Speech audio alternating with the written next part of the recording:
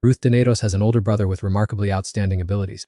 He pampered him to a foolish degree, but unfortunately he has passed away. It was just moments ago, at the very moment he was shielding him. Before Ruth could even regain his composure, a swarm of wyverns, drawn by the scent of blood from goodness knows where, rushed in and surrounded him. Ruth's limbs were crippled, so no matter how hard he tried, there was no way out. He was determined to take a few of these bastards down to the grave with him. However, just as he assumed a combat stance, a brilliant radiance suddenly burst forth. Along with it, a mysterious figure appeared. The moment they saw him, the wyverns immediately bowed in reverence.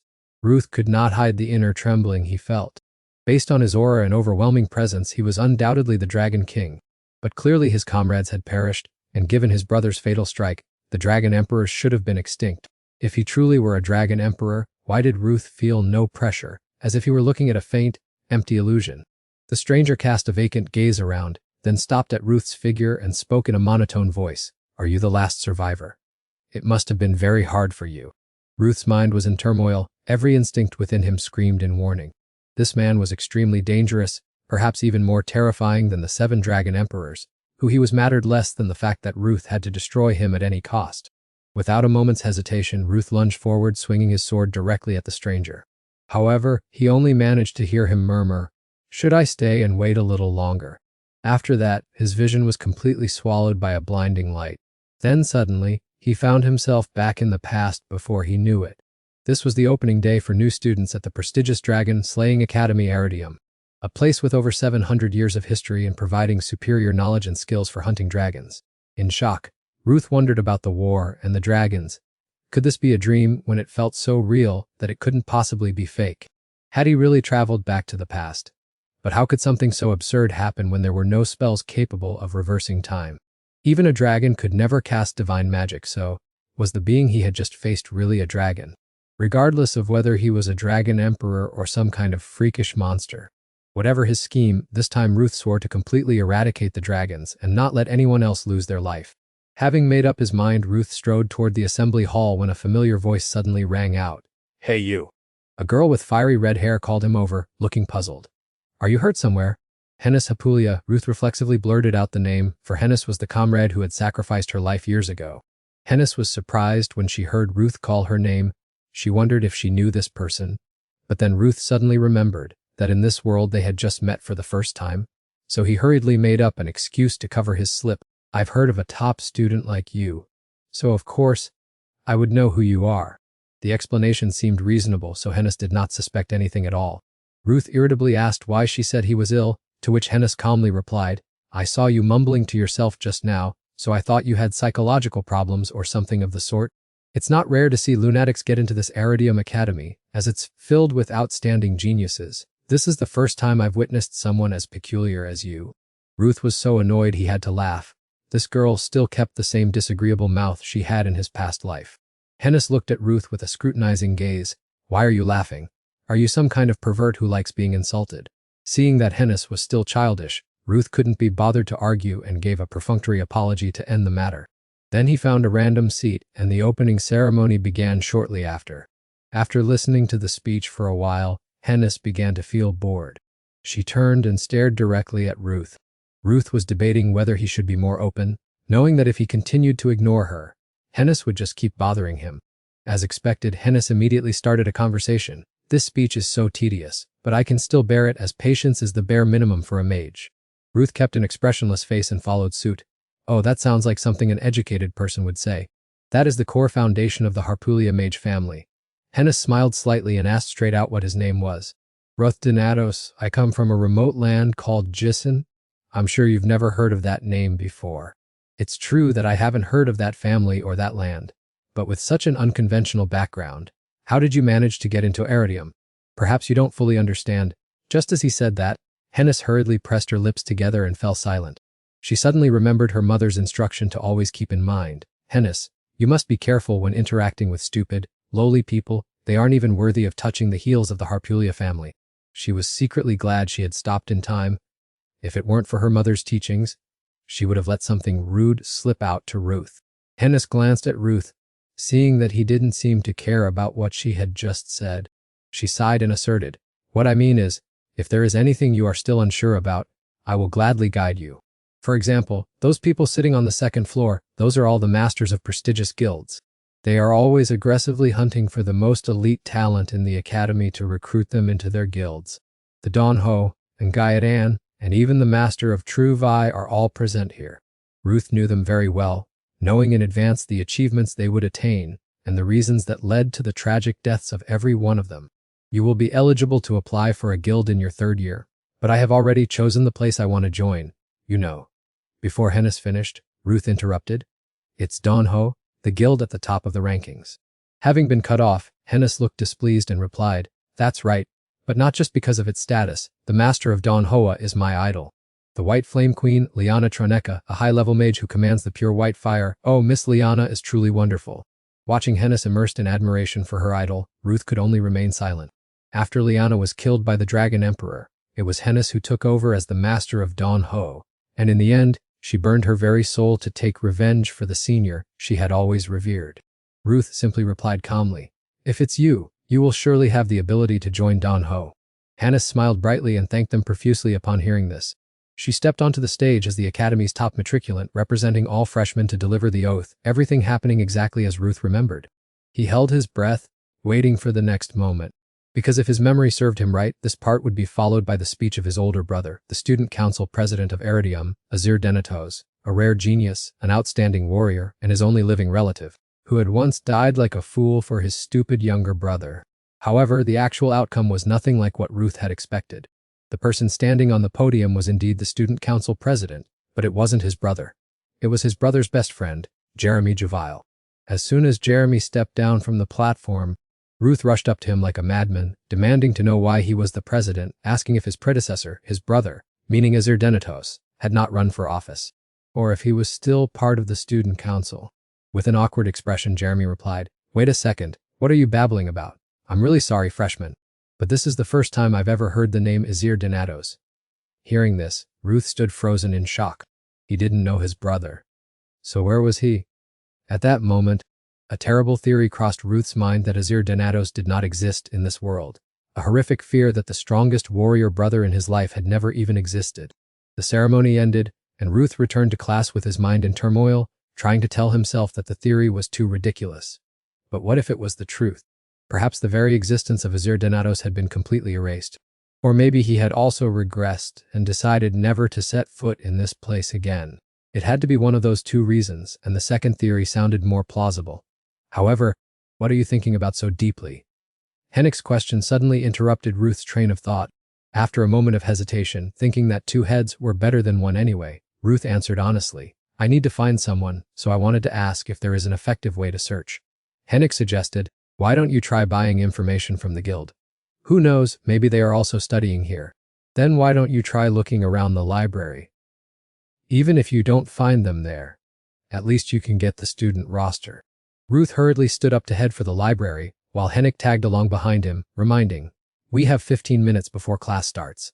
Do you want both of us to be late on our very first day? To which Ruth muttered, who told you to follow me and use the word? Anyway, I'm just worried you'll get into trouble again, which would be a pain. By the way, why did you pick a fight with the student council president earlier? I was just trying to ask about a few things. Are you some kind of attention seeker? I don't think so. Do you even know where the library is? It's not in that direction, dummy. Follow me. Ruth paused, then turned around to follow Hennick, letting her lead the way. As soon as she pushed open the door and stepped inside, Hennick couldn't hide her amazement and exclaimed, is this really the central library? I definitely have to come here and check it out someday.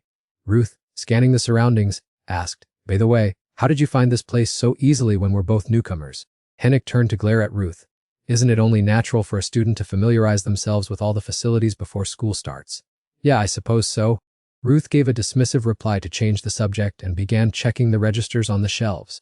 Hennick also reached out to rummage through the items, but instead of the documents she was looking for, she grabbed some classic books on sorcery. It's truly unbelievable, hasn't this Eatony herbalism catalog been out of print for ages? My goodness, there's even a first edition of the basic magic textbook. You couldn't buy this even if you plated it in gold. Ruth, however, paid no mind to Hennick's words and focused solely on searching for his brother's name in the student roster, but ironically, the name Azir Denatos was completely absent. If he does not exist in this world, then it is highly likely the work of that bastard who bears the title of Dragon King from the Sarnan Void lineage, a man with the power to manipulate space and the voids. During the fierce battle before Ruth's regression, that guy disappeared along with his brother's body. If his ability transported him to another dimension, then perhaps he is still alive somewhere out there. Of course, that void lineage guy could also be hiding in that very same location. Finishing up at the library, Ruth turned to look for Hennet and found her arguing with the librarian. "Why can't I? I only intended to borrow 17 books. The librarian gently explained that each student is only permitted to take a maximum of 3 books at a time, and she kindly asked if they were freshmen, since they didn't seem to realize that classes were currently in session. "We are on our way to class, so I'll just take these 3. Hennet quickly chose 3 books and then turned to call out to Ruth, who was already rushing out of the library. When the two returned to the lecture hall, the teacher had not yet appeared. Hennet took the opportunity to ask if Ruth had found the person he was looking for. He shook his head, saying the name wasn't on the list. She suggested he seek help from a guild, but asked who he was actually looking for. Ruth hesitated for a moment before replying that it was his brother, and just then, a teacher with a superb physique and 6-pack abs walked into the classroom.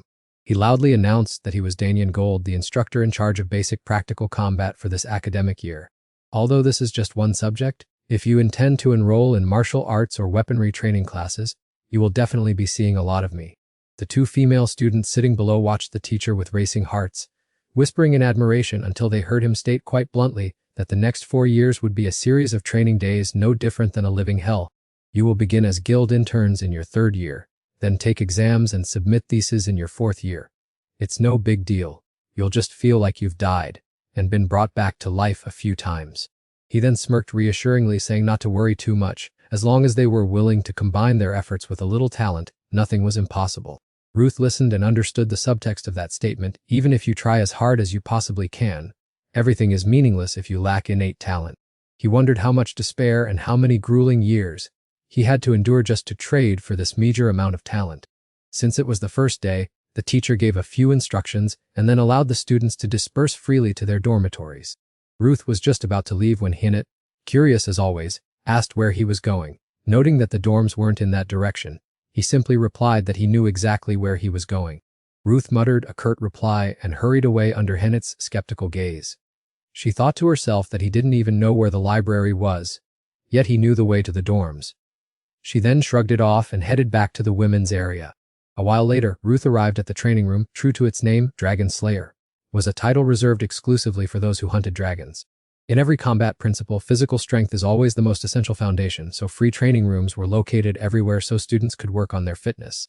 This was a place Ruth used to frequent, and everything here remained exactly as he remembered it. He smirked and took off his coat to begin his current physical fitness test. After doing exactly 30 push-ups, he was sitting there panting like a chimney. This was not surprising, as his current body was only 17 years old. The new practical combat class would officially begin tomorrow, and he had only 1 week left before he had to start training alongside the other students. Ruth was determined not to let the old scenario repeat itself, so he told himself that he must strive much harder than in the period before his rebirth. What he lacked right now was stamina and physical strength. Fortunately, he was already an expert in rigorous training. Ruth regained his focus and began to warm up when the gym door suddenly swung open, and a familiar figure walked in. Just like Hans, this person was a close comrade of Ruth's in his previous life. It was Ballesteros. Ballesteros was a melee-focused fighter with pure muscular strength, a character who would later be hailed as the Fist King. Ruth looked at him thoughtfully, as he had never encountered him here in his past life since he had only started training after midterms back then. I should have run into him in the mana training area, or is it because the timeline has changed? Regardless, I'll just ignore him. Ruth brushed aside all distracting thoughts to return to his training, but before long he couldn't ignore it any longer as he noticed Ballesteros staring and perfectly imitating his every move. A moment later, Ruth couldn't stand it anymore. He irritably dropped his weights onto the floor and turned to shout, "Hey, do you intend to start a fight?" Ballesteros stopped training, tilted his head, and asked why he thought that since he was just practicing. Ruth pressed further, "Practice if you want, but why keep staring at me, and why are your weights heavier than mine?" Ballesteros explained sincerely, "Sorry for making you misunderstand. It's just that your form and movements are so perfect that I wanted to learn from you." Ruth asked blankly what he was talking about, to which Ballesteros replied, "Your lifting posture and muscle coordination look truly impressive." No one in my family, not even my father, has ever performed movements so precisely. Are you perhaps a physical genius? Ruth shook his head and said, I'm just Ruth Donatos, a new student. Ballesteros smiled brightly and proposed, what a coincidence, I'm also a new student. Ballesteros here. Ruth, from now on I will consider you my coach. I believe that one day I will achieve an ideal physique like yours. So Coach Ruth, please accept me as your disciple. Ruth suddenly felt a chill and flatly refused, no way.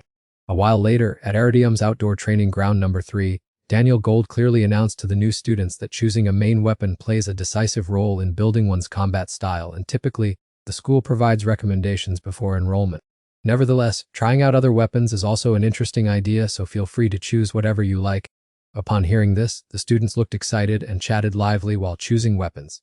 This longsword is so light, maybe it's because it was specifically designed for students that it fits so well. Ruth walked toward the weapon rack and exclaimed that it was indeed worthy of the continent's top academy. The weapons provided were of excellent quality despite being for practice, and if sharpened, they could certainly be used in real combat. Ruth reached out to grab a sword, and as he turned around, he saw Hennet asking Daniel Gold, Sir, since I follow the path of a mage, do I need to choose a weapon? Daniel Gold advised, battle can break out at any time. You should learn to protect yourself even after becoming a mage. Hennet nodded in response. With that, Hennet walked toward the weapon rack. As she was hesitating over which type to pick, Ruth approached and suggested, I think a short sword would suit you. Hennet asked in surprise, really? And Ruth explained further that she could use mana to control the attack radius of the short sword, and that it was also very portable. In truth, the deeper reason was that in his past life, Hennet was very gifted with short swords, using them with extreme flexibility whenever she needed to save mana or deal with enemies who closed in unexpectedly. Then I will choose it.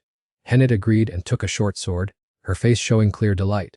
Afterward, Hennet curiously noticed the weapon at Ruth's side and asked, Are you planning to choose this sword? And Ruth replied, I'm not quite sure yet.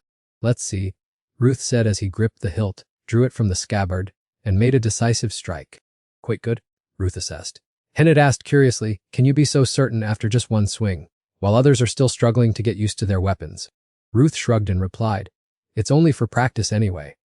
Ruth's entire sequence of movements had caught Daniel Gold's eye. He put a hand to his chin and thought, what a coincidence, that swing didn't look like a new student's at all. It felt like the finishing blow of an experienced swordsman. Ruth, still unaware he was being watched, continued talking to Hennet. Every weapon has its own strengths, but look at this one. Suddenly, Ruth felt as though someone were scrutinizing him. He glanced over to see Daniel Gold smiling as he approached. Before the teacher could speak, Ruth spoke up first, Sir. Am I only allowed to choose one main weapon?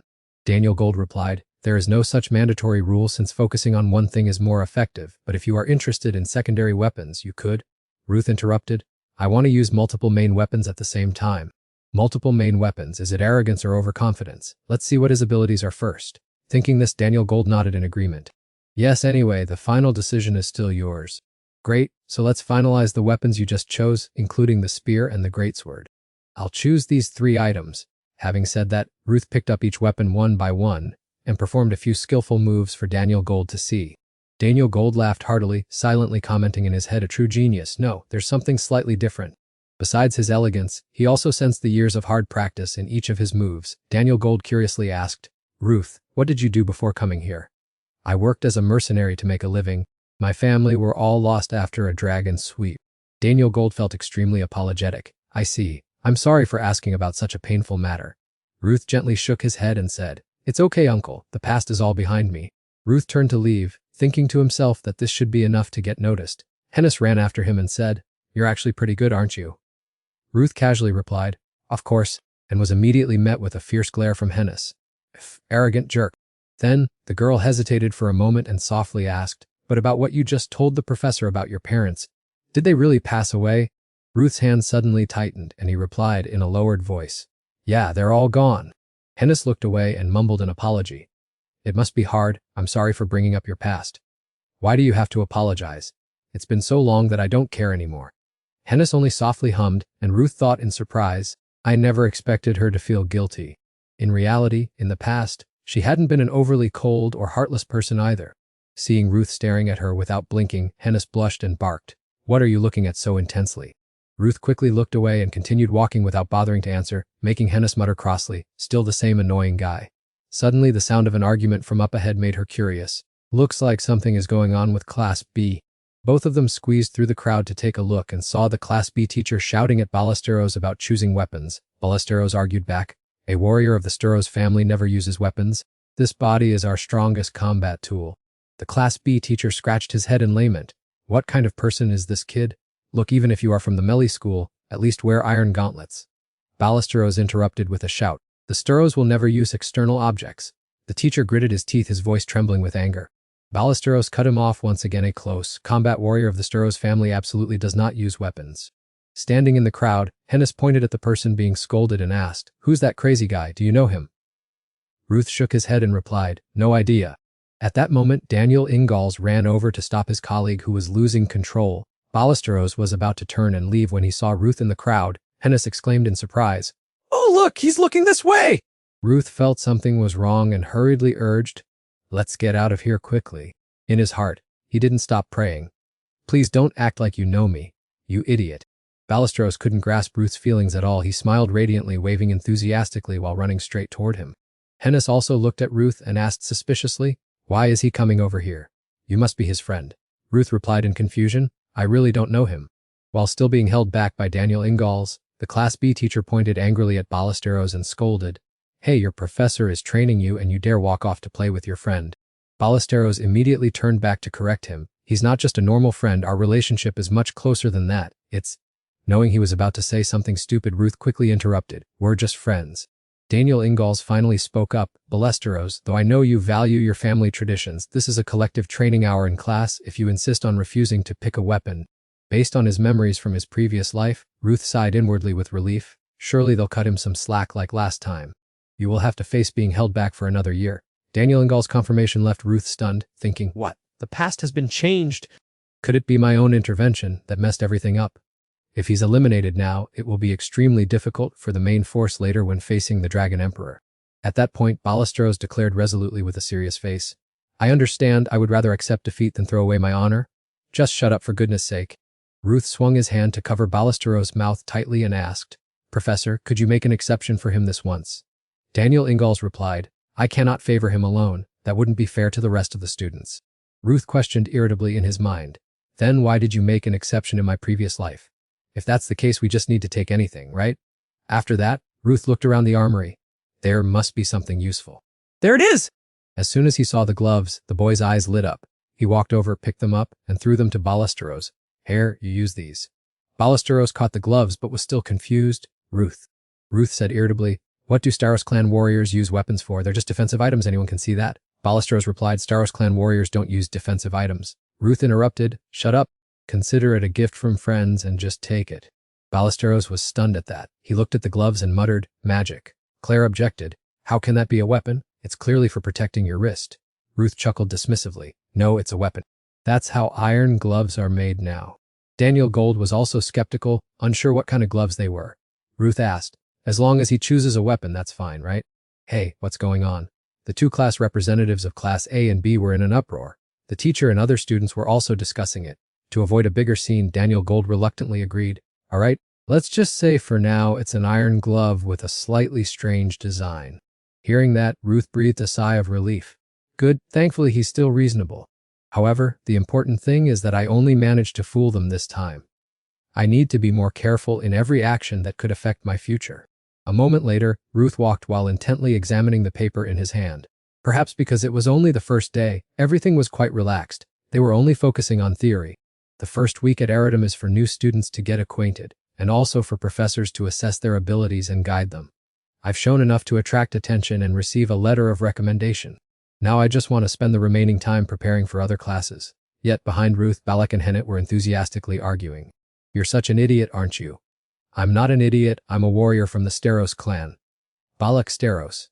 "That's right, it sounds like an idiot. As a mage, how can you understand the honor of a sub-professor? Losing honor is worse than death for a Steros." Ruth shook his head in exasperation. Why do they always lump themselves into a group?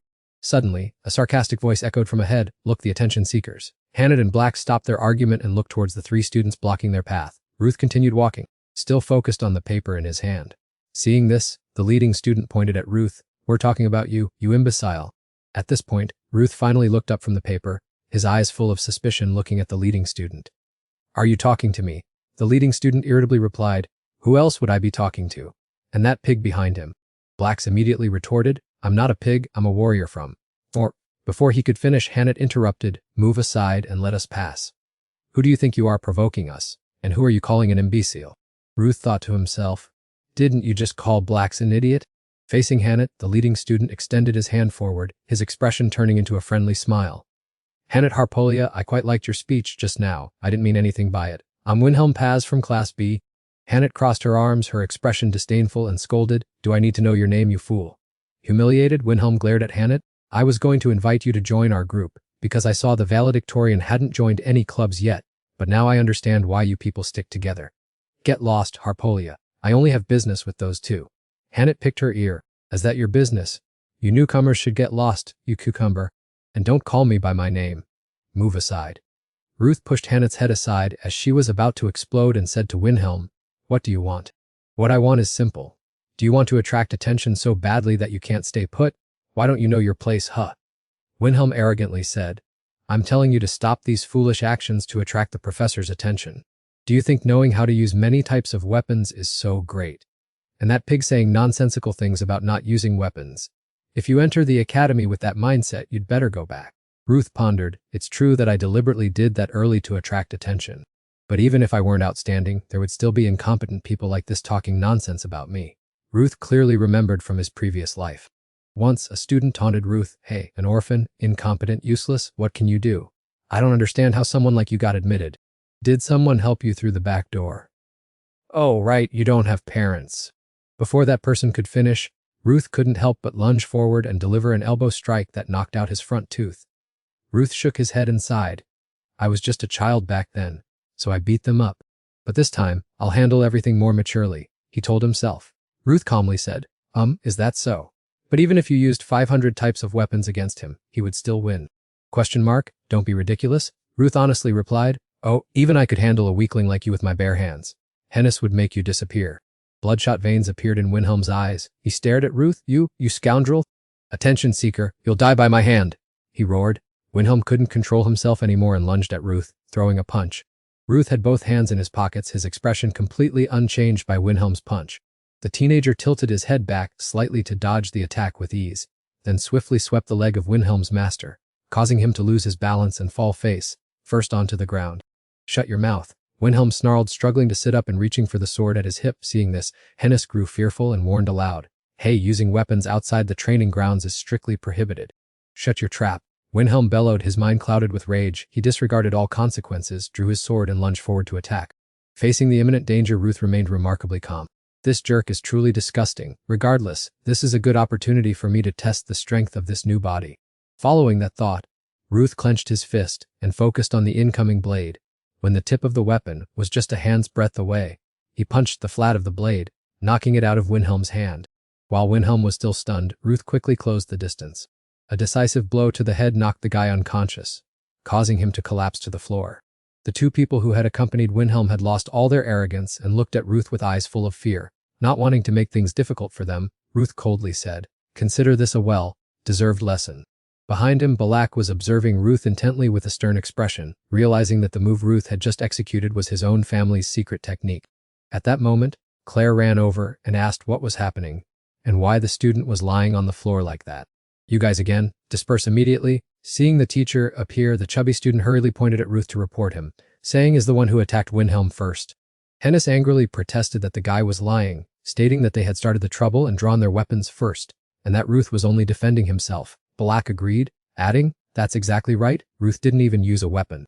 Observing the scene and listening to the accounts of the surrounding students, Claire was secretly amazed.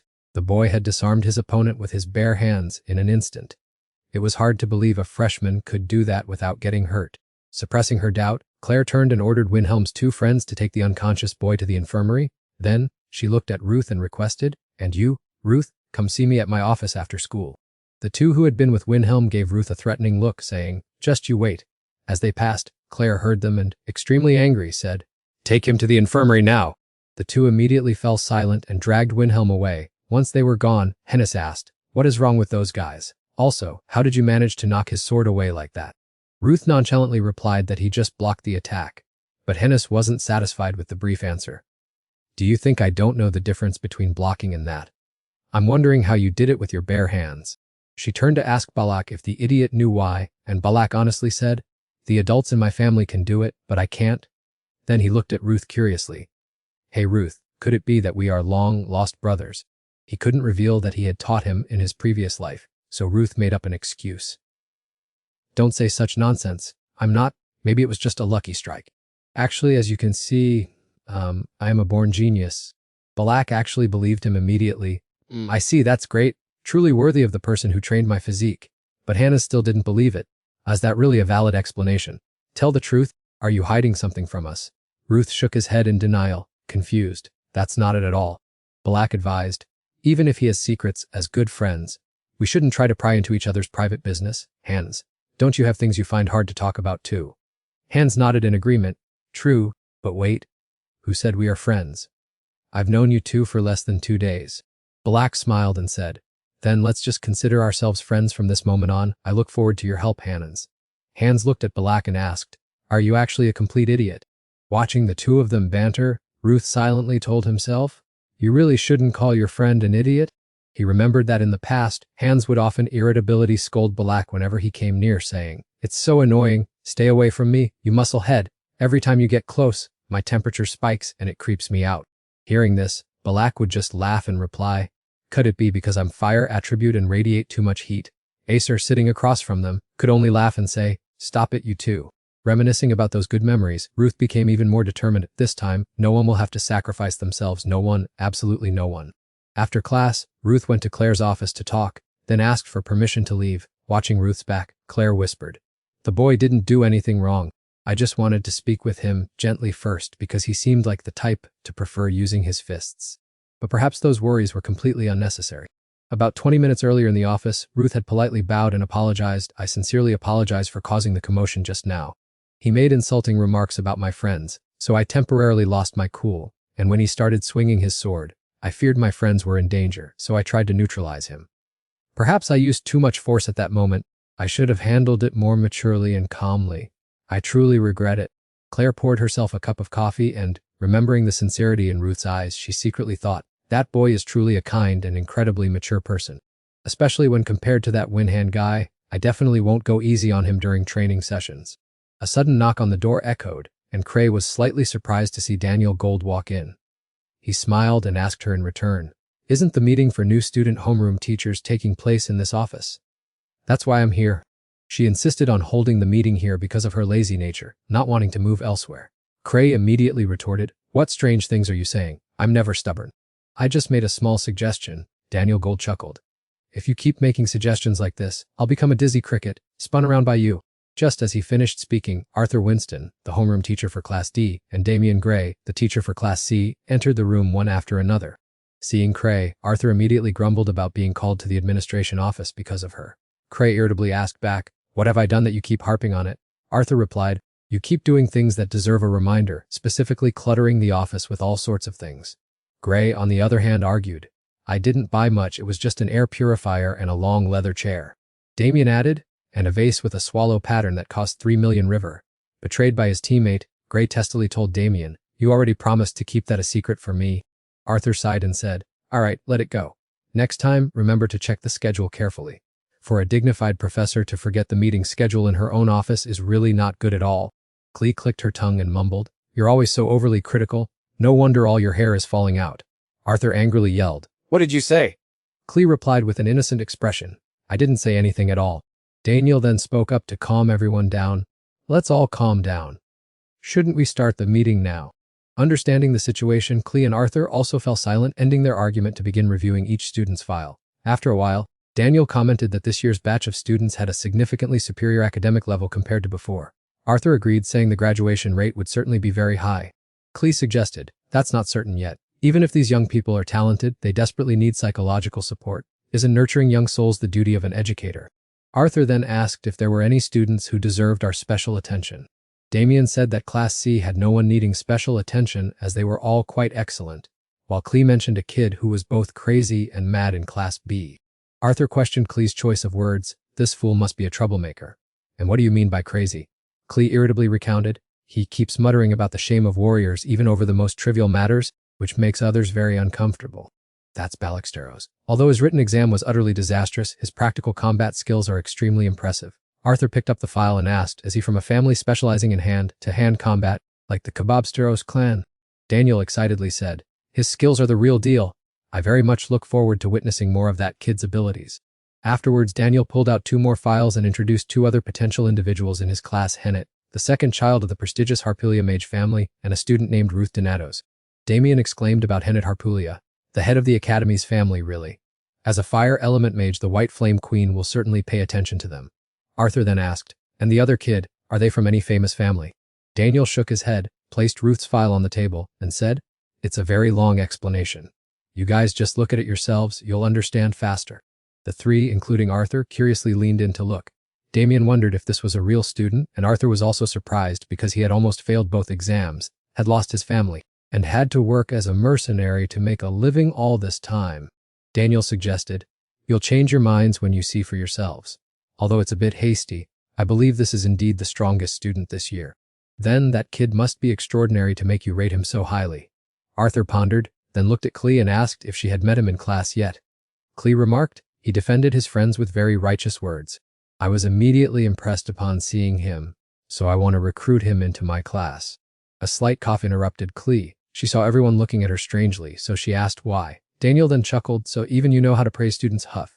Klee replied, I do that occasionally. Anyway, just listen to me continue. Do you remember the sword-wielding fool I mentioned? It was Ruth who defeated him with bare hands. The others began to buzz with discussion. He used a sword in the entrance exam, so what about his martial arts ability? The only thing we can confirm is that he truly has great martial arts potential. Klee took a sip of water, then casually said, so don't you think a teacher specializing in close combat, should be the one to guide him? Daniel disagreed, saying that would be difficult. His true talent lies in his weapon skills, such as with swords and spears, so I would be the most suitable trainer. Klee retorted, since when did you care about student potential? Daniel replied, because he's in my class, mentoring him would be most effective. Klee countered, stop joking. He countered with bare hands, didn't he? Why would you think he's good at using weapons? Daniel angrily shouted. I was the first to discover Ruth's talent. I won't give him up to you, even if you are my senior. Claire stood up abruptly to intimidate him and shouted, oh really? I guess I'll have to etch the hierarchy of seniors and juniors into your head so you'll remember it for the rest of your life. Daniel replied loudly, ridiculous. Have you already forgotten how miserably you lost to me 2 weeks ago? Suddenly, Arthur slammed his hand on the table with a loud bang, so hard that the table broke in half, but he didn't care as he yelled, both of you, stop it right now! Is this the conduct of people who call themselves professors? Daniel fell silent and sat down on his own while Claire pointed at the pile of wood in shock. That was my table? Do you know how expensive it was? Arthur looked at Daniel hesitantly and asked, hey Daniel, do you have any thoughts on this? Daniel replied nonchalantly, I think it's fine. What student would want a teacher who looks like a grim reaper like me? Arthur cleared his throat. If he's good with a spear, I'd like to meet him too.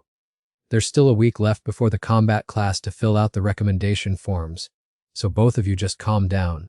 Even if we all want to take him in, it ultimately depends on the student's choice. Arthur said as he picked up Ruth's information sheet from the pile of wood and read. Is this kid from Gessen? Cray asked curiously. Gessen. Arthur nodded. That's right, from 10 years ago. That village vanished completely after the protein disaster. Hearing this, the expressions of the other 3 immediately changed. The protein incident was a horrific tragedy that wiped out half of the Calavan kingdom 10 years ago. It began with the decline of military potential and ultimately led to the country disappearing from the map just a few short years later. A single dragon brought destruction to an entire nation. Its true form remains a mystery because of its ability to transform, Arthur asked Daniel. The protein dragon Kienan is one of the 7 calamity dragons. Didn't you participate in the war to subdue it? Daniel replied, the one who took down that monster was my master. Back then, I was just a rookie recruit. I was lucky enough just to even reach its toes. Arthur sighed. Returning alive was already a miracle. It seems this kid is also a poor victim of that incident. That entire land was leveled. Who would have believed there were survivors? Daniel thought to himself, as he harboring a desire for revenge because of that tragedy. As he nursing a deep-seated hatred for dragons. A genius with power far beyond anything I imagined. Just then Arthur, who was reviewing the student files, spoke up to have luckily survived until now and even possessed talent recognized by Daniel himself. But I need to correct something you just said. Daniel asked in surprise, what do you mean? Arthur pulled out another file and said, you said that kid was the strongest this year, but there's still a formidable opponent in Class D. Another genius with talent described as monstrous. The paper was placed before the eyes of the three, showing a picture of a girl with striking platinum blonde hair. In the gym for integrated classes 199 and 200, Wilhelm struggled to finish 200 push-ups. He lay flat on the floor, panting heavily, and whispered, "Coach, I've completed 3 sets of push-ups." Claire nodded and said casually, "Good. Now move on to 2008 count burpees." Wilhelm was speechless. He struggled to lift his head and asked, "What?" Claire remained unmoved and snapped, "Why are you still standing there? Get up now." In another corner of the room, Ruth was using a towel to wipe off sweat after his workout.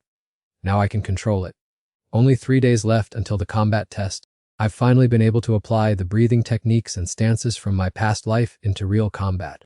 Hopefully, that's enough for me to achieve my goal." Lost in thought, Ruth became irritated by the noise coming from Balak.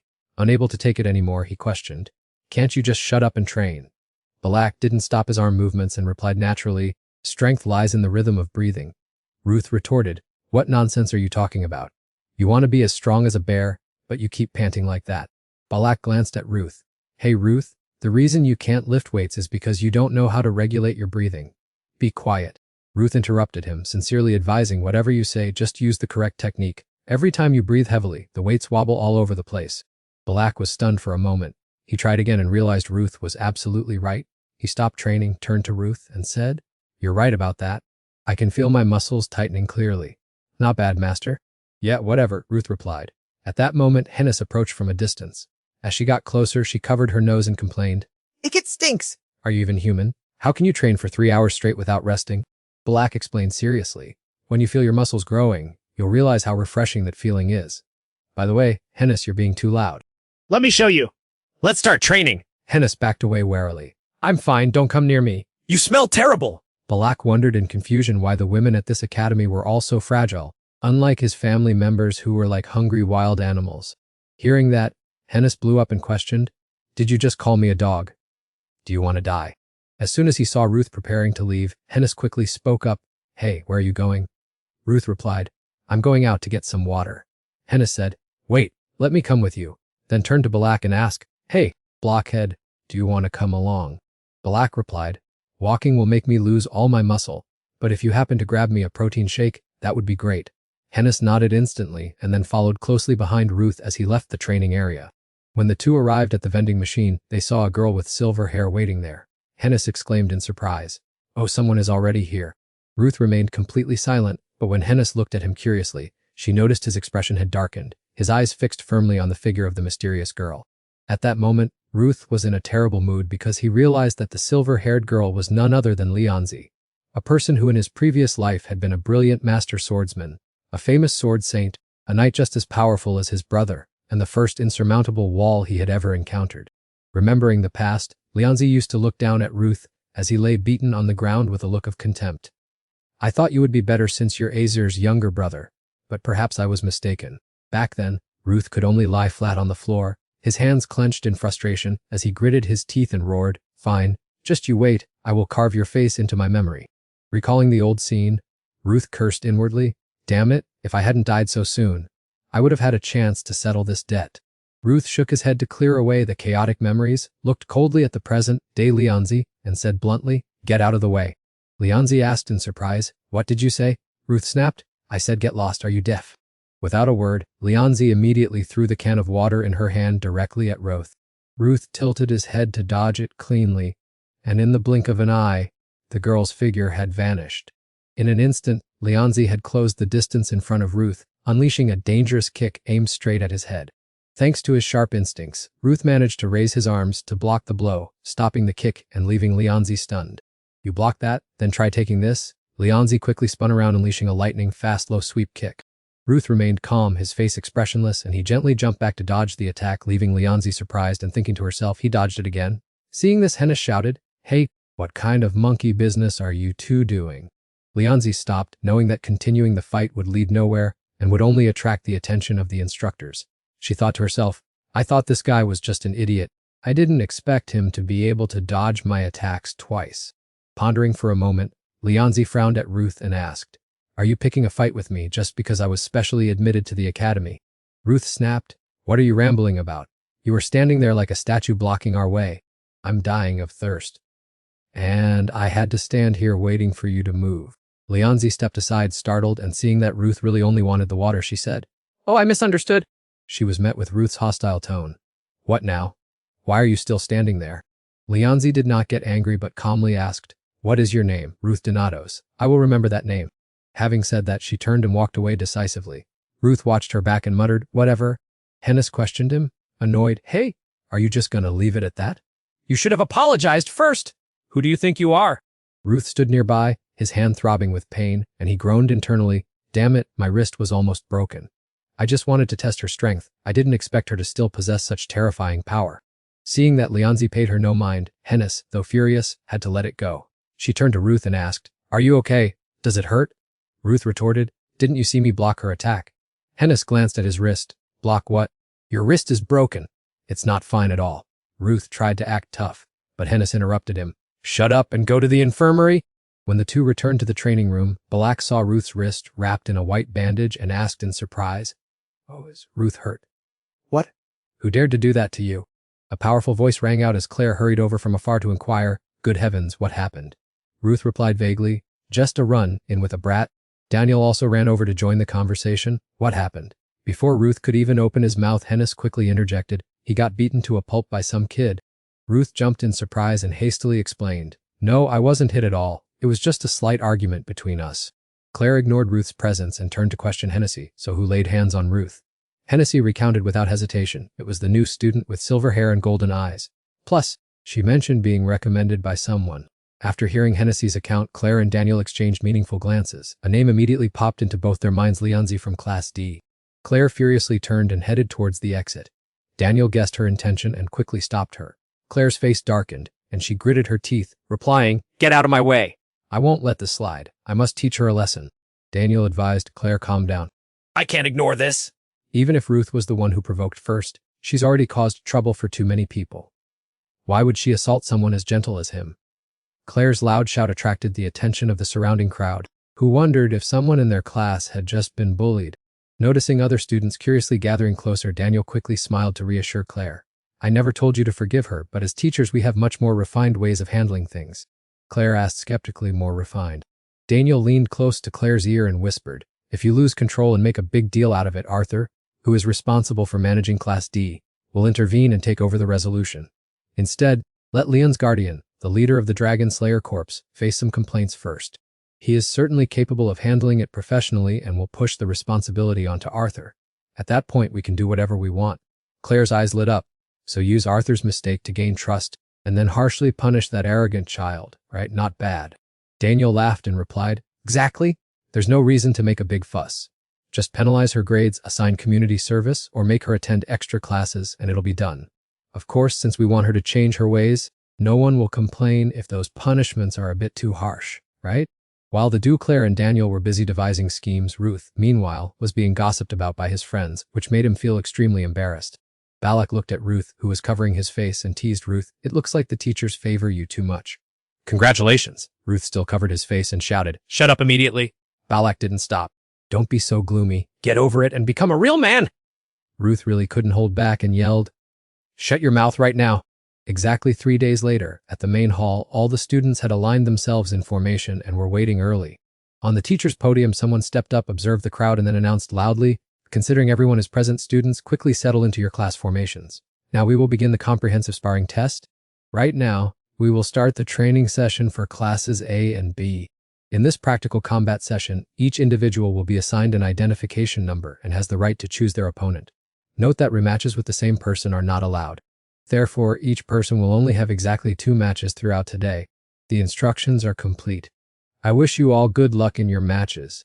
As soon as the words ended, a referee stepped out to the center of the whole arena, called out, "Number 1, Haley-Ann McDowell, come forward," and designated an opponent. Haley-Ann quickly stepped onto the arena floor and made her choice. The battle unfolded very quickly, with the teachers intently observing to assess each student's ability. Right next to the arena, Hennessy watched and said to Ruth, "This so-called practical combat is just an excuse.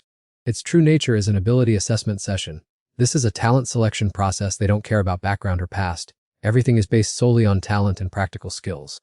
That's why Iridium is always the top school. Every student here is a genius in a certain aspect." Ruth thought to himself, "I've never been called that before." Just then, another match ended. The referee immediately called the next person, number 8, Hennessy Harpulia. Hennessy smiled confidently. Anyway, they are nothing compared to true strength. As soon as she finished speaking, Hennessy strode onto the arena floor. Go Hennessy, genius of the Ryan family. Balak's cheers immediately wiped the smile from Hennessy's face, replacing it with a frown. She glared at Balak, then began to choose her opponent. Ruth observed Hennessy's choice and thought to himself, mage, inherently weak in close combat, choosing to fight a swordsman. She's truly overconfident. On the arena, the two students had taken their positions. The referee immediately shouted, "Both ready, begin." Hennessy was the first to strike. She condensed a series of fireballs and launched them directly at her opponent. The blonde swordsman raised his shield to block the first attack. In his mind, he immediately calculated, luckily, the fireballs aren't that fast or agile. Therefore, before she can cast her next spell, I'll finish this match with just one move. With that thought, the blonde swordsman utilized his speed to neatly dodge the incoming fireballs. Once she was within reach, he swung his sword high and brought it down with a powerful strike toward her. Unfortunately, just as the blade was about to hit its mark, Hennet suddenly vanished and reappeared in the distance, unleashing a barrage of sparks in a relentless attack. It was so annoying, he couldn't believe she had already moved there without him even noticing. Faced with a rain of magic, the blonde swordsman had no choice but to raise his shield in frustration to defend himself. Suddenly, he saw Hennet flash a thin smile and whisper, "Got you." Before her opponent could regain his senses, Hennet vanished again and reappeared right in front of him, pressing a dagger against his neck, freezing the swordsman in his tracks as he never expected a mage to use a melee move. Thinking that someone of noble background shouldn't take such a risky move, the blonde swordsman dejectedly muttered, "I concede." Hearing those words, the referee immediately announced the winner as Hennet Harpulia, while also praising both of their performances. Having achieved glory, Hennet looked toward the professor in the purple dress in the stands with a proud smile, her eyes, as if wanting to show off her achievement, to Ms. Liana. The woman in the purple dress was Liana Chineka from the Painters Guild, and she gave Hennet an appreciative look in return. Hennet felt satisfied and strolled down, while Ruth curiously asked where she found the courage to close in on a professional swordsman. Hennet looked smug and said it was simply a matter of fighting fire with fire, as swordsmen always assume mages would never dare engage in close combat. Ruth pondered the risks if the enemy had noticed sooner, but then nodded since that majestic style naturally suited her perfectly. At the same time, the professors sitting above were also engaged in a lively discussion about Hennet's abilities, with Claire especially praising her sharp reflexes and tactical mind. "The girl's magic technique is very refined. If only I had a better vantage point to see each move clearly." Arthur nodded in agreement and remarked that a battle mage of this style is rare, so they should hire more fire-type teachers for further training. Claire appeared extremely excited, urging the selection of the next opponent to see who would be the next to enter the fray.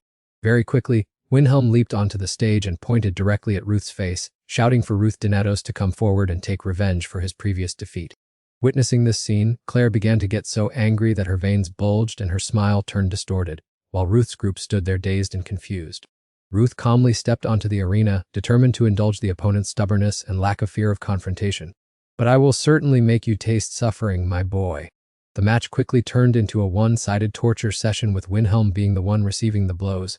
He was beaten so badly he could only wail for mercy. "It hurts so much, please stop, I really wanted to surrender already." In the end, Wilhelm had to be carried out on a stretcher, while Ruth did not forget to offer a sarcastic thank you for his persistence in the arena. Wilhelm lay flat on the stretcher filled with resentment, silently complaining because, in reality, he had wanted to stop the fight long ago. At that moment, the referee stepped over to praise Ruth and kindly asked if he needed a break or to postpone his turn. Ruth waved it off, affirming he was fine, and the referee nodded, signaling him to proceed with choosing his next opponent. It didn't take long for Ruth's gaze to lock onto a target, and he called out a challenge for Balak Staros to step onto the stage. Balak was momentarily startled and fell silent for a few seconds before hesitantly replying that he truly didn't want to fight Ruth.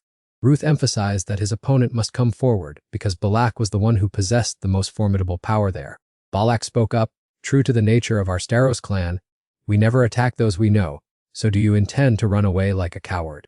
Ruth observed Balak, thinking to himself that in the past, he used to make the earth tremble with every step and level mountains with a single punch. But that is not enough. Even if I have to humble myself and lower my status, you need to go further to reach the pinnacle of the martial king. And I have learned from my past failures. Now it is your turn to show me. Balak then spoke up. "A warrior of the Staros clan never knows how to turn back and run away like a coward. That would be too good." Ruth smiled and nodded. He was determined to awaken all the potential hidden within Balak. Balak maintained a serious expression and said, "You are inherently stronger than me, so I won't ask you to use your sword from the start. But I hope you will fight with all your might." Ruth happily accepted the challenge. "Of course, even if you didn't want me to, I would still do it." The referee observed the two opponents standing in the arena and shouted the command to begin the battle. Memories flooded back. He recalled the first time Ruth encountered Balak when he was deeply engrossed in sword practice. After confirming he had found the right person, he coldly said, "I have come here under orders from your brother, who asked me to advise you to restrain yourself because you have recently shown signs of losing control." Upon hearing this, Ruth retorted uncomfortably, "Don't make me laugh. If that jerk wants to cause trouble, he can come here himself." Balak calmly countered, "That is unlikely to happen, and don't you think you're being a bit excessive? Eris is your family, after all." Unable to suppress his anger, Ruth threw his wooden sword to the ground, pointed directly at Balak's face, and said, "You damn pig. Shut your mouth and come at me. Don't talk nonsense about family." The two sides exchanged sarcastic remarks for a while before rushing into a violent brawl. In the end, Ruth was beaten to a pulp, lying flat on the training floor, and gritted out, "Damn it, you idiot, you're actually quite formidable." Balak picked up the wooden sword and handed it back to Ruth, saying, "You aren't bad either, Ruth Donatos," which only infuriated him further, as he thought he was being mocked. Balak shook his head and insisted, "I am telling the truth, even though I still have the upper hand." Looking back on the past, Ruth sighed inwardly. After being beaten half to death by Leon and this guy, I realized I had no talent whatsoever. While Ruth was lost in thought, Balak suddenly initiated the battle, gaining momentum and rushing forward like an arrow piercing the wind to launch an attack. Ruth nimbly dodged and countered with a powerful uppercut. Immediately, a series of consecutive blows were unleashed by Ruth in rapid succession. Balak took a defensive stance and seized the opportunity to grab Ruth's shoulder, intending to deliver a heavy blow, but the opponent anticipated the situation and slipped backward. This left Balak slightly frustrated because his opponent had dodged this feint. "I'm not so foolish as to let you read me that easily." Ruth smiled in response, inwardly feeling constant amazement because that jerk's body was truly monstrous. Even after taking many hits from him, he was completely unfazed. The strength of a purely physical warrior truly lies in their very own muscle mass. Staros is a martial arts clan famous in the north, with members possessing abnormal bodies where muscle fibers, after generations, have fused with mana to form a natural armor tougher than metal. Is it wrong to liken his body to the sturdiest shield, and also the sharpest spear? Ruth began to calculate carefully. Conventional attacks would certainly not be able to cause any damage. In this situation, instead of using explosive power, he should switch to fluid techniques to create greater pressure, which would be more effective by targeting the gaps in the armor to destroy it from within. His movements are not only faster than before, but his approach to the target has also become extremely unpredictable, weaving like a snake, making it increasingly difficult for me to keep up. Recognizing the danger, Balak immediately focused his efforts on reinforcing his armor, convinced that no one could pierce the sturdy shield of House Staros. Little did he know his budding complacency was immediately extinguished by an excruciatingly painful blow that landed directly on him. Ruth coldly reminded his opponent to dodge, then continued to unleash a series of moves that utterly terrified Balak, as he himself knew this martial art. Wasn't that Trenquine, the ancestral secret technique of House Staros? A fighting style that emulates the vastness of the ocean and the steadfastness of a 1,000-year-old mountain. I knew Ruth's techniques had some similarities to my family's, but I couldn't believe he was proficient in a martial art used to counter his own family. This was absurd because he didn't belong to the Staros lineage, but never mind. All I wanted now was to defeat this guy at all costs. Catching sight of the excitement on Balak's face, Ruth smiled and warned his opponent to guard carefully because he was about to unleash his next move. As soon as he finished speaking, Ruth frantically charged and pressured Balak, forcing him to focus intensely to dodge. His opponent's speed was too fast for him to keep up, so the only strategy was to wait for an opening while Ruth was striking, and then find a way to counter-attack. That sounded good, but every time Balak tried to strike back, Ruth predicted all his moves and spectacularly evaded him. It was then that Balak realized Ruth's strength lay not in continuous bursts of power, but in his sharp strategic insight and unreasonably skillful techniques. Seeing Ruth beginning to sweat and pant, Balak confidently thought his opponent was running out of breath, meaning he now had the physical advantage. Seizing the golden opportunity, Balak poured all his strength into a decisive blow, confident that he would soon end the match. At that very moment, he realized Ruth didn't even bother to dodge, merely smiling and saying, "This match is truly interesting, Balak. You are truly formidable, Balak Staros. It's just a pity that I am a level above you." Having said that, Ruth suddenly swung his sword directly at Balak's chest. Of course, the strike caused no injury, only tearing his outer garment, officially putting an end to the match. The crowd, who had witnessed it from beginning to end, Followed a brief moment of silence with enthusiastic cheers that echoed throughout the stands. Even the teachers stared in astonishment, finding it hard to believe this was a contest between students. Even without using mana, both still displayed individual power no less than that of renowned dragon slayers, especially Ruth Donatos. Kochel frankly shared his thoughts, saying that this young boy hadn't even unleashed his full strength, yet every stance and move was terrifyingly perfect, as if he had already reached the level of a high-tier swordsman. Teacher Daniel added with a smile that Balak was also amazing, especially the masterful sword swing that Ruth had performed in the final seconds. It might sound outlandish, but Ruth's swordsmanship style reminded him of Master Embrise from the Heavenly Sword School. Teacher Daniel then thought of Leon, for even though he was a brilliant genius, the teacher had never imagined anyone capable of surpassing his talent. Yet Ruth was not merely a genius, he was a true monster. A young boy possessing perfect qualities even before he had begun to learn. All four teachers shared a common desire to personally mentor Ruth. As soon as the examination finished, Ruth and his friends hurried straight to the academy's dining hall to refuel. The precious young lady, Hans Harpulia, slammed the table in dissatisfaction, wondering why the whole group had to eat here instead of going out for a change of scenery, at least for today. Balak mumbled through his chewing that eating out wouldn't provide enough protein, Hans, while Ruth simply replied with just 3 words.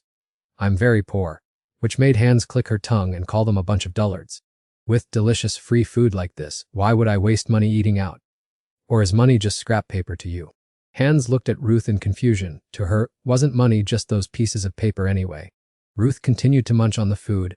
He truly was like some spoiled young lady born into a filthy rich family. Ruth suddenly turned to look at Black, reflecting on it. This guy also belonged to a prestigious noble family, didn't he? How on earth did this guy scarf down food as violently as a gorilla? Life is truly unfair. It turns out I'm the only one dirt poor, to the point of having to risk my life for money. Thinking that, Ruth resentfully chewed as if he were crushing an enemy. Henrik said condescendingly, I mean, this older sister of yours should treat you to a nice meal once in a while. As for Balak, he can take care of himself. The only poor soul here who needs looking after is you. Ruth's blood boiled. I don't care for any cheap kindness from you bourgeois people. Henrik observed Ruth with a searching gaze. What kind of way is that to talk? Did you catch that gorilla's temperament? Just as Ruth was about to snap back, a voice interrupted. Found him? It's the student from earlier. Henrik and Ruth both turned around and saw a blue-haired young man excitedly saying to his silver-haired friend, Look, Abel, it's him. They strode straight toward Ruth's group. The crowd in the canteen began to buzz. It's the guild masters. For real. The leaders of the Great Tail and Moon Shadow guilds are here. As soon as he arrived, the blue-haired young man spoke up confidently, Hello, juniors. That match just now was truly impressive. I am Roderick Riddle, the master of the Great Tail Guild. Ruth also skillfully replied, I am Ruth Donatos. Roderick motioned to the person standing beside him. And this is Abel. As you can see, he's a bit quiet. Even without an introduction, Ruth already knew their backgrounds well. Heavenly Bow Roderick and Moon Shadow Abel, even though he hadn't known either of them in his past life. By the time he began his life as a dragon slayer, they had already sacrificed themselves in the battle against the 7 dragons. I'm Henad Harpulia, Henad said, politely standing up to greet the seniors, while Balak remained motionless, holding his plate of food as he said, I'm Ballesteros. A pleasure to meet you. Henad ruffled Balak's hair and scolded him. Are you crazy? How embarrassing. Roderick laughed at the sight, but upon realizing the 2 youths' identities he praised them. Indeed, both of you are quite outstanding. Henad took the opportunity to ask, I wonder what you 2 seniors are doing here in the student canteen. Roderick replied honestly, we're alumni here. We just suddenly missed the flavors of the past, so we dropped by. Then is it possible that Lady Lilana is also here? Henad asked expectantly. Lady Lilana left as soon as the swordsmanship class ended. She said there was no reason to stay long. I see, Henad replied dejectedly. Roderick comforted him. Don't be so sad, she'll surely visit Orisham again soon. By the way, after saying that, he turned to look at Ruth. Abel has given you a lot of praise. He said you are the missing piece the guild desperately needs. Stop dawdling, Roderick. Abel placed a hand on his friend's shoulder and looked Ruth straight in the eyes. You're Ruth Donatos, right? Do you know who I am? You are the 4th-ranked dragon slayer on the individual rankings and the master of the 2nd-ranked guild, Moon Shadow. Abel corrected him, you know me well. But remember this, we are ranked 2nd because of information strategy, not because we're weaker than the top guild. Back to the main point, I watched your match, and it was truly impressive. Having no choice but to play the part of a genius, Ruth nodded. Oh well, I really am that good. I really like that confidence. Therefore, I'd like to make a proposal. Would you like to join the Moon Shadow Guild after graduation? While Henad looked utterly shocked, Ruth remained calm. Isn't recruiting like this against the rules? Why did you go to all the trouble of coming all the way here? Abel expressed frankly that if one wants to recruit outstanding talent, they rarely follow rules mechanically. You possess natural talent and infinite potential. Someone of your caliber certainly needs a grand stage to shine. Although being backed by the Moon Shadow Guild is a lucrative opportunity, joining a place where Ruth cannot have free reign is not a wise choice. So Ruth flatly refused. Instead, he proposed a different exchange. Could you help me find someone? It's my brother who survived the tragedy 10 years ago. A survivor of the disaster a decade ago. That sounds difficult, but what do I gain if I agree to help you? Ruth calmly replied. You will gain a good relationship with me. Roderick burst out laughing in Abel's face upon hearing this, but Abel didn't find it funny at all. On the contrary, he felt extremely interested in the proposal. Befriending someone with such a bright future was indeed a bargain. Abel agreed to Ruth's deal and quickly left with Roderick. It felt like standing before a whirlwind. Do all powerful people have such a terrifying aura? Hannah remarked as she watched them leave. Ruth shrugged and replied, who knows? Anyway, it takes courage to reject a large guild. If you're that confident, you must have received your evaluation letter, right? Hannah said while picking up the letter the professor had just handed out after class. Due to the sudden offer earlier, Ruth had almost completely forgotten about the letter's existence. The letter contained the results of the first combat evaluation. In his past life, his results were quite poor. He didn't know what would happen this time. Ruth nervously opened the envelope. Hannah, sitting opposite him, kept her eyes on him and speculated. No need to read it. I bet it's just full of flowery praise to make your family proud. Ms. Lax suddenly asked, Ruth, what kind of person is your brother? Ruth did not hesitate to answer. He is kind to the point of being naive. Yes, he is a genuine idiot. Even though he was an undefeated dragon slayer, he always struggled because of his weak younger brother, laboring until the very end of his life. He was so strong that I could never compare. Ruth continued with a smile, his eyes shining with deep pride. If he's that capable, then he must still be alive. Don't worry too much. Yeah, I hope so. The atmosphere grew somber, so seeing this, Hannah quickly changed the subject. Well, why don't we open our letters and see? Let me read mine first. Can combat senses, sharp tactics that pierce the opponent, and skillful use of techniques. Truly a potential battle mage living up to expectations. It's my turn. Ms. Latch read excitedly. Superb martial arts, enduring stamina, perfect physique, extraordinary strength, and peak reflexes. Ruth's favor for Professor Klee soared. The professors were indeed meticulous with every detail. Professor Klee was wonderful. Her assessment was spot on. Now it was Ruth's turn. Seeing him remain silent, Hannah impatiently snatched the letter. After glancing at the content, she couldn't hide her shock and cried out, What is this? That letter bore the signatures of all 4 leading professors. Ruth immediately headed to the faculty office to meet them. As soon as they saw him, the professors rushed toward him. One asked about his studies, another cared about his meals, and another was concerned about Ruth's health. Only Mr. Damien showed his interest in a very distinct way, staring at him as if he wanted to devour him. Even with the simplest logic, it was clear why they were acting this way. Ruth didn't beat around the bush and went straight to the point. Professors, you called me here to discuss choosing an advisor, didn't you? The room suddenly became silent. A moment later, Professor Arthur was the first to speak. Perhaps you already clearly understand the hidden meaning of the symbol in the letter. After the sparring matches, recruits will be assigned to suitable professors. Sometimes they will take the initiative to contact them and use symbols as their signatures. It is truly a rare sight. As Claire continued, Ruth, this proves your potential is immense. We always understand our students, so don't worry. We are all experts.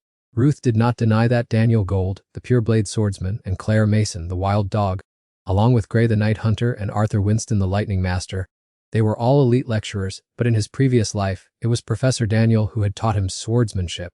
Therefore, this time Ruth still chose him as his mentor, but with the condition that the professor must accept him as his direct disciple. Everyone present, including Professor Daniel, could not hide their astonishment after hearing that proposal. The professor asked sternly, Ruth, do you really understand what the position of a direct disciple means? Is it true that the Heavenly Mandate art still hasn't found a successor? The Heavenly Mandate art is a swordsmanship technique that uses ancient mana to slay dragons, passed down to only one person per generation. In the previous generation, Professor Daniel was the disciple of a legend and the teacher of Ruth's older brother, meaning his brother was the next successor. Daniel was slightly flustered. He had originally intended to propose Ruth as a successor later, never expecting that the boy would be the one to mention it first. Could you tell me the reason why you desire that special position? Ruth replied truthfully, I need strength, because when I was weak, dragons killed my family and friends. If I had been stronger, I could have saved them. From now on, I don't want to see the people I love fall before my very eyes ever again. Ruth's answer left Daniel speechless as he suddenly recalled a painful memory. When he was a child, he and his sister had once fled from dragons, but his sister had sacrificed her life to protect him. No matter how much suffering one endures, if a person only wants to be stronger for revenge, they are not worthy of inheriting the heavenly mandate art. However, if the goal is to protect important people, then it is a completely different matter. All right, Ruth, from now on you are officially my direct disciple. But what if all the professors here joined together to teach and supervise you, Ruth? Before Ruth could regain his composure, Professor Daniel turned to convince the other teachers that this boy was incredibly talented. It would be a waste to only let him study swordsmanship. To maximize his potential, we should let him try everything. Ruth immediately protested, that won't do. Studying under one professor is hard enough. How could I handle 4 at once? That would be unfair to other students. Professor Arthur thought differently. This idea is excellent. To wipe out the dragon race, we need a capable dragon slayer, so this bit of unfairness doesn't matter. There will certainly be some talk, but those kids won't be able to do anything except blame themselves for being weak. Ruth felt even more bewildered hearing that, not understanding why a famously strict professor like Arthur would accept such a risk. All the remaining professors simultaneously expressed their approval of Professor Daniel's suggestion.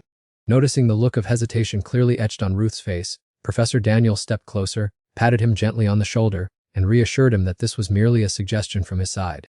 No matter what choice you make, I will always respect your decision. A dozen questions suddenly flooded Ruth's mind. Could he become a master of divine arts while still receiving teachings from other professors? What if someone else lost their opportunity because of him? This could potentially lead to major consequences for the future. A true knight can defeat dragons and prevent disasters before they happen. I need to ensure a bright future for everyone, and to do that, I must push past all my limits and become stronger at any cost. Things have reached this point, and I must become the knight that this world yearns for. After finding a satisfactory answer for himself, Ruth immediately accepted Professor Daniel's invitation. While Ruth was busy chatting with the professors on one side, Leon was dragging her heavy feet on the way back to her room elsewhere, her whole body aching all over, all thanks to the grueling training from Professor Claire. 2 hours ago, Professor Claire had suddenly summoned Leon to the practice room privately, then gave a cryptic smile and declared that from this moment on, the remedial lessons would be her punishment. What she meant was that the training course on self-control would begin today. Self-control. While Leon was still trying to make heads or tails of the training method, she was caught off guard by Professor Claire and beaten to a pulp. This is miserable. Does this hateful professor actually have some kind of personal grudge against me? The dull, throbbing pain radiating from her arm made Leon even more frustrated. That jerk is so annoying. Did he really go and tattle to the professor, just because I accidentally hit him? Leon kicked a plant pot hard to vent her anger, and then sat down heavily on the stairs. Even though she was in the wrong for misunderstanding and kicking his joints, was it really necessary to make her do the cleaning? Having to become a punching bag under the guise of remedial lessons, and being scolded on top of that, a sense of self-pity washed over her, and Leon couldn't stop the tears from falling. Accidentally passing by and witnessing the whole scene, Ruth quickly ducked against the wall to avoid being spotted, unable to shake the doubt of whether he had seen wrong. She was always cold and sharp to an unbelievable degree, yet that headstrong Leon was crying, 'cause she actually shed tears. What on earth happened to that prestigious captain of the night squadron? In his past life, Leon was just an ordinary child who had to face the death of her foster mother. Back then, Ruth was no better than an immature child, and their relationship was not very good, so he didn't pay much attention to her. But now, circumstances have forged this 17-year-old girl into a demon, and it was Ruth himself who indirectly caused her to shed tears. Thinking about it carefully, he felt truly wronged. He hadn't tattled or struck first, so why was everyone dumping all the blame on him? Ruth peered through a crack in the wall to observe Leon's situation, and seeing her still sobbing, he sighed softly and stepped out to ask why she was crying in the middle of the hallway. Realizing it was Ruth, Leon's hands trembled violently. She couldn't help but shout, "You bastard! Did you go and report me to the professor just because of that small scuffle? Do you have any idea what I've had to endure because of you? You were the one who acted rudely first. My apologies." The unexpected apology from Ruth surprised Leon, and she asked him what he had just said. Ruth took a handkerchief from his trouser pocket and shyly replied, "I apologize for my rude attitude at that time. I went a bit too far, but I am not a tattletale. I am also very embarrassed that the rumor spread that way. It was my friend who accidentally let it slip in front of the professor." Leon stood stunned for a few seconds. Then she didn't hesitate to blow her nose into the handkerchief that Ruth had just given her. Once finished, she put on a cold expression and said, "Do you think that's enough to make me stop being angry?" Ruth immediately retorted, I didn't ask you to blow your nose into the handkerchief like that. I will wash it and return it to you. Leon replied shyly, trying to cover it up with a lofty tone, saying she had misunderstood and would accept the apology, but would not let it go if he bothered her again. All right, I will try to avoid you as much as possible, Ruth replied indifferently, while thinking to himself that she would be stronger on her own without his help. After all, in the past, she had always shouldered everything by herself. Just then, as Leon brushed past, he heard her mumble, I mean, you could have just asked. What? Ruth didn't hear clearly and asked again. Leon was so embarrassed she snapped, I said you could have just asked. And then she turned and walked away. Ruth chuckled. It was rare to see her like that. On the way, Leon kept telling herself that doing what she had never done before didn't mean it was wrong. Suddenly, Ruth spoke up from behind, do what? Leon jumped and shouted, why are you following me? Ruth shrugged and replied, I'm going this way too. The two exchanged a few more words and realized their destination was the training room in Hall A. A thought suddenly occurred to him, and Ruth quickly pushed the door open and entered. Professor Daniel saw them both and said with a smile, I've been waiting for you too. Did you arrive together? Ruth hurriedly asked, Professor, is Leon in the same class as me? That's right, I suggested it. Ruth exclaimed in shock. No way. Clay was Leon's former advisor. Since Leon is the adopted daughter of Captain Dolong, it makes sense to add a sword master to compensate for her weak wrestling, but why him? Seeing Ruth's expression made Leon a bit annoyed, so she said, What, are you not satisfied? Ruth quickly clarified, it's not that. You mean you're going to study wrestling, right? It's necessary when facing a dragon slayer. Besides, since you used a single sword, it's become even more… the combat session. I saw you in the combat class. You're an excellent swordsman, so I figured combining it with wrestling would be better. Mr. Daniel nodded in agreement, exactly. Wrestling techniques are the perfect choice to close the gap when attacking with a sword. Leon thought Ruth was paying attention to her and pretended to be unhappy. I'm a bit annoyed that you watch me so closely. But what you said isn't bad. Watch what? Leon intentionally spoke loudly. Why are you doing that? Are you trying to badmouth me in front of the professor? Ruth, fearing a misunderstanding, frantically denied it. No, you're the one talking nonsense. Seeing Ruth's panicked expression, Leon burst out laughing. You're not the only smart one. Knowing he had been tricked, Ruth thought to himself, I can't keep letting this girl lead me around. Her temperament is truly terrible. Leon stopped teasing and asked seriously. Anyway, what were you going to say? I thought you were assigned by Professor Claire instead of Professor Daniel. Don't even mention her. Mentioning Professor Claire reminds me of her damn remedial class earlier. Assigned? I've never had anything like that. Even if I were, I wouldn't go to that wicked witch who beats students like dogs. Is that self-control? I'd rather die than go there. Ruth remained silent. The future had changed. In the past, Leon's advisor was Claire and they had a good relationship, but now they were like enemies. This was Professor Daniel's plan, but was it because of you? The atmosphere was a bit tense, so Professor Daniel changed the subject. Now, let's talk about that later. We should begin class. Before we start, let me explain briefly to you too. Swordsmanship is a vast subject that requires enduring bone-scraping pain starting from simple movements to achieve perfection. Of course, you both have solid foundations, so there's no need to focus too much on theory, but there are still thousands of things to discover. You must experience them yourselves and find what fits best. Proper training will provide experience through lessons in self-restraint. At that, Mr. Daniel picked up a wooden sword and gave an enigmatic smile. Now, are you both ready? Ruth and Leon's faces darkened as they shared the same thought. Basically, he still wants us to fight each other. A short while later, Daniel contentedly admired the sight of Ruth and Leon sprawled out and struggling on the floor. That concludes today's lesson. From now on, we will combine group and individual training as we just did. Enjoy your weekend, and I will see you both later. With that, Daniel whistled nonchalantly and left the room, leaving Ruth to struggle to his feet, muttering, Damn it, I really thought we could at least protect ourselves. Leon also pushed himself up, adjusted her messy silver hair, and frowned, saying, Hey, I've already told you to watch your language. Why do you always have to say such foul things? Ruth replied irritably, You'd be the same if you were a mercenary like me. Besides, aren't you angry about getting beaten up like that? Leon scratched her head and laughed. Not really. Why be angry when I lost because I'm still too weak? We need to learn because we aren't good enough yet. You should know that Professor Daniel is actually being very gentle. Once you are taught by Professor Claire, you will realize how much he held back with those blows just now. Ruth looked over in surprise, then closed his eyes and said, All right, don't bring it up anymore. Leon laughed meaningfully. What's wrong? Do you feel guilty? Avoiding her gaze, Ruth stood up and said, I'm leaving first. Leon quickly blocked him. Where do you think you're sneaking off to? If you feel guilty, then teach me some grappling moves. Ruth asked skeptically. Why the sudden change of heart? Leon grabbed the hem of his shirt excitedly. Didn't you once criticize my lack of grappling skills? I've heard you're excellent at close quarters combat, so go ahead and teach me. Ruth refused. Why does it have to be me? Go ask the professors. Leon pleaded. We barely have enough time to study swordsmanship. It's much more convenient if you teach me. Besides, I'm already sick of being tortured by Professor Claire all this time. Catching Leon's hopeful gaze, Ruth softened and nodded. All right, fine. I get what you mean. Now let go of my shirt. Leon smiled brightly, let go, and said, It's a promise. Don't you dare go back on your word. Ignoring the remark, Ruth hurried out of the room. Walking down the hallway, Ruth ran a hand through his hair, telling himself that the differences between this life and the previous one kept catching him off guard, to the point where he couldn't even refuse her request. It certainly wasn't because he found her cute. Regardless, she was an important person, and being a little closer wouldn't hurt. A thought suddenly flashed through Ruth's mind. Wait a minute, isn't this a golden opportunity?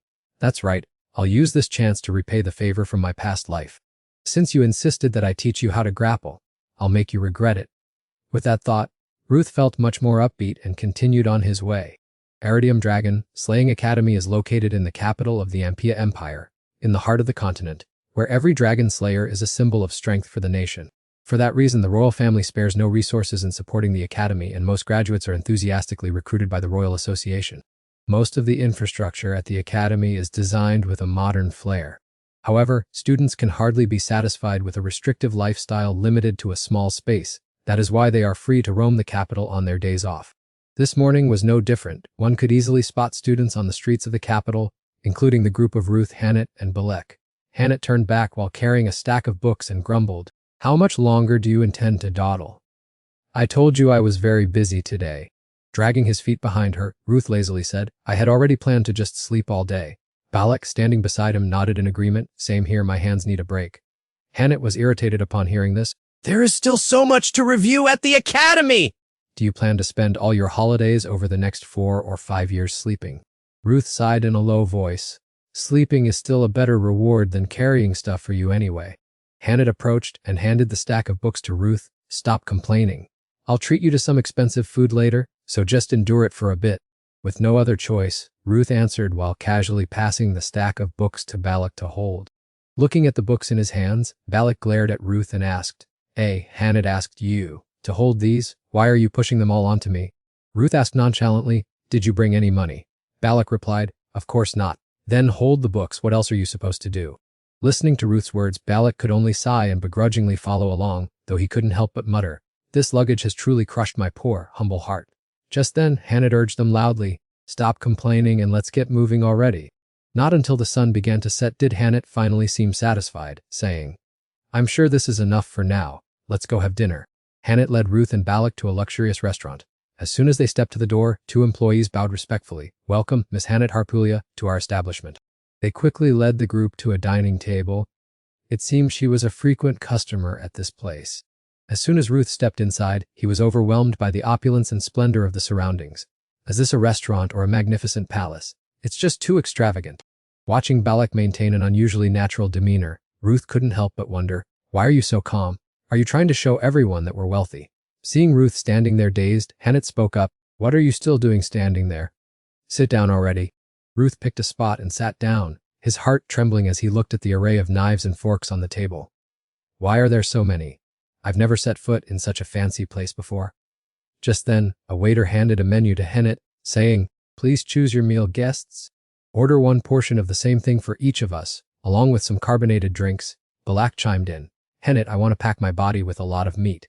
Hannett replied, In that case, get him the 600 steak.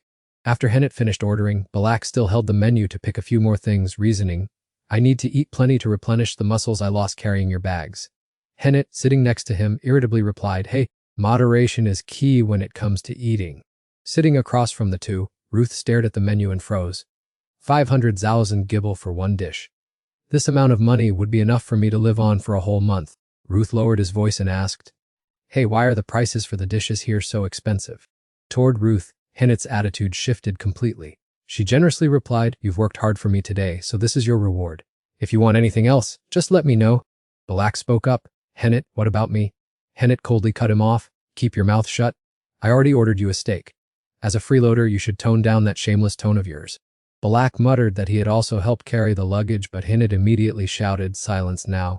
Before long, the waiters began bringing food to the table. "Here is your delicious meal, guests. Enjoy your dinner."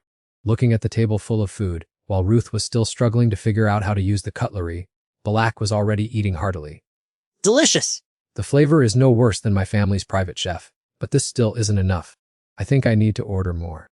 Just as Balak reached out to grab another dish, a knife flew by and thudded into the table. He quickly pulled his hand back, looking at Hennet in fear.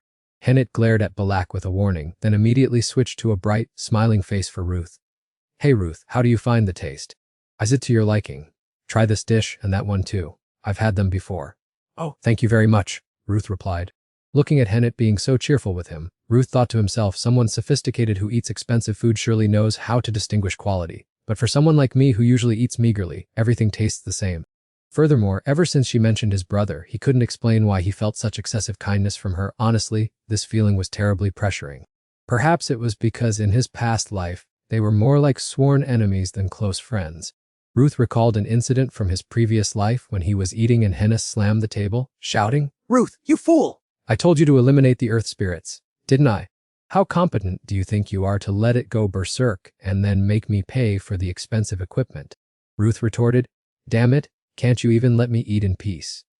Are you stupid for picking a fight at a time like this?" Those words truly made Hennes furious. She jumped up, gesturing wildly. "You idiot! Do you still have the mind to eat after causing all that trouble? You really are stupider than stupid." Returning to reality, Ruth told himself, even if she's angry, seeing her true face is still more comfortable. "I don't like this phony act she puts on all the time." "Hennes," Ruth began, but before he could finish, her shouting voice rang out. Hey, you blockhead, stop moving! "I already told you that you aren't allowed to order any more food. After stuffing yourself with all that, what else are you planning to cram into your mouth? Did the nutrients from what you ate flow backward into your stomach and make you forget your brain, or is your brain flat because it's made of kebab too? If you touch that menu one more time, I'll chop off your hand to use as an ingredient for the dish." After scaring Balak pale, Hennes smiled and asked Ruth, "Oh, by the way, what were you about to say earlier, Ruth?" Faced with Hennes's threat, Ruth hurriedly swallowed the words he was about to say, offered a strained smile, and gave a thumbs up to show he was fine. "I just wanted to thank you for treating me to such a sumptuous meal," he thought to himself, reflecting on how terrifying nostalgia could be. Although it wasn't particularly comfortable, being treated kindly was still better than picking a fight, so it was safer to just stay silent. Hearing this, Hennes seemed extremely delighted, gently smoothing her red hair as she said there was no need to be so formal, while Madame Latch, standing beside them, exclaimed with a hint of self-pity, "Hey, Ruth, this blatant favoritism really hurts my feelings." Not wanting to see her upset, he consoled her, saying, "Come on, everyone, cheer up." But at that moment, Ruth accidentally glanced at the wall clock and started in shock. Oh, damn it. It was already nearly 8 o'clock in the evening. Wait, 8 o'clock. I think I have an appointment. Suddenly recalling Leon saying yesterday, "Let's meet at 8, can you help me practice then?" He realized, oh, that's right. Realizing he had stood Leon up, Ruth hurriedly got up to bid farewell to Hennes and Lack, then dashed toward the academy as fast as his legs could carry him. Leon was currently restless, her left foot tapping rhythmically against the floor as if she were anxiously waiting for someone. Glancing at the time with a look of annoyance, she thought, "It's already 8:05. Why is there still no sign of him?" She crossed her arms and leaned against the wall, thinking, "He's the first friend I've been able to communicate with normally, unlike anyone else. Perhaps he has many friends and has simply forgotten this promise." Just as she was sinking into feelings of dejection and disappointment, Ruth rushed in from afar, opened the door, and headed toward her. He asked, "You've arrived," which startled Leon so much that she jumped. She looked at him with feigned resentment and scolded, You're too late!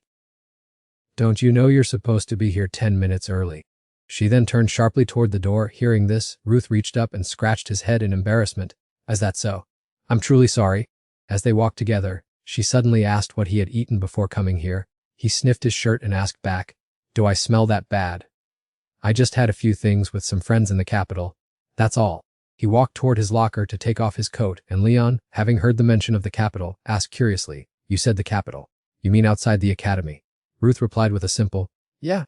A friend invited me to a meal, that's all," he said, folding his clothes while looking at Leon. Leon seemed slightly shy, bowing her head as she replied that she understood. Although Ruth had turned away, he still managed to catch all the changes in her facial expressions. He decided to change the subject immediately. It's fine. About today's grappling techniques. But before he could finish, Leon interrupted. You really do have a lot of friends, don't you? He didn't seem to care, just shoved his hands into his pockets and turned away. Let's start with some basic footwork first. Leon was still preoccupied with thoughts of the capital, rubbing her palm sadly. I've never been there before, but it's just that. By now, Ruth had walked quite far, leaving her standing behind with a pitiful expression. He frowned slightly and muttered, damn it. Seeing no reaction from him, Leon quickly changed the subject. All right, let's start the grappling practice now. After a moment of contemplation, Ruth spoke while walking down the stairs. Next Saturday. This left Leon bewildered, unsure of what he was referring to. She hurried down the stairs toward him and saw Ruth leaning casually against the wall. If you want to go that badly, I'll take you to see the capital. Hearing this, Leon beamed like a child on their first outing. She excitedly asked again to be sure, are you really serious? Seeing her so happy, Ruth teased, are you that glad? She immediately regained her composure. No way, I'm only going because you invited me. Ruth continued to joke, then stay behind, to which she replied without hesitation, no, I am definitely going. Ruth said nothing more and instructed, all right then, let's start with the warm-up, since you said you wanted to learn. Leon followed him happily, of course.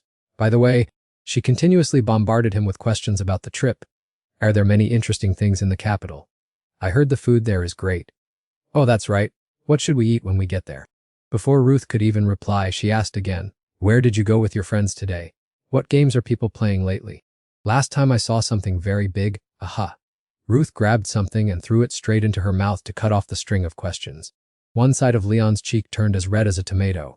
She said angrily, why would you do that all of a sudden? Ruth replied coldly, no. Put that on. Hearing his curiosity about her nagging nature, she replied cheerfully while putting on her gloves. Well, my mother scolds me for being talkative all day at home too. Do you know my mother? She's the leader of the dragon-slaying squad. Then she continued to ramble on about everything under the sun, leaving Ruth to only sigh in weariness. He wondered if she had to work incredibly hard in her past life, just to suppress such terrible talkativeness. He quickly spoke up to cut her off, demanding an end to the useless chatter right then and there. Walking over to a pile of logs, he began to explain that the wrestling style he was about to teach belonged to the sterile school. This improved version had been streamlined, so that even an ordinary person could easily learn it, noting that she must know sterile was a crazy martial art requiring extremely high innate physical ability. Therefore, I will only guide you through a few basic moves and some simple combat tips. He suddenly remembered that Professor Claire was proficient in mixed martial arts from all over the world, so there were no fixed patterns or tactics that could counter her. Thus, her only way to survive was to minimize getting hit and look for an opening to deliver a decisive blow. Hearing that, Leon complained indignantly, that's easy to say, but I haven't even mastered basic self-defense yet, so how can I possibly dodge those strikes? While gently rotating his ankle, Ruth slowly explained, that's exactly why I have to go through the trouble of teaching you how to dodge. As soon as he finished speaking, he glided as swiftly as the wind, appearing and disappearing between different positions with incredibly elusive footwork. Watching closely, Leon was secretly amazed because she couldn't even grasp his direction. Those movements were as fluid and nimble as a slithering snake. Stopping in front of her, Ruth calmly said, this is a special footwork that only utilizes power from the tips of the toes. It's very hard for others to predict because you barely move your large leg muscles. Leon asked curiously, is this secret move also part of the sterile martial arts school? Ruth shook his head and waved his hand. I created this technique myself. That other school uses the entire body to fight rather than these small tricks. At that answer, Leon's eyes widened in shock, and she looked at him with admiration. It turned out he truly was a real genius. Ruth told her to give it a try. Without hesitation, Leon immediately began to mimic the footwork rhythm he had just instructed, asking, like this? Is this how you did it? As soon as she spoke, she was able to smoothly replicate that complex footwork in just a few short moments. Seeing that, Ruth couldn't help but feel envious and jealous. A person like her was the true genius. It had taken him 2 years to invent this footwork, a year to refine it, and another year to master it. He then stepped back to watch her practice on her own. He smiled bitterly, don't call me a genius when I had to struggle just to survive. A real genius is someone who can condense 4 years of another person's blood and sweat into 4 minutes of practice like you. You really are very similar to my close comrades from my past life, specifically Henny Thapulia and Balakstiros. After practicing for a while, Leon turned to him excitedly and asked, how was that? Is my movement accurate?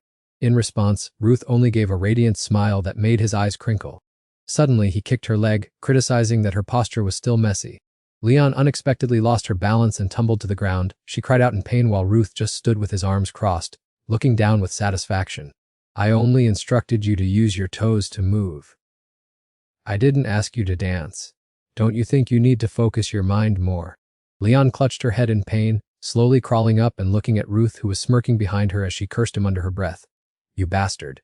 Yet sadly, he gave her no rest and forced her to keep practicing, saying, Get up and do it again, you idiot. He cracked his knuckles and warned coldly, If you want to succeed, you have to do it perfectly. Today I'm going to make you train until you're exhausted. And seeing his terrifying demeanor, Leon began to feel intimidated. As the crimson sunset began to stain the earth, closing out a long day, her mournful screams still echoed from the corner of the yard. Are you really trying to work me to death?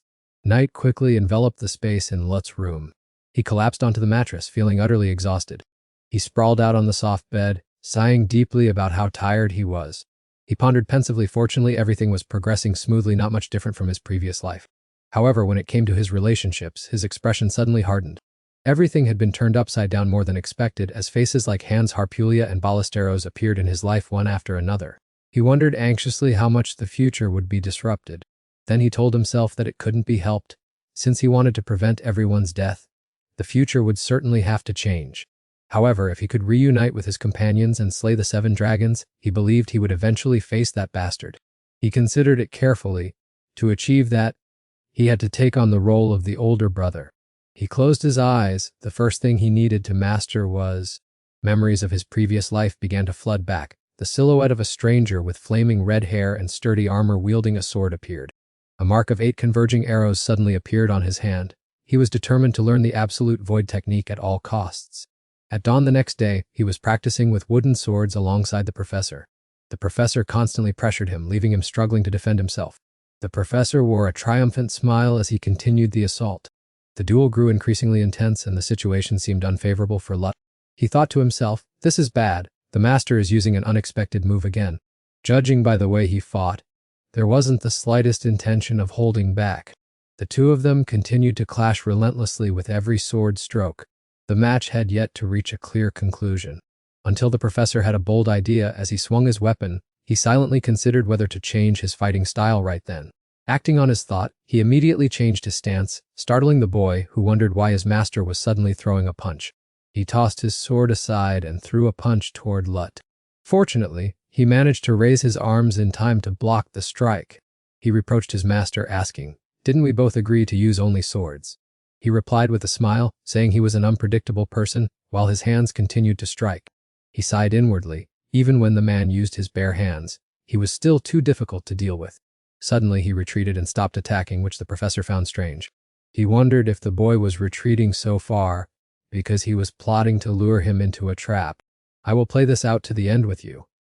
Show me everything you've got," he said before lunging forward. At the very moment he was about to touch him, he sensed it. They had arrived. He thought to himself, this time, I will just use the most standard fighting style. Soon enough, he unleashed a defensive strike. His sword soared into the sky. Then, like a whirlwind, it spun to parry every consecutive attack. He thought, true to the name sky-piercing art, this is indeed a sword technique meant for protection.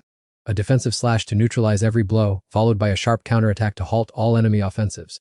In my previous life, I only learned the heaven, earth strike technique to keep up with my brother. But to perfect the sky-piercing art, it requires a different element, unrelated to swordsmanship. Your performance made even the professor exclaim in praise. Both your defense and offense are so excellent that I have nothing more to teach you. Where did you learn such outstanding swordsmanship? Despite the praise, he humbly replied, You're overestimating me, Professor. You still neutralized my attacks with ease. He smiled. Perhaps you are ready to begin a proper training regimen. He asked in confusion, What do you mean by a proper training regimen? Seeing his puzzled look, the professor explained, Sky-piercing art is not merely swordsmanship.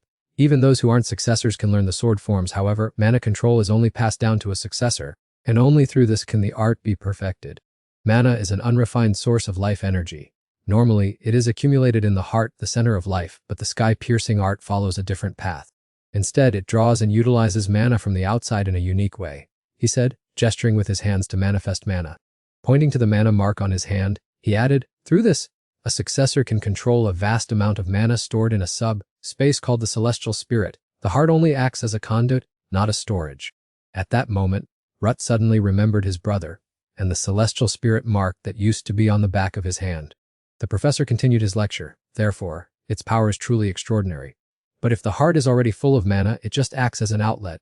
Rut, you've never practiced any other mana control skills, have you? He replied, no, I haven't. In my past life, I thought the mana control I used was just common alchemy based on magic circles. If so, this is a crucial variable I've never experienced until now.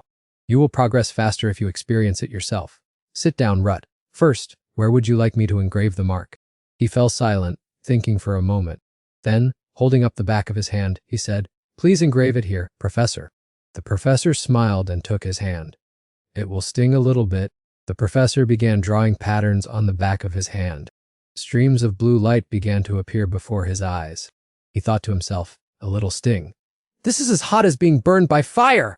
After a while, it was finally finished. Arrow-like symbols now appeared on the back of his hand. They glowed incessantly, making him gasp in amazement. This is... He stared intently at his hand. I clearly feel each stream of pure mana filling the space around me.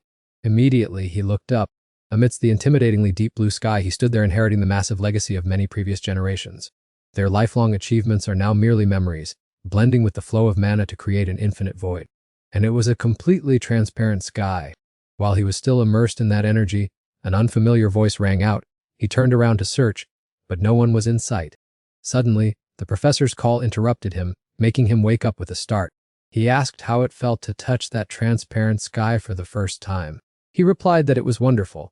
The professor then explained that mastering mana is just like opening a new sense. It will take quite a long time for him to get used to sensing and controlling mana.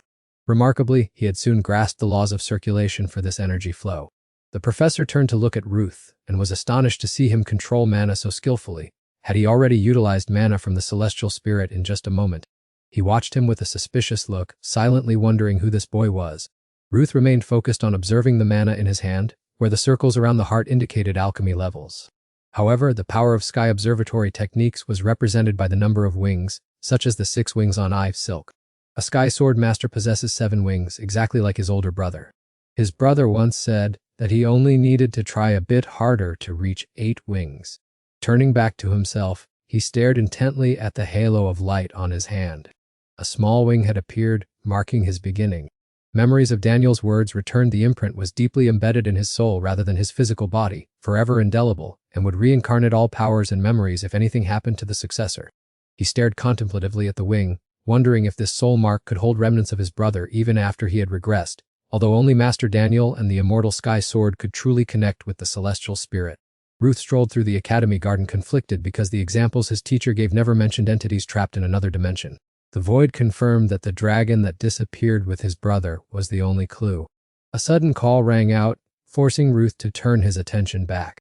Henrik grumbled about the delay in teaching the idiot while Mrs. Lesteros stood nearby nonchalantly enjoying a banana. Ruth stepped forward and told them to focus on finishing their work, but Henrik irritably asked how he could endure this blockhead all by himself. Mrs. Lesteros countered that she wasn't an idiot, while Henrik dejectedly warned that she would fail her exam if she kept this up. Mrs. Lesteros continued to disregard everything, eating while wondering why she fainted every time it was theory class. Could it be that someone used magic to manipulate her mind? Her logic left both Henrik and Ruth speechless. Henrik turned to ask Ruth about his exam results with the professor, while Mrs. Lesteros told herself she had to train her body to resist mental attacks. Ruth shrugged indifferently, saying it was nothing special, maybe just because the professor was being overly enthusiastic toward him. The professor watched every training step and showered him with constant praise, saying, "Just as I predicted, you have far exceeded all expectations. You are truly a rare talent." The female professor also marveled in admiration when she saw Ruth perform the technique. "My goodness, did you create this footwork yourself? How can you be so outstanding?" "There's nothing normal about it," it questioned. "Did you attend all the sessions and still come out unscathed?" The three of them walked along, chatting animatedly. "Well, for instance, like when Professor Damien isn't wearing his mask, rumor has it that he is extremely germophobic."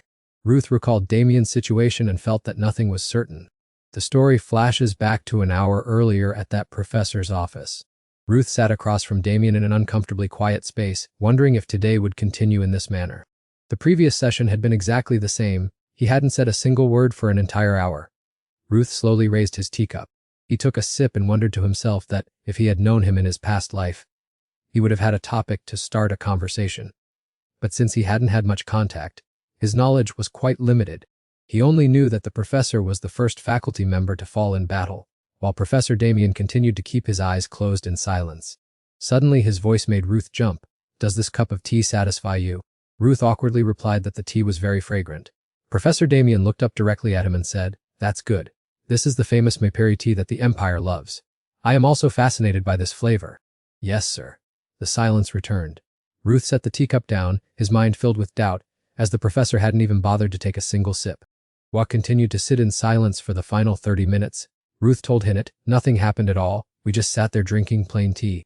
Hinnit looked bored after hearing that. "That's not interesting at all." Ruth then switched his attention to Balextero.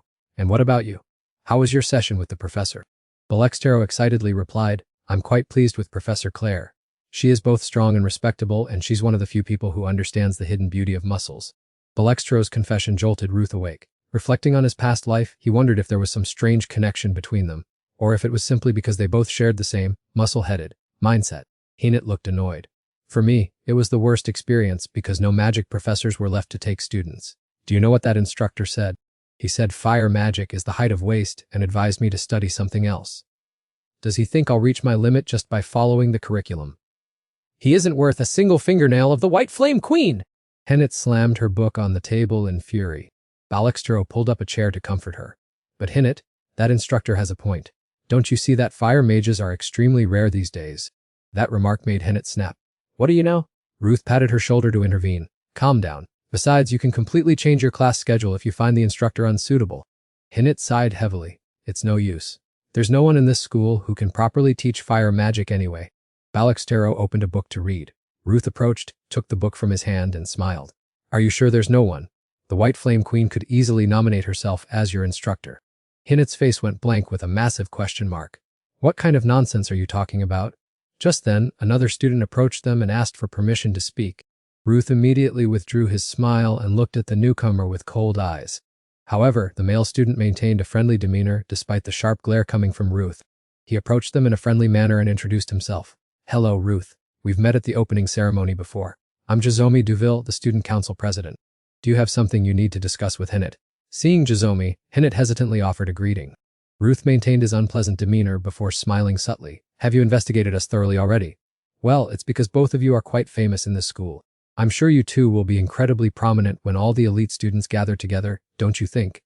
Jazomi's taunt made Hinnit's face darken and her heart jump. He truly was a despicable, loathsome bastard. "And especially you, Ruth," he said, slightly narrowing his mysterious, deep purple eyes. "You are the one chosen by all the professors to be their disciple, an event that shocked all the seniors. They all believe this is completely unfair." Hearing this, Ruth found him ridiculous and replied, "So, are you here to lodge a complaint against me on behalf of all the seniors?" Jazomi quickly gestured with his hands, feigning an explanation. "No way would I act like that. What reason would I have to complain about you? The professors aren't blind, they must have their own profound reasons. On the contrary, I find myself extremely interested in exceptionally talented people like you." Ruth's hand suddenly tightened, as if wanting to crush something. Jazomi maintained his cheerful, smiling face and nonchalantly stated his true purpose. "So, this is the reason I am here today, Ruth." He immediately retorted coldly, "I have no interest in being an errand boy for anyone." Jazomi continued to try and persuade him, "Don't be so strict. You won't be treated like a mercenary or anything of the sort." Ruth glared at him, his eyes seething with rage as he suddenly erupted into a terrifying anger. Noticing Ruth's clear hostility, Jazomi could only scratch his head and laugh. "I only said what I was thinking. But it seems I've accidentally touched a scar I shouldn't have." He glanced at Ruth's scarred arms and remarked, "Scars like these are often seen on mercenaries. You must have led a difficult life." Ruth spoke up to warn him. "You're sticking your nose a bit too far into other people's business, senior." He replied with a beaming smile, "My hobby is playing detective after all. I know you're a special student, and you're here to track down your brother, aren't you?" Ruth let out a long, heavy sigh. The man was as troublesome and annoying as ever, with that mischievous look and chuckling tone, as if he knew everything in the world. Even in his past life, his terrifying perceptiveness had earned him the nickname, the Arbiter, among the ranks of dragon slayers. "However, I know this bastard's nature well, though he has no malicious intent. He is extremely selfish and always self-righteous, taking it upon himself to make decisions for everyone else." Ruth turned his head away. "I don't like your detective games. But I know a few things about you too. Such as how you meddle in other people's affairs to the point of being almost useless. Or how you use your superior intellect to manipulate others, treating them like tiny ants in the palm of your hand." Ruth sneered contemptuously. Jazomi maintained his signature chuckle. "Oh dear, it seems I've finally ended up being hated. Regardless, I'm still very interested in you. As Ruth walked away, he retorted, I know, because you only care about those who will become famous in the future. But personally, I don't have a shred of liking for you, Senior Duville. Keenet hurriedly ran over, trying to mediate between them. I'm sorry, he's a bit ha-ha-ha. It's fine, I don't mind. Jizomi replied to her with a smile. Then he quickly bid them farewell. So you're studying? Sorry for interrupting. I'll be heading out now. As soon as Jizomi left, Ruth walked back toward Hennet. She looked at him in confusion and asked, What the hell is wrong with you? He is the student council president after all. Nothing good ever happens when that bastard Jizomi is involved. Ruth grumbled irritably before plopping down at the desk. Beside him, Balixtro nodded in agreement. True, I also detect a faint scent of danger from him. Hinnet and Balixtro continued their lively conversation. What kind of scent? Are you really a beast king? Balixtro replied, Everyone has a unique scent. I smell something very familiar from you and Ruth. Ruth remained silent, not saying a word. Inside the book Jizomi had touched earlier, a mysterious letter suddenly appeared. Beware the silent gray knight. That bastard is absolutely insane. Ruth grit his teeth in extreme anger after reading the letter. To give you a small piece of advice, the one you should watch out for is that bastard, not Professor Damien. In his past life, he did countless crazy things, making choices that seemed right but cost the lives of many innocent people. Furthermore, Damien Gray was the first among the faculty to lose his life. He was the first sacrifice of that bastard Jizomi. Sitting quietly on the carriage and pondering many things, Jizomi finally decided not to see Professor Damien off on his journey to the afterlife. He sat leaning against the window frame and sighed, his mind lingering on memories of the moment Damien had intended to end his own life with a razor-sharp blade. It was Jizomi himself who had manipulated and incited the professor to seek death, with the simple reasoning that Damien was an immeasurable threat to the Empire, and his departure would surely create tremors in the flow of future events. The atmosphere on the carriage was the complete opposite of Rut's inner turmoil. They needed to prevent the tragedy before time ran out. Jizomi had pressured him so much that he didn't dare to be careless, and Leon's sudden shout startled him awake. Leon grumbled about Rut always being slow, claiming that he didn't have the slightest idea of the value of time. He preached about not wasting it, yet he was the one who arrived so late. Rut felt annoyed at being nagged by Leon, so he immediately retorted that he was there now. She wouldn't let it go, insisting that arriving 10 minutes early was a basic rule, and the surrounding guests began to curiously prick up their ears to listen to the argument. Rut replied that the most polite gift was him sacrificing his precious weekend to keep her company. Leon wasn't one to be outdone and countered that he was the one who had proactively invited her in the first place.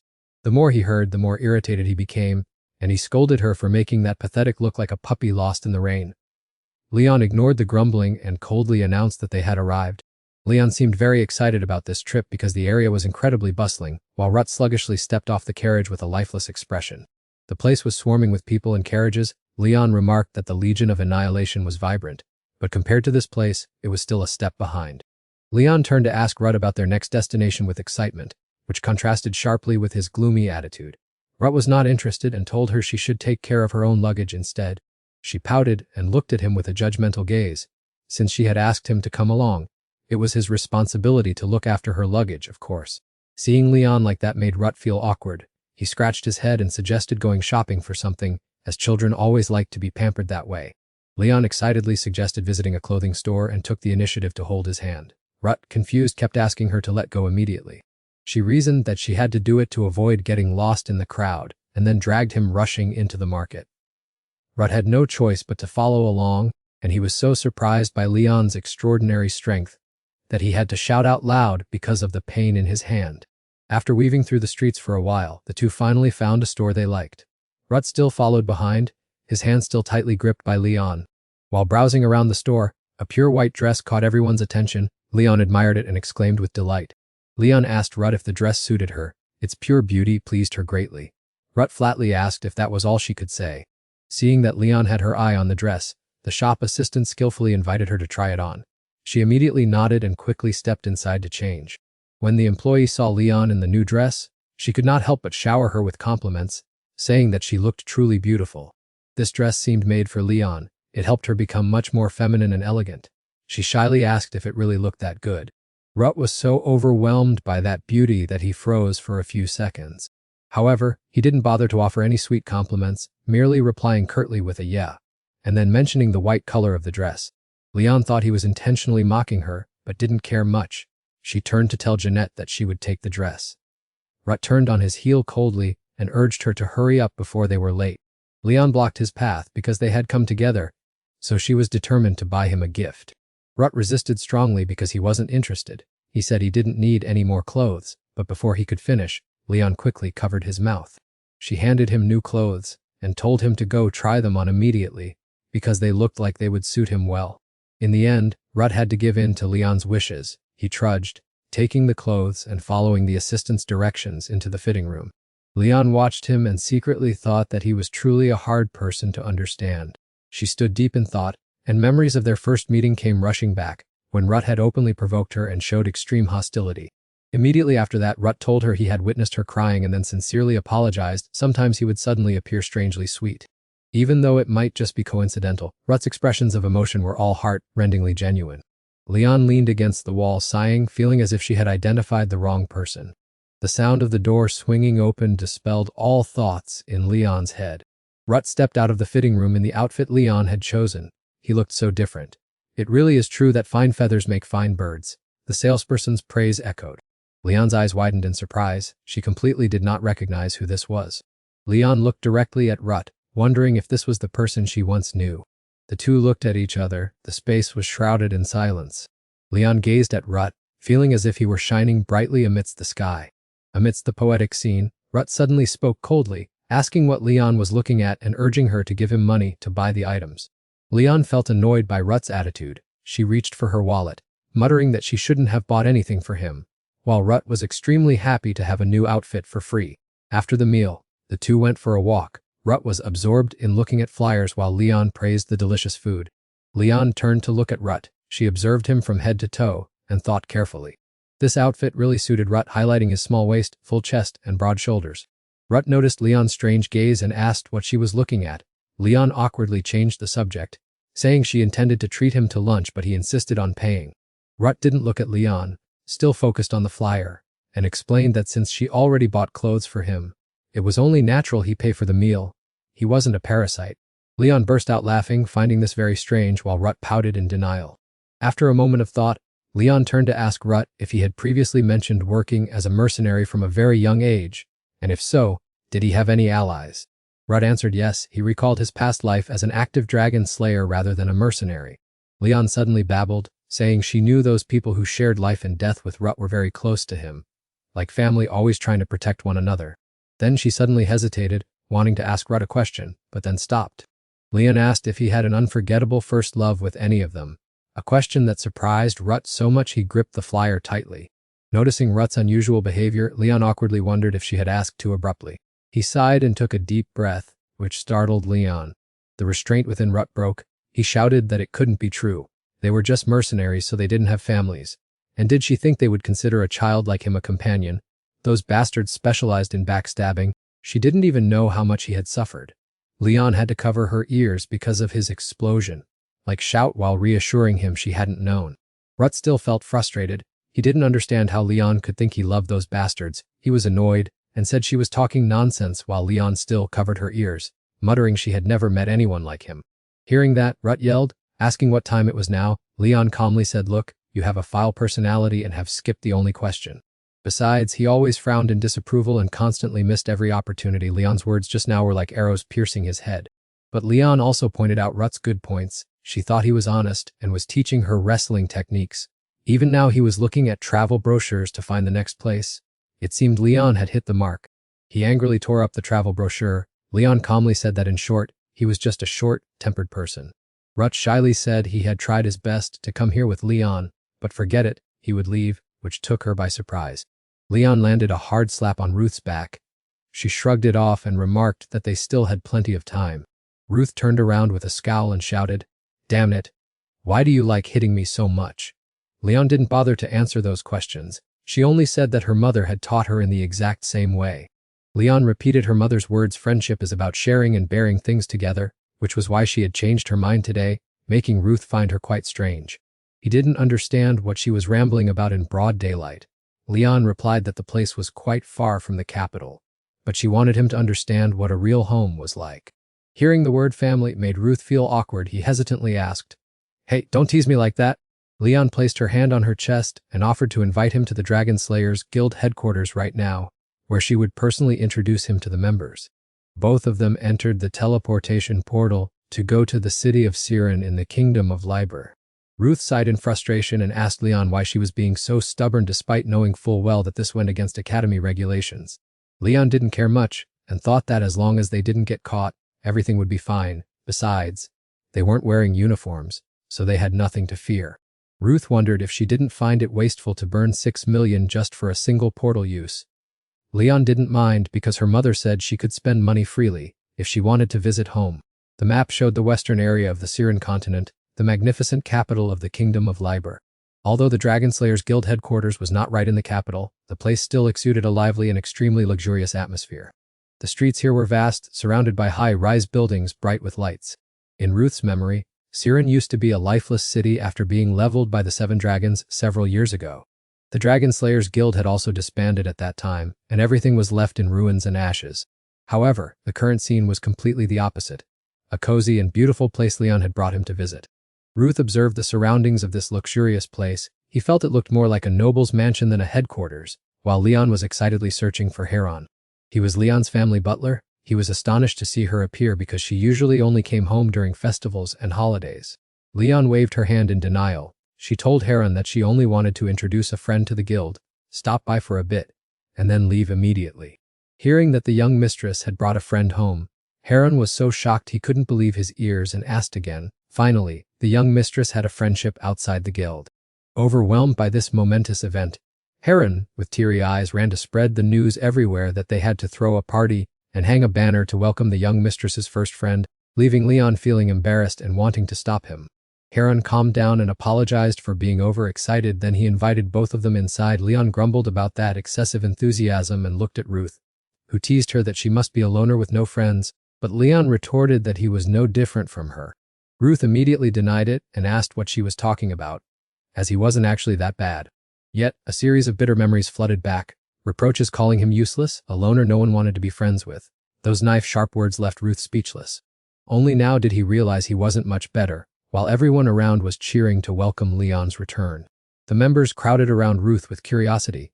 Is this guy her friend? He looked so handsome, while some suspected she used money to hire him or asked if this friendship was running into trouble. Leon blushed and waved her hand, telling everyone not to crowd around and bother Ruth like that. She complained that everyone was being too much, then turned to ask a senior member to help her stop them. The woman just laughed at how excited everyone was, even remarking that Leon seemed to have grown a bit taller. Ruth felt that although this was his first time meeting the Dragon Slayers Guild, the atmosphere there gave him a strangely familiar feeling. He quietly watched Leon chatting with everyone, sometimes acting cute and pampered, other times flashing a bright, comfortable smile. Thanks to that detail, he understood the reason why her temperament was completely turned upside down after Siren was wiped out. Heron called and told Leon to come to the living room immediately because the commander was waiting for her and her friend there. When she asked who was inside, he told her it was someone extremely close and important to her. Leon slowly knocked gently on the door before stepping inside. As soon as she pushed the door open and saw her mother, her heart filled with joy, making her eyes light up. Her mother was also extremely surprised to see her daughter and hurriedly stood up. This person was Adeline Kier, who was holding the important position of commander of the Lineage Eradication Legion. Leon rushed straight into her mother's arms, who embraced her beloved daughter and realized she was becoming more and more radiantly beautiful. However, she looked skeptical upon seeing Leon appear in the middle of the semester, assuming she had been expelled for getting into a physical fight with someone, which startled Leon. Leon quickly denied it completely, explaining that she only wanted to visit her mother and introduce her friend. Her mother completely changed her attitude, so deeply shocked she almost fell backward upon hearing her daughter mention the word, friend. She froze for a few seconds in sheer surprise, while Leon was also confused as to why her mother reacted so strangely, and the beautiful woman next to them chimed in to break the ice, saying that a hot-tempered child lacking social skills like her having a friend was indeed earth-shattering news. The mysterious woman slowly stroked her silky, pure white hair. She scolded the two for not knowing the proper etiquette of greeting elders. This was Lyanna, the powerful leader of the White Flame Queen camp.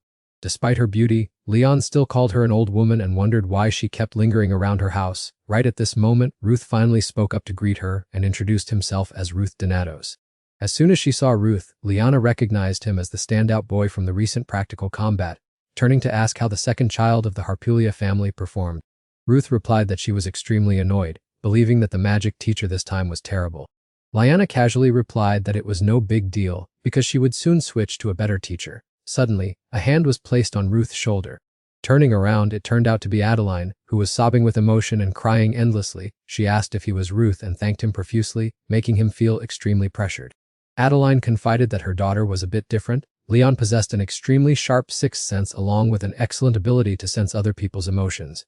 But because she did not know how to express them outwardly, she could never make friends. Ruth nodded, saying he understood completely. Adeline added that Leon was also quite rough, mentioning she had once received a report from the academy that Leon broke a classmate's wrist, which made him find this situation rather familiar. While nibbling on a cake, Leon casually confessed to her mother that the person whose wrist she broke was indeed him.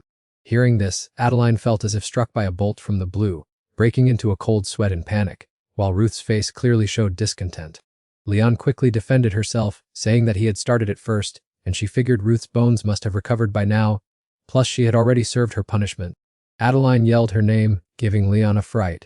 She looked annoyed because she had not taught her martial arts, just for her to go around bullying her friends like that. Ruth immediately explained that Leon did not bully him at all. It was just that he had thoughtlessly said some careless words, leading them to get into a brawl. Although Adeline was a mother who was both strict and gentle, she believed that was not a sufficient reason to hit someone, especially since Ruth ended up injured.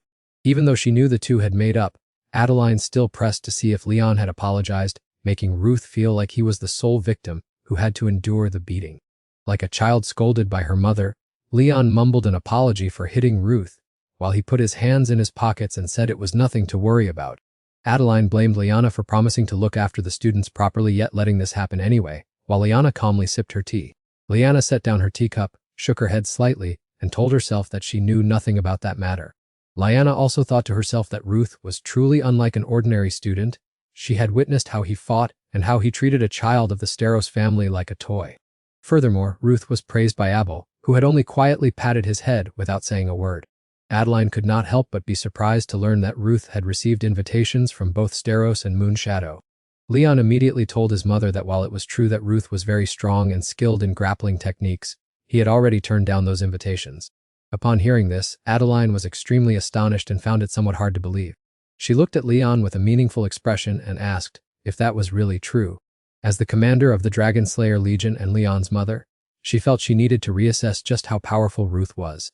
Adeline then made an offer to Ruth, asking if he would like to demonstrate his skills for her to see. This unexpected proposal from his mother left Leon completely stunned. Ruth grinned, thinking to himself that perhaps the rumors about the combative commander of the Dragon Slayer Legion were true, and this would be a good opportunity to test his skills against a high-ranking Dragon Slayer. He had no reason to refuse this invitation and gladly accepted Adeline's request. People around them couldn't help but wonder what was happening. They heard that the friend who first brought Leon home and the commander of the Legion were about to spar, and everyone thought it was a joke that a recruit would face off against a B-rank Dragon Slayer. What everyone was curious about was how long he could hold his own. They only hoped the commander wouldn't get too excited and use excessive force. Woot had changed his attire to prepare for the match. Leon remarked that the outfit looked like it suited him well. Leon wondered why his mother had lent Woot a Dragon Slayer Legion uniform. She simply hoped he wouldn't mind and apologized for the trouble. On the contrary, Woot felt very grateful, as it was not every day he had the opportunity to face a B-rank Dragon Slayer. Leon encouraged Woot to keep his spirit up and told him not to die prematurely. Leon cheered for Woot, then ran to Adeline and asked his mother to go easy on him. However, looking at Adeline's expression, it was likely she would not go easy at all. The announcer began by greeting the audience as everyone was ready for the upcoming match. Both combatants slowly stepped into the arena, preparing for a fiery contest. Adeline declared that their weapons would be wooden swords, that Woot would only be allowed to use the mana within his body and must absolutely avoid attacking vital points, and that if Woot could defeat Adeline by any means, victory would be his, and she would grant him a wish. Before they began, Adeline asked if Woot agreed to these rules. Woot smiled confidently, satisfied with the rules that had been set, and agreed immediately. Adeline took a ready stance and asked Woot if he was prepared. Woot placed his hand on the hilt of his sword and got into a ready position. He was confident in his strength and prepared to strike at any moment. Adeline looked very excited and full of fighting spirit. Neither of them had any intention of backing down. They simultaneously rushed toward their opponent with lightning speed. Woot blocked the first wave of attack by using his sword to parry Adeline's strike. Adeline channeled her mana to deflect the tip of her opponent's sword in another direction. She was about to strike Woot's shoulder, but he immediately blocked it with a defensive stance. Neither of them mechanical bothered to speak, solely focusing on finding a way to defeat the other. Adeline leaped high into the air, aiming to launch a surprise attack from above. However, Woot was no amateur, as he managed to both evade the attack and block it successfully. The audience in the hall was stunned, hardly believing their eyes. They never expected that a rookie could neutralize an attack from the commander. Even Adeline felt utterly astonished. For a 17-year-old boy who possessed highly skilled swordsmanship and near-flawless techniques, it was a pity that Ruth's physical stamina was not yet up to par. Just as Adeline thought she was about to injure him, he saw right through her technique. Ruth quickly blocked the previous blow and forcefully parried her weapon away. Adeline thought to herself that that was all he could do, and she immediately launched a relentless assault without holding back. If he hadn't dodged in time, he might have been severely injured. He felt a sudden surge of fear, wondering why adults nowadays had no sense of restraint at all. Adeline spoke mockingly, "Oh my, are you already exhausted?" Her words sounded as if she were teasing a child, causing a fierce fire of anger to flare up inside him. Ruth began to focus, channeling all of his mana into the wooden sword. Instead of just defending as before, this time Ruth decided to charge forward and launch a fierce counterattack. Adeline seemed quite surprised by his reckless fighting style. She widened her eyes, watching his every movement intently. However, with the extensive experience of a commander, Adeline easily countered the blow, sending Ruth flying back. The sword in his hand had now shattered into 100 pieces. Based on the technique he had just used, Adeline wondered if Ruth was inheriting the Sky Temple style. She had not expected that useless Daniel to take on a direct disciple. Ruth was displeased that his master was insulted. He argued back, telling her not to call him useless and asserting that he was indeed his master. Adeline laughed out loud and asked if he was feeling sorry for himself. If so, she told him not to just sit there but to stand up quickly and avenge his master. Leon watched the match from above, and she knew all too well that Ruth was highly capable. But this performance far exceeded her expectations. She could not believe that her mother could be so excited while sparring with Ruth. Her heart pounded rapidly, and Leon could not comprehend the chaotic emotions within her. Unsure whether it was due to breathlessness or envy, Leon, who was usually confident in reading others, was confused by her own emotions. She just stood there, engrossed in watching the arena.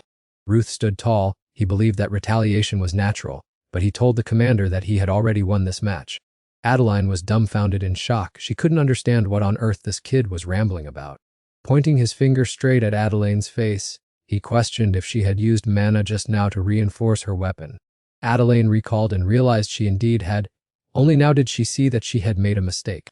The spectators of the match were all astonished, whispering incessantly about the situation. Liana sighed softly and made a sarcastic remark. Adeline really was a foolish aunt. Ruth stood with his arms crossed defiantly. He told her not to say that the Dragon Slayer Legion's commander intended to go back on her word. Everyone around was open-mouthed with surprise at the result. Adeline shyly scratched her head with a resigned laugh, promising she would fulfill his wish, so he should go ahead and speak out. However, she also skillfully cautioned that the request must be reasonable, warning Ruth not to ask for too much money as the Legion's finances were tight. He immediately interrupted, asserting he didn't care for such things. Ruth had wondered who Leon learned his fighting style from, and now it was clear. Adeline added that she would reconsider if the request harmed the Legion's reputation. Although not related by blood, they were exactly like mother and child. Adeline's violent swordsmanship and aggression were identical to Leon's in his past life. In his previous life, he had never been able to subdue her sword, but there was a tactic that once almost helped Ruth grasp victory. Ruth pondered for a moment before speaking his wish. That desire of his was actually very simple. Suddenly, he raised his hand. Pointing straight at Adeline, Ruth's wish was for her to duel him one more time, and to surprise her using the old rules. The two began their second round. Ruth only now understood why Adeline was so confident, as the aura radiating from her was completely different from before. Despite the strain of the fierce match, Ruth still had some questions that needed to be clarified. He kept his eyes glued to each of Adeline's moves, wondering if he should put this to the test immediately. Ruth aimed squarely at the left side of Adeline's neck, as if he were planning to strike that critical spot. Preoccupied with concentrating her strength on her attacks, Adeline was negligent and failed to notice the opponent's previous sword path. Fortunately, she managed to dodge in time, but his incredible reaction speed left Adeline breathless with shock. Ruth both evaded and parried Adeline's attacks. She maintained high vigilance, observing every opening for a counterattack opportunity. The reality was far from what Adeline had imagined. Ruth's current swordsmanship showed no gaps at all. Adeline was bewildered as she saw Ruth constantly maneuvering to dodge. These reflexes far exceeded those of a normal person, and she no longer had enough time to swing her sword. Adeline told herself she had only seen her daughter possess such keen vision, while she remained completely in the dark about the truth of Ruth's actual identity. In Ruth's eyes now, a strange light flickered that only he could perceive. That was the extreme limit of the senses. When using mana to stimulate the whole body, the user can push their sensory perception to its limit, making judgment and reflexes overwhelming, but it puts terrible pressure on the nervous system. Ruth expertly parried Adeline's attack with the wooden sword in his hand. Actually, in the past, Ruth had once used this exact same move to defeat Leon. After a period of intense sparring, Adeline thought to herself that, frankly speaking, this kid was not an easy one to handle. He not only possesses an intuition as sharp as Leon's, but also has the ability to anticipate every one of her movements. Adeline was caught off guard by his sudden roll to dodge when she tried to read him. He unexpectedly leaped into the air to launch an attack from above. That counterattack was still within control, allowing Adeline to easily evade it, but this game was far from over. Adeline channeled mana into her sword and swung a sharp strike toward Ruth. Had he been a split second slower, he would have failed. Adeline suddenly increased the intensity of her attacks, making them relentless and somewhat ruthless. The audience outside couldn't stop marveling at her destructive demeanor, while Leon sat on edge, having already warned his mother to go easy on Ruth.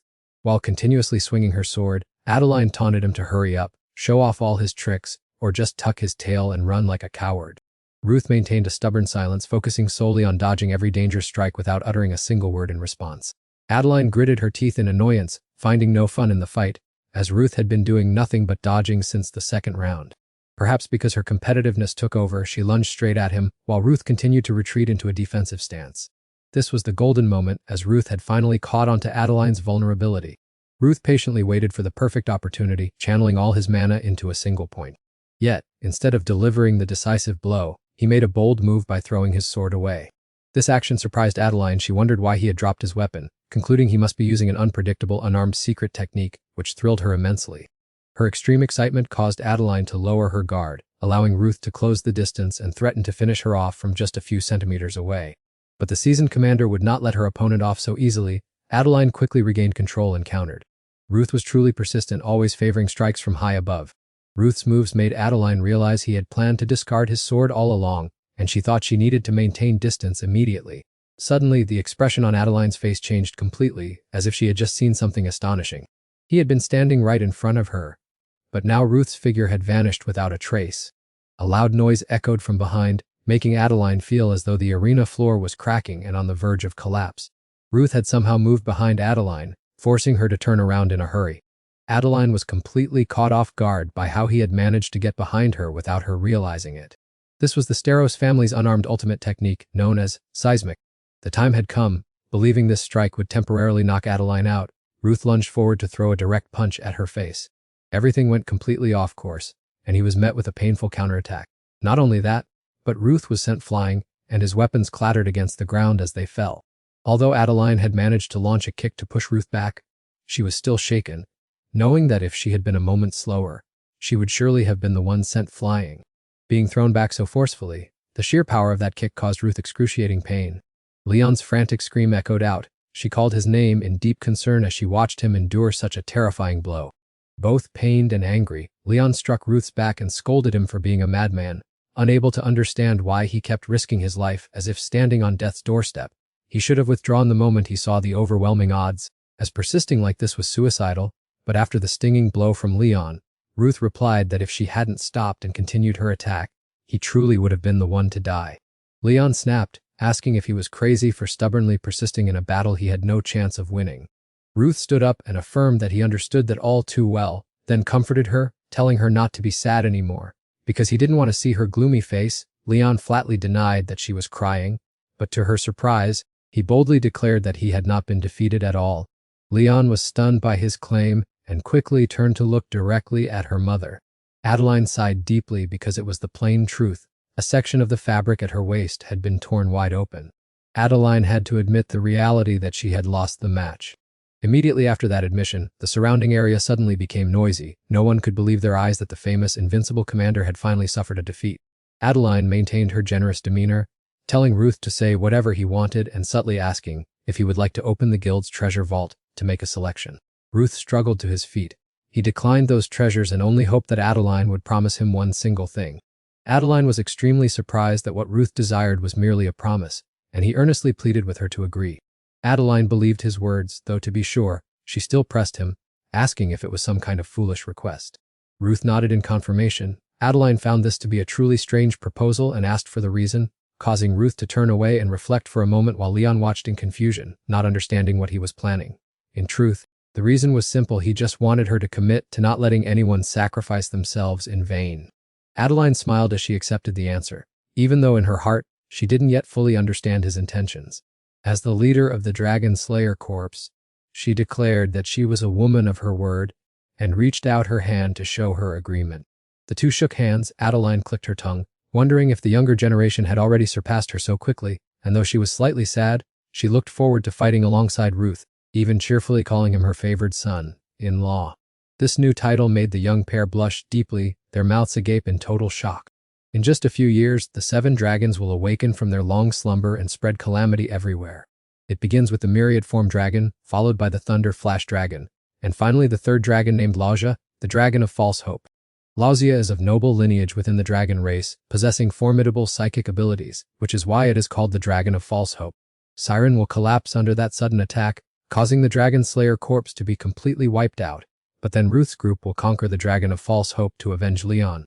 However, after the war with those 7 dragons, they will have to part with a precious comrade. Shortly after, a similar war will occur, and this time Ruth is determined to protect everyone from death. Now, having befriended the Dragon Slayer Corps, he will be able to warn them in time about the Dragon of False Hope's scheme before disaster strikes.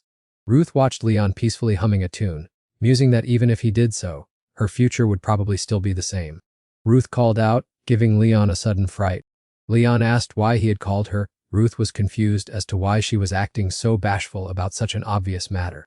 After the duel, Adeline directly called him her son-in-law, prompting the entire corps to tease them about marriage, which embarrassed Leon immensely and led her to repeatedly tell them to stop, while Ruth said those jokes should just be treated like the wind passing by one's ears.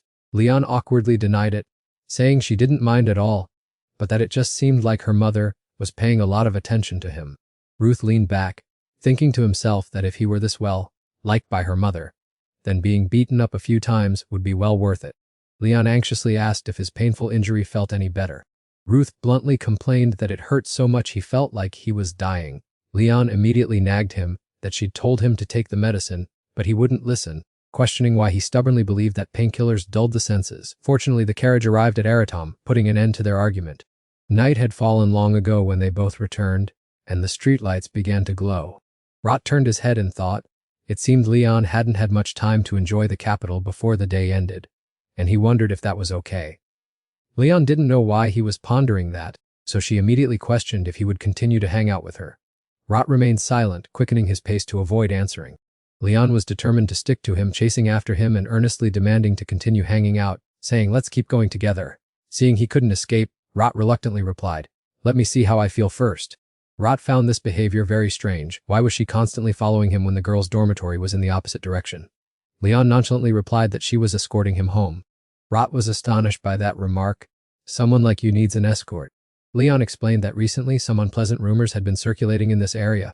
She heard that every night, there was a pervert who liked to exercise shirtless right at the entrance of the girls' dormitory. It seemed he knew perfectly well who that guy was but chose to remain silent, not saying a word. Furthermore, people were also whispering about a homeless blonde girl who kept lingering in the Central Park's flower garden. Rot showed curiosity about this girl and urged Leon to quickly tell him more details about the rumor. The next morning at dawn, the sky was clear, and the early sun shone brightly. Rot knocked on the door, then entered the room. It seemed he wanted to meet someone. A teacher recognized him immediately, invited him in, and introduced herself as Lillian Stood, an advisor for the Spirit Arts Department. Rot thanked her for taking the time to meet him. Stood replied that there was no need for formality, and that she had heard from Professor Daniel that he was interested in a certain matter. Rot confirmed that the information was correct. He wanted to inquire about a student under her tutelage, someone named Lenya Selkit. Lillian asked in return what he wanted with Lenya. Rot explained that he only wanted to inquire because he noticed her mood had been a bit unusual recently. Upon hearing this, the teacher was so irritated that she broke the pen she was holding and emphasized that it wasn't just a bit of a problem. Rot found the teacher's attitude a bit strange. Lillian seemed to be trying to restrain her emotions. She said it wasn't a bit of a problem, but a whole mountain of trouble. For example, she skipped class as often as she ate, and as soon as she was out of the teacher's sight, she would roll over and sleep in the central fountain. Not to mention having a solo BBQ party on the rooftop. That certainly couldn't be called a minor issue. This was truly a teacher's frustration. Lillian sighed, lamenting that she had done her best as an advisor, only asking Lenya to attend the minimum number of classes. Yet Lenya still ignored her. "Damn it," she exclaimed, tearing her hair out in anger, a stark contrast to her initial serious demeanor. Her helplessness left her with no choice but to shout the name of this troublesome student. Rot tried to soothe her and advised Lillian to calm down. After 5 minutes of rest, Lillian had managed to compose her mood and demeanor. She sheepishly apologized to him for her somewhat excessive reactions earlier. Witnessing the scene, Rot also couldn't imagine how much Lillian must have endured. According to what Lillian shared, Lenya was indeed an incredibly talented student. Although most spirit mages strictly adhered to the rules, Lenya possessed a unique connection with spirits despite her carefree personality. Lillian was certain she would become a master of spirit arts.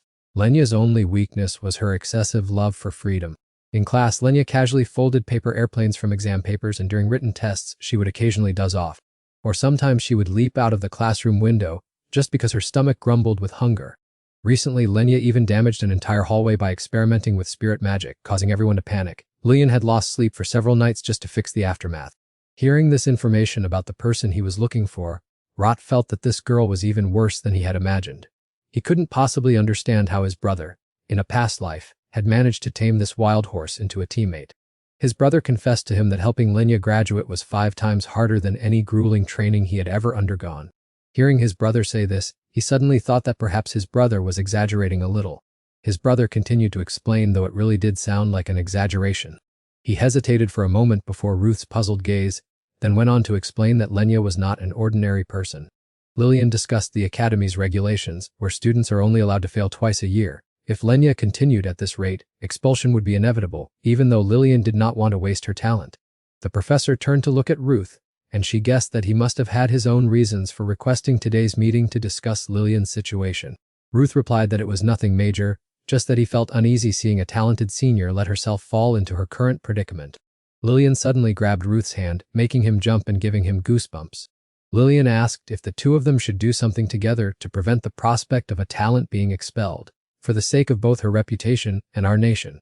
Ruth felt confused by that question, as he did not understand what she was implying. Ruth listened attentively as Lillian explained that she never listened to adults but loved being praised, suggesting that since he was an excellent student, perhaps she would listen to respectful advice from someone as capable as him. Ruth could not believe the professor would suggest such a thing, and he felt a bit uneasy, but she immediately grabbed his hand and wept, desperately saying that at this rate she would not be able to graduate, and surely he would not have the heart to abandon his senior. Ruth felt this request was very difficult for him, as he was not good at flattering anyone, yet Lillian insisted she had complete trust in him. Meanwhile, outside the window, a small yellow butterfly had witnessed the entire scene. Ruth suddenly had the feeling that everything happening had been planned in advance. A yellow butterfly with small, lovely black spots was fluttering in the blue sky, blending with the warm sunlight in a truly mesmerizing sight. After a long flight, it landed near a girl with golden hair. It turned out to be Lillian. It seemed she was skipping class again to enjoy this wonderful atmosphere. Students passing by on campus who saw Lillian resting with her eyes closed could not help but whisper in amazement, with some even questioning if she was still alive to be sleeping out in the open like that.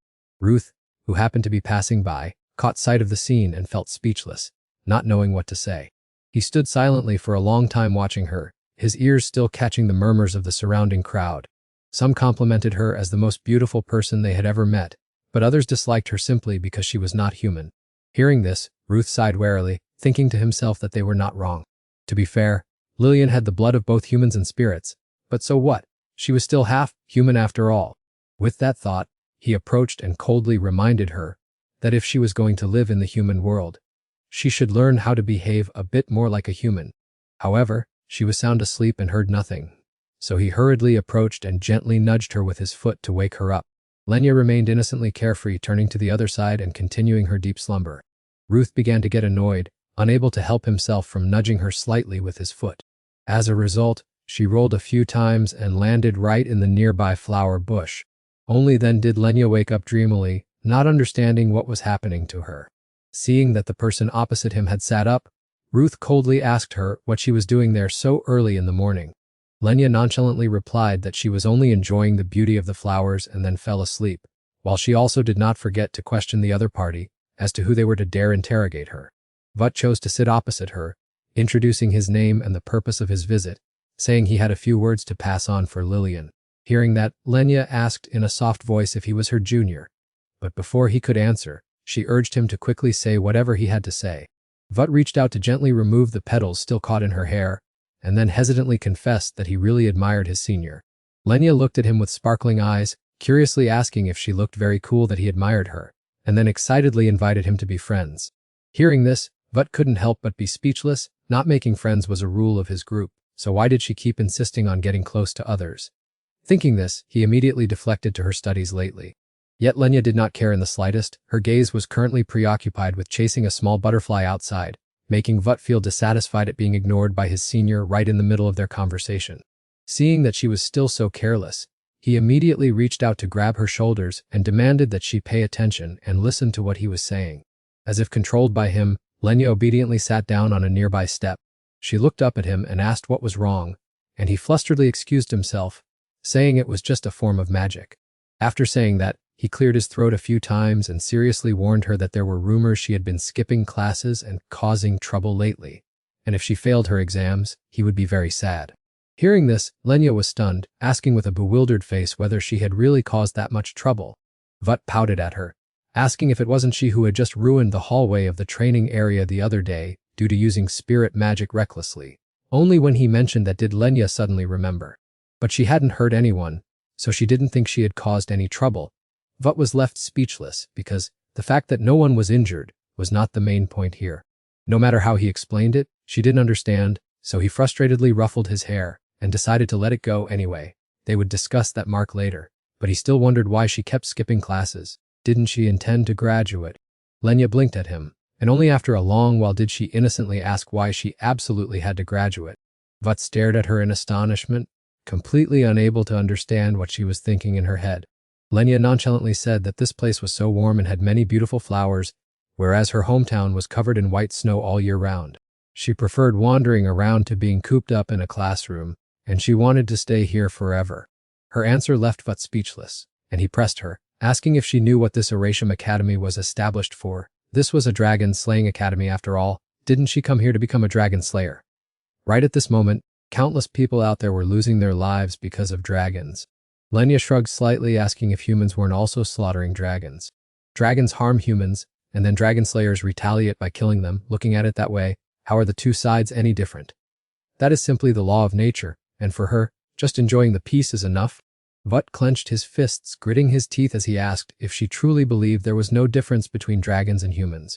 Lenya nodded in agreement, while asking in return what exactly makes dragons different from humans. How could someone who only knew of snow-covered mountains all year round like her understand reality? Other empires are facing devastation and destruction day by day.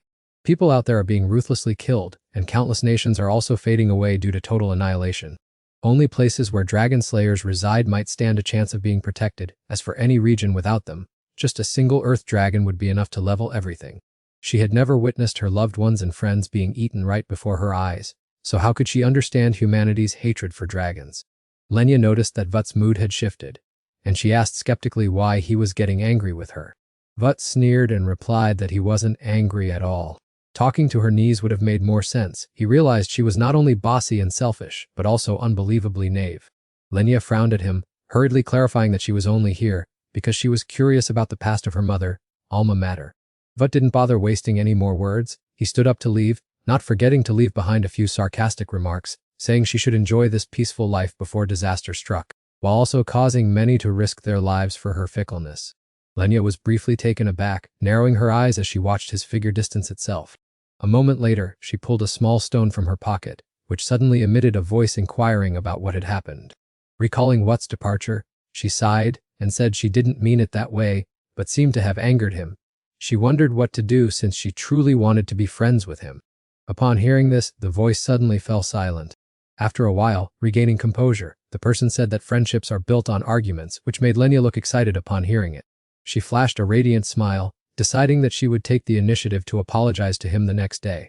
The other side quickly replied that it would be great, as Farala, the Spirit King, also thought he needed to speak with Vut. On the other side, Vut went straight home after leaving the school campus. He sighed as he walked, a strange sense of helplessness welling up inside him. Despite trying to be polite, it wasn't enough. It seemed he had messed things up again because of his hot temper. Having lived in seclusion on a snowy mountain her whole life with spirits, it wasn't unreasonable for her to feel the way she did about the relationship between humans and dragons. Yet, he vented all his frustration on someone else just like a child. If it were his brother with his gentle nature, he might have been able to convince her. But as for himself, he didn't know how to manage. Right then, an indignant voice rang out, accompanied by an order to get out. Surprised, Vut approached to investigate and indeed found two friends questioning Leon, and Hennis immediately looked away the moment she saw him. Then she scolded Leon for being so thick-skinned as to come here. Especially after breaking someone's wrist during their first meeting, Hennis grew more aggressive as she spoke and ordered her to leave. Leon stood silently without saying a word. Hennis continued to mock her, saying that seeing Leon hanging around the dormitory area meant she was surely looking for an opportunity to retaliate for being punished. Leon hurriedly explained that she had compensated for that incident and that it was all just a misunderstanding. She only wanted to stop by to check on Ruth and hope for a quick recovery, which was why she brought a fruit basket. Hennis snorted contemptuously. Visiting and wishing for recovery sounded ridiculous to her. Ruth, seeing Hennis aggressively interrogating Leon, felt uneasy and sighed, saying she was fine and that the injury was just from a practical combat session at Leon's house. Hearing that, Hennis raised her eyebrows. Didn't this prove that the two of them had violated the rules by sneaking out of the capital to meet each other, and then getting into a brawl? As soon as she finished speaking, she intended to run off and report this to the professor. Vut, seeing this, was startled and hurriedly stopped her. Hennis grabbed his shirt and pulled him back, furiously yelling about how he dared to interfere in her business. Leon also felt awkward. She knew Hennis was angry because she was worried about Ruth, but she had sincerely apologized. The reason behind that combat session was quite complicated and had been resolved, and throughout the weekend, they had only been practicing wrestling. Hennis glared at Leon, her attitude clearly showing dissatisfaction and suspicion. She bluntly brushed the woman's hand away from her body. She then gave a cold, dismissive sniff. Yet, in the blink of an eye, her face blossomed into a radiant smile, though her tone was dripping with sarcasm. Why didn't she just become best friends with the two Hennet family members herself? Leon stared at her in astonishment, his eyes clearly showing that he didn't understand a single thing. Hennet nodded slightly. Those were just a few petty martial arts tricks that they were more than capable of handling, and she was certain the two of them should have left Leon with bruised wrists or a few broken ribs. Hearing that, Leon's expression became quite awkward. The woman standing beside them spoke up, reminding Hennet not to go too far. Leon gently shook his head, saying it was fine, then turned around and walked straight away. Vut watched Leon's retreating figure, then turned to ask Hennet why she had to go that far. Hennet angrily demanded why he didn't tail her and turn her into his only best friend, so there would be no need to keep dealing with them anymore. Vut frowned at Hennet, unable to understand why she was so furious. He just let her be. The woman standing nearby muttered that she had to go do volunteer work before class to avoid being marked for a disciplinary violation, though truthfully, he couldn't understand female logic at all. Vut sighed warily, truly at a loss for words. After the commotion just now, Vut had reached his classroom. A few hours later, the lesson ended, the lecturer gave a few final instructions and left, and the students quickly packed up their belongings and dispersed from the lecture hall. Vut was no different. He was packing his books and getting ready to head home. Suddenly, a clear voice rang out, asking him to stop for a moment. He was startled and turned his head back. He didn't expect to see Lenya standing there. He felt a sudden wave of embarrassment, as it hadn't been long since they had caused such a scene, and he didn't know how to start a conversation with her now. Lenya took the initiative to speak first, kindly asking if he was feeling hungry. So, the two agreed to have a meal while chatting. Lenya was focused on grilling the meat, and an enticing aroma spread throughout the space. Although Vut felt famished, he patiently waited for her to finish grilling before he began to eat. Lenya stood by the stove, carefully and skillfully turning each piece of meat. Once finished, she turned to ask him if he preferred the meat medium or well done. He replied that he preferred it a little more well done. But wait, something seemed off. He was very grateful for this unexpected lunch, but he couldn't understand why they had to come all the way to the school rooftop to eat. Lenya replied nonchalantly that if they cooked in the classroom, wouldn't it be filled with smoke? After all, hot food is always the best. She picked up a piece and placed it on Ruth's plate. Ruth was momentarily startled, then silently began to eat. Lenya also sat down at the table, and a moment later, She suddenly apologized for what happened yesterday. Ruth stared at her stunned, not knowing how to react properly. Lenya exhaled apologetically, recounting how the pain caused by the dragons had driven her determination to become a dragon slayer. She had once offered help, but she had been too arrogant, and her belief that she was a half-elf made her an eyesore to him. Ruth hurriedly shook his head to dismiss the thought, expressing his deep gratitude, for hadn't he already confessed his deep admiration for her before? Ruth hesitated for a moment. This was truly a golden opportunity, and he had to strike while the iron was hot. With that thought, he continued to pour his heart out, admitting he had initially worried because she was such an outstanding senior who could never seem to graduate. She was so perfect that if she just reined in that free, spirited nature of hers, she would graduate in a few years, and by then, many young people would surely be eager to be her friend. The sweet words from Ruth's mouth made Lenya's cheeks flush with shyness. She laughed brightly, never expecting that he admired her so much. Perhaps she should start adjusting her way of life and her mindset from now on. Ruth secretly hid a smug smile. He had heard that she was rarely complimented, and since things were going smoother than expected, this might be much easier than he had planned. Just then, Lenya took the initiative to ask to be his friend. Ruth nodded slightly and took her hand, feeling truly grateful that she had made the first move. Lenya promised never to skip class again and resolved to devote herself to her exams because he was putting his faith in her. Ruth nodded in satisfaction. The first step could be considered a success, and he would stay close to support her and ensure the flame of her determination never went out. Lenya did not object at all, and at that moment, she remembered her father's instructions and relayed them to him. Her father wanted to meet Ruth, and she kindly asked if he would agree. Ruth was startled, wondering why her father would want to meet someone like him. Lenya reassured him not to worry too much. Her father was not a scary person, as he was simply the king of the elf tribe. With that, she gently took a blue-colored stone out of her pocket. Faroar hesitated for a brief moment. Then, he asked Lenya to step aside for a while, as he had some private matters to discuss with Ruth. Although a bit surprised, Lenya quickly agreed. She happily went for a stroll around the area. Finally, only Ruth and the elven king Faroar were left, and Ruth hurriedly stood up to bow respectfully to him. Faroar, who disliked beating around the bush, demanded he get straight to the point, asking point blank if he was the one who had regressed. Ruth looked at him in shock and terror, unable to understand how he could know this secret. Faroar calmly replied that he knew this world had been reversed once, and furthermore, he could smell a familiar scent radiating from him. Although the soul and the real world belonged to two separate dimensions, the pact between the soul and the tamer had created a connecting portal between them. Because their entities resided in that portal, they had been affected by the real world and endured deep nostalgia. Faroar had been among those portals at that time, so he could not avoid the magic enveloping the real world, yet he could still clearly feel the timeline being disrupted. Even though he no longer had any memories of the real world before time was turned back. But he was extremely curious as to why he felt like he had known Ruth for a long time, as if he had once been a mighty warrior. Mentioning this, Rut paused in thought for a moment before humbly denying the title of warrior, claiming instead that he had been nothing more than a useless freeloader all this time. Regardless, what is done, and Rut had no reason to hide anything further. He would tell him about the world that he had once forgotten, the time before everything was turned upside down. Rut honestly confessed everything to him.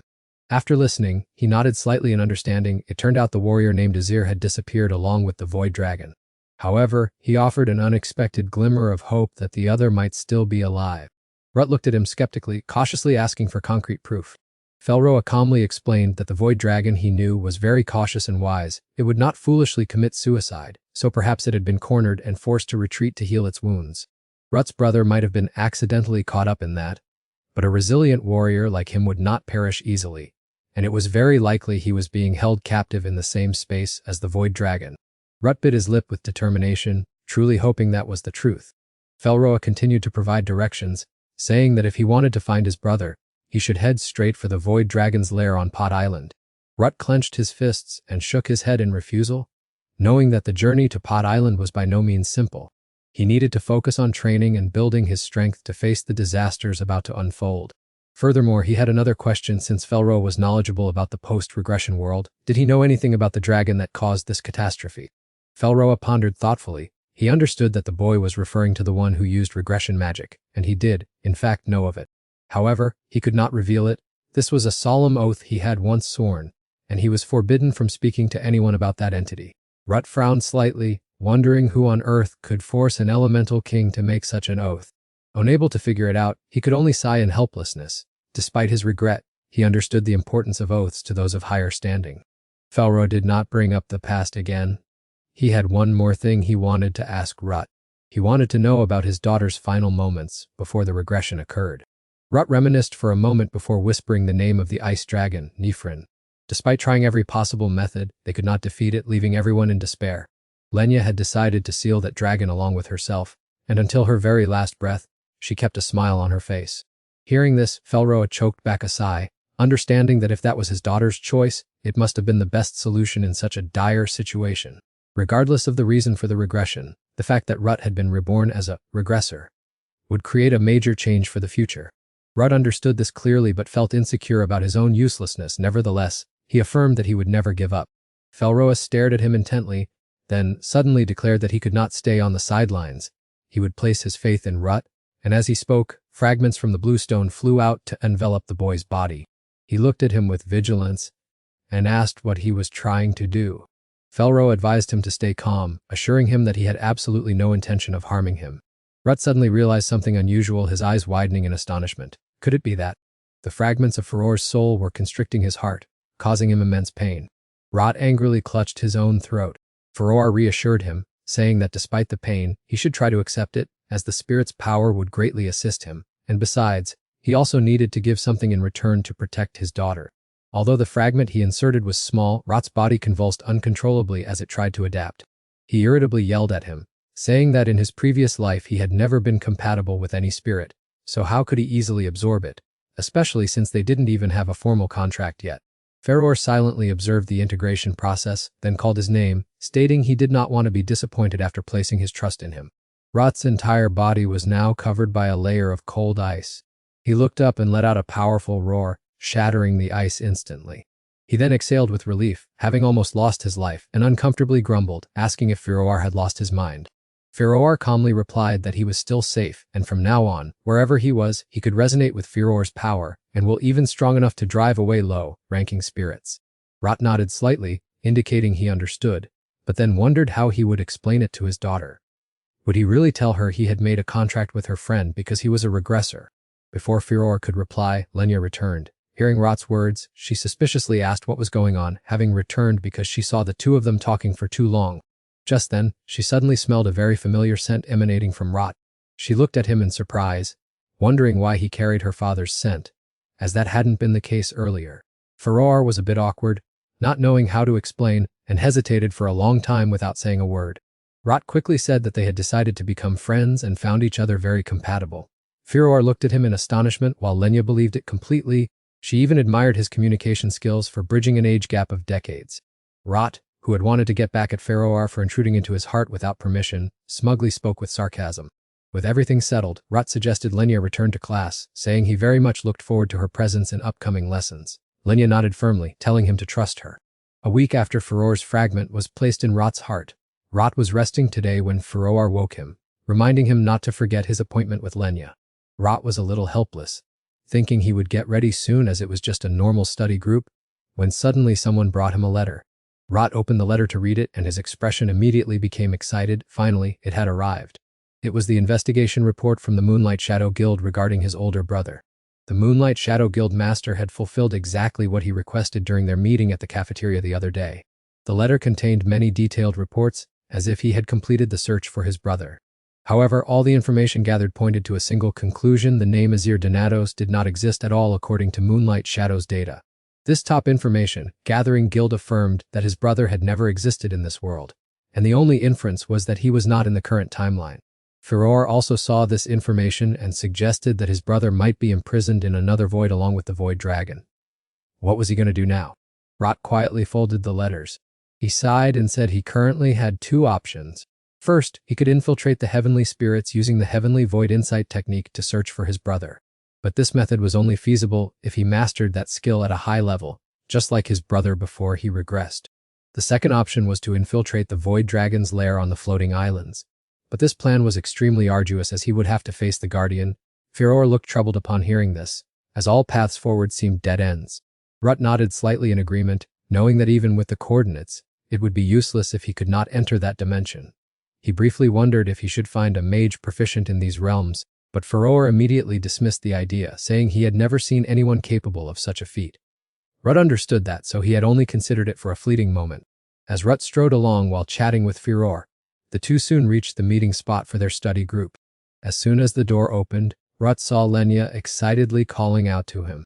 She cheerily said that she could smell him coming the moment he arrived. She had come to study as promised, and did not forget to lecture them on why they should follow her example. Just then, an irritable voice spoke up, telling her to be quiet, as this was a library, not a marketplace. It was Hinid, who finished scolding her and then turned to look at Rut, who was standing at the threshold, to demand why he was late. She saw herself as the one shouldering the responsibility of being the advisor, so there was no reason she should have to be burdened with these two fools. Rut scratched his head, looking embarrassed as he had been lost in thought, while Lenya immediately retorted indignantly that she was not a fool at all. Hinid pursed her lips in disdain, having heard rumors that Lenya had been held back a year. Lenya glared at her and shouted, telling her not to bring up unrelated matters just to be snide. Immediately the two glared at each other with sparks of hostility. Rut felt helpless but quietly sat down at the study table. After a few hours, just as Rut was focusing, he suddenly heard Master Daniel calling through his soul energy. He hurriedly replied, and the master told him to stop by his office for a moment. Rut hesitated slightly but then nodded in agreement. He then urged Balak, who was fast asleep across from him, to wake up quickly. Balak dreamily opened his eyes and reflexively said good morning, causing Rut to give him a light tap on the head. He instructed him to keep an eye on Lenya and Hinid, and under no circumstances should he let them tear each other apart while he was away. Balak looked at him suspiciously. They had no reason to come to blows, as they had not even known each other for a week. Rut did not know how to explain it.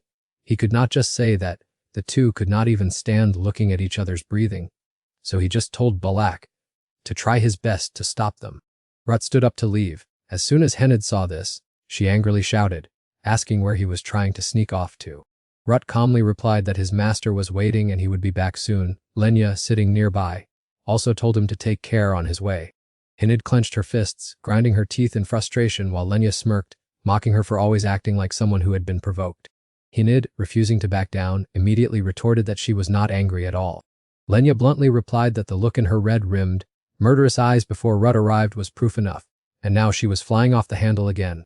Hinid indignantly argued that her eyes had been red since she was born, and she sarcastically added that Lenya constantly asking when Rut would return in a place that required silence, while also doodling nonsense, was the real reason she was getting agitated.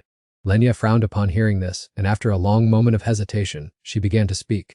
Wouldn't picking on such trivial matters make her seem narrow-minded and dull? Who could ever get along with such a temperament? Hinid curled her lip in contempt, never having expected such sanctimonious words to come from someone as childish, arrogant, and lazy, to the point of cutting class and being held back, as Lenya. Lenya just gave a cold laugh, believing she was much more educated than Hinid, for she was never as rude or as boorish as an uneducated person like her. Hinid was so furious she felt like she might explode, but she tried to stay calm to counterattack, saying that anyone who interacted with Lenya understood her true nature, and then mocked her, asking if she wasn't tired of always playing the role of the innocent beauty. Lenya was not to be outdone and sarcastically asked in return if it was because she had disliked her from the very beginning. Hennis laughed and confirmed that the library suddenly smelled strongly of gunpowder. Mrs. Lack, standing nearby, could only stare at the situation, silently praying for a way to quell this chaos. Meanwhile, Wood had quietly moved toward Daniel's office door. He knocked a few times and then entered, asking if there was anything important for which he had been summoned. Daniel gestured for him to enter, then pointed to the person beside him and introduced her as his master, the immortal heavenly sword Anne, which meant she was also his grandmaster, and gave a gentle smile as she looked at him to exchange greetings. Wood also politely bowed in return.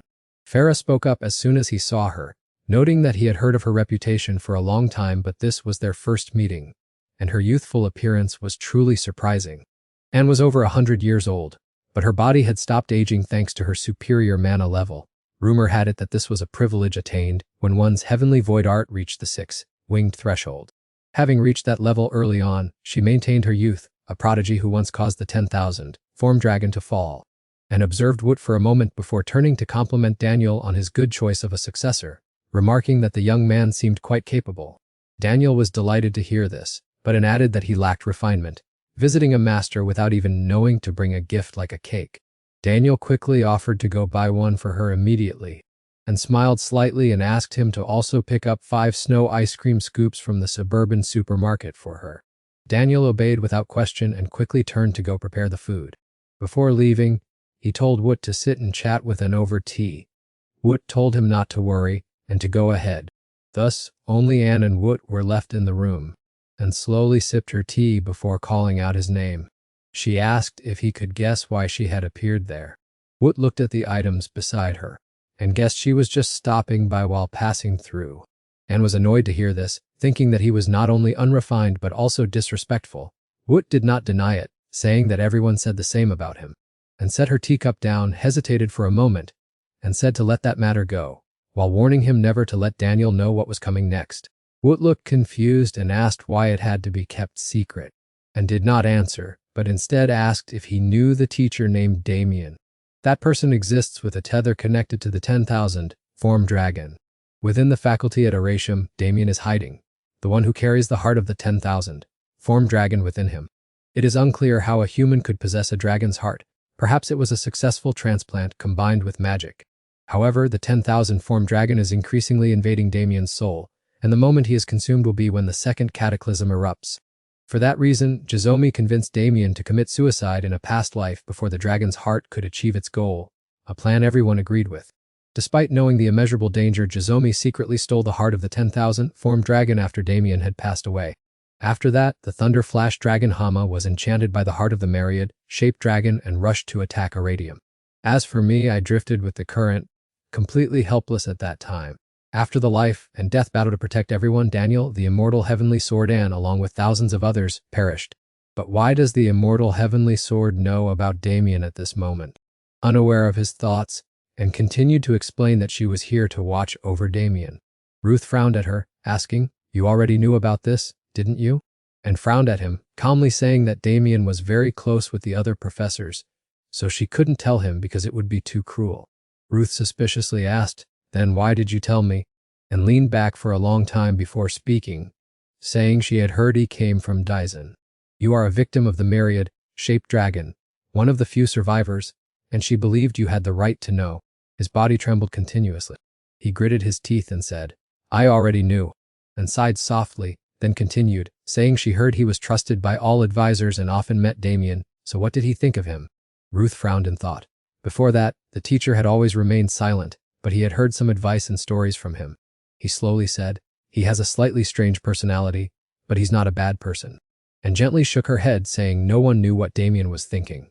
She instructed him that if he noticed anything unusual, he should immediately report it to her via the heavenly spirit. Ruth quickly agreed, but then asked her what she meant by unusual, and frankly explained that if he saw Damien show signs of change or become more violent, he should report it and stay away from him. She would deal with everything herself afterwards. Ruth frowned slightly. "So that means only a few people know Damien's secret, and if he resists, only I can report it to the immortal heavenly sword." After thinking for a moment, he looked at Anne and hesitantly asked, "Can I ask something?" Anne was a little surprised, and before she could answer, Ruth continued to ask if Gemry had sought her out, and frowned and asked him why he asked that.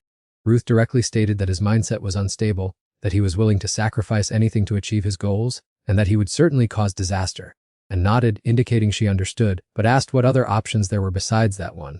Currently, taking down Damien and taking the heart of the Myriad-shaped dragon is the most feasible option. Ruth also had the same thought, but he disagreed, saying this was not the right action they should take, and narrowed her eyes at him, and only after a long while did she ask if he had any better ideas. Ruth, of course, did not have one, but suggested they could search slowly, saying it was not necessary to target Damien for the greater good.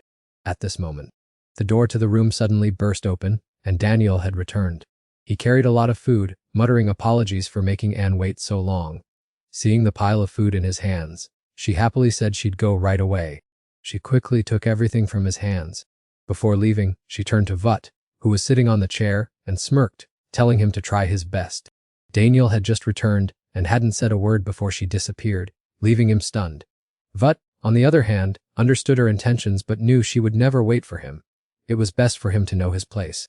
Leaving Daniel's room, Vut slowly walked back to the library. The place was deserted, not a soul in sight. Vut began to wonder where they had all gone. He walked towards the study desk, and upon sitting down, he discovered a piece of paper on his textbook. It was a message from Balak, who wrote that he had tried his hardest to stop Lenny and Hennessy from pulling each other's hair. But ultimately, the whole group was kicked out of the library for being too loud. Afterwards, the two of them had gone to the rooftop to settle their score. After reading these lines, Vut could only shake his head helplessly, his headache returning. Just then, Leon suddenly appeared beside him, asking what was bothering him. Vut glanced at her and pouted, telling her not to talk to him anymore, because he was going crazy from the pressure of the upcoming test. Leon chuckled and then asked if he was trying to avoid her because his friends disliked her, but gently denied it, stating that they had no ill feelings towards her from the beginning. He then asked her if she was upset about Hennessy's situation. Leon's face fell slightly. She admitted that she had done terrible things to her, so Hennessy's anger was understandable. She then curiously asked what he was studying. Vut replied that he was reading material about the shape-shifting dragon, one of the 7 dragon kings. 700 years ago, the first renowned dragon slayer sealed the 7 dragon kings, but 10 years ago, the shape-shifting dragon suddenly appeared in the southern continent. The shape-shifting dragon devastated the land, reducing it to ruins in just one day, causing the deaths of countless dragon slayers. After that tragedy, only a few survived, such as the indestructible heavenly sword and Jero de Graham and Daniel. After reading, Leon frowned and looked at him, wondering if he harbored any crazy intentions, as the content described the cruelty of the shape-shifting dragon in too much detail.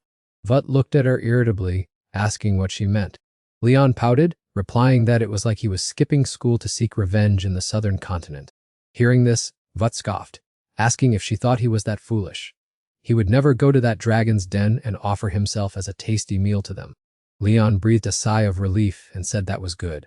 She was just worried he would do something foolish out of hatred for the dragons, as he had previously vowed to exterminate them all. Vut was not joking, he had truly made that decision. Leon stared at him in stunned disbelief. Vut declared bluntly that he wanted to become stronger to defeat each of the 7 dragon kings one by one, eradicating those detestable lizards from this world. Only by doing so could he reclaim what he had lost. He firmly asserted that he would wipe out the dragon race from this world. At the school library, Ruth and Leon were busy searching for information about the 7 dragons. Leon, in particular, began to tremble after hearing about the destruction of these creatures, wondering if they weren't just fictional characters from legends. She still insisted that this was too preposterous, and turned to ask Ruth if the 7 dragons really existed, or if it was just a confusion with the myriad form dragon, which had some similar features in old records. Ruth said nothing. He just quietly pointed to the thick stack of documents on the table, and firmly stated that they really did exist. Leon still stubbornly refused to believe it. She recalled the horrifying memory of the myriad form dragon that had caused a disaster 10 years ago, and as soon as she finished speaking, she looked at Ruth with extreme unease. Facing Ruth's extremely serious demeanor, Leon suddenly became so frightened that she stammered an apology, hurriedly explaining that she did not mean to deny the facts. Ruth gently comforted her, saying that he understood why Leon was afraid, because he himself had been through that nightmare and never wanted to repeat it. His eyes held a fleeting look of sorrow, as he remembered his goal of eradicating the source of this disaster. However, fear still consumed her. Leon lowered her head to hide her trembling and asked in a low voice if Ruth ever felt afraid. Ruth remained silent for a moment and then asked the same question back, wanting to know if Leon herself was feeling afraid. Leon did not answer, but just looked off into the distance out the window. Even though she didn't really care about having to face the Dragon Clan directly, what worried her most was the prospect of those close to her, like friends or teammates in the guild, being in danger, or worse, losing their lives. After hearing her confession, Ruth did not press further but simply leaned back, looked up at the ceiling, and muttered that he never expected to hear such sincere words from Leon. Leon was confused and didn't understand what he meant, and realizing he had let something slip, Ruth quickly changed the subject to the fact that it was time for dinner. Without a moment's hesitation, Ruth jumped up immediately and informed Leon that he had to go eat. Leon kept her eyes on Ruth's fading figure, her mind filled with deep thoughts. Not long after, seemingly having made up her mind, she hurriedly chased after him to stop him. Ruth was surprised by Leon's sudden action. She clutched the hem of his shirt, as if she were afraid that if she let go, he would disappear instantly. Seemingly having figured everything out, Leon pledged to support Ruth in achieving his goals, from mapping out strategies to destroy the 7 dragons to the idea of forming a new guild. Her eyes now burned with a fire of enthusiasm. Ruth could not hide his suspicion at this rapid change, wondering how serious she really was and how she would resolve the issues with the Dragon Corps. Just as they stepped outside, Leon reassured him that she could handle everything and that her mother would certainly support her. Although she was not as strong as Ruth, she would certainly be a great help. The two continued to question each other. While Leon tried to prove her sincerity, Ruth remained skeptical. He knew very well that there were countless guilds courting her, and what he needed to know was the real reason behind this action. Why did she choose this thorny path to accompany him? That question left Leon in deep thought. She avoided Ruth's direct gaze, replying curtly that it was simply because she wanted to, with no hidden meaning whatsoever. Ruth maintained his teasing attitude, suggesting that if that was all, she should be careful, lest people misunderstand and think Leon had fallen for him. His expression showed a hint of reluctance. Angered by that arrogant comment, Leon immediately flew into a rage, making Ruth so scared that he hurriedly clarified he was just joking and begged her not to look at him like that again. But the apology came too late. Leon turned and walked away, ignoring Ruth, who was awkwardly calling after her, trying to reach out and reconcile. Surprisingly, Leon's ears were bright red. It seemed that a small part of Ruth's joke had hit a sore spot. As she strode away, Leon held her burning cheeks, inwardly cursing Ruth for being such a madman.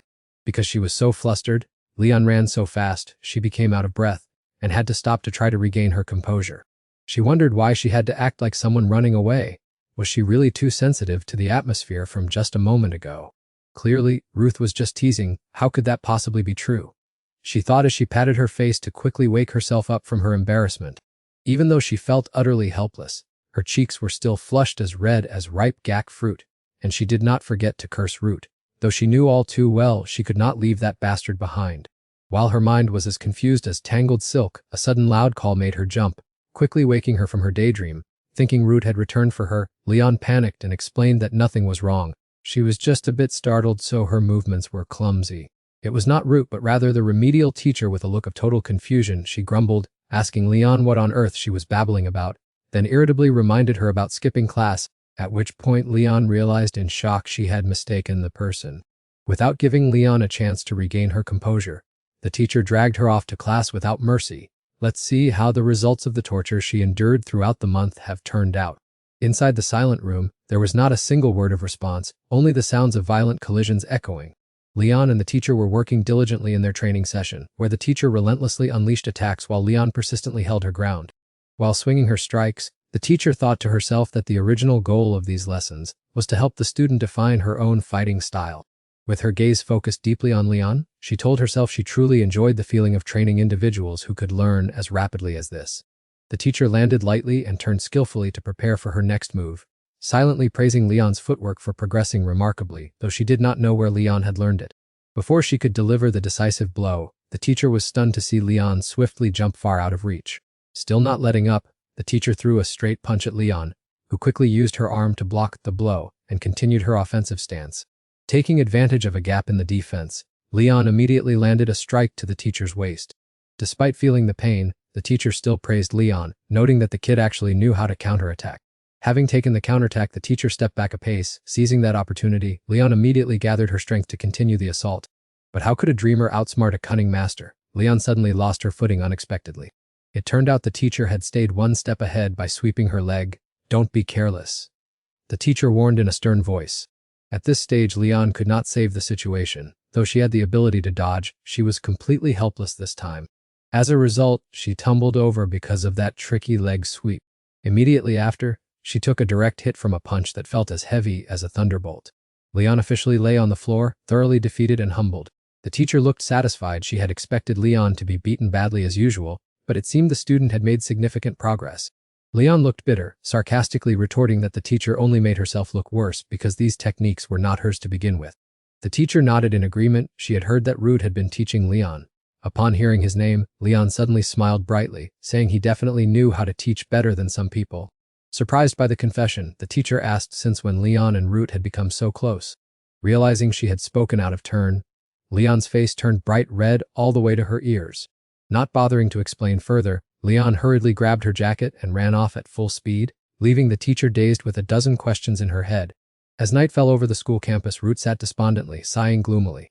The divine stone would not let him be, playfully asking how Root Donatos's first date had gone. Root's embarrassment turned into anger, as he shouted at the stone to be quiet immediately. Conversely, the stone calmly added that humans at this age naturally possess very fragile emotions. Youthful romance is inherently as light as a feather. You don't need to worry too much about it. Ruth hung his head, fully understanding. The stone continued, "But anyway, isn't it a good thing to be noticed by someone so famous?" The stone seemed to see right through him. gently reminding him that the Leon of the past and the Leon before his eyes were two completely different people. Ruth gnashed his teeth and looked into the far distance. He knew that all too well. The weather at school today was beautiful. During recess, the students were buzzing and eagerly discussing the exam they had just finished. Only Ruth still sat quietly by himself in a corner of the lake, holding a book in his hands. His mind was filled only with thoughts of Leon. Ever since the day they debated about the Dragon Society, he noticed that Leon was always trying to avoid him. This ironic feeling made him truly restless and uneasy. Just then, the stone spoke up again. Or is it because she's embarrassed for letting those silly words slip in front of you? Ruth angrily told it to shut up immediately. Leon's image reflected on the water's surface seemed to stir the thoughts inside Ruth. She was the milestone he had to surpass to wash away the humiliation of the past. Leon no longer looked down on him like she did before the time reversal. She was alive before him, no longer wearing clothes stained with dragon blood. He only needed to defeat Leon, and all of these messy emotions would end. Ruth's train of thought was interrupted by Leon's voice. His heart nearly skipped a beat. She was indeed asking him something, looking somewhat embarrassed as she hurriedly told him not to bother answering. Leon stuffed a small bag into Ruth's hand, along with well wishes for his exam, leaving Ruth completely stunned with surprise. Right after handing over the item, Leon immediately turned and walked away without looking back. While Ruth still stood there dazed, anger flared up as he squeezed the package tightly. This gift was not what he wanted. In the cafeteria, the students who had just finished their exam were chatting excitedly while eating their meals. Henny playfully teased Ruth, saying that she had finished it in 5 minutes, while it took him a whole 10 minutes. So she had won. Ruth didn't hold back either and immediately retorted, asking if someone who solves an exam in 5 minutes when they have a whole hour is even normal, while Balak calmly sat there enjoying his meal. Hearing that, he finally paused. Everyone lost to Balak, as he had only taken exactly 1 minute to finish. Hennet flew into a rage and scolded this bastard, reminding him that he had already written her an apology letter. She then turned to lecture Balak, saying that he was truly hopeless to teach. If his mind was always elsewhere, his studies would never amount to anything. Suddenly, a voice calling out to the senior rang out. She immediately denied it, saying that from studying with Ruth, she had gained so many useful insights. Hennet shot a disdainful look, wondering if that could even be called studying. She had already gotten a measure of that senior's intellect. The senior was not to be outdone, retorting that perhaps only Hennet's brain was qualified enough to judge others. With that, the two glared at each other again, their eyes practically sparking with fire. Ruth and Balak could not stand this scene. Looking at the two of them made them lose their appetite. So they quickly urged each other to eat fast and leave. Ruth pleaded with the Pharaoh Stone to intervene and stop the two girls, but Pharaoh flatly refused, saying that girls only get closer by arguing. They had already been bickering for 10 years, unable to hold back any longer. Hennet stood up abruptly. Balak suddenly asked Ruth if he had prepared anything for tomorrow's practical exam. Ruth asked back in confusion, prepare what? After all, it was just a random arena used for real combat training. Balak smiled and said, who knows? Maybe I'd choose the desert, adding that if that were the case, he would make sure to hydrate thoroughly. Rut replied that it sounded reasonable, but wondered where they would store the water, while the two girls in the distance were still busy arguing. Balak answered calmly, right inside my stomach, where else, while rubbing his belly suggestively. The girls' battle erupted, leaving Rut to sigh in resignation, thinking they were doomed, while Balak nonchalantly drank his water. The day of the practical exam arrived, held right in the academy's main courtyard. Thousands of students had gathered there in a dense crowd. The teacher was explaining the rules. Since this was the first practical session, he kept the summary brief and concise. The exam would be held in a separate testing ground designated for Aratium, located outside Anphia territory. The competition area spans multiple continents, so the monsters will vary depending on the specific climate and environment, the teacher emphasized. Naturally, the exam is not just about monsters. By using portal gates, you will avoid some dangers. The core objective of this exam is to track down the flow and defeat it. The students listened intently to every instruction. The teacher reminded the students about the dangers of the flow, a species with intelligence far surpassing other monsters capable of resisting magic. Their bodies are completely immune to ordinary swords and spears. They are even capable of using advanced magic to attack, which explains why the students looked so tense. Furthermore, if you perform exceptionally well in tests across different zones, you will have the chance to participate in the supplementary round. The final winner will not only possess a personal weapon, but will also be gifted a treasure from the Aratium Vault. The teacher asked once more, to become a true flow warrior, do you truly understand your mission? The exam officially began, and Rut tried to rummage through the memories of his past life. He remembered facing Leon in the supplementary round back then. But a voice echoed in his mind, reminding him, do you really want to settle a grudge with someone who has no memory of a past life? As Rut stepped through the portal, he told himself that he wanted to win, not out of a desire for revenge, but to find peace for his soul. Furor sniffed the air, detecting the pungent scent of monsters nearby. Rut agreed, noting that this place gathered talented individuals from all over. Ordinary monsters wouldn't challenge them, he said while striding into the forest. Black crows appeared in the forest, a harbinger of imminent death. If there's any danger, the professors or instructors will intervene. Look at those pets watching us. Since they are so experienced, there's nothing to worry about. Besides, we're just looking for targets, so let's take it slow, he said. Bored, Rut urged Furor to find the dragon's tracks for him, but he brushed it off, telling Rut to fend for himself. Suddenly, a ferocious monster lunged from out of nowhere, right behind them. Without hesitation, it launched a deadly strike toward them. The terrifying power caused the surrounding earth and rocks to shatter. But unbelievably, Rut had already vanished. On the contrary, the monster's leg had been severed. It turned out that Rut had nimbly dodged the attack. He calmly handled the situation, remarking that he had no other choice. The monster, unaware of who it had angered, continued to lunge and attack Rut. Rut swung his sword again, delivering another critical blow to the monster's remaining leg. Dismissing superfluous concerns, Ruth only saw confronting the monster as a matter of course. He decided to find it personally. He sprang high into the air. Slowly, he unsheathed his sword. He pointed the tip of the sword directly at the monster. He unleashed a barrage of attacks, continuous slashes, making the enemy's body look as if it were shattered into pieces. Finishing the battle, Ruth sheathed his sword, his gaze turning sharp and dangerously cold. A massive explosion shook the earth and sky suddenly. Ruth's goal was achieved. He had finally found it. With eyes ablaze as if to burn everything down and his whole body splattered with monster blood, Ruth finally caught this wretched reptile. Based on the sound of heavy footsteps, Ruth was certain it was a massive monster. He tightened his grip on his sword and began the hunt. Suddenly, the bushes ahead rustled with a strange sound, catching Ruth's attention as he sensed another presence. Suddenly, a silver-haired student burst out from the thick thicket with a blood-curdling scream. He was about to flee when he ran into Ruth. Both were stunned for a moment, the student looking at him as if he had just seen a monster. The guy stammered, asking if Ruth was also here, his voice full of fear. In contrast, Ruth had no idea who this guy was and coldly asked for his identity. How could he forget that event? It was then that Ruth realized this was the same guy from before.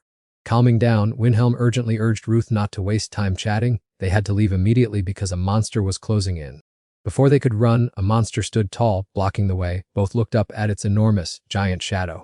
Just as Ruth had predicted, it was an earth dragon with piercing eyes. Staring intensely into the earth dragon's eyes, they glowed with the blood, red hue of rage and power. Wilhelm trembled so much he couldn't stand, collapsing to the ground in total panic. By this point, Wilhelm was calm enough to realize it was a fierce dragon. He shivered in terror. Unlike the terrified Wilhelm, Ruth fearlessly approached the fierce monster. This action made the earth dragon angrily fire a beam of light from its eyes directly at Ruth, making Wilhelm scream, thinking he was crazy. Ruth reacted quickly, struggling to muster his strength to deflect the monster's wrath with the sword in his hand. However, just as he had suspected, the earth dragon's skin was as tough as rumored. At this rate, his sword would surely shatter. With no other option, Ruth jumped back to create a safe distance from the earth dragon. The weak Wilhelm, still in shock over what had just happened, kept screaming the name Denados. Ruth angrily yelled at him to shut up, calling him a fool and telling him not to agitate the dragon further. Reminding himself to stay focused, Ruth continued to concentrate. 2 months had passed since he began studying arcane swordsmanship, and the blade in his hand was now dimming its strange, glowing aura. Although he had yet to master the super sword aura, this power of the Trinity should be more than enough to send his opponent to the afterlife. The earth dragon below still kept its mouth open, waiting for its prey with great ferocity, completely unaware of the terrifying catastrophe imminent.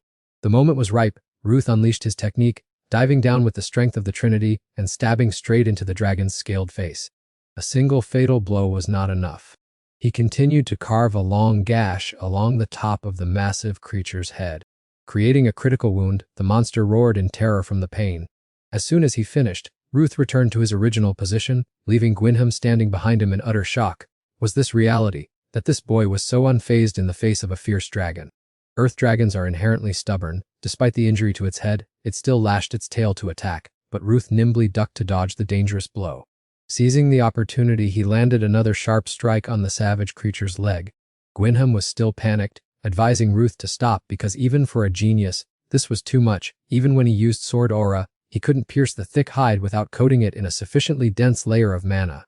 Finding the man too annoying, Ruth told Gwynham to be quiet and watch how he dealt with it, cold and precise. Ruth understood well that dragons were not like ordinary creatures, they were protected by sturdy scales that were almost immune to every attack. No matter how invulnerable their exterior might seem, they were still living entities, so their eye sockets and respiratory tracts were always fatal weak points. No sooner had he thought this than Woot lunged to attack the vitals, believing that concentrating force on the scales would make penetration more effective. Without hesitation, he slashed repeatedly, leaving the monster dizzy and unable to locate his position. Suffering too much soft tissue damage, the beast let out a pathetic howl, a sign that it was exhausted. Taking advantage of this moment, Woot put all his strength into striking the critical weak point at the creature's neck. Disaster struck when Woot's sword, unable to withstand the immense pressure, snapped in two. Damn it, Woot scrambled, looking at the broken sword shards in his hand, realizing his current weapon was not sharp enough to sever the earth dragon's neck bone.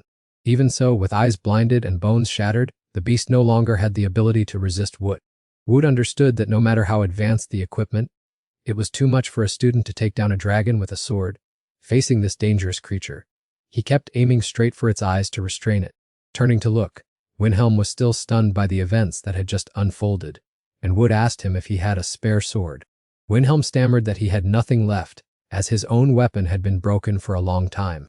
Woot sighed in disappointment. With no sword left, he rushed in with his bare hands, punching and kicking furiously, leaving Gwynham amazed. It was absurd that a group of students couldn't take down a dragon, yet he could, even without needing a weapon. After a dramatic struggle, Woot realized the earth dragon had completely collapsed. Suddenly, Gwynham called out Woot's name, thanking him for saving his life and hoping he would let go of their past friction. Woot did not want to cause trouble, replying that it was fine, as he had never really held it against him anyway. Not stopping there, Gwynham stammered out a request. If he agreed, he would like to see him as a formidable rival. Sensing something strange in that request, Woot was forced to press him for clarification. Gwynham replied calmly, no longer appearing flustered as he had been while taking off his shoes. He opened up, confessing that he used to be so arrogant that he thought he possessed enough strength. However, seeing Ruth with his own eyes today, he finally realized that Ruth was the true master, and that he wasn't even worth being weighed on the same scale as him. Awkwardly standing up after the mental shock, Gwynham insisted that even though he still hadn't fully grasped his own shortcomings, he had no intention of giving up. He would view Ruth as a milestone to strive toward. Perhaps this event had such a profound psychological impact on Gwynham that he resolved to work hard to become as powerful as Ruth. Ruth felt his face heat up hearing these words. He secretly thought to himself how he could utter such sentimental lines. It was truly embarrassing for others. Faroor suddenly appeared. Could it be that because Gwynham was a copy version of his destiny, they shared this affinity? Ruth snapped and demanded that Faroor shut up because Gwynham was looking at him with an unfriendly gaze. At the grading area, a teacher was reporting to the professor that Group A had completed the practical exam, urging them to return to the assembly point quickly as there were still many tasks to be resolved. Ruth irritably told Faroor that instead of talking nonsense, it would be better to worry about getting some sleep. Faroor nonchalantly explained that everything was only just starting to get interesting. Every movement did not escape the gaze of a raven. Standing far away on a high tree branch, the one observing was none other than the principal of Arathium Academy. Having witnessed the entire scene, it was exactly as the rumors said. Ruth was truly a rough diamond full of potential. On the ground below, Principal Graham's trusted bodyguard expressed curiosity about his assessment of Ruth, as the young man had just made such an unexpectedly powerful impression. Principal Graham smiled with satisfaction. He had already held some expectations after hearing the professors praise Ruth to the skies, but in reality, the boy had far exceeded his initial estimations. The bodyguard was also excited. It was hard to believe Ruth could perform so well at only 17 years old. He firmly believed the boy had excelled in the supplemental exam and would set a glorious precedent by becoming a special dragon slayer. The observation mission concluded and Principal Graham descended to the ground to meet his waiting bodyguard. He was still deep in thought about what had just been said. A special dragon slayer. Ruth was indeed a figure who defied all predictions. He might not just stop at being a warrior but could also become a hero of freedom, the principal affirmed firmly before striding away. The bodyguard remained curious. A hero of freedom? What do you mean by that? Is it like the legend of Vanna? Principal Graham did not offer a detailed explanation. He only confirmed that Vanna's biography was the root of all dragon slayers, then continued walking while reminiscing about the old stories. It was a distant era, a time when humans were merely easy prey for dragons. Everything was submerged in a sea of misery, where humans had to constantly beg for mercy from the cruel dragons. Earth dragons wandered everywhere, wyverns filled the skies with their wings, and giant dragons the size of mountains completely dominated both the heavens and the earth. The principal added that there was a type even more special than the rest. The ones that ruled over all other dragon species were the dragonkin. They possessed a human-like appearance but held superior strength and intellect, allowing them to massacre humanity without a shred of compassion, viewing humans as nothing more than prey. 700 years ago, this place was an arena where human gladiators had to fight to the death to amuse the dragonkin. But today it has become the lecture hall of Erathium. Regarding the monument to the dragon slayers and freedom, isn't that truly admirable? Principal Graham asked while standing before the lecture building that bore those historical marks. The bodyguard listened attentively and replied that he clearly understood the milestones and memories from the past. He recounted that in those days, Vanna was merely a gladiator crushed under the heel of the dragonkin. He was stronger than anyone else, and he gathered those in similar straits to launch a revolution together. After a long, drawn-out war, he and the dragon slayers pushed the dragonkin all the way to the great northern mountains. Finally, even their leader, the 7 great dragon emperors, had to be sealed away. That was the beginning of the era of human freedom. However, he added, "You know, these are just fairy tales in poetry. That is the reason why, even though I have believed in them for all these years, there are still details I can never quite explain." He then asked Headmaster Graham that if Vanna was truly that powerful, why didn't he deal with the dragons thoroughly instead of just driving them away? Instead of destroying the great dragon emperor, he chose to seal it away. How much better it would have been if he had chosen the other option. Understanding his thoughts, Headmaster Graham replied, "If that had happened, people like you and your classmates wouldn't have suffered, would they?" His gaze suddenly became distant. The bodyguard realized he had let his emotions show too much and hurriedly clarified that he did not doubt the intentions of the predecessors at all. It was just... Headmaster Graham smiled, not reproachfully, saying, "Everything is fine, you don't need to be too concerned about that. Whatever the past was like, it is because of it that humanity escaped a life of misery. We truly do not know exactly what happened at that moment." Both stood still, lost in thought on the wide, open path. Thus, the competition concluded. The Academy announced that the supplementary test for all teams had been completed. Students were instructed to return their weapons quickly and gather at the designated place, with information regarding the match, ups and locations to be posted in the main hall in 3 days. 3 days later, on the day of the supplementary matches, the entire student body gathered in the Academy's Grand Hall. One student boasted, "The day has finally come. The armor in the Eratium Vault will surely be mine." The Academy system continued to announce that today was the day for the supplementary test, and only the most outstanding candidates from the practical exam would have the chance to participate. Who would be the champion recruit? Why don't we try to listen to a few words from the most sought-after recruit? Ruth Donatos, who was adjusting his weapons, felt a bit annoyed at being disturbed suddenly and asked the person across from him not to make noise anymore. The other person sat down heavily beside Ruth, saying, "You certainly aren't happy. You also had some expectations, but in the end, things always follow the same old path." It was Henny Thapulia. She continued expressing her thoughts, saying that today she wouldn't show any favor just because they were friends. Even though she had the ability to afford any weapon she desired, she was truly curious about what was hidden inside the Eratium Vault, and she sighed thoughtfully. Ruth replied that he felt the same way, and by the way, looking toward Balixteros, he wondered why he was even participating without bringing any weapons. As for Balixteros, he remained firm in his principle that a battle with a strong opponent is necessary to hone himself to become stronger. Realizing he could not persuade Balixteros, Ruth had to agree with his point of view, but perhaps there was no need to be so aggressive. Thinking carefully about the list of opponents, Ruth believed that Balix's opponent was definitely not an average fighter, because he always felt dissatisfied with Leon. Henny nodded, wondering how that eccentric person hadn't been eliminated yet. She asked Ruth, then she would go to see how talented the others were. Before leaving, she did not forget to tell Balix to try his best. If he dared to lose to that girl, she would definitely make him regret it. Balix felt a bit terrified upon hearing this. With no other choice, he turned to ask Ruth, "Is Leon really that strong?" Ruth replied immediately, "She is extremely strong. Her ability far surpasses all other recruits." Hearing this, Balix asked a rather sensitive question, "So is she even stronger than you?" Ruth's hand clenched tightly upon hearing that. However, this time he was much more confident. He was no longer the Ruth of the previous life. This time, he was much stronger. In the stands of the Academy auditorium, countless students had gathered to witness the supplementary matches in person. Down on the arena floor, there was a bit of commotion as the fighters had been waiting for quite a while. Leon had returned to the scene. She appeared annoyed that her opponent was acting like a no-show. She was angry and wanted to ask again which opponent dared to arrive 10 minutes late like that. When the match began, it turned out that the person standing in front of her was him. Black carried his own sense of pride. He was not him, he was Black. Before he could finish his sentence, Leon claimed she already understood that the conversation was enough. "Let's begin." Balak kept rambling, saying that registering before a match was a long, standing tradition of the Steros clan, and he considered her interrupting him to be impolite. A slash flashed by, causing Balak's fingertip to be injured. This is how Leon greets people. Her name is Leon. She smiles. Balak also began to defend himself, and her husband was truly strong enough to withstand this massive frame. Once again, Leon did not patiently wait for Balak to finish speaking. She continued her attack. Balak used his own body to fend off the blows. Leon realized it was not heaven magic. He was simply using raw muscle power to block them. Balak smiled seriously, hoping she liked his magnificent muscles. Noticing that Balak was using only his body to block the aura from the sword, she realized this was not just simple magic power control. Balak prepared to strike. He moved his body at an extraordinary speed. He suddenly lunged forward. He threw a powerful muscular punch straight toward Leon. Leon quickly used her sword to parry the blow.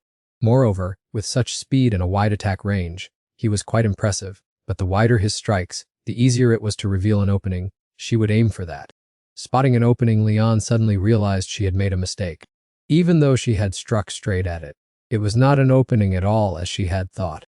Balak did not even intend to dodge her attack. He immediately countered with a surprise punch, but Leon managed to duck and dodge in time.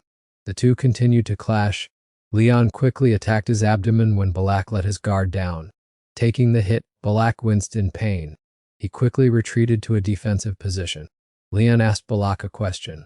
A body unaffected by sword aura, did you channel mana into your muscles or something similar? It's quite effective. Balak retorted that that was exactly what he wanted to say.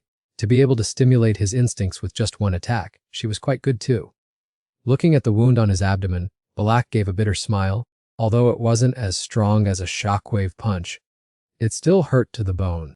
Leon did not care and began to summon her strength. Balak was surprised. Could her physical strength be even greater than his? Realizing he could not fight in the usual way, Balak roared, his muscles expanding until his clothes grew taut. He thought that in this situation, an ordinary sword would likely not be powerful enough to take down Steros's body. However, something unexpected happened. Balak focused solely on physical strength while completely ignoring the element of technique. As he rushed in, he was immediately flipped by Leon using a simple move, with the momentum sending him rolling, a clean landing. Leon is getting angry, that is why she is not using a sword. It is truly foolish.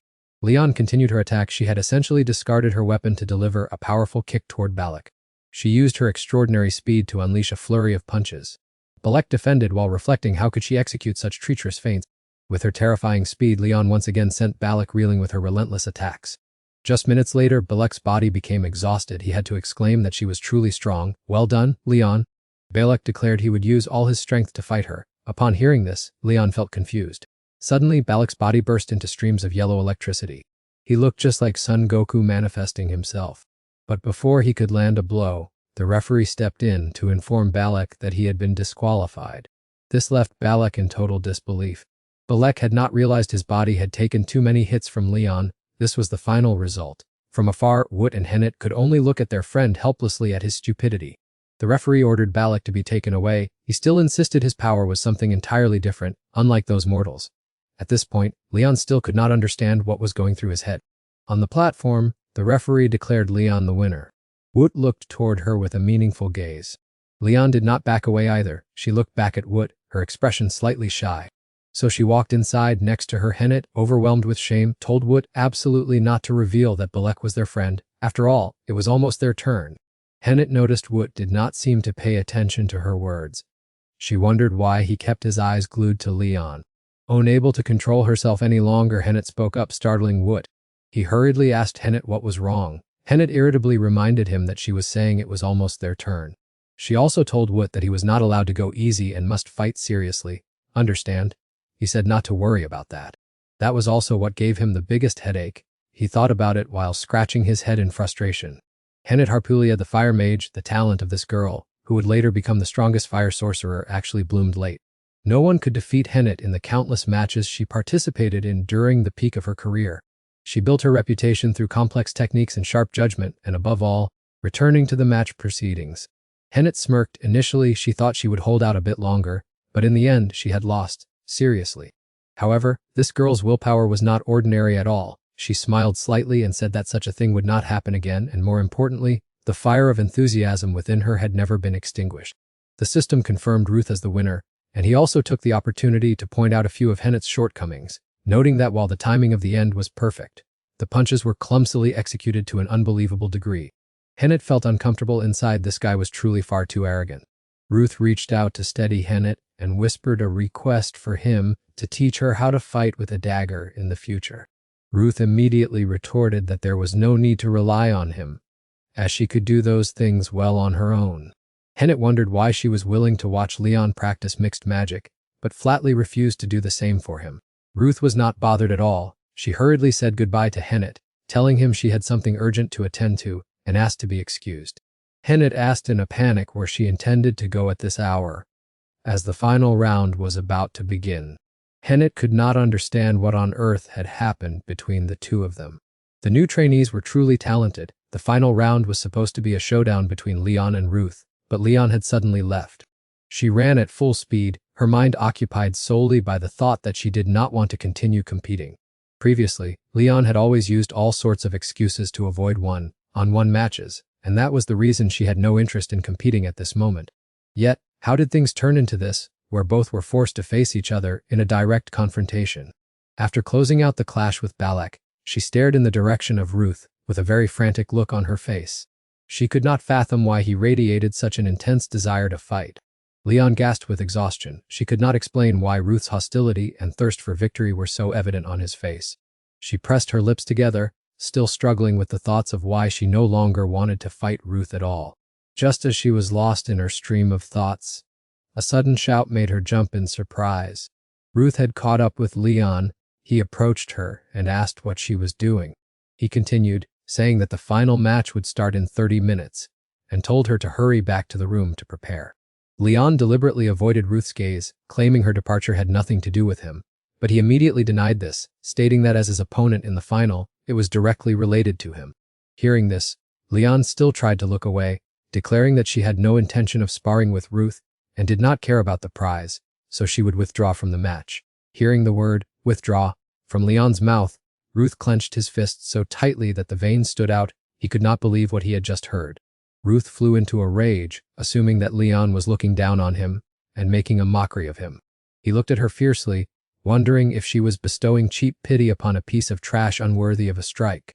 Leon was shocked by Ruth's assumptions. She gasped in disbelief at how terrifying he had become.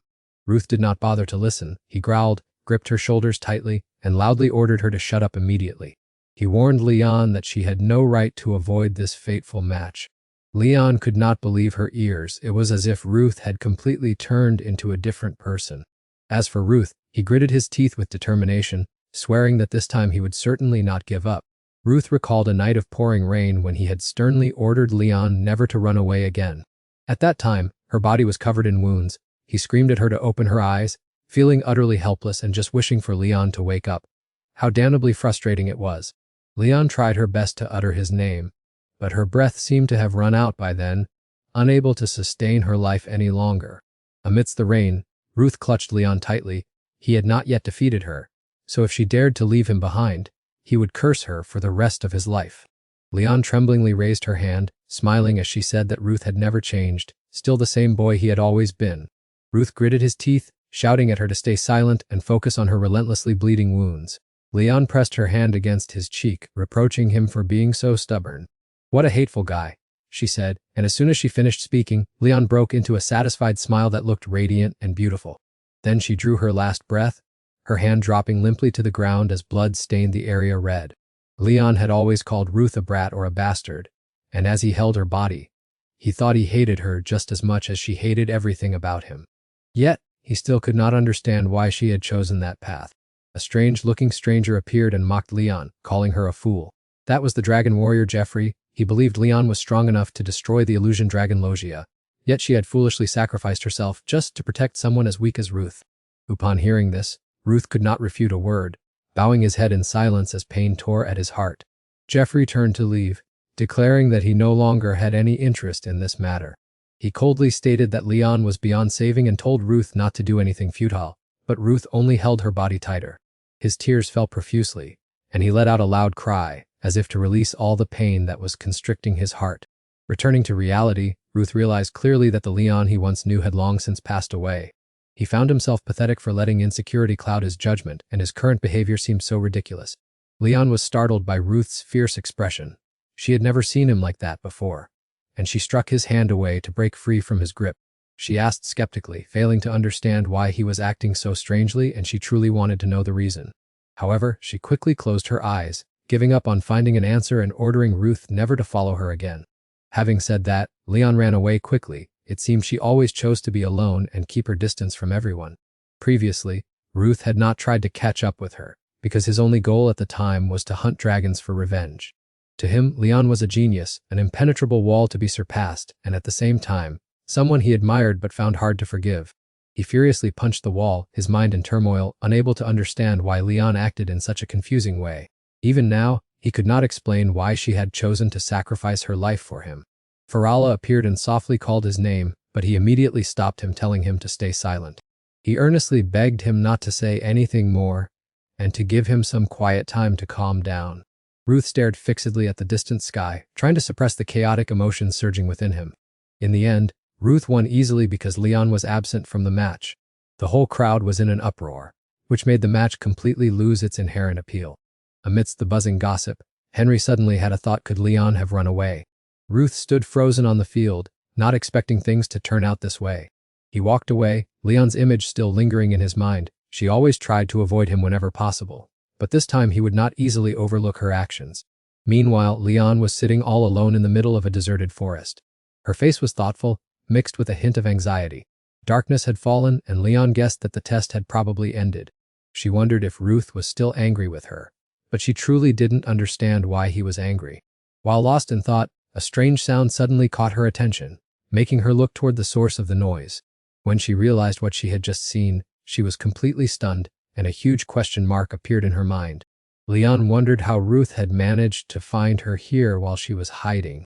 This wasn't difficult for Ruth, because, in their past lives, Leon always came to this place whenever she was sad, and in fact, he had always come here to challenge her.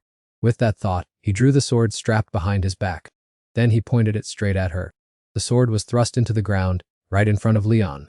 Ruth glared at Leon, ordering her to get up quickly to fight. Leon put her hands on her waist. She couldn't understand why Ruth was pushing things this far.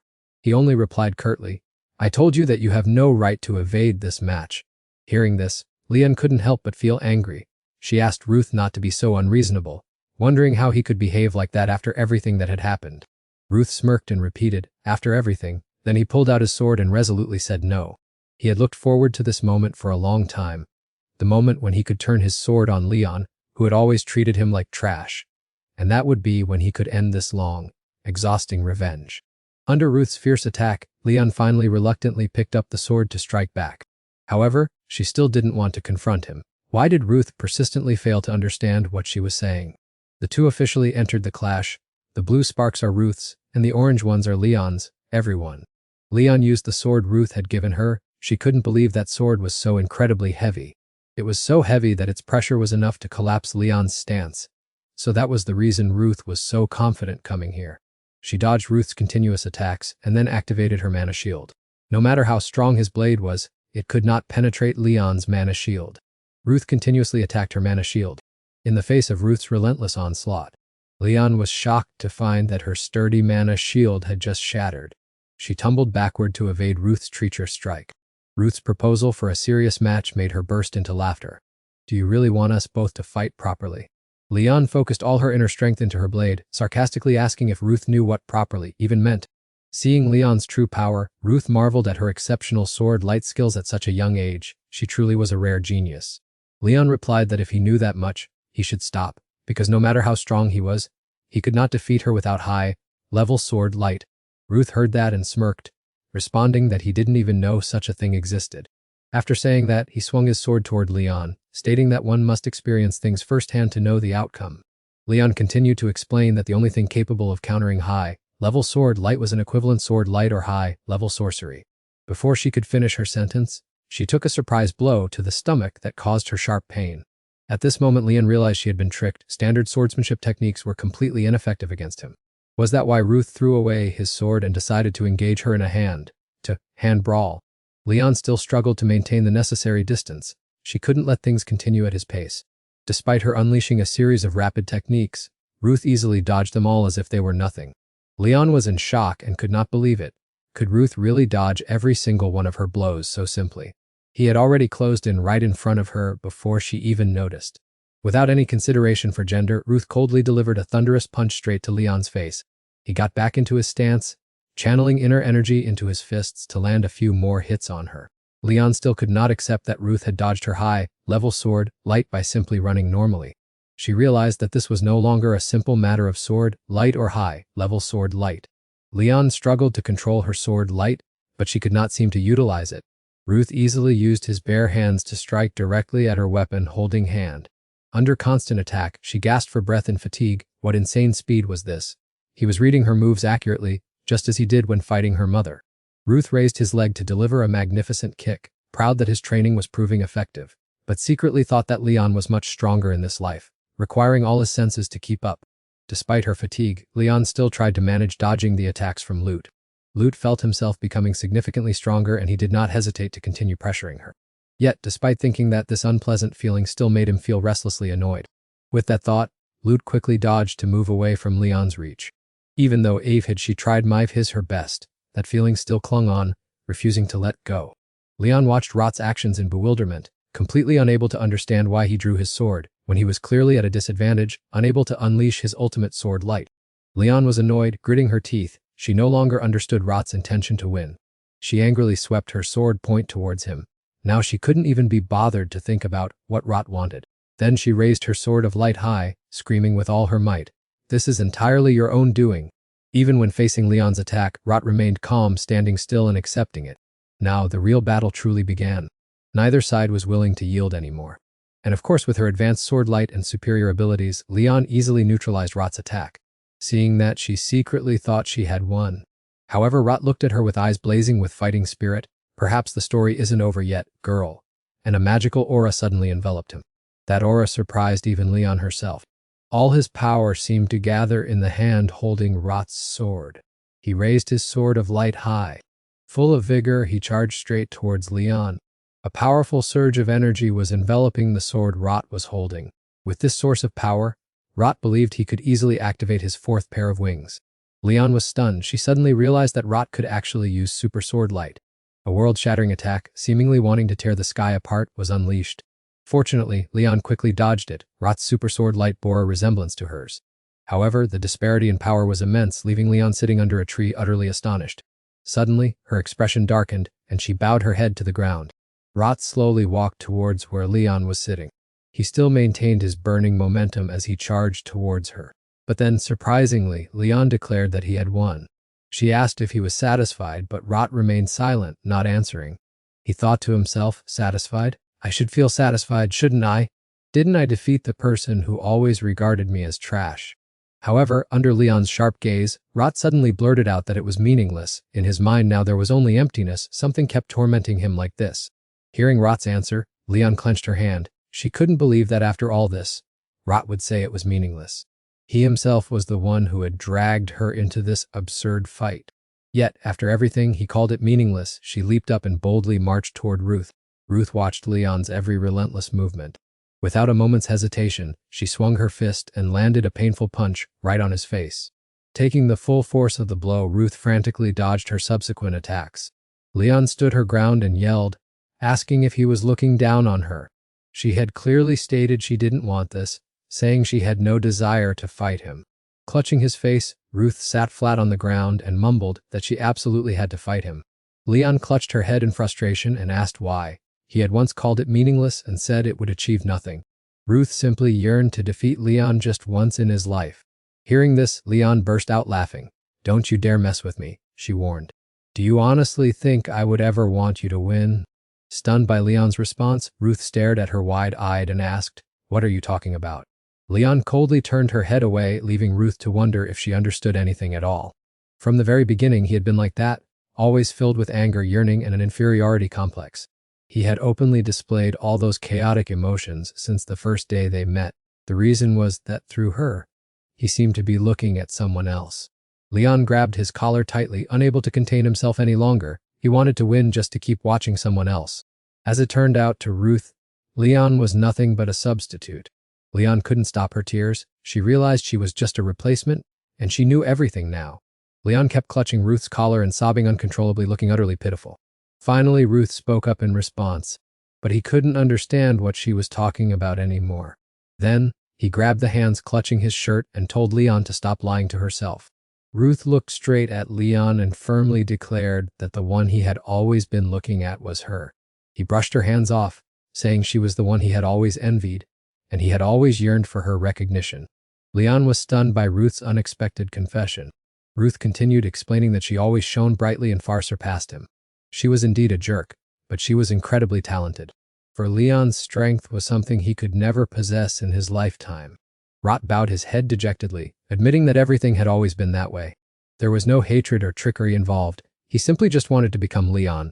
From her movements, swordsmanship, to her very perception. Damn it, Rot just yearned to be like her. Leon was an icon that Rot could never reach, no matter how hard he tried. He still couldn't accept that Leon had sacrificed herself to protect someone as useless as him. Hearing these words, Leon was utterly bewildered. She couldn't understand what the other person was rambling about. Realizing he had misspoken, Rot quickly asserted that he wanted to retract what he had just uttered. Turning his gaze towards the bright moon, he told himself that it wasn't meaningless, but a pain that pierced his soul. Leon was utterly bewildered by the information that she simply couldn't believe. Leon dying to protect Rot, or him pursuing her swordsmanship, it all sounded too absurd. Rot coldly replied that it was not unreasonable, and then he was about to say something else. However, Farala suddenly appeared, yelling and demanding that he stop immediately. Rot paid no mind, reiterating how Leon had sacrificed herself for him and left a dying wish. Then he looked directly at her, smiled, and said that he was talking about her in a previous life. You fool. Leon was surprised by the concept of a previous life. She still didn't understand what it meant or why this was happening. She was still convinced that Rot was speaking nothing but nonsense. It was simply meaningless. Rot declared that it was up to her to believe it or not, because he no longer had any proof. He only knew that he had returned from the past for a second chance. Leon maintained her posture, her face clearly showing skepticism about whether Rot had truly returned from the past. Rot continued, saying that Leon would soon realize the difference, unless she was utterly naive. A person possessing an amount of magical power so far beyond the norm that they were hailed as a martial arts genius. True ability is something that can never be attained without real-life experiences. The fake skills and talents of those whom Rot had never met in his life. That was the proof Rot offered to assert that everything would be impossible if he hadn't experienced them before. Leon still couldn't believe Rot came from a previous life. It was truly laughable, even though the doubts she had long harbored somewhat explained the situation. She began to waver, wondering if those seemingly irrational words were actually the truth. After a moment of thought, Leon asked Rot if he knew things about her future when she grew up that she was still unaware of. Rot sat down on a rock, calmly replying that the image of a grown-up Leon was precisely what he had just described. He sat there, recalling his previous life when she only knew revenge and regarded him as garbage, regardless of how desperate he was. Then Rot closed his eyes tightly as if recalling the pain, because no matter what he had done in the past, Leon had never paid him any mind. He lost his temper. Damn it, no matter what, you still ended up losing your life to protect me. Do you even understand how frustrating that was back then? Hearing this, Leon was still skeptical and pressed him, asking if she had really done those things. Ruth's reply left her completely stunned, because in the past, Leon had been so fierce and arrogant that he had even risked his life to duel her. The atmosphere seemed to freeze. Ruth turned his face away, while Leon kept staring intently at him. Leon was still dazed. She could not believe that the person she had always trusted could be like that. The figure Ruth had always yearned for and watched over was like a shining star guiding him forward. Yet, that person turned out to be her. It turned out she had misunderstood all this time, thinking she was merely a replacement for someone else. Leon then asked if that was the reason Ruth had always tried to pick a fight with her, since their very first meeting. Back then, Ruth simply wanted to have a duel with Leon, but he didn't expect her strength to far exceed his expectations.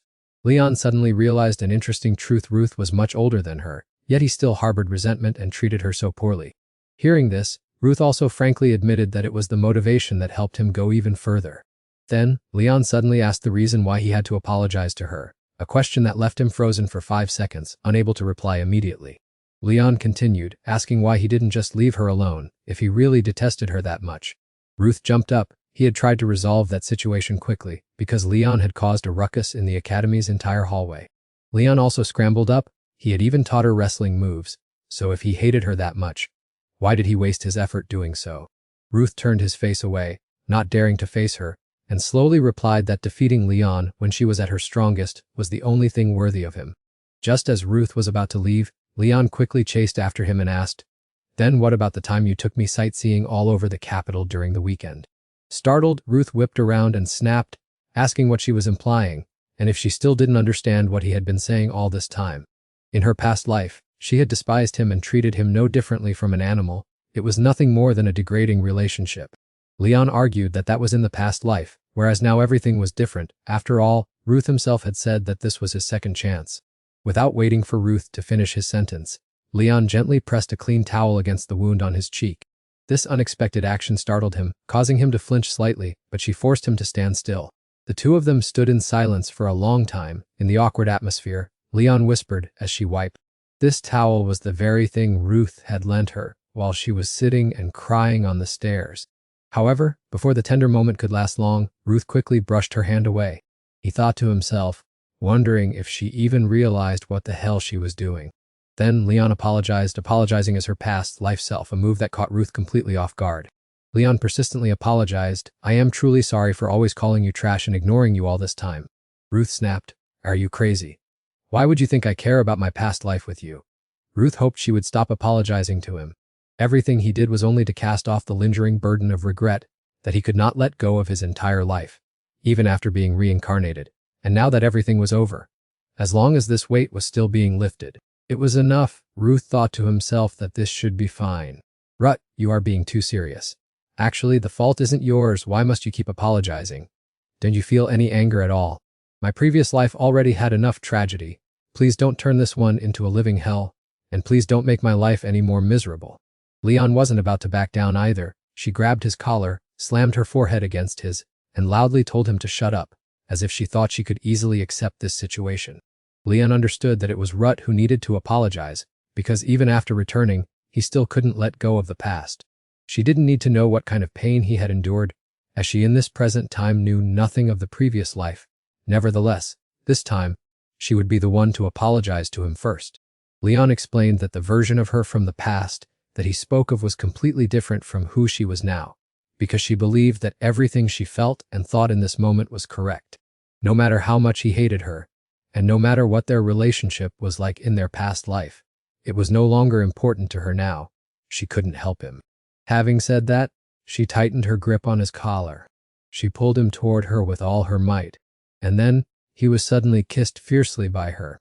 Leon gave Rut a very sweet kiss. Rut opened his eyes in astonishment. He could not believe what Leon was doing. As for her, she seemed to be enjoying the moment. A moment later, she finally let him go, while the young man stood there like a statue.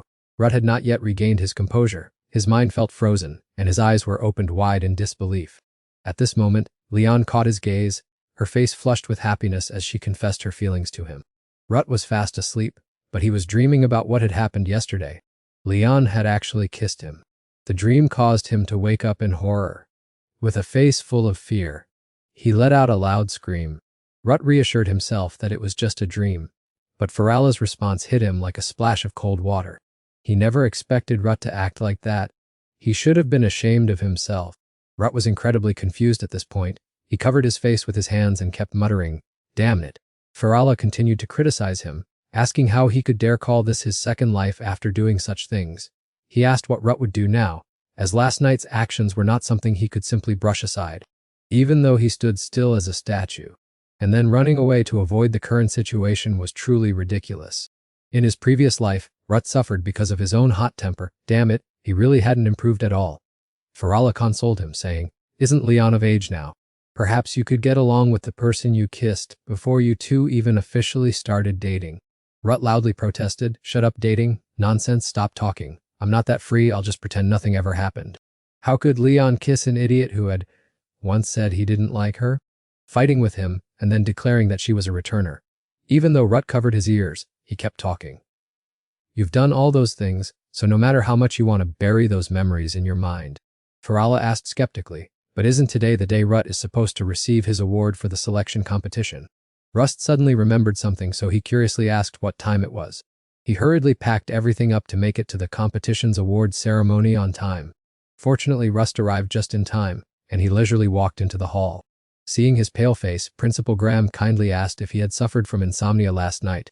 Rust, with listless eyes, replied that he was just a bit nervous because he was about to set foot in the treasury. Hearing that, Graham chuckled and said he understood completely, as everyone had to go through this restless feeling. This was because the Erasium treasury was the place where the ancient relics of the dragon slayers were kept. It contained countless sacred relics and rare weapons, all of which were priceless treasures. Even though Rust had won, that door would only open with the consensus of the school board, so Graham felt truly honored to open it after so many years. Rust thought to himself that in his past life, his brother and Leon had obtained weapons here, but he wondered if anyone in this life could replace his highly promising brother. After moving for a while, he finally stood before the legendary Erasium treasury room. Principal Graham turned the key while advising Rust that he would not regret choosing to take any item out. He emphasized that this place was not only limited to Erasium, but was also a historical testament to the entire Dragon Slayer clan. The majestic gate slowly parted. Being able to step into this place was already a great honor for Rust himself. Rust proudly stepped forward with a confident look, feeling that the flow of mana here was entirely different. After his explanation about the subspace, Rust suddenly realized many things. Graham continued to share that the coordinates here were not fixed, just like the floating island of the Void Dragon. Mortals must reach the rank of Archmage to be capable of constructing such a space. Before Rust was a magnificent room, it must have been with the help of Archmages that these weapons were so well preserved. Graham looked around and then asked if Rust had already set his sights on any specific item. He picked up a sword and replied that he already had a target in mind. Faroar suddenly appeared and guessed if the thing he wanted to take was the very weapon he had used in his past life. Rust shook his head in denial, but he also admitted that, if he couldn't find anything better, he would choose it. After searching all over for a while, his eyes finally came to rest on what he needed. It was none other than the heaven-defying sword Demiurge. Rust raised it high, gazing at it with an excited look on his face. Faroar revealed that this was the very sword once owned by the first-generation dragon slayer Vanna. Rumor had it that this pitch-black blade had the ability to sever the flow of mana and reflect all high-level magic skills. After analyzing, he asked if Rust chose that sword because he wanted to follow in the footsteps of the hero of the past. Despite having heard of Vanna's renown, he had no desire to follow his path. If your mission is to protect the world, then instead of imprisoning them, I'd rather destroy everything at its root. As for why I chose this sword, it's simply because my older brother once used it in my previous life. The power of this sword is indeed very suitable for dealing with any supreme dragon. Seeing him decide so quickly, Faroar realized that this was a choice he had been eyeing for a long time. Holding it in my hand, this isn't really a weapon, and I don't feel any defensive magic at all. Then, the object suddenly changed, reflecting Rot's image right within it. He suddenly recalled his previous life, when he had asked his older brother if he knew the reason Professor Damien committed suicide. Rot at that time found the professor's death very strange, and suspicion of a conspiracy arose in his heart. But it seemed his older brother wasn't listening at all, instead staring intently in one direction. Then he told Rot to look up at the sky. It seemed something was hovering above. As soon as he saw it, Rot exclaimed in astonishment, "What the hell is that?" Then it suddenly exploded without any warning signs. All the students were plunged into extreme panic after the unexpected explosion. Everyone scattered and ran in all directions. A giant dragon appeared right after that terrifying explosion, and those memories flooded back. Rot was now completely certain that it was the Thunder Dragon Hammer's core. Recalling his previous life, the first time Rot learned of the existence of the 7 dragons was when he himself lacked both skills and determination. Even though decades had passed, he still couldn't forget the desperate screams and the horrible stench emanating from the shredded flesh. Yet now the Thunderflash Dragon's core, the very thing that caused tragedy in his previous life, was present right here. Faroar was equally bewildered. He couldn't explain why the Thunderflash Dragon's core was in the Erasium treasury. Rot was still haunted by the fear from his previous life. He didn't know why the core appeared here, but he was certain it didn't belong here. All items in the Erasium treasury were covered by powerful protective charms, but only this one was completely bare. Rot cautiously offered his conjecture. Could it be that the Thunderflash Dragon didn't attack Erasium? Or has this core been here for a very long time? Hearing that, Faroar immediately wondered, if so, who brought it here? The Thunderflash Dragon has been sealed for the past 700 years after all. Wood fell silent, deep in thought, his eyes full of contemplation as if pondering an extremely difficult problem. Then he turned to Furor and asked if he knew when the Thunderflash dragon would awaken. Furor's answer was that it might only be 1 or 2 more years, because the current seal was no longer as stable as before. Wood thought carefully. In his previous life, from this point forward, the Thunderflash dragon's invasion would officially begin in about half a year. Only a few months after Professor Damien passed away, everyone understood that the heart of the myriad-shaped dragon stolen by Zizomi was the trigger for the Thunderflash dragon. Memories of his past life caused Ruth to clench his teeth. His anger flared violently and his breathing became heavy and labored. As Ruth turned to leave the room, Farrowire immediately doubted whether he actually cared about that matter. Ruth firmly asserted that this was nothing less than the seeds of disaster, and he had to urgently accelerate every stage according to the plan. Hearing the answer, Farrowire hesitated for a moment and then reminded Ruth of his previous declaration to purge every single dragon from the world. So, if a kind-hearted dragon happened to appear somewhere, would Ruth waver in his ironclad resolve? Receiving the question, Ruth found the hypothesis of a good dragon's existence in this world to be laughable. He believed that if one existed, it would have surely perished long ago. Expecting nothing, Ruth placed his hand on the door to leave. Since he could not interfere with the seal, it would shatter in about 6 months to 2 years, so he needed to be prepared for any eventuality. Ruth felt fortunate to still be in contact with Professor Damien. Although he hadn't attended class in a long time and the atmosphere was somewhat relaxed, he wondered why the professor was so unusually silent. Finally, the professor spoke to dispel the surrounding silence, gently asking if Ruth had anything he wanted to share. Ruth shyly replied that nothing was wrong, only that the coffee today was very rich in flavor. Professor Damien sighed in relief knowing he was doing well. However, he still expressed a wish to ask him a small question. Having witnessed Ruth's dagger skills far surpassing his own, the professor was curious about his motivation for continuing to study. I understand now. You must be captivated by this coffee. Next time I will find even higher quality beans for you. Ruth dismissed Professor Damien's deduction and asserted that he still had much valuable knowledge to learn from him. He wanted to gain more practical combat experience, as the professor was a respected senior known as a former dragon slayer. Hearing Ruth's words, Professor Damien suddenly paused. Perhaps he didn't think he was worthy of such respect. Ruth wondered why the professor remained silent, refusing to say another word. He secretly speculated whether Professor Damien was feeling tormented or regretful about something. Ruth was certain the professor knew he was from Dyson, perhaps because the professor carried the heart of the myriad-shaped dragon, the culprit that had raised his hometown. But he thought that might be for the best, given Professor Damien's cautious nature. If he took the opportunity to provoke guilt, he would achieve his desired results.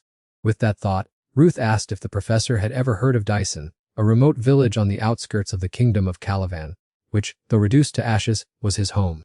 Observing Professor Damien's current expression, Ruth was certain his deduction was completely accurate. Ignoring the despair on the professor's face, he continued to describe Dyson as a peaceful and prosperous place. During the hunting season, Ruth and his father would set traps for wild animals, while his mother busied herself preparing pots of hot soup for the family meal. There was a time when he thought he was the luckiest and happiest child in the world. Then, the shadow of a dragon arrived and upended his life. The peaceful village was completely wiped out, leaving only him and his brother as survivors.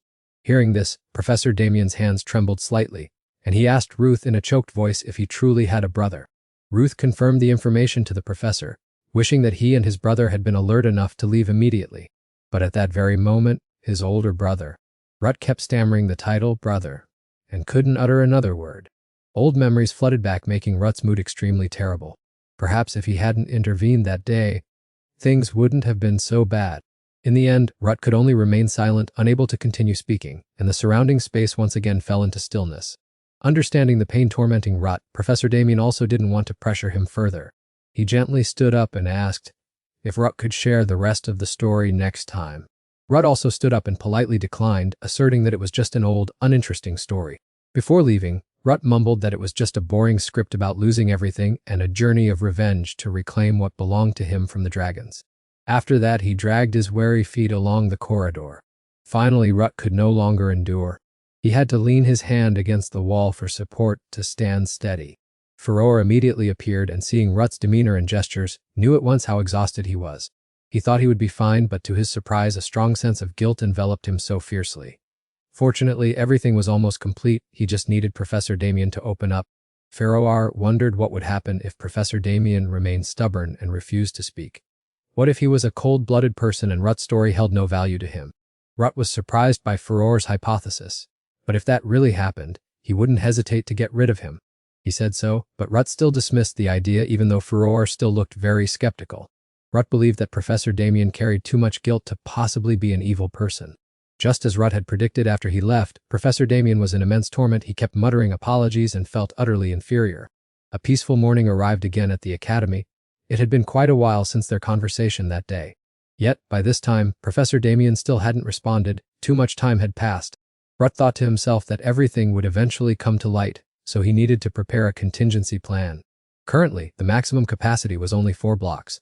Although the subspace operation was stable, he still wasn't skilled enough to contend with the Thunder Dragon. Furore wondered if Jang Chan-six files mentioned anything about the subspace. As Rut stepped into the subspace, he explained that it was part of the Heavenly Spirit, a space reserved for the Hare.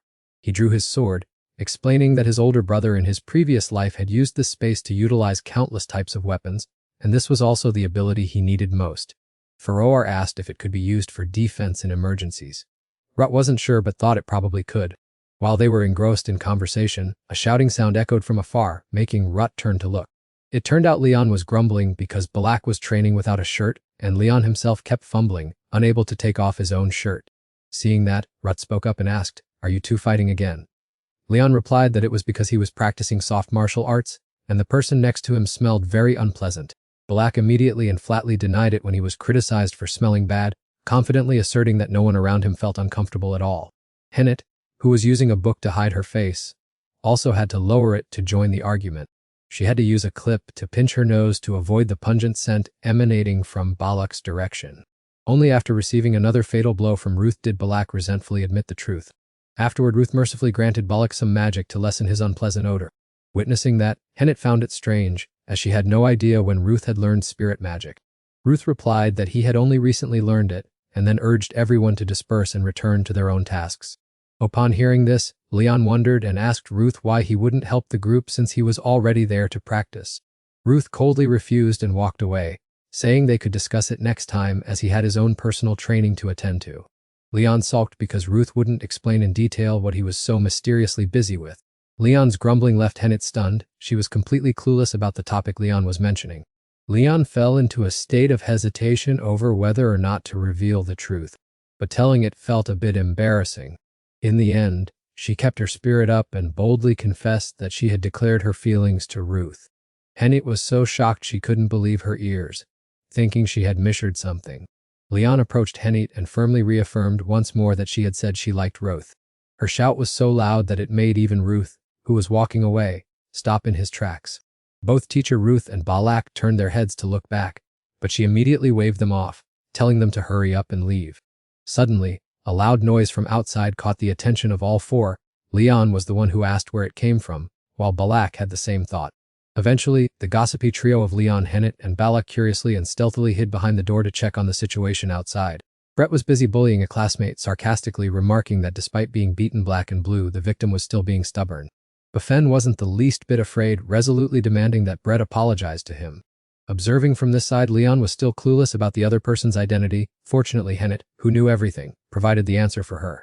Balak turned to ask Zuz if he was going to intervene, but he refused, thinking it was just competitive kids fighting as part of growing up. Just as he was about to ignore it, he suddenly heard his name. The bullying victim shouted loudly, demanding Brett apologize to Zuz for the previous insults. Although his body was shaking uncontrollably, Buffen continued, saying that Zuz was his rival, so they were not allowed to use filthy words to insult him. Before he could finish his sentence, Buffen took a devastating punch from Brett. That powerful punch sent Buffen flying, and he tumbled to the ground once again. Brett massaged his wrist and sneered, "Are you two that close? Who would have thought that parasitic orphans would stand up for each other?" Buffen still refused to surrender. Even while being grabbed by the collar, he did not submit and repeatedly demanded that Brett apologize. Brett couldn't have imagined that this guy would be so stubborn, even daring to show such disrespect toward him. He was determined to teach Parfin a lesson, so that he would stop his arrogant behavior toward his seniors. Just as he was about to throw a punch, Brad's hand was caught gently by another. His attack was blocked so easily that he stood stunned, unable to believe his own eyes. Vu smiled at him and confirmed that he was indeed the orphan beggar he had just mentioned. Immediately after, he turned the tables in a flash, delivering a punch that contorted Brad's face. Vu rained down a flurry of blows on Brad, and despite his pathetic screams, no one dared to come to his rescue. Witnessing this heroic scene with his own eyes, Parfin was deeply moved, never expecting Vu to stand up for him.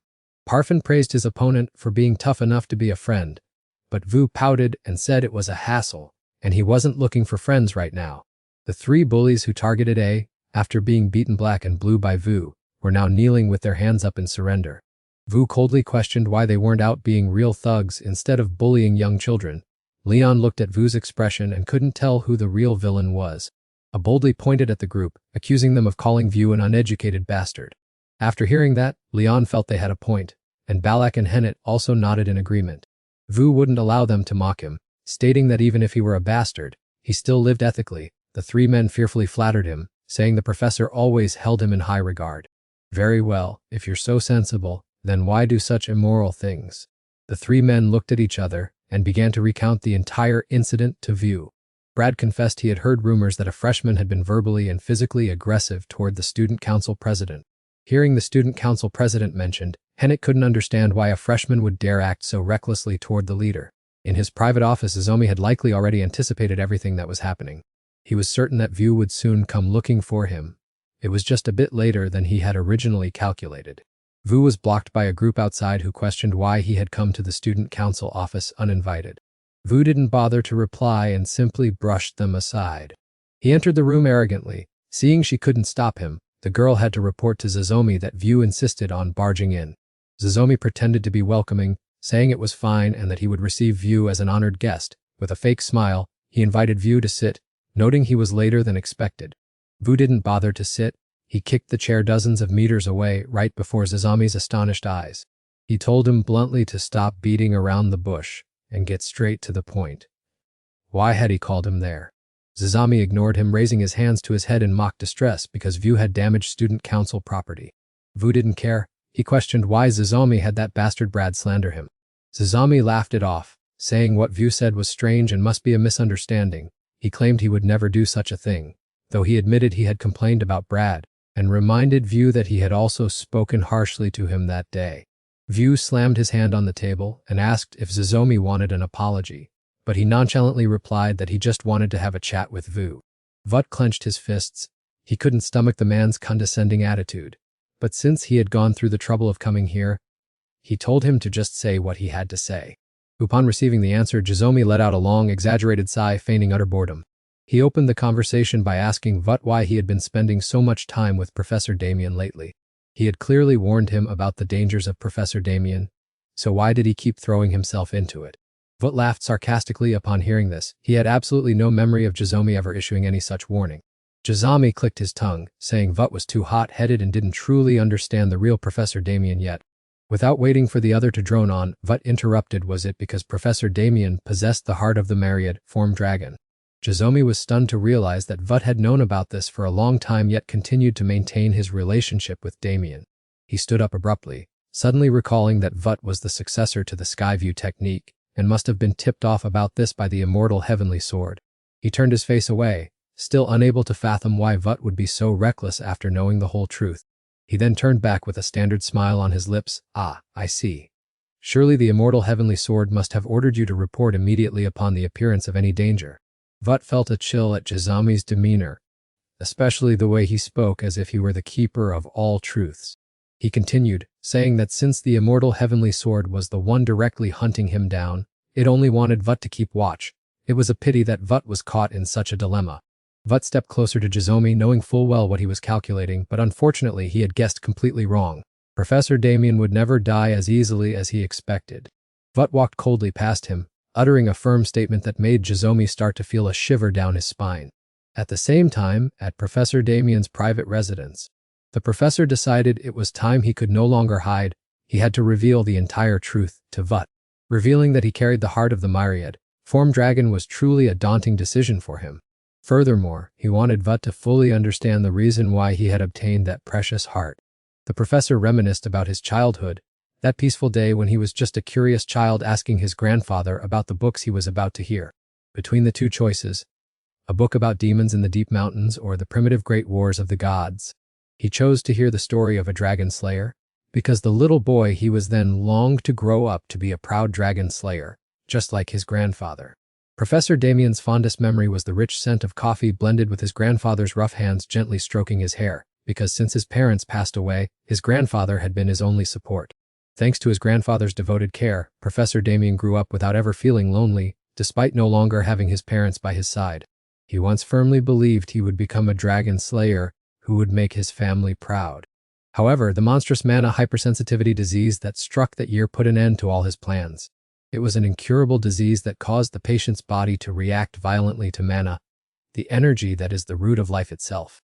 Just the natural flow of mana in his body was enough to make him feel as if his flesh were being torn apart. Despite seeking treatment everywhere, Professor Damien remained bedridden with his life hanging by a thread, gradually forgetting what the outside world was like. Then, on that very night when the storm was howling, Professor Damien's grandfather suddenly returned from out of nowhere. Lying on his hospital bed, the professor turned his tired eyes toward his grandfather and tried to call out to him.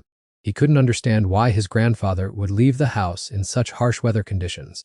Suddenly, Professor Damien's grandfather turned to ask him whether he had a desire to continue living.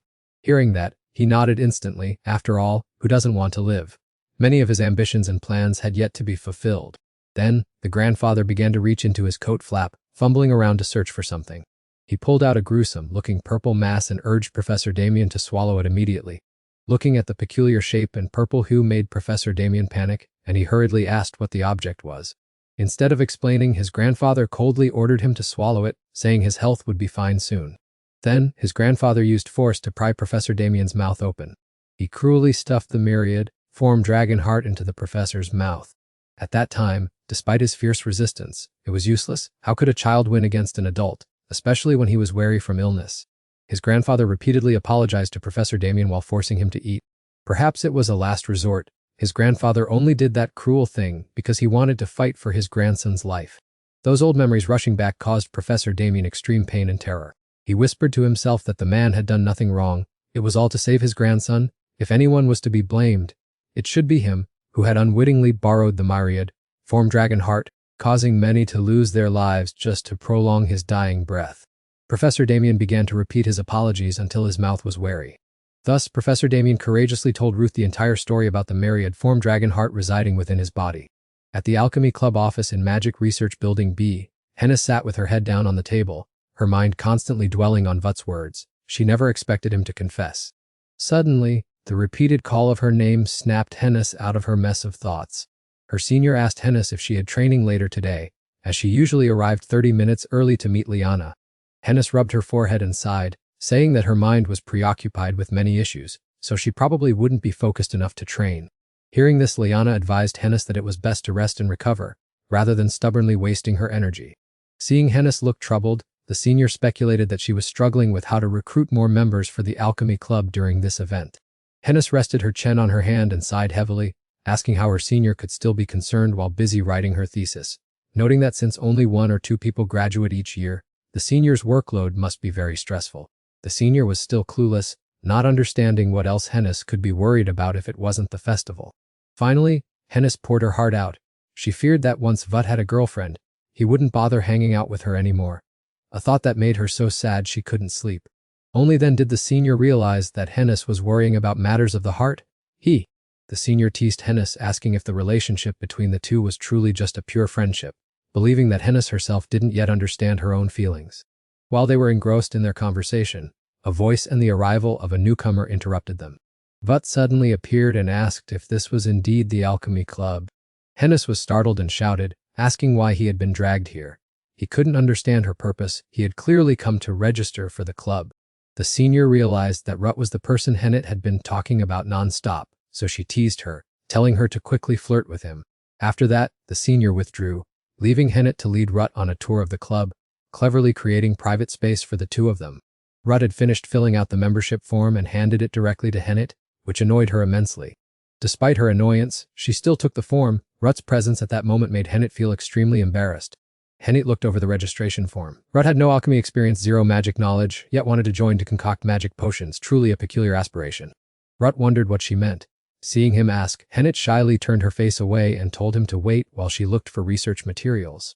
While waiting, Rut's gaze was unintentionally drawn to a towering stack of books on Voss's desk. He stepped closer and was captivated by the lines of text on the page researching the sexy knot disease. Rut recalled that mana was the energy flowing through all things. This mysterious power had remained a challenging enigma for researchers for centuries. Therefore, many strange operating mechanisms existed, as well as several tricky diseases that still had no satisfactory answers.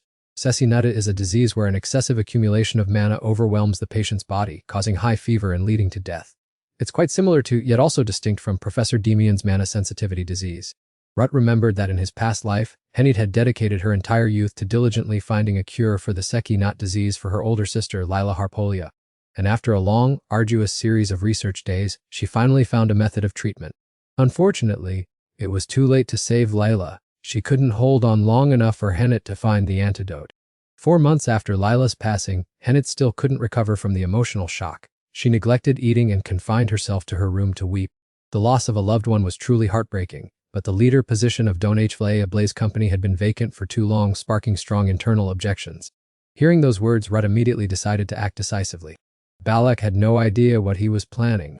Rut walked straight to Henit's room. Without a moment's hesitation, he powerfully kicked open her room door. Henit was slumped on the bed where her older sister, Lila, had taken her last breath. Seeing Rut appear so suddenly, she coldly questioned his intentions for coming there.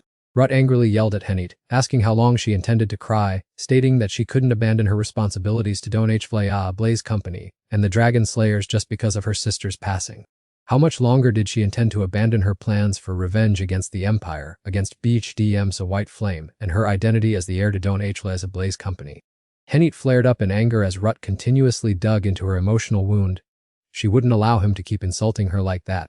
But Rut ignored her warning, sarcastically asking if she intended to keep running away all the way to Maxia.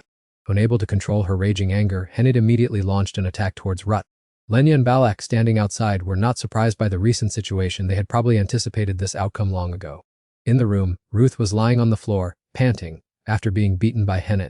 Henit told him not to try to provoke her, if he had no intention of winning. Ruth said that because someone kept being both hot-tempered and crying like a fool, he wanted to see if her head was still intact. Ruth smiled contentedly, noting that she was still very strong and could still be on the team, so she should stop crying like a loser and rejoin them tomorrow. Ruth's words surprised Henit. Then she suddenly punched him in the head. Finally, she smiled her first smile after 4 long months. Returning to the present, Henit caught Ruth looking at her research documents and scolded him again. Ruth flatly replied that it was Henit herself who had left it open, as if she wanted to show him. And he asked her why she was studying that disease. Henit replied that precisely because it was an incurable disease, she had to study it more thoroughly. She thought that for famous people like pharmacists, doctors, or priests, all that nonsense, no one could find a cure, and her sister's life was now worse than death. Suddenly, Ruth informed her that it was not an incurable disease. He had seen patients who were cured. Hearing Ruth's words, Henit was so stunned that she dropped all her documents. She repeatedly asked if it was true. Where and how? Ruth gently explained that he knew a very hot-tempered girl who had also studied the cure for this disease, but she had passed away, and since he was not well versed in alchemy, he had only picked up a few things from her. Ruth scratched his ear, saying that as long as he found the right ingredients, making the cure would not be too difficult for him. But if Henit wanted to do it herself, he could help, provided she bought the materials for him, since he would need quite a lot. Before he could even finish his sentence, Henit suddenly rushed forward and hugged Ruth tightly. Ruth was flustered, caught by surprise. He did not know where to put his hands. With tears in her eyes, Henit hugged Ruth and sincerely thanked him. Ruth decided not to let go of Henit, hoping that this time she would not be as late as in her previous life. The late spring festival in Arasham was as bustling as every other year, an annual occasion important not only to Arasham but to the entire nation. It commemorated the beginning of the human era after the first dragon slayer sealed the 7 dragons. For that reason, people from everywhere were allowed to enter Arasham, and countless tourists from inside and outside the empire flocked in, creating a massive sea of people. Only Leon sat alone, sulking because Ruth did not go sightseeing at the festival with her. Leon wondered why Ruth was so busy lately. She did not think he was intentionally avoiding her, but it was indeed very difficult to meet him. Leon was already sad being alone, and now Henit appeared beside her. Both girls let out a sigh in unison. Then both of them were surprised when they saw each other.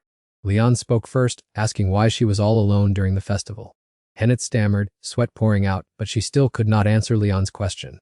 She did not expect to meet Leon here, and felt like she was going crazy. Even though she had already explained her hug that day, she still was not ready. Hennet scratched her head in frustration, wondering why she should bother explaining anything to Leon. After all, she wasn't dating Ruth, so there was no reason to be so flustered. After thinking for a while, Hennet didn't answer, but instead asked Leon why she was sitting all alone, wondering if she didn't have a single friend. Hearing that, Leon immediately waved her hands in denial, firmly stating that she had a date and would never be all by herself. Hennet sighed deeply. So that was it, congratulations, she thought. Damn it, all her friends had abandoned her, leaving her with no one to go to the festival with.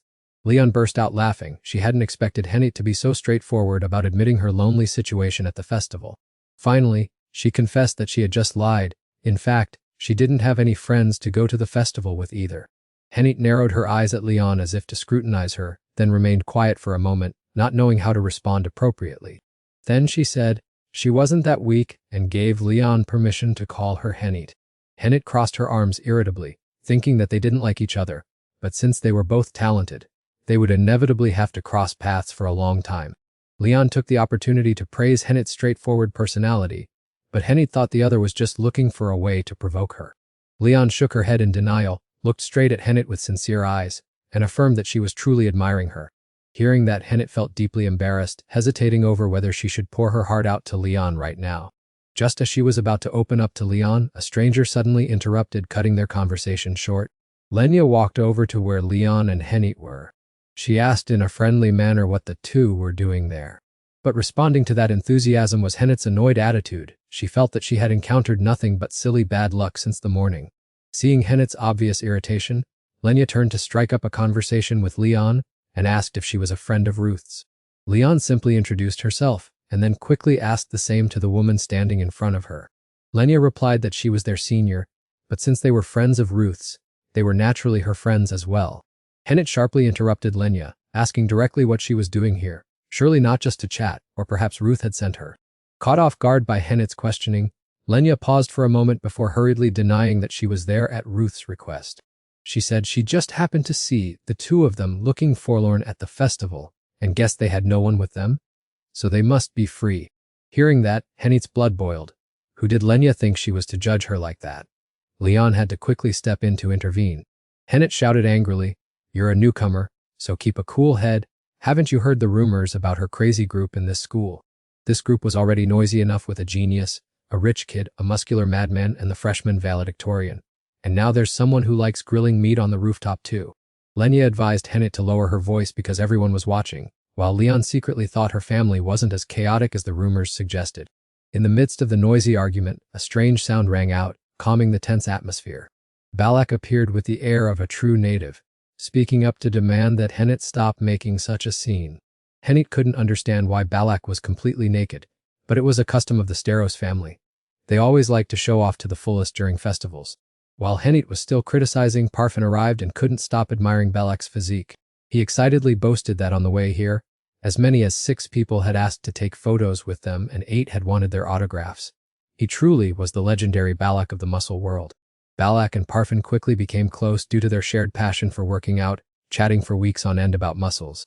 Leon felt extremely uncomfortable with the air thick with the smell of sweat filling the space. Balak smiled and said that as gentlemen, they should escort the ladies, and since they had run into each other like this, there was no reason not to travel together. The 3 girls did not hesitate for a second and hurriedly left immediately. Once they arrived and had finished eating their cake, Hennet started grumbling again, unable to understand why that person thought that way. Hearing this, Leon turned to ask Hennet if she was referring to Ruth. Hennet suspected that Ruth had some scheme in mind by gathering everyone, especially since he had bought up a large quantity of magic stones a few days prior. Having just mentioned the magic stones, Hennet realized she had spoken out of turn and immediately fell silent, not saying another word.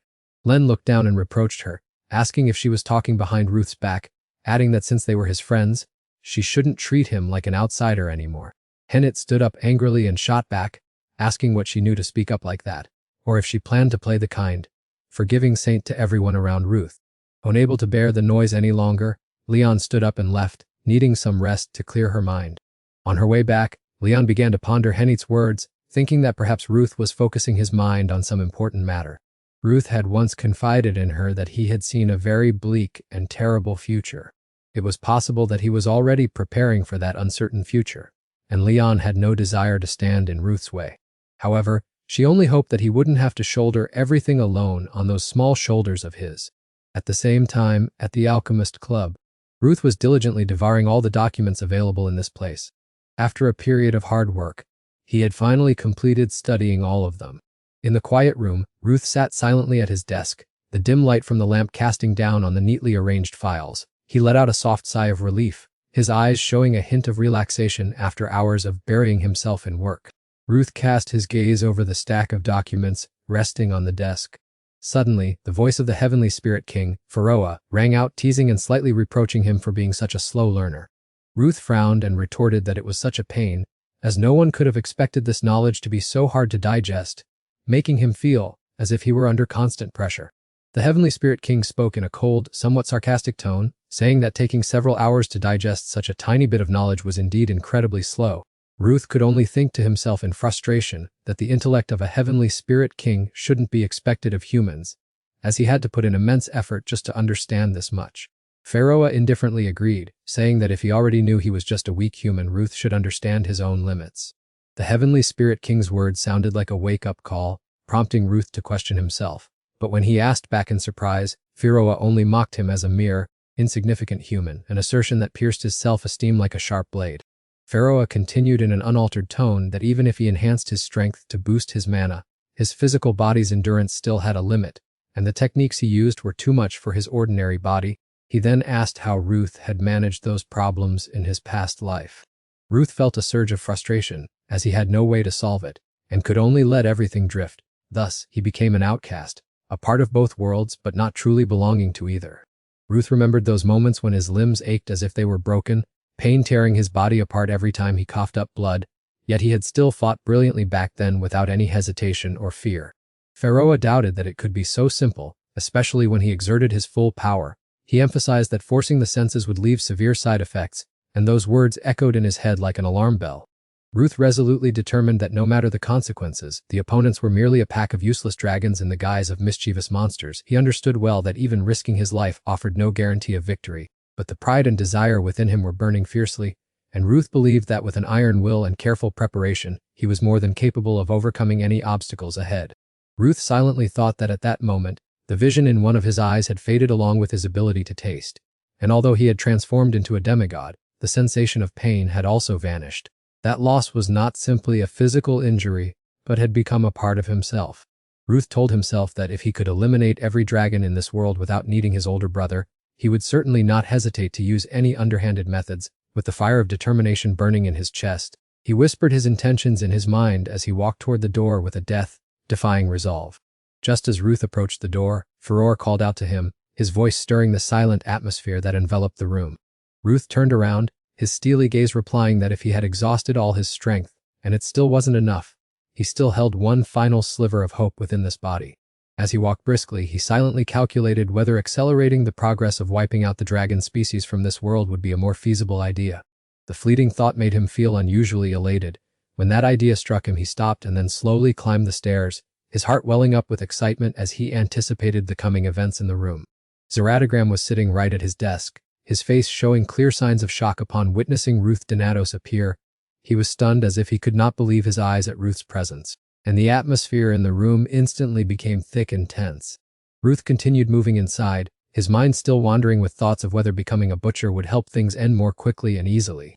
Zaradagram was a notorious murderer who had once swung his blade to cut off the necks of countless dragons, and luckily survived the return from the expedition to conquer the celestial blade dragon. His reputation resounded throughout the land as a living legend in the hunter community. After being seriously wounded in that battle, Zaradagram withdrew into hiding but was now highly respected and held the position of principal of Arasham Academy, a position that brought him both prestige and great influence in training the next generation. Upon seeing Ruth, Zaradagram asked the reason why he had come here, his eyes narrowing with suspicion and curiosity. Ruth silently thought that the celestial blade dragon's heart was exactly what this old man had stolen, and a surge of resentment and helplessness washed over him as he recalled the legends about the terrifying power of that item. Ruth approached with a look of confidence, stating that he had only stopped by to inquire about Zira's health and to apologize for the intrusion. Zira responded with a slight smile, saying he was always happy to welcome Ruth as an honored guest. Zira spoke up to ask if the anniversary celebration was interesting, his eyes containing an interest as if wanting to learn more about Ruth's recent experiences. Ruth replied that there was nothing worth mentioning, because he was so busy that he didn't have time to observe much. Hearing this, Zara shook his head and said that was not good, for wasn't Ruth still young, and a dragon-slaying knight also needed moments of quiet to shed the heavy burdens on his shoulders. He scoffed at the remark about youth and countered that he was not so foolish as to discuss age in such a dire, high-stakes situation. His tone carried a sharp sense of mockery. Hearing that, he was surprised by the urgent situation Ruth mentioned. Zara's gaze momentarily turned serious, as if he had just realized that the current atmosphere was no longer a casual chat, but contained many potential threats. Ruth revealed that he had recently had many chances to speak with Professor Damien, such as the fact that the academy director was actually Professor Damien's grandfather. He could not help but smile at the association of that complex relationship. That statement threw Zara into extreme confusion, and he questioned back whether that child had revealed everything. His eyes clearly reflected surprise and rising anxiety. Ruth casually answered yes, along with plenty of other interesting information such as the professor's chronic illness and the special constitution formed because of it. He felt a sense of relief in sharing these secrets, as if shedding pressure, noting the insecurity present in Jella's eyes. Just as he mentioned the special heart, Jella immediately asked, "What?" in a panic while simultaneously tightening his grip on the table. The tension in his body became clear, as if the words Ruth had just uttered had touched upon an incredibly sensitive and dangerous secret.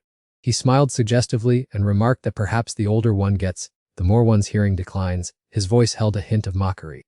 Ruth affirmed that he was speaking about the celestial blade dragon's heart that he had given to his grandson. His tone remained playful, but his eyes were intently watching Jella to await his reaction to this shocking information. Jella slammed his hand down on the table in anger, causing the items on top to fly everywhere. His rage exploded like a storm, eyes burning, and in a split second, he lunged forward intending to grab Ruth by the neck. Seeing that, Ruth thought to himself that the old man must be out of excuses and was resorting to force. In that brief moment, he could clearly feel the tension escalating to its peak.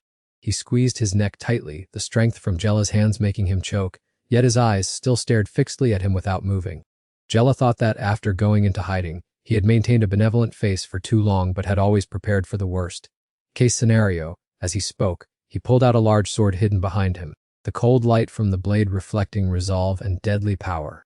Jella coldly declared that he could not understand why he would dare to say those words right in front of him. He gripped the sword hilt tightly, pointing the tip at him, his sharp eyes no different from cold steel. He casually handed down the judgment as if his opponent already had one foot in the grave, his tone dry and devoid of any emotion. Undeterred, he responded by asking if the other intended to be a principal who would murder his own student, then decisively drew his sword with a confident demeanor and an unwavering gaze. Upon hearing this, Jera scoffed that he would probably have to hack off the boy's limbs to make him stay silent, while the boy thought to himself how ridiculous the price to pay was. At that very moment, the surrounding space seemed to fade away as Jera's fury erupted. He lunged straight at his opponent like a bloodthirsty beast. Facing the terrible pressure, he gripped his weapon tightly, feeling as if his body were about to crumble, and decided to cast a low-level wind elemental spell. At that moment, with a cigarette in his mouth, he calculated that if he didn't block this strike but jumped to evade instead, he would surely take the full force of the sword wind, resulting in a snapped spine. He knew well that even a small mistake now would cost him his life. He silently lamented how difficult it was to face a level 4 mass murderer, as the man's magic source far exceeded that of ordinary people, and every move he unleashed contained the power to crush everything. Seeing that, Jera angrily mocked him for daring to smoke in the middle of this battle, his voice growling with contempt as he questioned the boy's true intentions.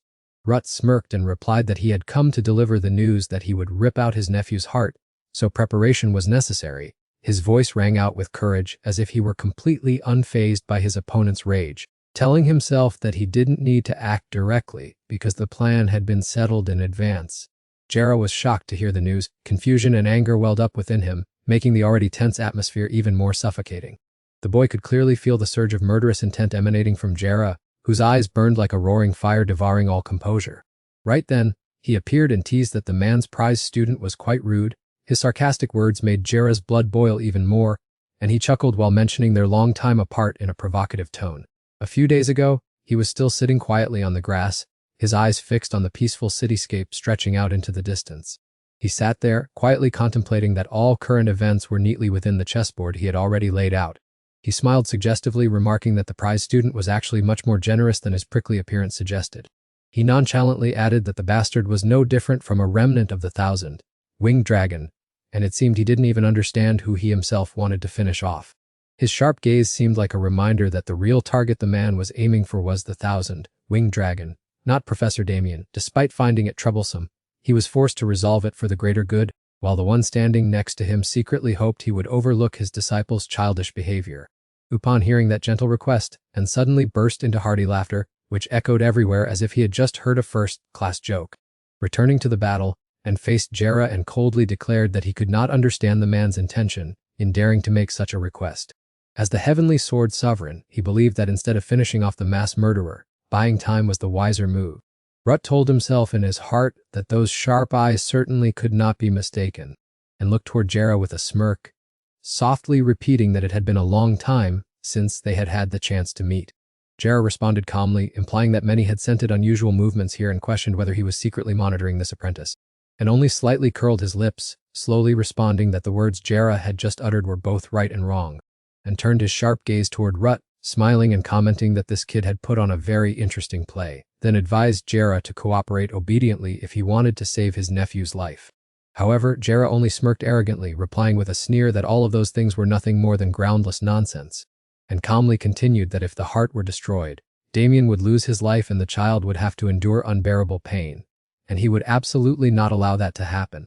Jera retorted to Rut that he himself had declared that if Damien could not withstand the pain of removing the heart, he would kill him immediately. Then emphasized that Damien was currently safe and questioned whether Rut intended to go back on his word. Rut coldly replied that he was not killing anyone but merely performing the removal of the heart. Those words were like a knife stabbing into Jera's pride, making Anne bark at him to shut his mouth, his face showing clear indignation along with eyes full of murderous intent. Suddenly, Anne grabbed Rut by the collar. The air was thick with tension as he struggled to hold him back, grumbling about why he would utter such harsh words, his tone both angry and anxious as if to remind him that keeping a cool head was a matter of life and death right now. Rut explained that he was only clarifying the plan, while Anne retorted angrily, opposing the idea of handing over the succession rights to a wet, behind-the-ears kid like him. Rut admitted that the situation had become too tense to back down, his words acting like a fuse, signaling that everything was about to fall apart, and let out a sharp breath, deciding he had to act immediately to prevent a disaster. He chose to tie up his opponent while letting Rut handle the heart of the heaven-splitting dragon himself. Rut nodded quickly, telling Anne to just stall for time and try not to kill Jera. Jera angrily declared that he would never hand anything over to them, his eyes burning with an unshakable determination, and smirked sarcastically, replying that while Jera's intentions sounded good, the reality was not as simple as he thought. At that very moment, the silence was shattered as the two lunged at each other like wild beasts, every strike filled with murderous intent, and smugly told himself that, with the wind from the heavens' will, he had no reason to fear Jera's strength. Meanwhile, the battle between the two factions was still raging fiercely. Attacks were launched with astonishing precision and power. Neither side would yield an inch. The sound of metal clashing and the air cracking made the space suffocating, a place where life was but a heartbeat away from death.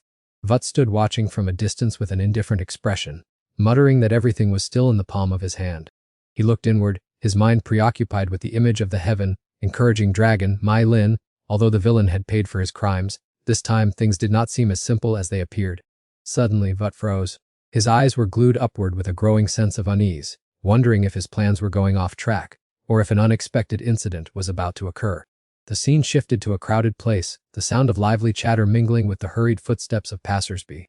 Hiding in a narrow alley surrounded by old walls, Damien leaned against them, resting his head against the stone in extreme despair. Tears streamed down his cheeks, and he sobbed uncontrollably, his heart aching as if it were being torn apart. A severe headache made it impossible for him to remain clear-headed. Fragmented memories became chaotic because that cruel suicide demand hit his mind like a heavy blow. Each bang of his head against the wall a desperate attempt to drive away the obsession, only adding to his pain.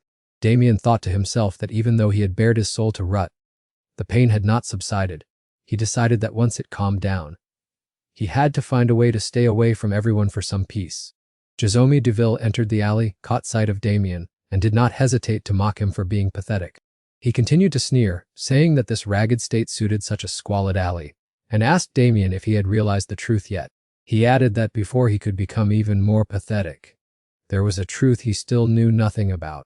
But before he could finish his sentence, a sinewy hand gripped his throat tightly, slamming his head against the cold stone wall behind him. A feeling of suffocation arrived quickly, Jazomi's eyes flashing with extreme panic as his earlier arrogance turned into sheer terror. Even though he was being choked, Jizomi still smirked with contempt, challenging him by saying that death was still much better than having to live. In his heart, Damien was nothing more than a remnant of the heaven-splitting dragon, a symbol of failure that he had always considered a disgrace. Damien strove to discard the monster label Zizomi had imposed, asserting that he was nothing like what that person claimed. However, Zizomi Deville criticized him with cold sarcasm, pointing to Damien's haggard appearance and demanding to know what it was. Damien looked down at the water, seeing his mournful and faded reflection, while Zizomi Duville's insults echoed in his ears like a cold bucket of water. He couldn't help but wonder if he was truly resigned to living a life so decayed that he had become an incarnation of evil. The confusion caused his grip to leave Zizomi Duville's neck, and the surrounding pressure gradually vanished. Zizomi Duville pulled out a knife and issued a challenge that if Damien was tired, he should let himself be finished off, the sharp mockery making the atmosphere in the narrow alley thick with tension. Zizomi Duville asserted that it was the wisest choice at the moment. Damien nodded in agreement, believing such an end was fitting for a murderer. The pain cut deep into his heart, making him assume he was merely a cursed monster. Damien suddenly remembered Jera's question about whether he truly wanted to exist. Meanwhile, Ruth's advice to live a decent life if he truly felt remorseful also echoed in his mind. Those memories were like knives cutting into the core of his soul, forcing him to face relentless torment over the value of life and his cruel decisions. Damien refused to surrender to fate and quickly snatched the knife from Zizomi's hand. Immediately, the power of the sky-winged dragon surged within his body. A dark purple aura erupted brilliantly throughout the space, forcing Zizomi Duville to squint his eyes tightly. He was inwardly terrified of the grotesque entity standing right before him. The worst-case scenario had finally arrived. The moon high above suddenly turned blood red. This was an omen of the sky-winged dragon's reappearance. A flash of purple light carried terrifying destructive power, shrouding the night in extreme chaos and fear. Leon sensed that something was wrong. She looked back to investigate, a sense of unease rising in her heart as a warning of an impending threat. Then a sudden storm arrived. The violent gusts of wind left the crowd helpless, turning the peaceful atmosphere into a scene of chaos.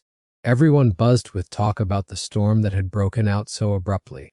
They were suspicious of this unseasonal rain because of its strange characteristics. This was no ordinary rain, as the water was an eerie purple color, sparking profound anxiety in everyone.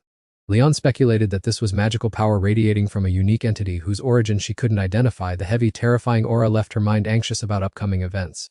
In the dark purple sky, a giant black hole appeared as if to swallow everything, making the air stifling. She glanced toward the sword box beside her, heart heavy with anxiety but ready for any emergency. Under the eaves, people still waited for the rain to stop and whispered about the strange phenomenon. A child, panicked by the grotesque sight, cried out for their father in the gloom. The father remained certain the rain would stop soon, unaware that a deadly threat was close at hand. A dark circle fell, and the daughter noticed it in time. The child's heart-wrenching screams for their father rang out.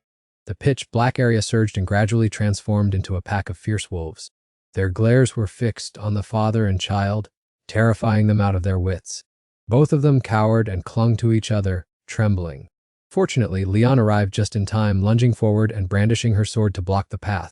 Her figure stood out in the rain, her blade gleaming like a blazing torch in the night. She urged the father and child to run quickly to save their lives. The further they ran from here, the better. She advised everyone to disperse immediately. As for herself, she would face the aggressive pack of wolves alone. Looking at that scene, the blond young man's limbs went weak, and he slumped to the ground. Leon looked back and told him not to be afraid, and to stand up at once, asking if they were students of the academy. She gave them a choice between fighting to the death alongside her, or finding a way to escape. And so, they all gripped their weapons firmly. Bows and swords were raised high in preparation for the clash. Another male student was urgently directing the crowd of civilians to take shelter. The pink-haired girl shouted a warning for everyone to pay attention as she drew her bow. The arrow sliced through the air and pierced the wolf, killing it instantly. Leon thought to herself that no matter how much they were injured, these dark beasts remained unfazed and refused to die. She quickly told everyone to stay low. A split second later, a horrific explosion shook the entire sky. She calculated that if their regenerative abilities were too overwhelming, then the only way to end the battle was to completely eliminate their chance of regeneration. The young man turned to his friend and asked if that had been the iron sword just now. They were in awe, as they saw the pack of wolves had been pulverized into ash. With no possibility of recovery, not even giants are that tough, could these be abnormal monsters? Leon realized these were not demons but masses of mana formed from evil thoughts, ever-changing with a terrifying ability to devour. She suddenly understood these were heavenly fragment dragons and told herself she had to quickly find Roth. Before leaving, she instructed the students to disperse to protect the civilians and bring the injured to safety. A blue-haired young woman called out to warn Leon to keep an eye on the danger ahead. Leon saw that patch of darkness begin to transform into a pair of human legs. This strange change caused an indescribable sense of unease to rise within her. She recalled Ruth's words about the sky-slicing dragon's shapeshifting ability to create clones of the hosts it had devoured. The more powerful the host consumed, the more exponentially its strength increased. That dense black mass gradually took on a human form, trudging toward Leon with a murderous aura. She told herself that no matter what form it assumed, the final outcome would still be death at her hands. The sky was gradually covered by a dark night, and a deep black hole suddenly appeared. The event caused Ruth extreme panic, as fear consumed his mind like an omen of a cruelly distorted future. Jada could not help but be utterly bewildered upon realizing that a horrific disaster was approaching fast, and felt a surge of unease at the possibility that someone had beaten him to it. A sense of anxiety surrounding his mind.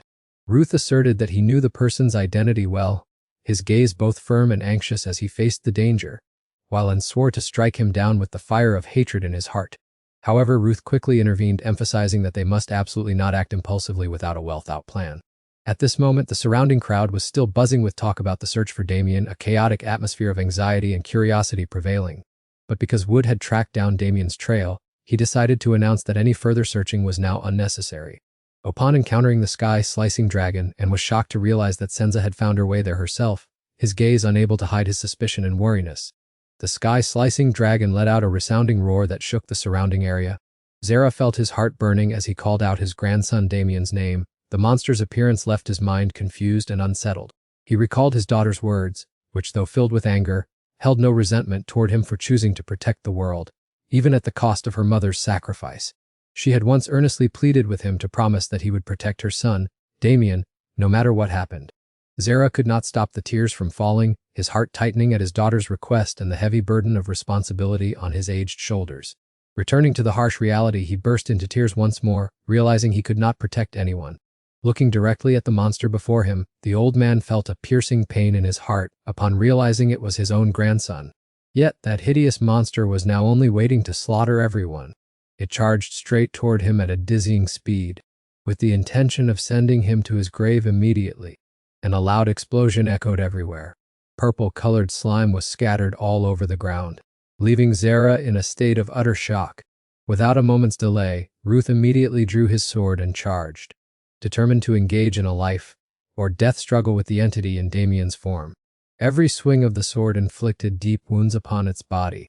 Seeing this, old man Zara rushed in to stop him, pleading in a desperate tone not to kill Damien, his poor grandson. Two streams of power collided head-on, generating a dense, thick smoke that spread out, obscuring everything, engulfing the entire surroundings. Ruth's master, Anne, immediately rushed forward to intervene, angrily scolding him as a troublesome brat, asking if he had gone mad with a death wish. Ruth argued back, saying he couldn't just stand by and watch Damien destroy himself. How could he possibly stand idly by? Master Anne countered that it was entirely the price old Zara had brought upon himself. When he dared to meddle with the heart of the sky-winged dragon, he deserved to face the consequences, and might even lose his life at the hands of his own beloved, transformed nephew. Ruth, gripping the blood-stained sword in his hand, boldly declared that no one here had to lose their life. Master Anne heard that and grumbled, asking if Ruth was going to cause trouble again and then make him clean up the battlefield. Ruth immediately smiled and said, "Exactly! Just take care of that heart, and all will be well." Master Anne clicked his tongue and agreed to lend a hand according to Ruth's plan, as Damien's dragon transformation process was still vigorously underway. The master also warned that his self-healing ability and half-human, half-dragon appearance were about to be completely taken over, and by that time, there would be no way to save him. Ruth firmly stated that he fully understood this matter, which was why he had to rely completely on Grandmaster Anne's help, and let out a long sigh, advising him not to meet his end. Then both quickly got into position for battle. In his head, Ruth reminded himself that there wasn't much time left. The moment to capture the berserk killer had finally arrived. He fixed his sharp eyes on Damien, a chilling gaze much like a dragon preparing to pounce on its prey. Damien suddenly roared fiercely, like rumbling thunder echoing across heaven and earth, then fiercely charged straight towards Ruth, initiating a fierce clash between two completely opposing powers. Ruth secretly mused that even if the sky, winged dragon had taken over his body, that body still belonged to Professor Damien, and he still retained his familiar fighting style. He had long been familiar with the professor's moves. Their rhythm was so familiar that he could visualize them with his eyes closed. Having just figured out Damien's movements and tactics, Ruth told himself that merely deflecting the blows lightly was enough. Now was the time to focus intensely on the core objective. In the midst of the tense battle, Ruth suddenly realized a valuable detail. He secretly thought that merely maintaining a defensive stance would be a mistake. The sky-winged dragon's heart still resided in Damien's neck. Not having completely consumed the body, simply shattering it would end everything, extinguishing all hope of the dragon race's revival. The catch was, if he acted, the host would unlikely survive intact. But Ruth quickly pulled himself together, knowing this was not the time to be soft-hearted. What needed to be done was to charge forward and fight. With resolve, he tightened his grip on the sword hilt, then surged into the fray with all his might. The two sides once again rushed into an intense melee, two sources of energy continuously striking powerfully, making the surrounding atmosphere turn dark like ominous clouds gathering before a storm. Suddenly, Ruth noticed Damien shifting to a defensive stance. He guessed that the human part of the professor was not entirely dead, which explained the reaction. Even so, he was still certain that the guy didn't have much skill. He sang mockingly, advising Kenan to hone his skills further in an extremely arrogant tone. Ruth suddenly lunged forward, delivering a thunderous punch to his face that left him in agonizing pain. He didn't forget to mock him, saying that relying on brute strength alone wouldn't be enough to block his strikes. The punch from him was so powerful that blood welled up from the monster's mouth. He silently calculated that if he maintained this pressure, he might eventually force his soul out. However, the power of the heavenly dragon surged, even though Ruth knew full well it wouldn't solve anything. He furrowed his brows, intently observing his opponent's moves before bitterly realizing he had been hit. Ruth vaguely felt that the other man had gradually begun to grasp the rhythm of his counterattacks.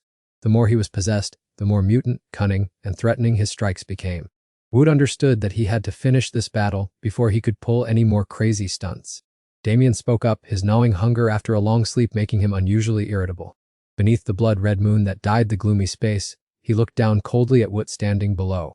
The monster uttered words of complete satisfaction, as if looking at a delicious meal set out on a banquet table. He hovered in the air, beginning to coil up in preparation for a decisive strike.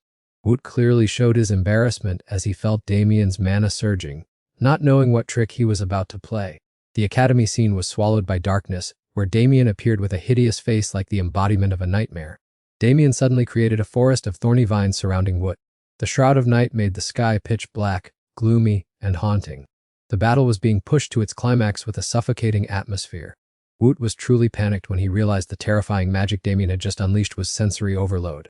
Even so, he nimbly found a way to break through the circle of those sharp thorny vines. In his heart, Ruth still hesitated to use the heaven-shifting sword for fear of depleting his mana too quickly. But with high determination, he immediately summoned a burst of power and lunged straight toward Damien. That destructive force tore through the forest of thorns, yet it also managed to leave a stinging cut on Ruth's face. When the mental link system checked on his health, he could only scratch his head and reply that the situation was unspeakably bad, while the system warned that these thorny vines specialized in draining the energy of the living, and it was puzzling why Damien had not yet devoured anyone despite such powerful magic. Woot pulled a potion bottle from his pocket, muttering that it was no surprise given that 10 years ago he had devoured hundreds of dragon slayers. After speaking, he upturned the potion bottle over his head. Damien frowned with annoyance, snapping that this human who was only worthy of being food was far too troublesome. Ruth's anger flared violently when he saw Damien treating him as nothing more than a difficult dish to consume.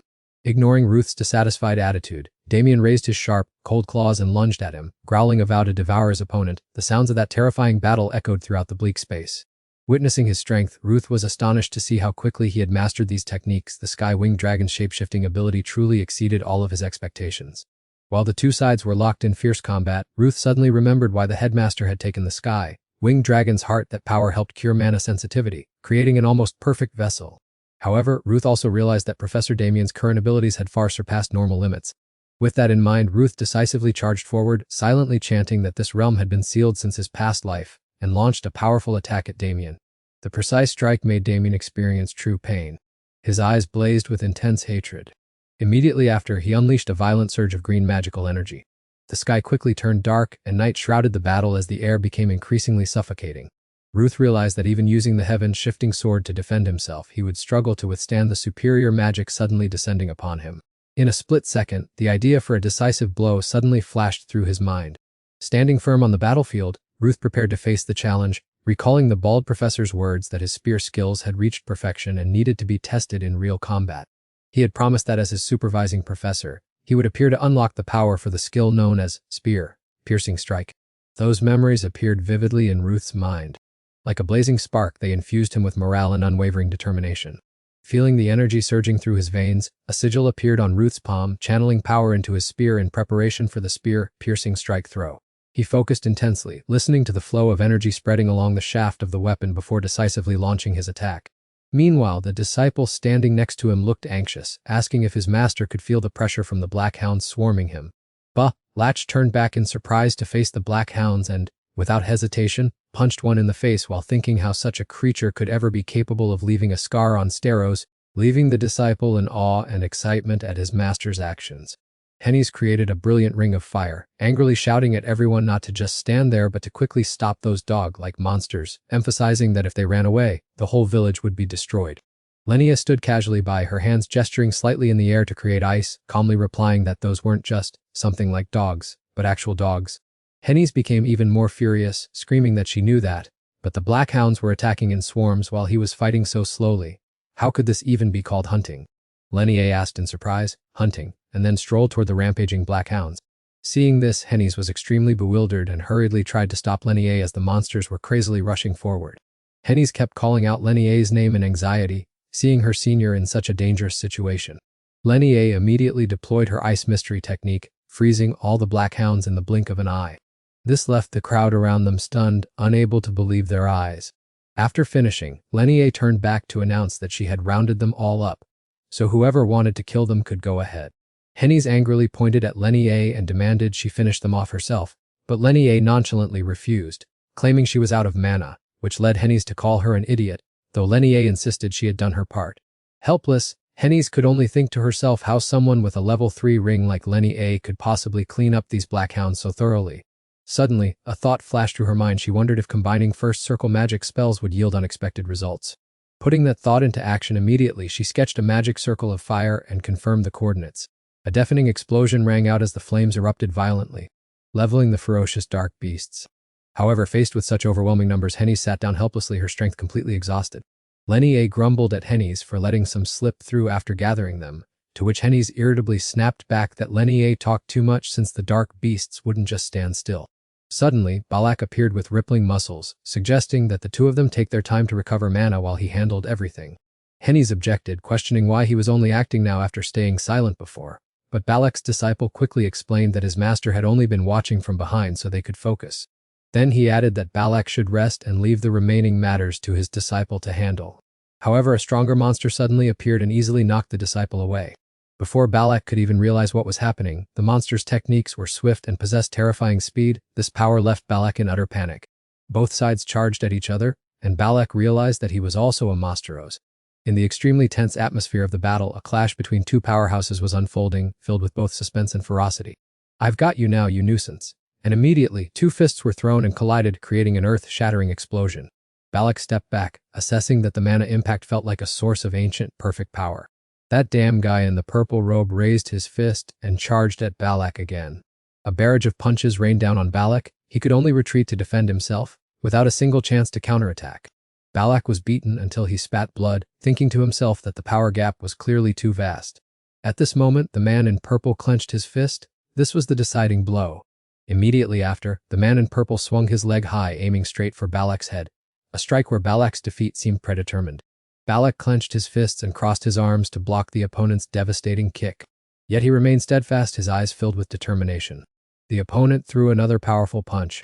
Balak also raised his own fist. Suddenly, a foot appeared and a voice rang out, "Get back now." One of the girl's hands caught the purple-clad man's fist. Her other hand stopped Balak's fist. He was surprised to realize the girl was none other than Claire Mason. The girl replied irritably, "That's Professor Claire to you." Then, Professor Claire kicked the man in purple away with such force that the monster dissolved into white smoke while she offhandedly scolded Balak, "You useless brat." Claire lightly patted Balak's sturdy chest and reminded him that in this dire situation, She always needed accurate judgment. She had also told him many times that spirit alone would not get him anywhere. Claire turned to ask the rest if they were okay. Hennet immediately replied that he was fine himself, but those monsters were truly concerning. That pale purple monster was gradually merging from slimy masses of fluid, its hideous face also starting to take a distinct shape. Those bizarre fluids kept accumulating more and more. They split extremely fast, causing their numbers to grow. In just a moment, 5 of them had appeared. Professor Claire calmly closed her eyes, clapped her hands, and smiled confidently, saying that they were only numerous and there was no reason to be afraid. Just as she was about to settle things in a few seconds, a blade unexpectedly slashed across. Professor Daniel suddenly appeared and asked everyone if they were okay, while Claire grumpily told him not to jump in out of nowhere like that. Seeing Daniel arrive, Hennet joyfully asked immediately where the other professors were. Before he could finish his words, a troop of knights with swords at the ready rushed in. The commander firmly announced that the Royal Black Wolf Knight Order had taken over the academy, so everything would be cleared up at once. Professor Daniel kindly said that the students had worked hard to protect civilians, and from now on, they should let the teachers handle it. Someone holding a sword pointed to the ground and called out loudly, "Wait, Daniel Gould," drawing the attention of all 3 of them. It was Levin Adelph, the captain of the Black Wolves. He mockingly remarked that there were only small, fry monsters here, questioning if they had really called the Night Order just for this shape-shifting dragon. Professor Daniel helped a student up and explained that the real shape-shifting dragon was actually elsewhere while these were just lackeys behind him. Balak was also carrying a student alongside a professor. Captain Levin turned his back, hands on his hips arrogantly, saying they should stop because they did not come here to hunt stray dogs. He claimed that for the sake of the royal family's honor, he had to see the true body of the shape-shifting dragon himself. At that moment, a splash of blood hit his face. Leon interrupted, saying the situation was extremely urgent, so honor sounded heartless right now. She swung her sword to finish off a monster, the blade still covered in fresh blood. Levin angrily wiped away what had just splattered on his face, looked closely at it, and wondered what it was. Ignoring Levin's boiling rage, Leon walked past, lightly brushing against his shoulder, and telling him to get out of the way because he was blocking her path. Upon hearing that, Levin gritted his teeth tightly. He scolded the arrogant brat and reached out, intending to seize Leon. However, another hand stopped him just in time. It was Professor Daniel. He frowned and told Levin not to touch his student, reiterating that the situation was very critical. Behind them, Professor Claire was also staring intensely at him. Levin brushed Daniel's hand away and threatened that once the situation settled down, they had better prepare themselves. He turned and ordered the knights to charge and clear out the rest. Calls also rang out requesting the professors to move the wounded into the shelter. A massive explosion shook the ground, startling Daniel and Claire. It came from the direction of the North Tower where the dean's office was located, and Hennet sat slumped on the ground in terror. Successive explosions rang out incessantly, leaving everyone in a state of deep confusion and panic. On this side, Leon tightly gripped her sword while her other hand clenched into a fist, no matter how dissatisfied he might be. "It is time for your life to end," she declared, then angrily swung her sword to strike. The shape-shifting dragon realized in panic that he could not evade. A spear had already pierced deep into his chest. Fragments of memories flooded back into his mind, marking the end of a brutal annihilation. "I don't want to die." A terrifying explosion echoed, throwing Rot out of the epicenter. The pressure from the explosion made Rot cough up fresh blood. Facing the heavenly transformation dragon, Principal Jero de Graham called out to his grandson Damien. He shouted that he would protect him at all costs, as long as he was safe. From the battlefield, someone rushed forward and was yelling, "Is it still not over yet, you idiot?" Principal Jero de Graham silently stared at his grandson. The principal affectionately called out Damien's name. He knelt down and whispered, I will protect you." Reaching out to touch Damien's face, he caressed his grandson and promised to do anything he wanted. The heavenly transformation dragon in Damien's form also teared up, stammering out a heartfelt "Grandpa." But immediately a sinister smile appeared and razor-sharp claws lunged forward. He bared his sharp teeth and bit the principal's hand, not forgetting to scorn the foolish human race. Witnessing that scene, Anne was furious and swung his sword. However, the principal still managed to use his sword to create a shield to protect his grandson. The two of them stood side by side facing off, and angrily cursed, "You incompetent bastard, you're just trying to prolong your dying breath." At this moment, the heavenly transformation dragon ravenously swallowed even the principal's fingers. He shamelessly declared, That guy just gave me more energy! The heavenly transformation dragon became much stronger, having at some point pulled out the spear from its chest without anyone noticing. He looked triumphant. So many centuries have passed, yet humanity remains foolish. This body is immortal after all. Suddenly, he covered his face and sighed, "Even so, I'm still missing something fresher and easier to swallow." Immediately, his gaze fixed on Rot. Rot was struggling to sit up after the impact. He rubbed his head and gritted his teeth. I'm going crazy. Someone's voice urged him to get the medicine bottle. Rot put his hands down to push himself up and replied, No, I've already taken care of everything. The heavenly transformation dragon flapped its wings and darted towards Rot. You see yourself about to be defeated, don't you? He raised his hands, full of sharp claws, intending to deliver a finishing blow to Rot. Rot quickly dodged the attack. He shouted loudly, You're attacking me without weapons because you think you're a bit stronger now. Immediately after, another attack came. Rot put out his hand to create a resistance shield, but this time it seemed more difficult. This attack, though simple, was extremely overwhelming. The spear from earlier had precisely widened the power gap between the two sides. Suddenly, Rot burst into tears. No one understood what had made him like this. He angrily swung his sword, blocking the other's attack, gritting his teeth and cursing, Say that again. He thought to himself, If I had more stamina, I would have definitely won a long time ago. If this body were truly at its peak, he would tightly grip the hilt of the sword in his hand. If the soul of his past life and his old power were to return, he would immediately clench his fists right here. The image of his older brother's back appeared again. It was not him, but his brother.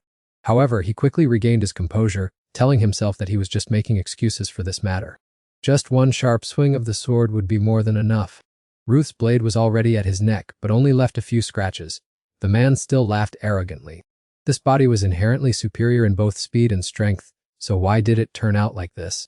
All of Ruth's rapid attacks failed to cause even the slightest bit of damage. He himself fell into a situation where his body was being sliced into small pieces. Ruth's eyes flared with anger as he seemed to have realized something. He recalled Leon's advice that Ruth Donatos relied too much on present senses, and to try closing his eyes to sense the future's flow rather than just seeing, yet he lacked her innate talent or noble origin.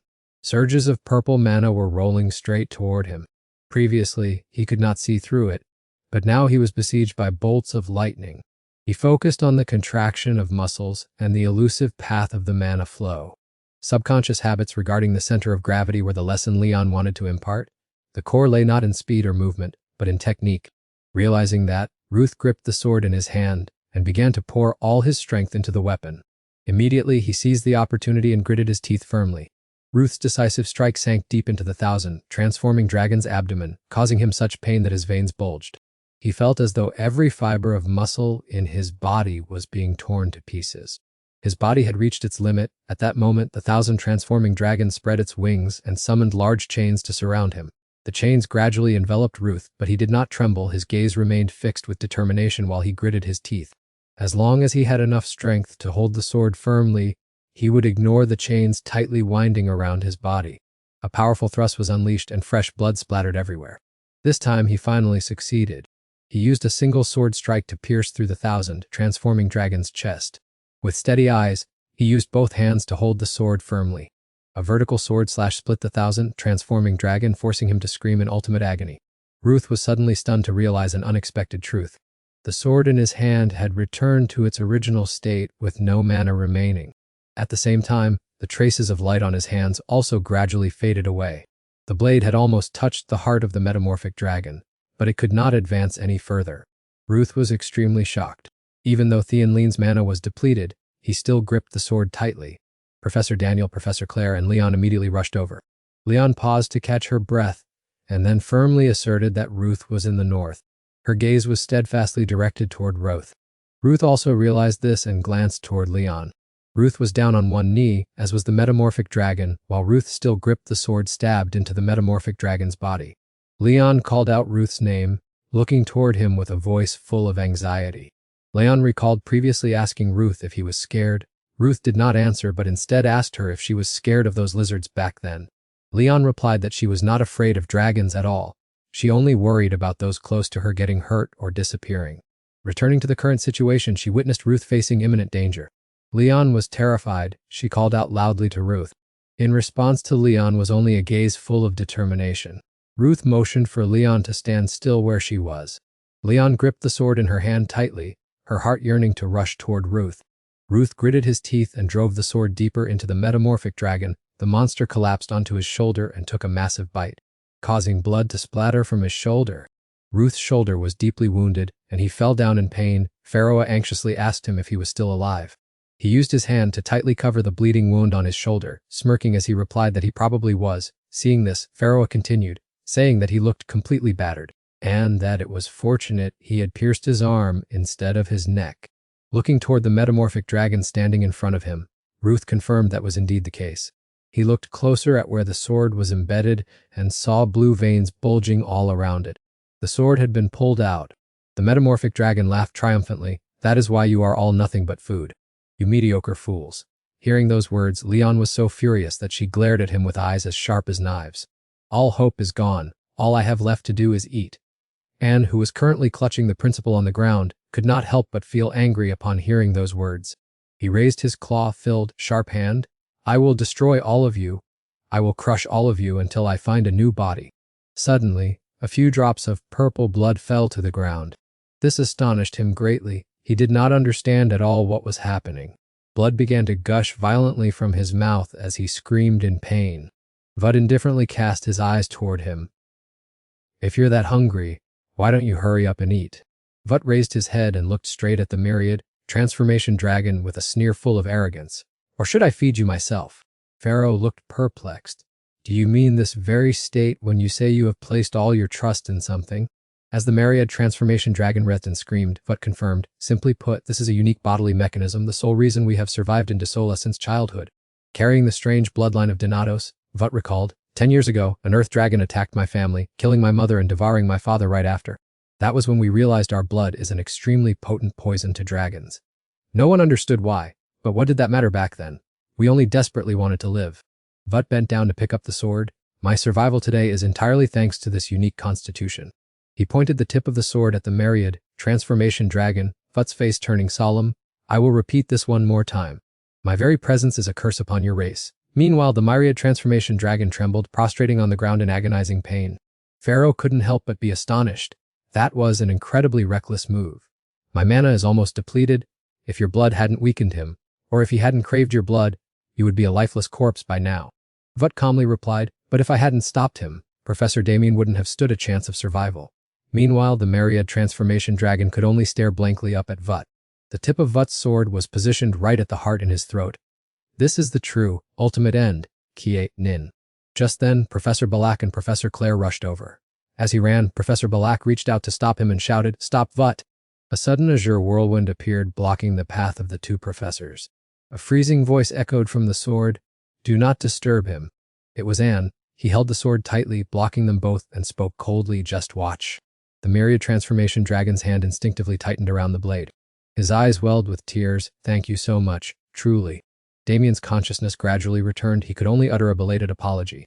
Then, he ended his own life, warm tears streaming down his face. His heart was also pierced at that exact moment, dissolving and vanishing into nothingness. Vut stood quietly observing the situation. Both Balak and Professor Claire watched in silence. Meanwhile, the headmaster cried out in agonizing pain no as his tears flowed relentlessly. Damien had now returned to his normal form, but the wound on his chest was still bleeding continuously. Vut spoke coldly, I already told you. If you truly repent. As he spoke, Vut reached into his leather pouch and pulled out 2 small vials. He gently shook the vials and snapped them open. A mystical blue light radiated brilliantly. The stream of light headed straight toward Damien's wound as he continued, Then try to live until your very last moment. Witnessing this scene, Pharaoh couldn't help but marvel. His mana pathways were forced open, causing severe damage, yet thanks to that blue light, the deep gash on Damien's abdomen is gradually closing. Pharaoh continued to explain that although the dragon had vanished, Damien's body was deteriorating due to mana disorder, so the counter Heaven Sword would be the key to regulating this energy flow. If one mastered the vascular structure and anatomical knowledge, everything would be possible. Ruth listened intently to every word without missing a thing. Healing wasn't difficult, just use the mana gate of the counter, Heaven's Sword, to separate the damaged parts and then regenerate the rest. This couldn't simply be explained by coincidence. As soon as Ruth finished speaking, he looked intently at the wound on Damien's body. He decisively drove the sharp, cold sword tip straight into Damien's abdomen. A piercing scream rang out and then fell silent. Damien began to cough up mouthfuls of fresh blood. The principal shrieked at him to stop, but Ruth calmly continued cutting away the necrotic flesh. The old man pleaded desperately to let him go. Professor Claire didn't dare look at that horrific scene. She turned her face away and shook her head vigorously as if trying to deny reality. The principal desperately begged for his grandson's life while the surrounding crowd remained paralyzed. He wailed in agony, praying the boy wouldn't die now. Ruth retracted his sword, its blade still dripping with blood. He casually stated that this was exactly why he had said so. There was no one. The wound on his shoulder had also begun to close. He looked directly at the person opposite him. The gash on Damien's abdomen had also stopped bleeding. Ruth continued speaking while drenched in sweat. He currently looked extremely exhausted. He struggled to utter the word D before collapsing backward. Seeing this, the whole group rushed over. Leon was the fastest, crying and shouting Ruth's name in concern. The scene shifts to Anne walking down the hallway, reflecting on the plague that returned after 10 years, with the mastermind being a professor at Eratium. He recalled His Majesty's decree because Gerard de Graham had committed treason. His grandson Damien Gray had to be executed immediately. Because Anne played a key role in the myriad form dragon case, he had fiercely protected him to ensure he was set free. A courtier suddenly voiced opposition, arguing that they were a threat to national security. His Majesty interrupted and called for an end to the argument, suggesting they should first listen to the opinion of the one who had eliminated the myriad form dragon. Those were the events Anne had just experienced. Currently, Anne was standing in front of the hospital room, arms crossed, and leaning against the wall with a look of annoyance. "I've come to inform you that you are about to be summoned." He saw Leon feeding fruit to Ruth and grumbled irritably, "Do you two still have the heart to flirt in the hospital?" Leon shyly covered her face with an awkward smile. "We've only just started," while Ruth coldly replied, "Something wrong with your eyes," and gave up on the couple and told her to head outside so he could speak privately with him. Leon immediately replied that she was about to leave anyway. Before leaving the room, Leon turned back to look at Ruth and reminded him about the 1-month period of rest. Once Leon was out of sight and began to tease, "You look quite healthy," to which Ruth sheepishly replied that it wasn't the case. "I was considering looking for a new student since my current one has been sound asleep for 3 days straight." "Master, how can you say that to someone who has only been your student for 4 weeks?" Leon was still standing outside the door, eavesdropping on the conversation. She looked quite sad and thought to herself that she had no other choice. She closed her eyes tight, blaming herself for being too weak, fearful, and foolish. "It sounds so ridiculous to think of myself as his colleague." Leon stood there for a long time, his mind deep in thought about the next time. Then Leon turned and walked away. He really is such a fool. In the hospital room, Anne was sitting on a chair, reminding Ruth that no matter how well things were going, she should prioritize taking care of herself, since she had saved both of them at the same time. Before she could finish her sentence, Ruth replied immediately, "It's nothing," but upon reflection, she added that it was a good thing because it was one of the 7 dragons. She said while leisurely enjoying some fruit, and pondered, "Regardless, that is what I meant," and reached out and affectionately patted Ruth's head. While patting her head, and complimented her, saying she had done an excellent job. Surprised by the compliment, Ruth blankly asked if he was talking about the patient, and immediately took his hand off Ruth's head with an annoyed expression. "I'm trying to be kind, and this is how you behave." Ruth retorted, "Just think about how you treat me on a normal day," internally lamenting that in her previous life, he treated her no better than thin air, and calmly said, "If you dared to be this insolent in front of the royal family, your head would no longer be on your shoulders." Ruth calmly replied that she wasn't crazy, and glared, insisting, "Oh, but you are." Then uncrossed his arms, deep in thought, noting that every path seemed fraught with difficulties. Zero and Damien, those two have truly crossed the line. Ruth calmly said she knew that, which is why she would try to go beyond the limits they had set. 4 weeks passed, and a carriage was rolling down the road. Sitting inside the carriage, Ruth thought to herself that defeating the 10,000 form dragon was mostly due to luck, and besides, it was only a fragment. It wasn't her true strength, but the blood of Donatos. Even so, it couldn't compare to the time her brother faced the lightning potential dragon. It was also precisely for that reason that he was hailed as a hero. The carriage rolled along for a while and then arrived. Ruth opened the door and stepped out. A knight quickly approached to greet her. "Sir Ruth Donatos, I will escort you inside." Ruth walked after the knight. At this moment, Ferroar exclaimed that it had been a long time since he last saw the royal palace. Ruth asked in surprise, "Ferroar, have you been here before?" Ferroar replied, "This place is not unfamiliar to me. I witnessed the beginning of this empire with my own eyes back when the palace was still under construction." Ruth was not very interested and replied, "That's good then." Ferroar wondered why they had summoned her. Perhaps it was a hearing regarding the 7 sins dragons or to reward her for the recent victory. Ruth guessed, "I hope it's the latter." At this point, she was standing in front of the palace doors, and 2 servants guarding the entrance respectfully opened the way for her. Before her were His Majesty and the courtiers. A short-haired woman waved when she saw her appear. Ruth entered and looked around, assessing the room. All the guild leaders had gathered, perhaps for a meeting about the Seven Sins dragons or something else. If so, that was even better. The short-haired woman was extremely excited to see her arrive, while the white-haired man beside her did not seem to care at all. Opposite Ruth was the heir to the Alpha Empire, Gleam Bernstein, a descendant of the hero rulers of the Bernstein family. The full name of the hero Banna was Banna Bernstein. There is a fairy tale that he was originally a commoner with no name, who was granted an identity when he became an honorary guest at a banquet that year. Rut bowed respectfully, one hand placed over his heart, feeling immensely honored to be in the presence of the Crown Prince, who commanded him to rise. The Crown Prince smiled and asked Rut Donatos if he knew the reason he had been summoned. I truly admire you for breaking the seal, destroying the last Dragon King, the shape-shifting Dragon Kion, and defeating it without a scratch at such a young age. Rut bowed slightly and replied, Your Highness is too kind. If it weren't for the professors and the cadets who prevented the shape-shifting dragon from scattering, I fear I would not have been able to complete this mission. My duty was merely to do what was necessary. Hearing Rut's response, the Crown Prince squinted his eyes and laughed, praising him for his humility. He then playfully thrust his fist toward Rut and said, The royal family would be deeply ashamed if we did not reward a warrior who vanquished the shape-shifting dragon. Is there any reward you would like to request? In that case, may I make one request? The two young ladies who were present were filled with surprise upon hearing this. Even the Crown Prince was completely taken aback and slightly uncomfortable, stammering, while the person standing next to him let out a loud laugh. The one who spoke up was Levin. He was still very angry, believing that the two individuals deserved to die for their crimes, as it was they who caused the shape-shifting dragon to return. That was a remark that only someone who had never known the seven dragons could make. The Crown Prince raised his hand to signal for Levin to be silent. He gently replied, Rut Donatos, I think this is a bit difficult, but no matter how much you wish for it, reducing the sentences for those two is impossible. Rut stepped forward and replied, I understand. In his heart, Rut thought, as expected, that wouldn't work. The country is in such chaos that conventional methods are no longer effective. Immediately afterward, he rummaged through his pocket and spoke up, Then how about this? He pulled something out of his pocket. Everyone around turned their eyes toward Rut. In Rut's hand was the seal of the Lightning Flash Dragon.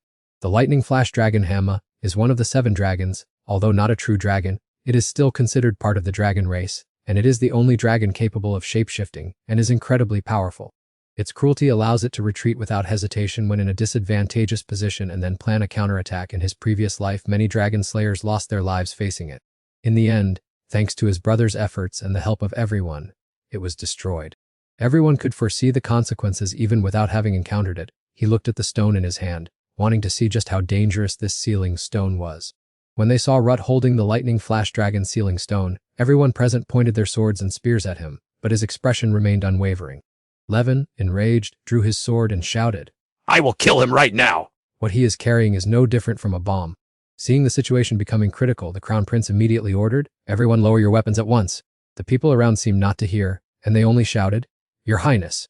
The Crown Prince looked at Rut and asked, The sealing stone of the Lightning Flash Dragon. How did you find it, and what do you intend to do with it? Rut replied straightforwardly, I found it in the treasury of Aratium. I am not sure how it ended up there, but I hope it will help with my request. Are you afraid that I am using it to threaten you? If I had that intention, I would not have brought it here in the first place. Hearing this, the two young ladies present felt extremely bewildered. Rut continued, Please, inspect it and you will see for yourself. This sealing stone is very fragile, it could even shatter into pieces at this very moment. The white-haired girl took the stone from his hand, beads of sweat on her face, and stammered, That person? She used her own energy to sense the stone. This kid wasn't boasting because this is the first time I've seen something so strange. It's definitely very fragile, and the seal will shatter if I'm not careful. Ruth added, If the seal backfires, the consequences will be hard to undo.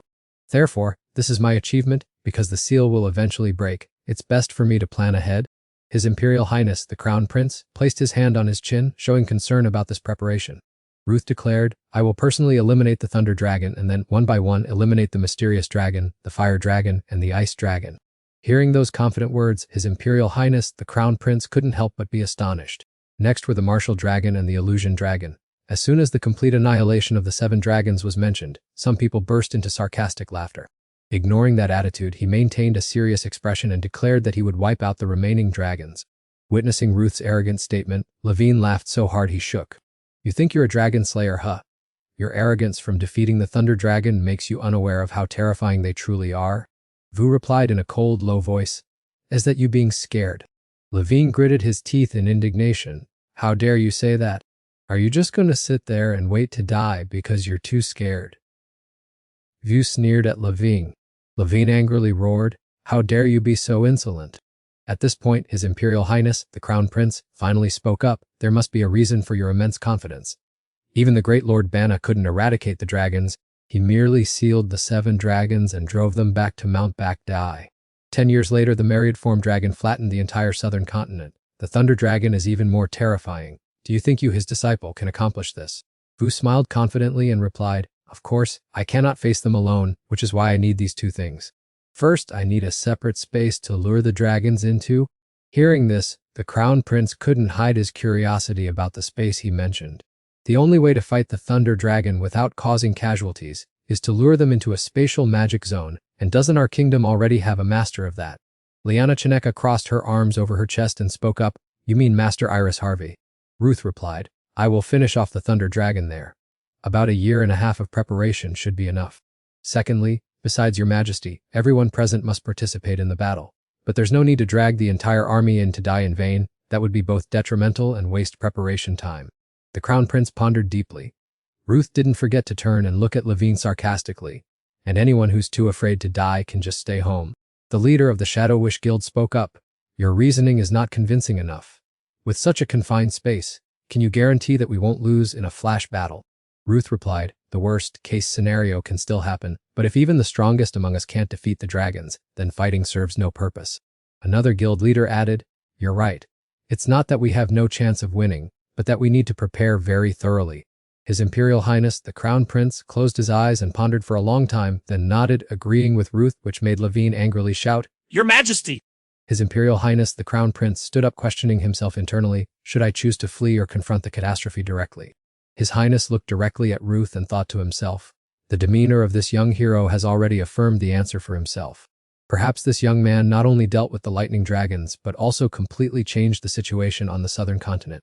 As he pondered, His Royal Highness the Crown Prince strode straight towards Rot. He stopped in front of Rot, swung the sword in his hand, and excitedly called out his name, Rotinados. I have decided to abolish the death penalty for both Damian Gray and Zero de Grahamva. Hearing that, Rot immediately knelt down in obeisance. The prince gently placed the tip of his sword on Rot's shoulder, simultaneously appointing him as the leader to command the expeditionary force against the lightning dragons. The scene shifts to the detention area, where Damian was silently huddled in a dark corner. The dry clanking sound of the prison door's bolt suddenly echoed. As the door swung open, the jailer announced, Damian Gray, you have been pardoned. Damian couldn't believe his ears. He asked blankly, what did you just say? A familiar voice suddenly rang out, leaving Damian utterly stunned. Zero de Grahamva quietly stepped in from outside. Damian stared unblinking and stammered his grandfather's name. Zero de Grahamva quickly ran over and hugged his grandson tightly, saying with a choked voice, I am truly sorry for everything that has happened. He let go of his grandson and continued, my selfishness in trying to save you only caused you more pain. Now, we need to atone to those who were hurt, as well as the young man who rescued me. Everything is over now, just keep living, Damian said, emotionally embracing his grandfather. I'm not hurting, Grandpa. I only wanted you to live, but you have caused everyone, including me, such heartache. I can't even look up anymore because of the sins I've committed. Damian burst into uncontrollable sobs. Long streams of tears also rolled down the old man's eyes as he looked at Rot standing nearby. If you made a mistake just to protect someone. At this moment, Rot still quietly stood by, witnessing the touching moment between the grandfather and grandson. You should have a chance to be forgiven, he said to Damian. Seeing this, Rot turned and walked away. So, keep living and correct your mistakes. The grandfather and grandson embraced tightly, unable to hold back their tears over everything that had happened.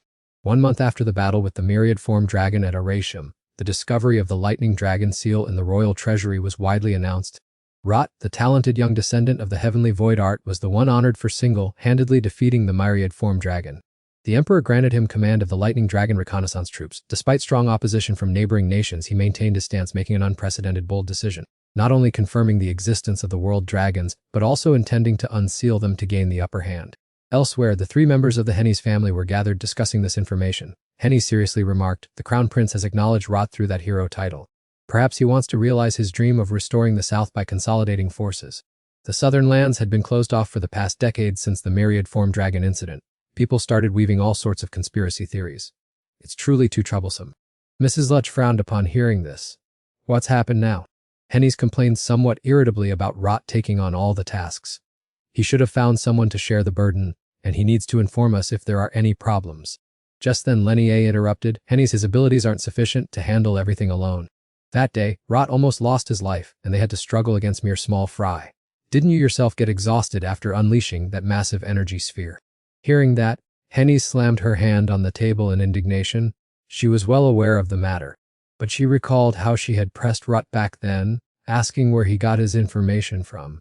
Rut replied to her with 2 miserable words that deeply troubled her. Rut had saved her. Thanks to him, she found a cure for her sister. She owed him a debt of gratitude but couldn't repay him, feeling an endless sense of unease. Mrs. Latch understood that clearly. She reassured her not to overthink, telling her things were simpler than she imagined.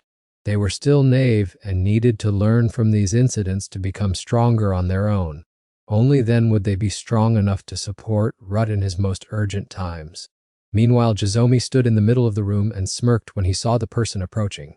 Though unaware of what had happened, Damien and Zero were unharmed. They survived the incident with only a few minor scratches. He guessed the cause was him. Indeed, he was the young hero Rut. The person he was referring to was him. Yet, his face showed no joy but was filled with rage. He gnashed his teeth and cursed. What kind of hero am I? Immediately he lunged forward and delivered a devastating blow to Jizomi. Jizomi couldn't react in time and was sent flying far away by him. Rut looked at him coldly, his voice stern and filled with indignation. He shouldn't make others clean up the mess he created. Causing a great disaster and then wanting to wash your hands of it and run away. You scoundrel! He truly wanted to finish him off, but still had a few things to clarify. He grabbed him by the collar and pressed him, asking why he knew Professor Damien was in possession of the heart of the myriad form dragon. Jizomi casually replied that he had possessed keen eyes since childhood. Rut didn't believe him and asked directly if he had a death wish. This time, Jizomi spoke truthfully. His family inherently had special eyes, granting them excellent vision, in addition to the ability to see through the essence of things, especially when observing the flow of mana. Damien's mana flow was very strange. It concentrated around his neck instead of his heart. Because he wasn't sure, he needed to confirm his suspicion by checking his background. Zero's grandchild, while still young, suffered from mana sensitivity and had to be hospitalized after the campaign. That was why the professor earned the nickname, the Predator. Hearing all this, Rut finally understood that this was why he had manipulated Damien into committing suicide. Jizomi admitted it without hesitation, but he had failed and almost lost his life. If only he had used his head, or been brave enough to run or fight. Before he could finish, Rut coldly cut him off, telling him to stop playing games. He continued to press him, asking if he wanted to expose Damien to play the hero. With a soft laugh, Jizomi shook his head, denying it. Your plan is even more interesting than I thought, he said, but I myself have no desire to be a hero. He only yearned to witness the hero's story, to observe that person's life firsthand, just like the first hero Vanna. Glancing at Rut, he couldn't help but exclaim, later, you will become a hero. You will defeat the 7 dragons and embark on a magnificent adventure. Ultimately, you will also become a legend. Being by his side had already satisfied him. Although he wouldn't gain much profit, becoming a hero's comrade and the chronicler of that legend was his ultimate life goal. However, Rut crushed that dream. He had no interest in becoming a hero. What the newspapers wrote was all fabricated by them to boost sales. In truth, if given the choice, he wouldn't want to be in this situation. It was then that he gradually understood why Jizomi in his previous life had always seemed annoyed with him. Because he was the hero's comrade. But that wasn't necessarily the only reason. He completely forgot a crucial detail. Although he was almost a perfect savior, he still couldn't escape ordinary flaws. He was also just a human being of flesh and blood, prone to fatigue, and often made incorrect judgments. Even though he always pushed himself to the limit, he still couldn't avoid unpleasant complaints from the crowd. Suddenly, he uttered sarcastic words. Jizomi wanted to force him into his position, to become a strategic pawn for the royal family, to bear all the resentment and simultaneously work alongside him to save the world. Rot finished speaking and sighed with exasperation, not understanding what this delusional person was babbling about. It's true that in life, one is bound to encounter a few crazy people, so if he's so eager, he should do it himself. Jizomi was stunned and stopped him, as if he had reached his breaking point. He rushed over and clutched his leg, insisting that he must become a hero. He looked at him with furious eyes thinking, this guy must have lost his mind. Suddenly, Jizomi blurted out a strange piece of information. He declared he was from a ton. Rot raised an eyebrow in surprise after hearing it. Wasn't that the trading kingdom of Atun? This place borders the Alpi Empire, the Moharan Kingdom, the magical land of Fapma, and the spirit nation of Bernica, and is considered a crucial trade hub for all four nations. When mentioning this kingdom, Jizomi's tone became full of sarcasm, as that place was essentially a den where money and crime went hand in hand. But how could Rot not be familiar with it? That was where he once struggled as a mercenary, and it was hard to believe that the one he once thought was a capital noble would have roots from this place. He silently and attentively listened as Jizomi confided that Duville was originally a fallen family. Only he and his father remained alive, but eventually his father also couldn't survive. Jizomi had no intention of evoking Rot's pity. He himself was never a decent person from the start, merely an heir to the remnants. Rot wasn't interested in hearing him continue his act, so he used his foot to push him away. Jizomi wiped a streak of blood from the corner of his mouth, then resolutely declared he would tell the truth. On the day his father passed away, while going down to the basement to inventory assets, he accidentally encountered an ancient chest sealed by magic. To his father, who had spent his entire life squandering money on debauchery, it held no value, but that chest had clearly existed for hundreds of years. Inside, it contained an old notebook accompanied by some paintings, musical scores, and manuscript pages. There was even the diary of the chest's original owner himself. The person whose name was on that diary was Alan. As soon as he heard that name, Firoar immediately sprang up, asking, "Wasn't that the one who always followed Vanna?" Jizomi continued, "That was the diary of his ancestor from 7 centuries ago, recounting the journey of the greatest hero, Vanna." The notebook hidden in Jizomi's basement contained authentic records about the first dragon slayer. Jizomi eagerly recounted that Alan was his ancestor, a minstrel who always accompanied the first dragon slayer on all his journeys. Every detail of that journey was carefully recorded, forming a collection of truly incredible documents. Rot discussed with Furor whether something so illogical could be true. Furor gently nodded in confirmation, admitting it was indeed a bitter truth. A savior who saved the world and a minstrel who chronicled his life. History had been recreated right before Jizomi's eyes. As the descendant of the one who wrote the notebook, he believed this was a twist of fate. Furthermore, the sealed thunder dragon was lying in wait in Aratium. No one could have imagined it was hidden in the treasury. This was how Zero ensured his grandson's secret would be buried forever. Vu was stunned upon hearing those words. Perhaps this was the will of heaven. Or perhaps fate had already been sealed. After Jizomi finished explaining everything, he looked at Rot imploringly. He would be very useful. He said he had diligently trained and understood how to become a powerful partner for a hero. As long as Rot allowed him to follow, he would do whatever Rot wanted him to do. Rot coldly told him to be quiet, feeling a flicker of annoyance inside. He had a sense that things were gradually getting out of control. How could this cunning fellow possibly understand seals? So, who exactly was behind this? Which madman hid the Thunder Dragon sealing stone in the Aratium treasury? The location of that artifact wasn't recorded in any document. If he recklessly tried to seize it, the triple-layered security system would surely detect it immediately.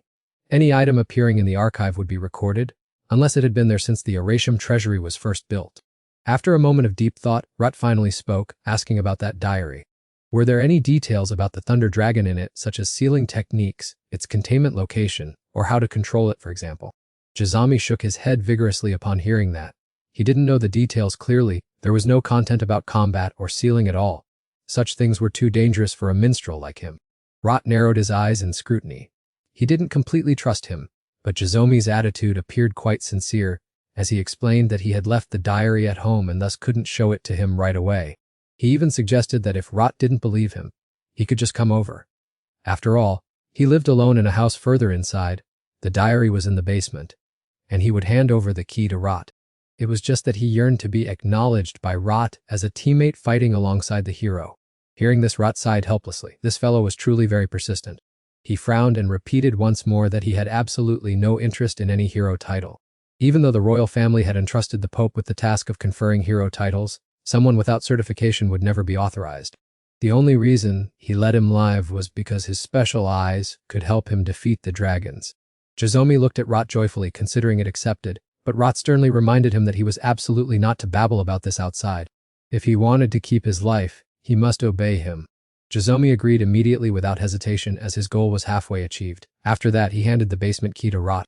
After conversing with Jizomi, Rot sought out Anne to recount everything. She looked surprised and suggested that the person who sealed the 7 dragons years ago had left that clue. Rot didn't dare to confirm, it was all just speculation, and slightly raised her eyebrows and questioned, "So, the one who inherited the heavenly void technique is now doubting his own ancestors?" Rot pouted and replied, "Even you are uncertain yourself?" and remained silent, not replying. She was deep in thought. It turned out Hero Vanna didn't destroy but only imprisoned the 7 dragons. But why didn't they pass down the location or method of sealing to their descendants? Hero Vanna must have been extremely powerful to subdue the 7 dragons, who considered humans a joke, while the weak could only flee to the majestic northern mountains. As a result, humanity escaped the dragon's control, but the threat always lurked. After Anne finished speaking, both fell into a silent contemplation. A moment later, Anne sighed and spoke. Perhaps all of this was part of our ancestors' intentions. At this moment, Rot suddenly saw a group of students passing by, so he told Anne to change the subject. He mentioned that Professor Arthur had announced the new principal, then asked if she planned to attend the inauguration ceremony. And thought for a moment, then burst out laughing, saying that bald guy actually became the headmaster of Aratium. Indeed, one lives long enough to see all kinds of strange things. She didn't answer but asked him back if he was really quitting school. Ruth also frankly shared that he would complete his first year and then pause for 6 months, taking the opportunity to finish the second-year curriculum, before taking a year off to prepare for hunting the lightning flash dragon. The old headmaster also strongly supported this decision. The newly appointed headmaster promised to conduct a large-scale investigation into the incident from years ago and generously told him to feel free to take anything he needed from the warehouse. Additionally, Ruth intended to spend a full 2 years interning at various guilds. Hearing this, and slightly frowned and said his plan seemed quite packed. Ruth could only sigh and admit that he didn't want it that way either. However, the leader of the Wish Shadow Guild was more persistent than he had imagined. The mandatory condition for joining the Lightning Flash Dragon hunting team was a 1-year internship at their guild, and indignantly said this condition was indeed sneaky. Ruth also nodded in agreement with her. He mournfully lamented about why he possessed such an ability and continued to ask about his plans for the following year. He had calculated carefully that he would join the Imperial Dragon Slaying Legion, because after the Lightning Flash Dragon, the Black Dragons were still a major challenge ahead, and suddenly asked suggestively if that was the Kale Dragon clan's army. Ruth stared at her blankly, not understanding her point, but she only smiled and kept the answer to herself. A moment later, and solemnly said she needed to go to Farama within the next 6 months. Food reserves were a vital survival factor for the Lightning Flash Dragon hunt. Ruth nodded in agreement and said the Crimson Tower also urged him to go because he would learn many things there, and skeptically asked him if it was too late to start learning magic now. Ruth smiled slightly and asked why she was so fixated on age, and Anne, understanding his point, affectionately scolded him as a bastard. Seeing her irritation, Ruth laughed it off and said he was just joking, while also revealing that before going to Farama, he would stop by Attune, and looked surprised, not knowing what he was going to those entertainment spots for. He replied that he needed to verify a few things, and what he was looking for was in the basement of an old house there. At the same time, in the Duville residential area, in a house located in a remote and secluded spot. This place looked quite dilapidated, as if it had been abandoned for a long time, and turned over all the empty chests to search. But what Anne needed was still nowhere to be found, and there was nothing but trash inside. 6 months passed, the sky began to snow, and pure white snowflakes had covered the ground. While Anne was diligently studying, she suddenly began to cough uncontrollably. Mrs. Lack, seeing this, asked with concern why she hadn't gone home yet since it was late, and smiled and told her not to worry as she preferred staying there. Mrs. Latch didn't ask further, but handed her a glass of water, telling her to drink a bit to warm her stomach while studying, and looked at her in surprise and wondered why she was unusually kind today. Mrs. Latch smiled and said this was Pujing tea, which helped stay alert, and if she drank it and practiced more, her condition would improve. However, before she could finish her sentence, and waved her hand in refusal. Mrs. Latch felt sad for a moment and then quietly took the glass of water away. Once she had left, Hennet continued to bury herself in her books to research that terrible disease. If she followed Jute's advice and had the support of the alchemy professor, with a bit of effort, she believed she would recover. Wondering if that was enough, she suddenly remembered Ruth, who had told her he was busy with a few things during the festival. He was the one who had shown her the remedy to treat that illness. She assumed he had intentionally brought it up because he knew her older sister well. What puzzled her was why he possessed such a massive amount of mana, as if he had foreseen the appearance of the myriad dragon. While she was deep in thought, she suddenly felt warmth spreading across one of her cheeks. Hennis flinched and turned around. Seeing Ruth, she exclaimed in alarm. Ruth frowned at her and questioned why she was so distracted. Hennis shyly explained that she was just a bit startled. She thought the teacup in his hand was for her, but he casually took a sip when she asked in confusion why he hadn't given it to her as promised. Ruth calmly shook his head, and said he was holding it to drink it himself. Hearing that, Hennis grew more frustrated and scolded him for coming just to cause trouble. Ruth chuckled faintly, and as he turned to leave, told her not to just focus on playing, but to study hard while he was gone. She snorted, saying she was already studying, though in truth she had many questions for him. As soon as Ruth stepped outside, he ran into Balak and suspiciously asked if he wasn't cold. Balak shook his head, saying he had downed some boozing tea and felt no cold at all, then asked if Ruth wanted some. Looking at the cup in his hand, Ruth curled his lip in disdain. Meanwhile, Hennis sat in the library deep in thought about Ruth, unable to understand why she felt he held all the secrets along with unreasonable strength for his age. Hennis thought for a long time, and then told herself she must focus on her studies. After saying that, she buried her nose back into her books, thinking, "Wait for me, I'll be there soon." Not just her, Balak and Lenya were also training tirelessly without rest. They were eager to catch up to Ruth's footsteps. Ruth was completely unaware of their efforts. He was currently standing outside in a daze, and despite wearing a cloak, he still felt chilled to the bone. Pharaoh mockingly remarked that he had been gifted a magic cloak yet was still shivering. Ruth snorted and replied with dissatisfaction that he would rather have a fur coat. Pharaoh coldly said that as someone who associated with the Spirit King, shouldn't he be ashamed? He told Ruth to learn to face the cold. Ruth pouted at him, perhaps it was the weather, but he felt his mind wandering more because winter seemed to make him unusually happy. While he was talking with him, a voice suddenly rang out, making him startle and wonder what it was. It turned out to be Leon's voice. She brushed snow off a nearby snowman and emerged, shyly saying she had seen him go somewhere earlier, so she had been waiting here. Ruth was horrified to hear that and asked if she had really stood there all day. He questioned if she lacked survival skills to do such a thing. Leon shivered slightly and replied with a pout that hearing him nag like that made her realize she really was crazy. Seeing her shivering from the cold, Ruth irritably took his own scarf and wrapped it tightly around her neck, scolding through gritted teeth that she knew she caught colds easily yet still chose to do that. Leon's head was wrapped so tightly only her eyes were showing. She joked that he wanted to suffocate her rather than let her catch a cold. To which he snorted that she was clearly still able to talk quite well. Leon narrowed her eyes at him and wondered how he knew so well that she was prone to getting sick from the cold. Ruth laughed internally, recalling a memory from his past life when she fell into an icy lake while fighting a sea dragon. Seeing her face go pale and shiver uncontrollably had been hilariously unbearable.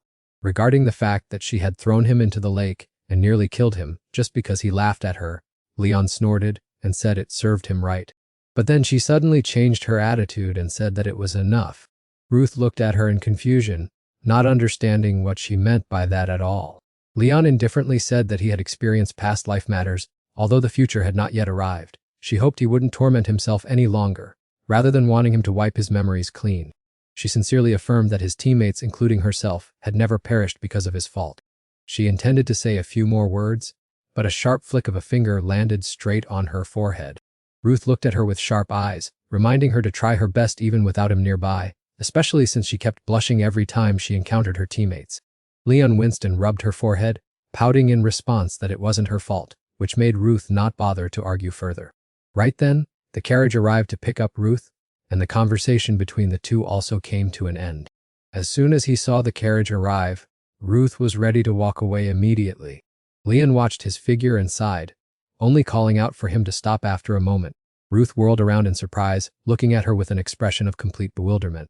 Leon suddenly lunged forward and threw her arms around him. A moment later, she looked up at him with red, rimmed eyes and confessed that she would miss him very much. Ruth awkwardly detached her hands and urged her to go inside quickly because it was getting cold. With those words, Ruth got in the carriage and departed. Leon stood silently by the roadside, waving goodbye to him. Sitting in the carriage compartment, Ruth watched the scenery move backward through the window and sank into deep thought. Recalling what Leon had just said, he couldn't suppress a weary sigh. Memories of his previous life still haunted his mind incessantly. He felt guilty being the only survivor. If only he hadn't been weak and useless back then, no one would have had to die. If more talented people had lived, this loop would have ended, so he couldn't ask why they saved him instead of resenting him.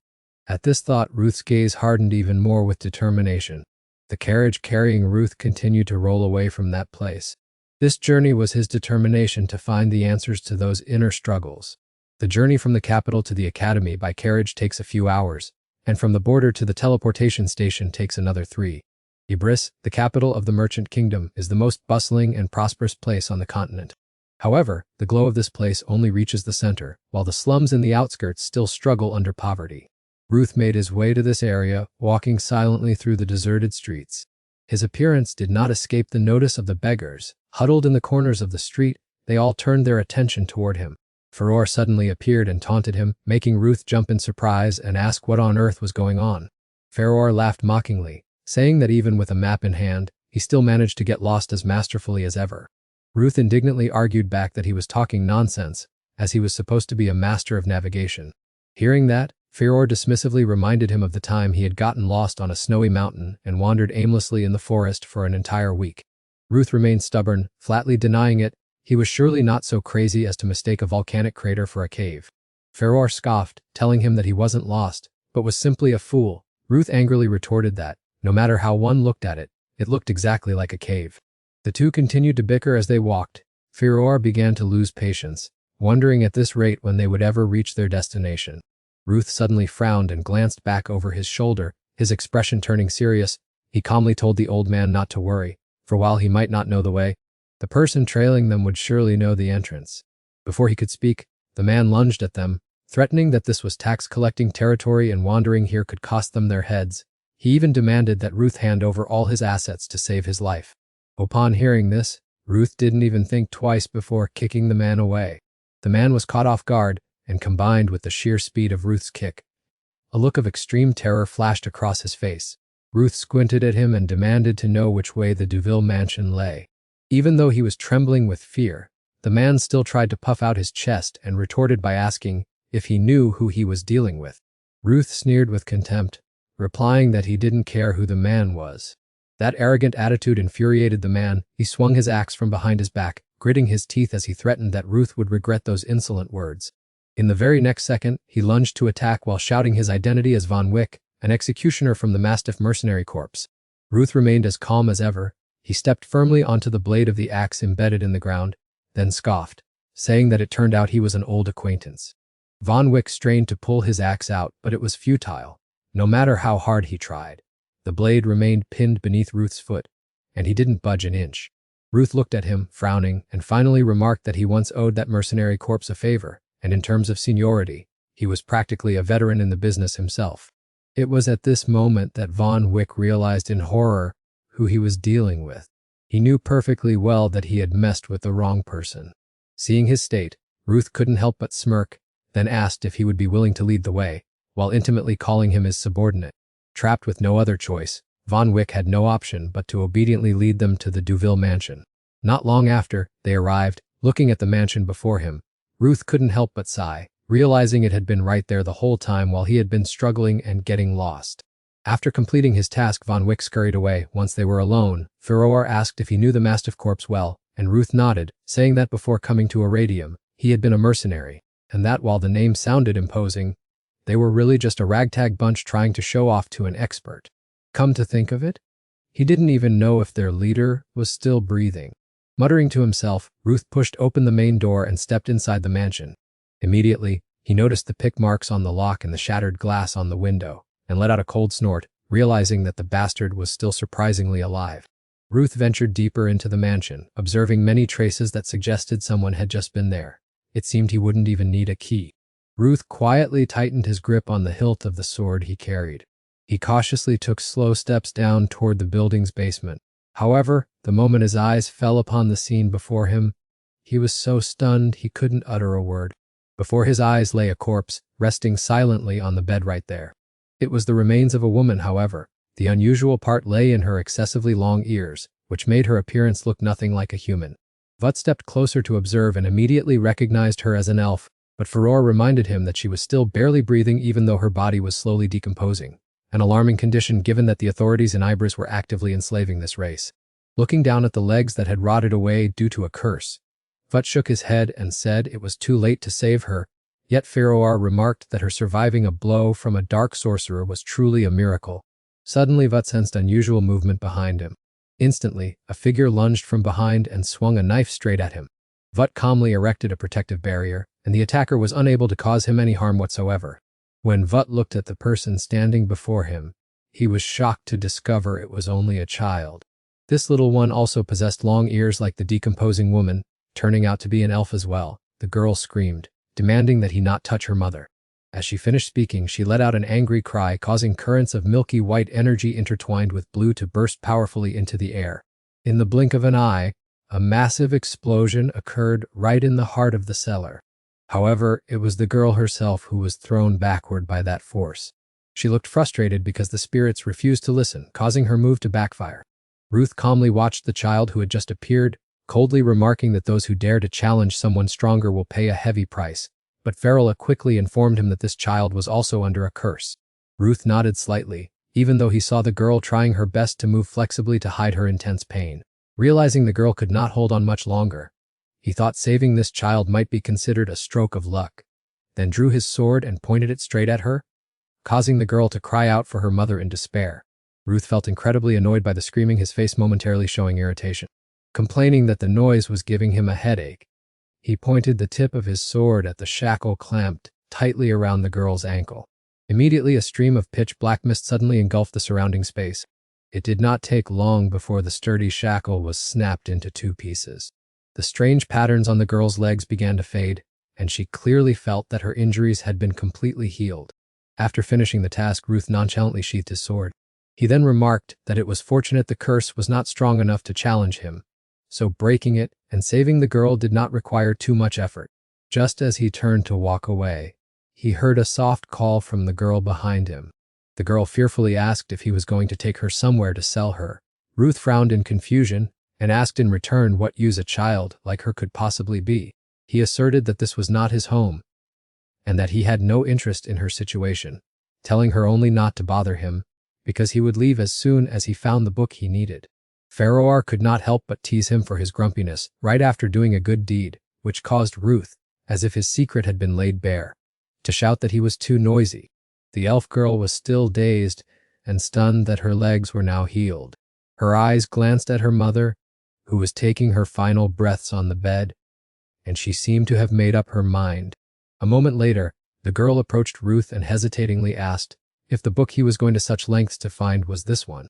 As she finished speaking, she took an ancient book from her person and handed it directly to him. Initially, Ruth found the little girl a bit bothersome, but his expression changed completely when he saw the item in her hands.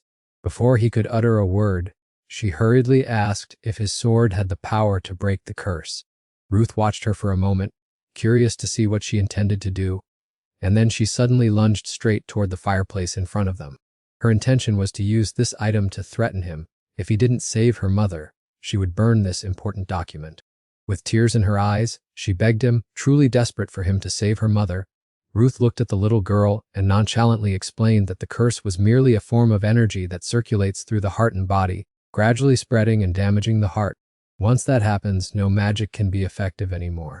This meant that no matter what he did, her mother would not survive. The girl didn't believe it, insisting that if the curse were broken, her mother could survive, just as he had just saved her. Seeing that she remained persistent, Ruth suddenly felt annoyed and really wanted to teach her a lesson before taking the book, but Farah, noticing his intent, stopped him, saying she was just a child. So, his point was that this little girl must shoulder life on her own, and perhaps realizing the reality of it from a young age would be better. Ruth said nothing more to her, snatched the book directly from her hands, and growled an order. She wasn't even strong enough to hold onto the book. Yet she dared to come and threaten him, doing such futile things for what purpose? Ruth told her honestly that no matter what he did, her mother could not live. She shouldn't try to threaten someone who had just saved her life, and she should find her own way to survive. The girl would not let go, begging him fervently that she could do anything, from cooking and cleaning to becoming his slave, because her mother was her everything. But Ruth remained completely unmoved, brushing her hand away and coldly asking if she thought everything would just disappear when the demons descended upon Kausina. Relying on the pity of others for one's whole life, because of a few people, wouldn't get her anywhere. She was just an insignificant child, and even if she became his slave, it would serve no purpose. He bluntly told her the reality: her mother could no longer live, and she had to face it alone. If she wanted to live instead of crying, she should spend her time becoming stronger. Hearing this, the girl immediately gritted her teeth. Then, she shouted fiercely that she didn't want to be this way, and how could she possibly become stronger? She wasn't tall like him, couldn't use a sword, and her magic was weak, he wouldn't understand the feeling of being a weak child for 100 years. And since she hadn't fully developed, what could she possibly do? He was a powerful adult, which was why he could say such things so easily. She felt that he would never understand an ordinary, weak person like her because he was born different. Ruth frowned as he watched her sink into deep thought. That statement was wrong. He had once been just as useless. But he didn't want to waste words on a child who didn't understand. So he coldly left behind a warning that she could stay stuck where she was for the rest of her life. And then he left the basement. The little girl could only watch his retreating figure without being able to say another word. She fell into absolute despair. She could only cover her face and sob uncontrollably in this vast basement, with no one to know. Meanwhile, after obtaining the book he needed, Ruth found a room in the mansion to read it. Farah looked at his expression, wanting to say something, but before she could finish, he cut her off, saying she could do whatever she wanted, as his only goal was to read the diary. Just ignore the girl, he couldn't handle that many issues.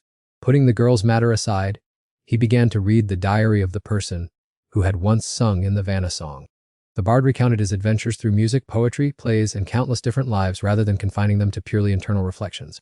The writer needed to maintain a devoted spirit for this work, otherwise, if everything wasn't simplified, the coherent structure of the story would fall apart. While he was absorbed in reading strange books in the basement, the poor little girl was still kneeling by her mother's bed, her small back reflecting extreme sorrow. Rot, of course, knew nothing. He remained engrossed, pouring all his attention into the diary, for the bard's experiences deserved to be preserved for posterity. That year, fate led the bard and a merchant to encounter a pack of dragons in the desert. Coincidentally, a lone warrior single-handedly repelled the monsters with a sword, prompting the bard to decide to follow that person. After a long time together, the bard realized that the title, Dragon Slayer, was truly the perfect fit for the other person.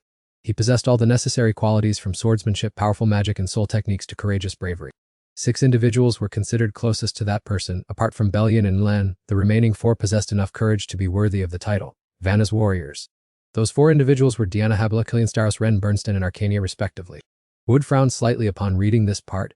Most of those names were quite familiar, but Arcania remained an enigma to him. He decided to turn to the next page, hoping to find some clue about this person.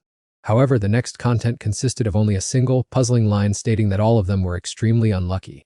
Wood was slightly surprised and continued reading. The 4 of them possessed contrasting personalities, and among them Arcania, despite being the strongest, had intentions no one could predict, and her peculiar statements, though difficult to understand, never brought about anything bad.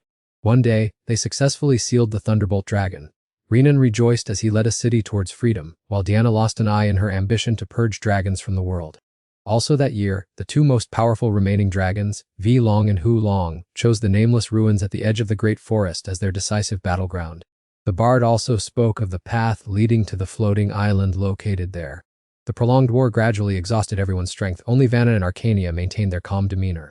After the protracted fierce battle, the heroes returned in glory, the war ended, and they were ready to sow the seeds of peace across the continent. Everything went smoothly afterward, but a few questions remained in the bard's mind, such as Vanna merely sealing instead of destroying the 7 dragons, and even expelling the remaining dragons instead of eradicating them. What puzzled him most was that no one questioned Vanna's decision. He wondered what had happened at the dragon's sanctuary for them to be forced into such an unavoidable situation. Afterward, the group disbanded. Killian built a home in the northern snowfields, Diana returned to Sichthap, Venan established a kingdom, and Vanna opened an academy specializing in training dragon slayers. The other 3 vanished without a trace, and the bard also returned to his small house to enjoy his own quiet life. Until one day Vanna unexpectedly came to him. The diary paused here. Furor looked surprised, but Rot wasn't overly concerned, thinking it wasn't anything too important. He asked the old man about the truth behind Alan Duville, the 7 dragons, and even the nameless silver dragon. He reminisced about the moment the Empire was born, just as the Imperial Palace had been completed. If he had been present there, it meant he had fought alongside the first generation of dragon slayers 700 years ago. Could Vanna be the one who formed a pact with him? Considering he knew nothing about the sealing stone, perhaps he had accompanied that person to the dragon's sanctuary, who was also the one who caused him to regress. It seemed that the ancient pact threatening humanity's survival had been established right from that moment. Rot confidently offered his personal speculation, but Fedora remained silent, unable to let him know the truth. Rot persistently questioned him about the mysteries buried for 700 years.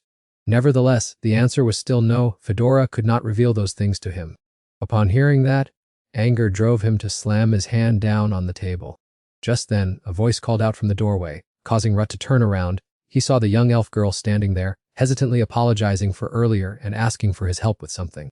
Rut responded with a slight nod, then bluntly stated that he had nothing to give to her mother. However, the girl shook her head. This time, she had come with an entirely different request.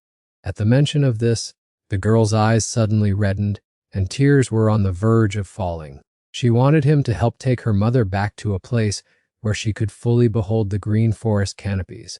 Although human trafficking had long been eradicated from the continent, the elves, with their stunning beauty and enchanting voices, remained prime targets for unscrupulous slave hunters. The girl clutched her mother's hand while her eyes blurred.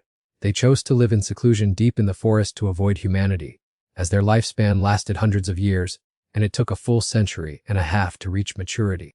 Having left the spirit realm long ago to come to this land, Rut stood quietly from a distance, watching the silhouettes of the mother and daughter. Perhaps that was why when an elf passed away, the moment her mother was brought back to the green forest, her body suddenly emitted ethereal streaks of spirit light as they leaned their heads together. The mother whispered, "Ren, you are the treasure of my life." She gently caressed her daughter's face, her voice comforting her that everything would be all right because she would always be by her side. As she finished speaking, she took her final breath. Her body and soul dissolved into the void as spirit specks flying back to the spirit realm, leaving the girl watching in deep sorrow.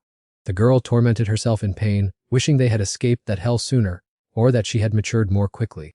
She turned to smile at Rut, saying that although her mother had protected her throughout her life, she had been unable to protect her even once. However, she told herself she would cry no more because her mother would always be with her. Rut reminisced pensively. In his past life, the elves had chosen to flee in silence rather than stand up against the dragon race, preferring to live contentedly until death. Frankly, he had never been fond of this race. The streaks of spirit light continued to spread, covering everything from the low grass to the high canopies and the vast sky. Nevertheless, no matter what, one cannot simply keep shedding tears while waiting for a miracle from someone else. Sometimes, people need to cry to release their emotions. He and the girl quietly watched the spirit light as it gradually faded away. The girl trembled as she clutched the hem of her clothes, her muffled sobs leaving her hands drenched in tears. A long time later, the girl silently followed Rut out of the forest. While they were walking, she suddenly called out. Hearing this, Rut turned his head to look. She introduced herself as Ren Nastia of the Nastia clan, then asked to stay for a short while to avoid the hunter's pursuit, promising not to be a nuisance and to do anything he requested. Rut thought to himself that elves who had lost their sanctuary like this were easy prey for hunters, and they certainly wouldn't let go easily. Besides, the girl had nowhere else to go. Then he spoke. Come to think of it, you did just use magic to attack me.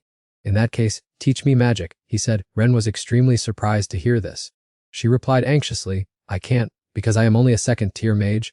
Besides, I feel that even without magic, you are already strong enough. Rut replied calmly, the more one knows, the better. Furthermore, since I need to learn from the very basics, 1 or 2 days certainly won't be enough. Let's start with the basics and go from there. In return, I will provide you with a place to stay. And stop calling me sir. This body is only 17 years old, understand? The little girl thought for a moment before hurriedly trotting after Russ. While running, she kept asking me how she should address me, and Russ casually replied that she should just use his name, Russ Donatos. She immediately said, yes, Lord Russ, leaving Russ speechless because, despite his request not to be called Lord, the little one simply wouldn't listen. The next morning, deep in the forest, Ren sat cross-legged on a wooden crate to begin the lesson, while Russ sat opposite her on the grass, resting his chin on his hand as he waited. The girl clenched her fists and held them forward, declaring, from now on, I will be your teacher, so please behave accordingly. Russ agreed, but inwardly he thought, there is no way this kid is fine after just one night. She must be trying to hold it all together. Right then, the girl cleared her throat and began to explain that magic is actually just a form of painting. Instead of paint, we use mana to define the nature and properties of the spell. Russ wondered if it was like choosing colors, but she denied it, noting that magic is different in one key way.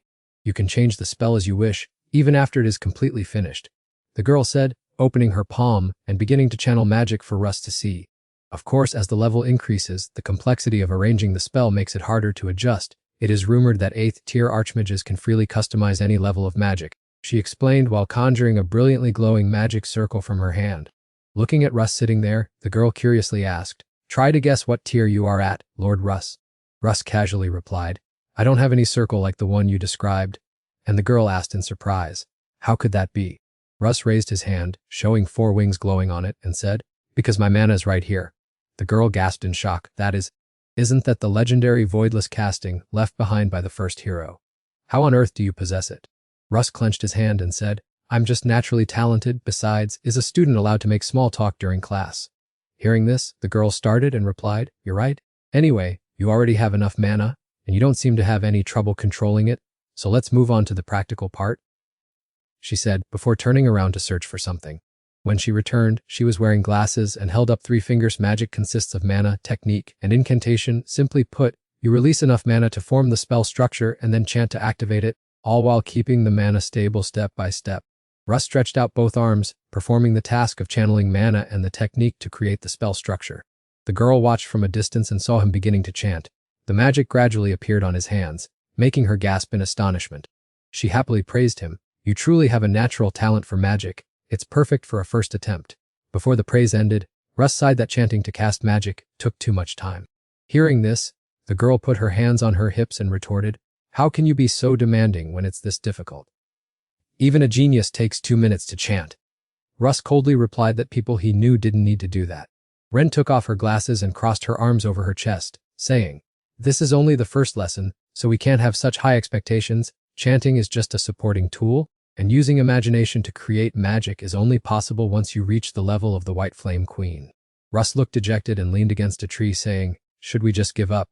The girl immediately objected loudly, insisting he had talent and that creating a first spell so quickly wasn't normal. Russ still replied that attacking with sword aura was much faster.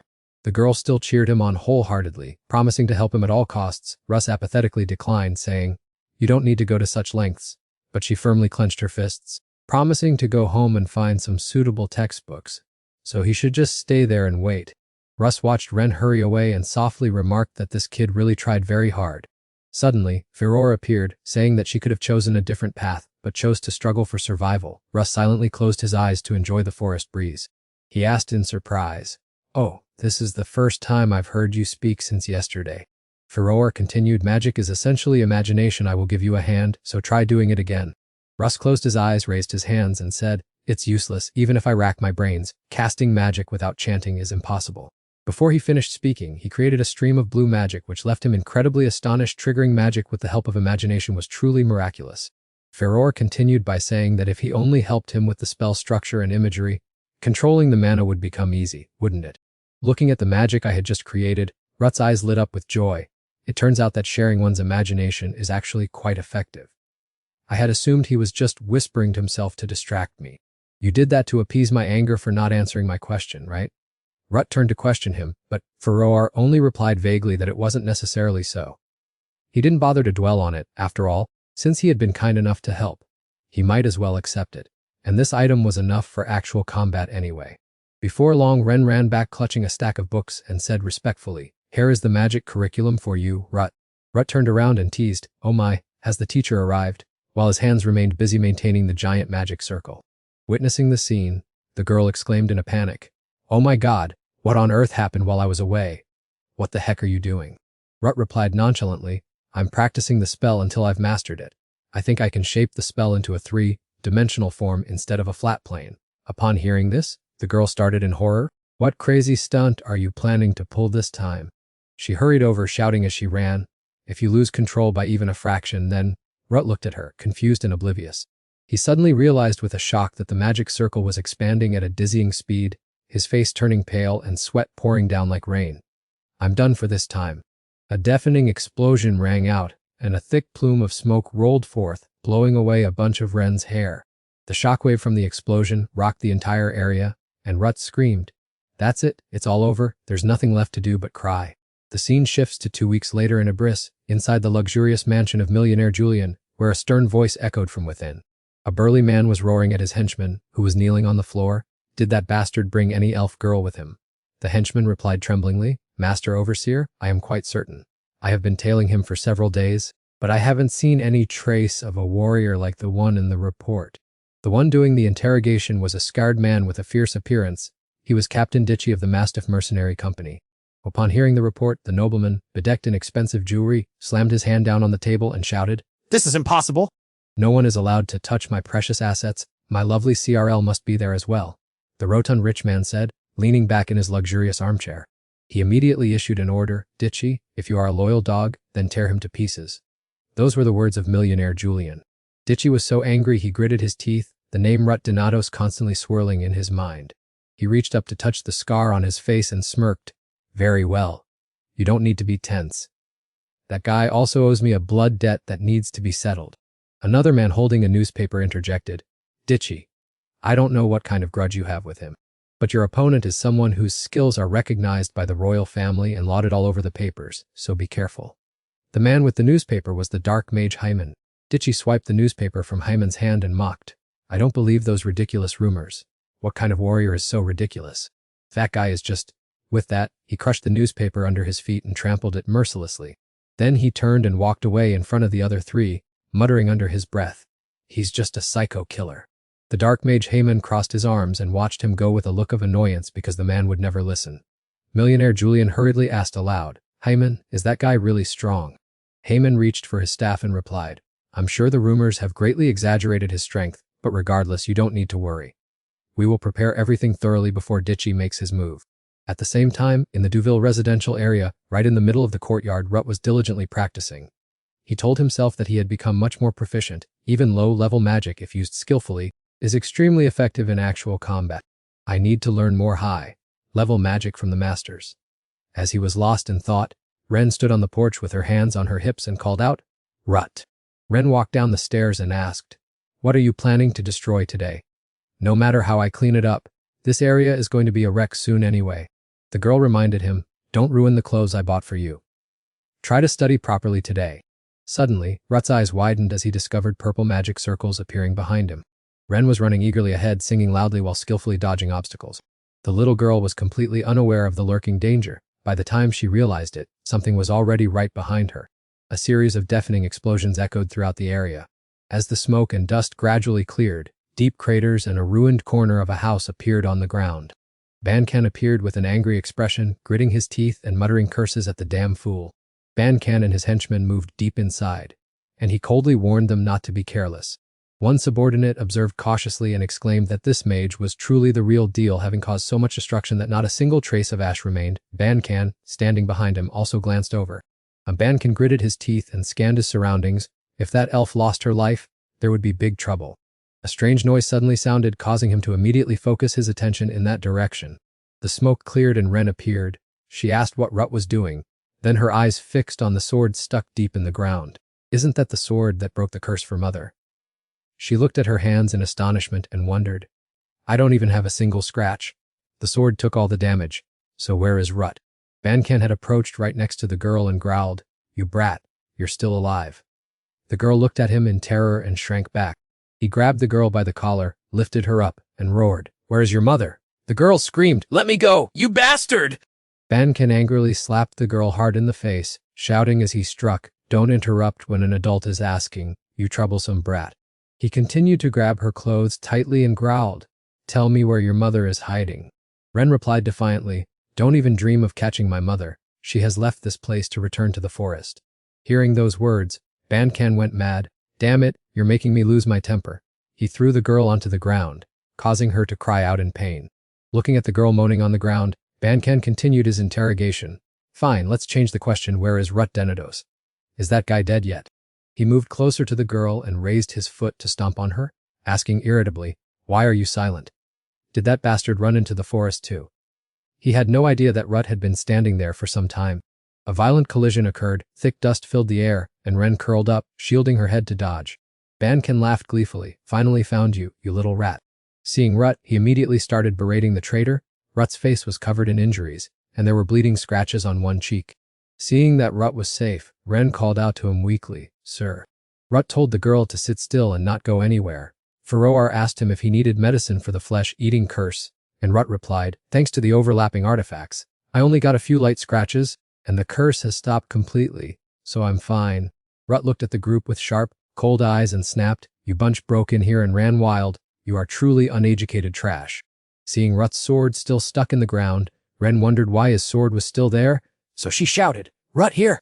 However, the sword was already firmly in his hand. The little girl thought to herself, When did he pick it back up without me noticing? Bankan's henchman shouted in anger, You uneducated bastard, how dare you mock the Mastiff mercenary corpse? Before he could finish, that guy was blown away by an explosion. He only had time to scream once before dying. Bankan was terrified that bomb explosion, that was definitely not ordinary magic. Ruth made an impressive appearance amidst the thick haze of dust. The blade in his hand was deep crimson, stained with fresh blood. As soon as the henchmen discovered Ruth's position, they shouted and charged to attack. A loud explosion rang out, shaking the entire space. Bankan sneered arrogantly. So the rumors about you were all lies. How dare you act so high and mighty in front of an elite? The corpses of his subordinates collapsed onto the cold ground. Bankan was stunned by the sight. Before he could regain his composure, a subordinate shouted a warning. Captain, behind you. Certain that this was a magical trick, he reassured his men that it was just low-level magic bullets and nothing to fear. However, seeing his entire group being hit, Bankan began to feel anxious. Why are there so many magic bullets? With the dust obscuring their vision and making the trajectory unpredictable, Bankan lost his patience and barked at the fools to look closely. A voice from behind him reminded him, "The one who needs to open their eyes is you," making Bankan shudder and break into a cold sweat. Ruth offered a greeting after a long time. As soon as Bankan turned around, a look of utter terror appeared on his face. Before Bankan could react, the tip of Ruth's sword was already pressed against his neck. He looked at him with cold eyes and a mysterious half-smile. The blade remained pressed against Bankan's neck while the subordinates lay scattered at their feet. Ren watched the two of them and wondered, can he really make them all retreat on his own? Looking at the blood-drenched blade making crackling sounds, Ren couldn't help but doubt the other's identity. Who is he really? Ruth continued to press the sword firmly against Bankan's neck. Ren speculated that the glowing red weapon would explode upon contact with blood, not to mention he also had a sword that could dispel any curse. Just how many strange legendary swords does he possess? Ren stared intently at Ruth. Ruth nonchalantly said, I should have hacked you all into 100 pieces instead of using this blood-burst sword. No matter how I think about it, I still can't understand why you've been pursuing me so relentlessly after that sneak attack 5 years ago. Hearing these words, Bankan ground his teeth and replied, A sneak attack, you say? He turned to curse Ruth as an ungrateful fool. I raised you like my own son. And now you dare show your face in Ibris again after murdering half the Legion. You're nothing but a monster in human form. Ruth was bewildered by the baseless accusations. What on earth are you babbling about? He continued his insult, saying, You killed your own partner just because he did some dirty things to a refugee child, and then you ruined my handsome face. Hearing this, Ruth paused in thought. Something was wrong in his past life. He hadn't killed anyone, nor had he been treated like a son. He himself was that refugee child. He began to reminisce. Back then, the Mercenary Legion was a collection of thugs who always assaulted others, not to mention it was teeming with bastards and perverts. Memories flooded back of when he and his family wandered to Ibris. The images of 3 fierce-looking men with barbaric smiles appeared clearly in his mind. The Mastiff Mercenary Legion was actually no different from the rest. Back then, I was just a weak child collapsing in pain. Fortunately, my brother was so powerful that they feared him, whereas I was merely seen as a useless parasite living in his shadow. The two of us were always close, and he often protected me, but he was also a trusted member who frequently had to go on missions. On a day he was away, those people saw me and lunged to attack, out of sheer resentment at being bullied. I fought back, but I ended up being beaten within an inch of my life. Fragments of memory rushed back, showing that my brother had witnessed the scene of them abusing me with his own eyes. Those people heartlessly used the heels of their boots to crush my face. My brother happened to come across that scene, and as a result, he mercilessly wiped out half of the Mastiff Legion. That's right, he was the one who slaughtered half of the Mercenary Legion and left a long scar on Bankan's face. The memory of the moment Bankan's face was slashed apart reappeared vividly. The one who did it wasn't me, but my brother, Azur Denidos. After finishing them off, fresh blood stained his entire face red. At that moment, Rod asked him in shock why he had acted that way. Why did you do that? You didn't need to be so cruel to all of them. My brother patted my head to reassure me, saying not to worry as those scumbags deserved to be punished properly. Even if this meant he was forced to leave me. It was all for your own good, he said, turning his back to walk away. Shortly after, a ban was issued throughout Atun, forcing him to entrust me to another man before leaving. That was perhaps the wisest decision at the time, however. After a few incidents, I ended up living all alone. Recalling my past life, my heart tightened upon hearing news of him after so many years of waiting. That guy was still acting like a thug just as in the previous life, while my brother had vanished. Was I supposed to bear all the consequences for what he had done in the past? My brother's silhouette appeared once again right behind me. I tightened my grip on the hilt of the sword in my hand. Well, I wonder why my life always has to run into such miserable situations. The blood on the blade emitted a pungent, metallic stench. Ban Kan was frightened out of his wits when he saw that sight. Then Rut landed a fatal blow on him, making the man scream in agony. Ban Kan was thrown back and fell flat on the ground. Rut's sword plunged into the ground right between his legs. The man trembled and stammered, "Wait, let me explain." He had his reasons, but Rut didn't let him continue, shouting, "Shut up." Even after all that time, the Mastiff group still kept their wretched habit of bullying children. Ban Kan sat on the ground, head bowed, gnashing his teeth. He looked at the blade embedded between his legs and cried out in fear that he had no idea what this guy was blathering about. Rut coldly replied, "Someone about to go to their grave like you doesn't need to know." Following that was a massive explosion that shook the entire area, with thick clouds of dust billowing up. When the dust began to clear, Rut wiped the sweat from his forehead and complained about how troublesome it was, when suddenly a child's voice called out, "Mister!" The little girl ran toward me from a distance. He hurriedly spoke up to stop her, telling her not to come closer and to go somewhere safer. Ignoring my warning, the girl rushed over, grabbed the hem of my shirt, and looked back in panic, urging me to run away quickly. He is the one hired by Jillian, the bastard who has tormented my mother and me for so long, and he still hides many mercenaries in his mansion. The little girl clung tightly to my shirt, trembling as she continued, "Wait, he also keeps a dark sorcerer there. Since I'm his target, I don't know what to do." No sooner had she finished speaking than she was lifted into the air, leaving the poor child completely panicked, not understanding what was happening. I tucked her securely onto my shoulders and said calmly, "All right, lead the way there." But she still looked at me with a skeptical expression. When she realized my intention, she angrily grabbed my hair and tugged hard, asking, "What are you saying? You should be running away right now." I was in agony, but I retorted, "Calm down. If I go alone, it will take half the day." I made an offer to trade with her.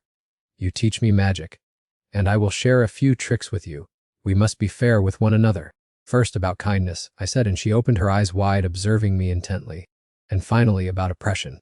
After hearing this, she pondered for a moment, and we both looked toward the distant mansion.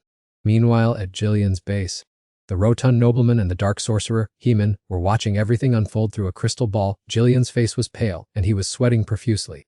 Through the magical glass, they witnessed the horrific death of Bidan Finan, who was torn to pieces in a painful manner. Seeing this scene, the fat nobleman began to tremble, his legs turning to jelly, unable to stand. He slumped to the floor, his whole body convulsing, his face drained of color as he stammered, "Is Bidan Fian really dead? Even someone as strong as him couldn't face that guy." The sorcerer Heman watched calmly and remarked, "He is approaching." The nobleman hurriedly stood up to flee and shouted, "Listen, gather the 11 guards, don't leave a single one behind." The fat man pointed directly at Heman and said, "Hey, Heman, you know why I paid a fortune to protect someone exiled from the Magic Kingdom. Go deal with that monster, don't let my treasure get a single scratch!" Hearing this, the sorcerer thought to himself, "I don't want to use my life's work to save this useless fat man, but I really do need the research funding." After a moment of contemplation, the dark sorcerer replied confidently, "Don't worry too much, Lord Jillian, we still have that trump card." The fat nobleman felt as if he had found a lifeline and cheered joyfully, "That's right, we still have that. Heman, your research is truly magnificent." The thing the sorcerer referred to was a dragon man tightly bound in chains, with a glowing golden stone embedded in its chest. Inside Jillian's mansion, there was chaotic noise. "You bastard, do you know what you're doing? Stop at once!" "Is this the place?" I asked Ren. She replied, "Yes, this is Jillian's mansion." The guards at my feet had all been severely injured and were lying scattered about. I wondered, he must be incredibly wealthy to be able to hire so many soldiers. Ren asked if I was all right, but instead of answering, I retorted, "Why do you care?" Ren hung her head gloomily. "Even if they are our enemies, they are still humans like you," I explained. "I warned them beforehand, but they insisted on attacking me." The girl replied weakly, Yes, that is true. The guards fled the mansion in a panic, making me think, are they planning to attack me again? Some even carried claw marks on their faces, which left me completely baffled. They weren't attacking, they were fleeing in terror.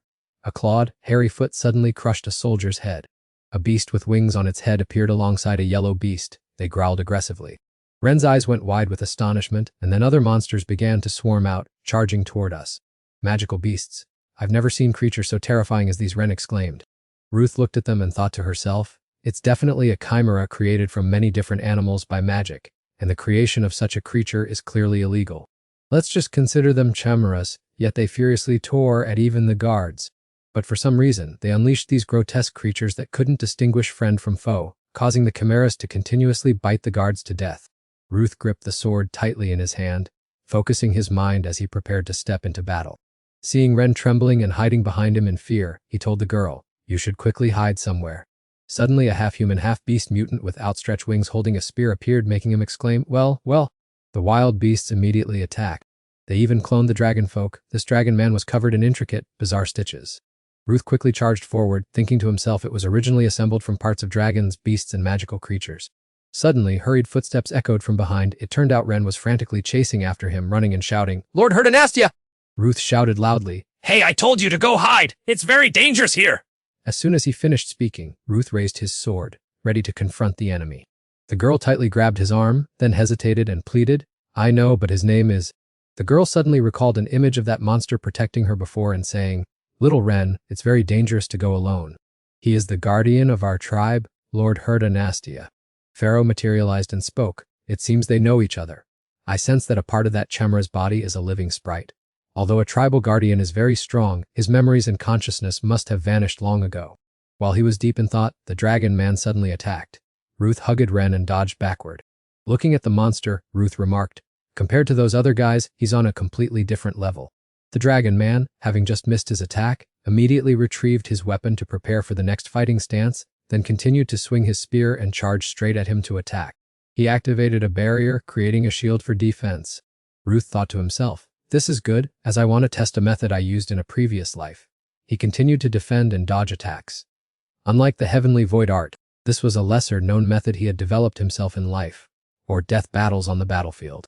That fighting method was devouring. He immediately activated magic, summoning hundreds of magic birds that darted towards the dragon man. The dragon man was continuously attacked relentlessly by the flock of magic birds, causing him to stumble and lose his balance. Seizing that opportunity, he charged forward and darted towards him. He swung his sword and thrust it straight at the dragon man, but the latter still managed to use his spear in time to parry his tricky sword strike. It thought it couldn't dodge in time, so as fast as lightning, it flipped itself around. Immediately after, it took a running start and jumped very high, causing Ruth's sword to plunge deep into the ground due to inertia. The monster, having just escaped a fatal blow, subtly smirked. The immense pressure from the sword caused the ground and rocks to crack and split, transferring energy outwards. Green energy streaks spread powerfully from Ruth to the dragon man, and that energy pierced straight through his body, creating numerous holes. This unique method is called absolute release. The dragon man, having taken the full brunt of the deadly attack, vomited blood and screamed in agony. Ruth turned to observe the dragon-faced creature. Its body began to bleed from the wounds. It tried to calm itself, thinking that the sword's cut wasn't too deep, so it still had enough strength to fight back. After that, it charged straight towards Ruth, its fists clenched, swearing because it had momentarily forgotten the name of the monstrous move it intended to use. "Ah, I remember now, it's Lang." Streams of electricity ran through the dragon-faced creature's body, making its face turn completely pale. Witnessing this scene, Pharaoh exclaimed, marveling at how Ruth channeled the sword energy accumulated from the previous strike to unleash it, then grumbled again about the ridiculously named move. "Why not give it an interesting, easy-to-call name?" he muttered as he rushed towards the dragon-faced creature, which was in a paralyzed state. Suddenly, a staff glowing with magical purple light flew towards them. It shot out magical thorns, blocking the path and preventing Ruth from getting close to the dragon-faced creature. He looked up at the sky, watching. It turned out to be a sorcerer controlling magic and creating a giant circle high above. A series of thorny tendrils rapidly shot down from within that circle. Beside a tree, the second dark sorcerer, a man, appeared lurking. Seeing this, Pharaoh offered to help, but Ruth flatly refused, his hand still gripping the hilt of his sword. He looked up at the sky, which was pitch black due to the other guy's magic, and confidently asserted that he had greatly surpassed him. His eyes flashed brightly. 3 energy sources, mana, skill, and casting ability converged. He had more than enough power to break this magical structure with his remaining mana. Ruth swung his sword, slashing forcefully towards the dark sorcerer's magic, and snarled, "Take this." The stream of energy from the sword radiated like a beast, wanting to completely devour the sorcerer's magic. The dark sorcerer stammered in panic, Unbelievable. It can't be.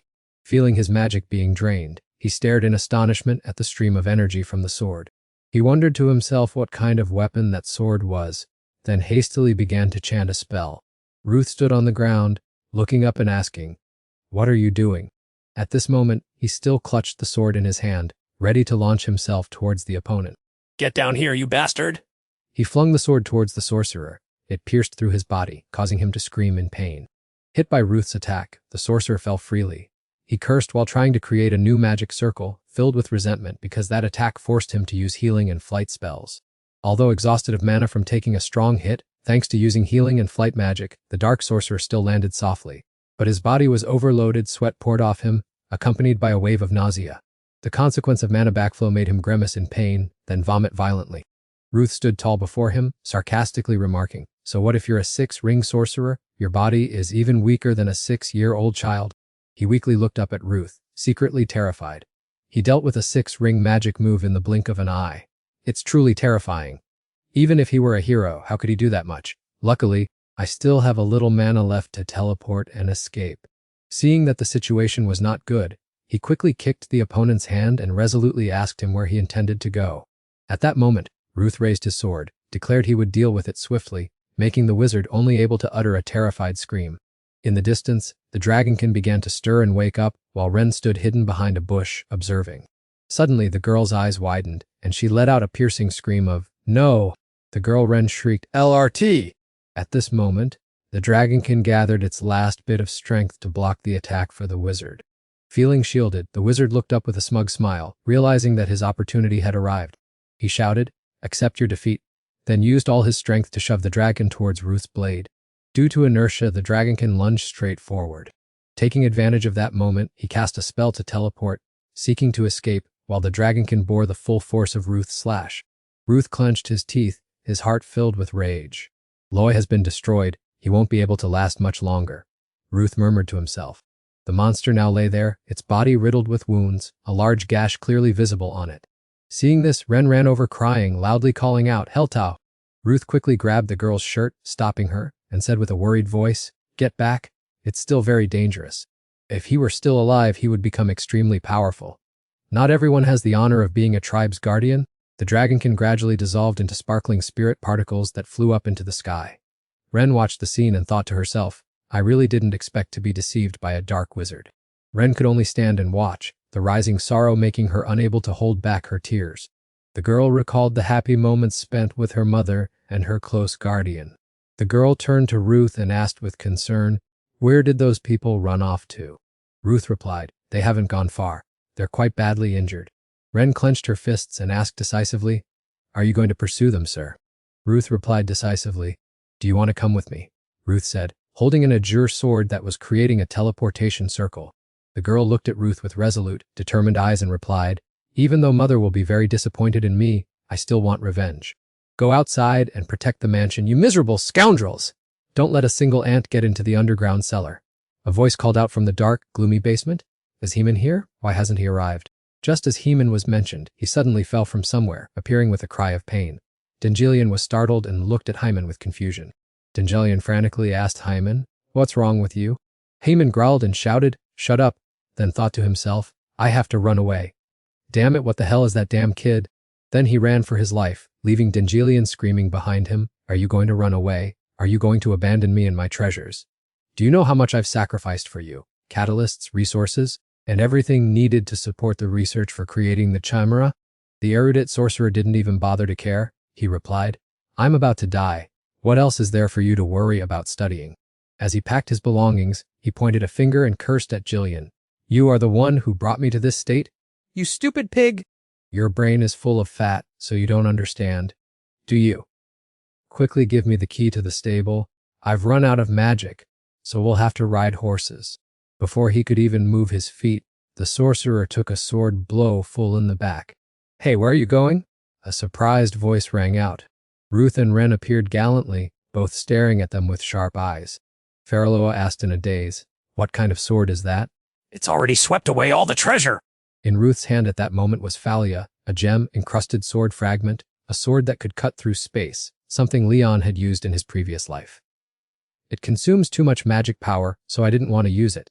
Jillian, witnessing the two people being killed, panicked and fled for his life. "Someone save me, monster, save me!"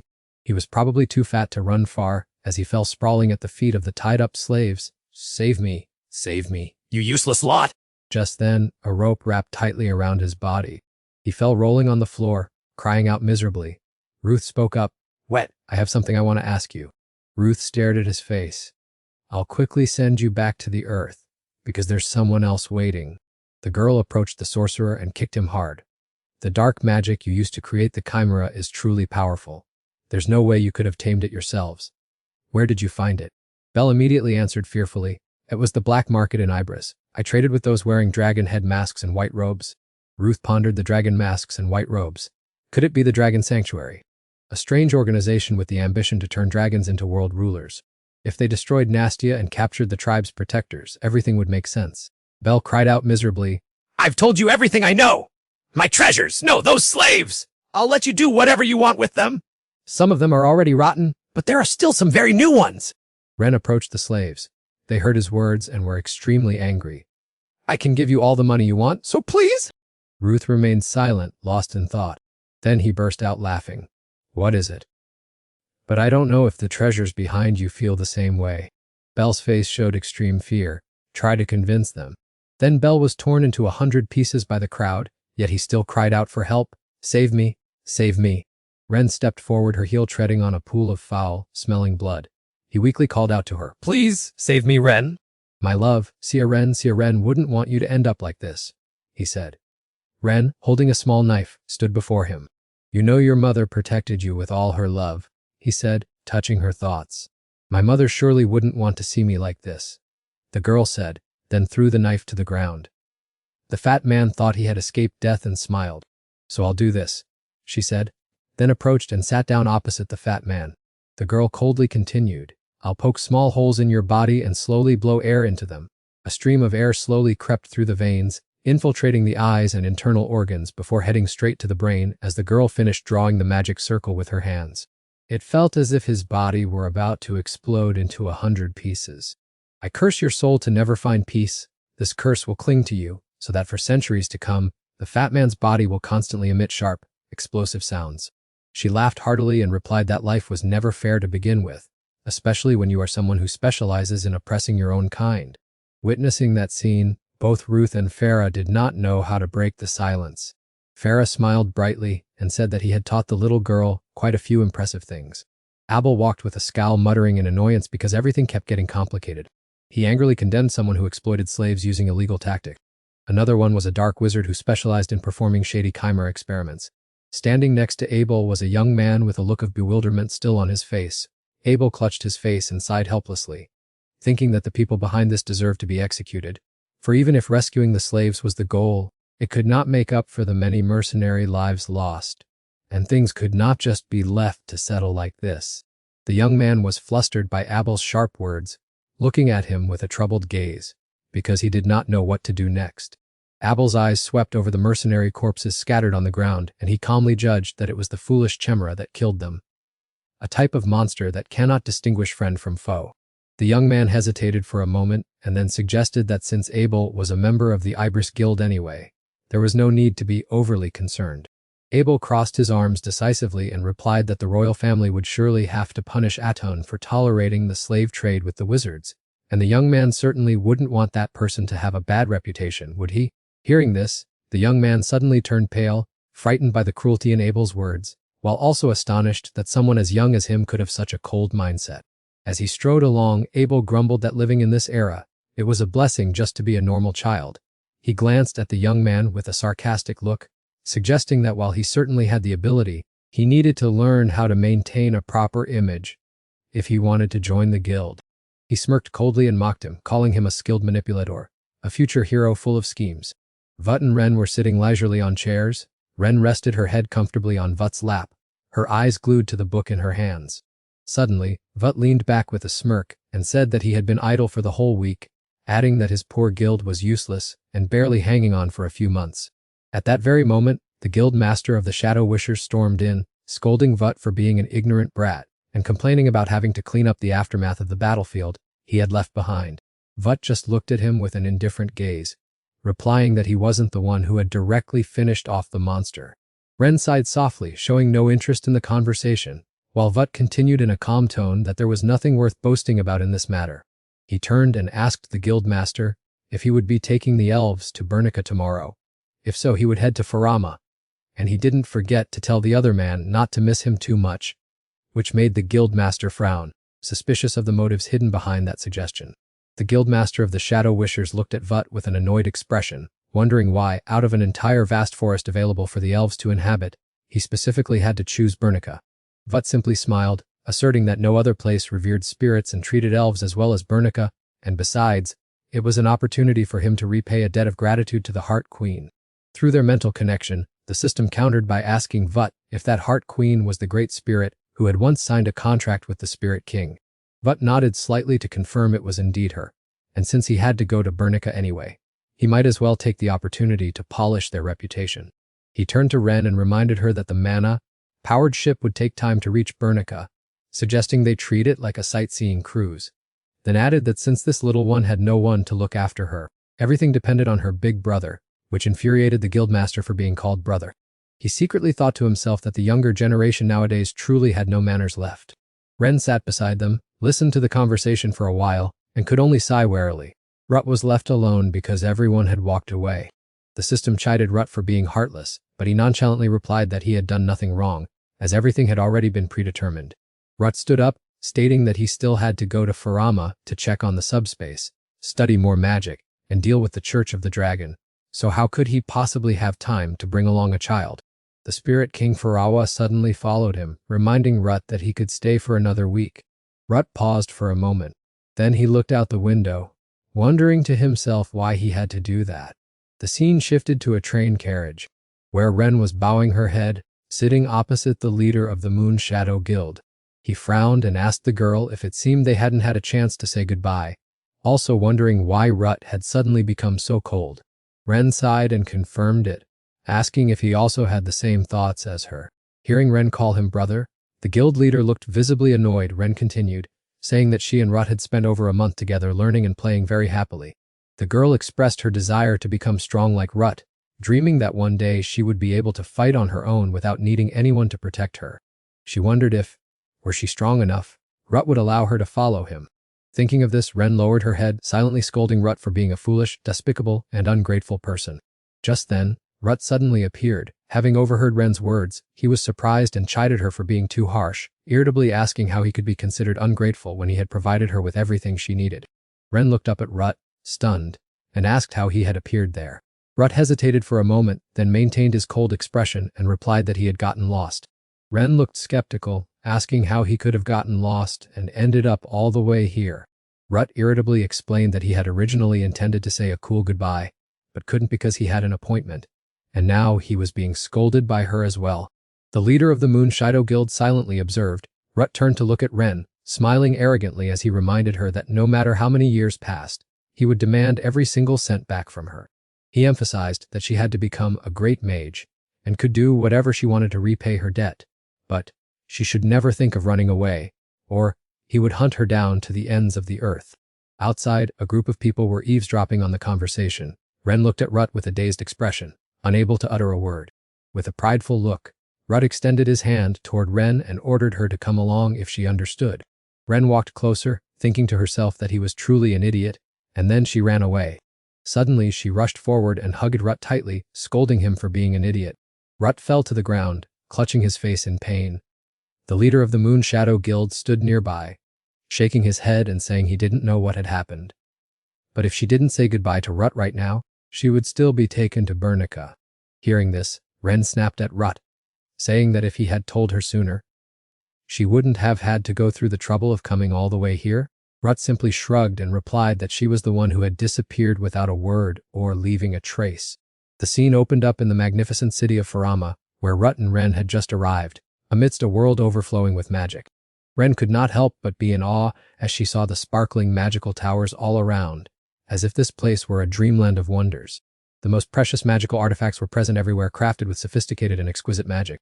In particular, the ice cream here has an irresistibly sweet flavor. It is not only a delicious treat but also seems like the soul of the kingdom, fully showcasing its mysterious charm.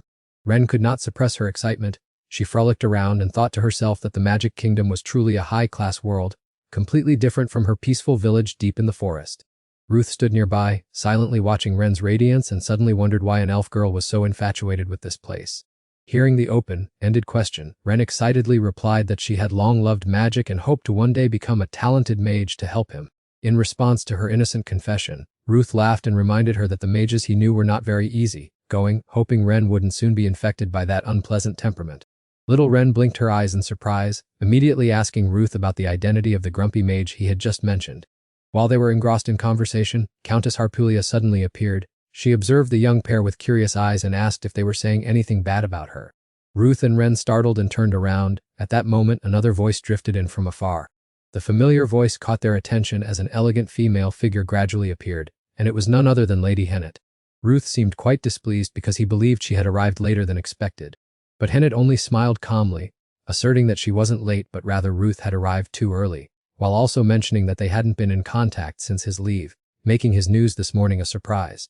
As she drew closer, Hennet's gaze settled on Ren. She observed the little girl beside Ruth with surprise and wondered about their relationship.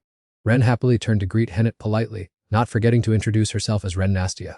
The mischievous girl claimed to be Ruth's secret daughter, and that Hennet was her new stepmother whom she hoped would pamper her, forcing Ruth to laugh awkwardly and explain it was just the kid's joke. He clarified that Ren was just a girl he met by chance in a tune who was in his debt, but Ren innocently kept calling Hennet mother. Making her blush with embarrassment, Ruth then turned to ask if Hennet heard him clearly. In her awkwardness, Hennet sat down and gently said that the word mother sounded quite strange, so if it was convenient, Ren should just call her sister, to be friendly. Ren cried out in joy, because she now had a sister who was both beautiful and kind. Furthermore, eating ice cream for the first time made her believe today was the happiest day of her life, and Hennet also found the girl's cuteness endearing. Nevertheless, she turned to gently scold Ruth for buying ice cream for a small child in such freezing weather, saying a cup of hot cocoa would have been much more appropriate. Ruth replied it was the child's idea and asked if Hennet knew her real age. Hennet simply smiled and replied that age is just a number. What matters is the mark of growth through each stage of life. At the same time, Countess Harpulia stood aside watching the dialogue with a thoughtful gaze. Eben whispered to her that Lady Hennet was grown up, and it was normal to have a boyfriend, but she sternly ordered him to stay silent. The Countess confided in herself that as a mother, she worried a lot, understanding Hennet's desire to cure Leela, but deep down, she only prayed for her daughter to live a free life instead of shouldering heavy responsibilities. Mentioning the next hero, she showed clear anger when seeing Hennet take the unprecedented step of applying makeup so carefully. She resentfully thought only by eliminating him could she be at ease, even though Eben stopped her from aiming her bow. At that moment, Ruth, Hennet, and Ren all startled in alarm upon hearing Hennet's mother's voice. Hennet turned her head, horrified to realize her mother was about to attack Ruth, because she mistakenly thought he was a threat to her. The scene shifted to a magnificent castle where the Countess, Hennet, Ruth, and Ren sat together at a tea table. The Countess took a sip of tea and calmly mentioned that Ruth was the rumored hero figure. However, Ruth responded gently that his real name was Ruth Donatos. The Countess looked straight at Ruth with sharp eyes, questioning whether his trip to the Magic Kingdom was to carry out the mission of inspecting the subspace barrier. She set her teacup down with a wary look, considering all his efforts to be in vain. She explained the barrier was still in the inspection phase and needed another week. If Ruth hadn't suddenly called Hennet over, she wouldn't have revealed this progress to him at all. The Countess's eyes suddenly blazed with rage, and she firmly told him to leave at once, leaving Hennet, who was sitting beside her, stunned by her mother's attitude. Although slightly confused by that sudden burst of anger, Ruth calmly replied that the matter did indeed relate to a mission, but he had another important issue he wished to request. His words left the Countess stunned, especially when he directly expressed his desire to study magic under her at such a prestigious place as the Red Pagoda. Hearing that, the Countess only slightly curled her lips with a knowing look. She leisurely snapped her fingers as if to mock his recklessness, then made a sarcastic remark about Ruth's existing reputation. At the same time, she arrogantly judged that a second-class mage like him daring to dream of becoming a student of the Archmage Harpulia was truly delusional. Faced with that sudden request, the Countess flatly refused without a second thought. Ren, sitting next to them, suddenly interjected into the conversation. The young girl looked at her with admiring eyes, praising Ruth's ability to discern ranks without chanting or using any magic. The Countess wore a smug smile and replied nonchalantly that it was nothing for her. Ren continued to whisper that her own magic was poor because it was self-taught. So she hoped to one day reach a level of brilliance like hers, while expressing her desire for her to teach both of them magic in a hopeful tone. Hearing this, the Countess just sneered, thinking the girl was oversimplifying everything. But before she finished speaking, Ren used her adorable chubby face to persistently plead further. The girl's pure innocence made both the Countess and Hennet instinctively smile, their hearts melting at such artlessness. Noticing this, the Countess spoke sternly, saying that if the two of them truly had nowhere to turn, she could let them stay for a while, but accepting students could not be done so casually. Ruth confidently replied that if she had not yet seen his talent, she could set a challenge, while Hennet was busy enjoying cake and turned to urge Ren to get more for her. The Countess pondered for a long time and decided to ask a question. Depending on how he responded, she would consider whether to open an examination for him. Hennet, sitting next to her, stared at her mother with wide, surprised eyes. She began to question the true nature of magic. Ruth answered loudly that in books, magic is a miracle created by human will controlling mana. In reality, however, it is the power of dragons distilled from the slaughter of their own kind. Ruth's answer left everyone stunned, especially the Countess, who praised him because this was not an observation that any ordinary mage could conclude. Leisurely walking toward the door, the Countess explained that ancient magic was the privilege of the dragon race, while current human magic, though quite similar, differed in how it was executed through incantations and will. She emphasized that she had poured all her focus into effective incantations. She also used her keenness to maximize power through the limited imagination of humanity. She continued by saying that human magic still has the potential to surpass the dragon race, provided one knows how to face reality instead of being arrogant, and she remarked that although Ruth was still a bit haughty, he was not a fool. Ruth followed her with admiration, secretly marveling at the Countess's power when just a wave of her hand could execute such an advanced long-distance teleportation spell. Upon returning, the Countess announced that she would fulfill her promise and begin the examination for him. Countess Harpolia looked at him with cold eyes, signaling for him to begin the test immediately without hesitation. Ruth was slightly taken aback by this request and wondered to himself if it was necessary to rush into things right away. The Countess showed no patience. She coldly emphasized that she was a busy person and could not let a stranger linger, so everything had to be done immediately. Witnessing that attitude, Hennet spoke up to remind her mother that Ruth also needed some time to prepare. The Countess spun around, sternly lecturing her daughter that noble character must be shown through every word and action, leaving Hennet standing in silence, stunned by her mother's severity. Faced with that situation, Ruth maintained his usual calm and asked about the requirements of the test she had proposed. Countess Harpulia looked Ruth straight in the eye, explaining that the gate would take him to the Elful Flames in eastern Phakma, a place hailed as a grace from God. Here, mana flows turbulently through stratigraphic veins, forming the foundation of the Magic Kingdom while also serving as a mysterious research area with abundant resources. She added a warning that a land rich in mana would surely be home to many bizarre creatures, which left Ruth quite astonished upon hearing it. The Countess continued that outside the research station grounds, this area was frequently attacked by fierce featherless beasts. As a student of Aratium, Ruth knew well that when winter passes, it is exactly the time when the featherless beasts enter their breeding season. A solitary featherless beast might not be terrifying, but if allowed to breed unchecked, it would cause unforeseen consequences until the alpha is eliminated. The Countess assigned Ruth the task of tracking down and defeating the alpha featherless beast hiding in the Elful Range, with a time limit of just 1 week. After hearing the declaration that she would accept him as a disciple if he succeeded, Ruth took a step forward to show his determination, while Ren nearby hurried to hold him back, worried about the danger awaiting him. Without hesitation, Ruth accepted the challenge and reminded her to keep her promise, while Hennet stood nearby, silently watching with deep concern for Ruth. The Countess calmly replied that a mage of the Red Tower never broke her word. Then she gently patted Ren's shoulder as a way of comforting her. Ruth stood there, his heart welling with indignation upon seeing that Ren, who also desired to be her disciple, did not have to undergo any test. The Countess only responded in a calm voice, asking back if he was out of his mind to think that a child like Ren needed to venture into such a dangerous place. Ruth immediately retorted that he himself was even younger than Ren, but the Countess firmly asserted she would look after Ren, while whether to teach her magic or not was entirely up to Ruth's decision. Ruth felt aggrieved, but before he could speak, Ren understood the situation. She affirmed her loyalty and wanted to follow Ruth closely, while Hennet gently invited Ren to eat some macarons to ease this tense atmosphere. Hearing Hennet's invitation, Ren hurriedly said goodbye to Ruth and wished him luck, leaving everyone nearby stunned to see her easily forget her intention to follow Ruth just for a few sweets. The Countess did not wait any longer, gently waving her hand to urge Ruth on his way. As she thought he had already spoken too much, Ruth turned his head to look at her with a steady gaze, silently reminding her not to forget what had been committed to. The Countess spoke firmly, reminding Ruth that he had exactly 1 week to complete this task.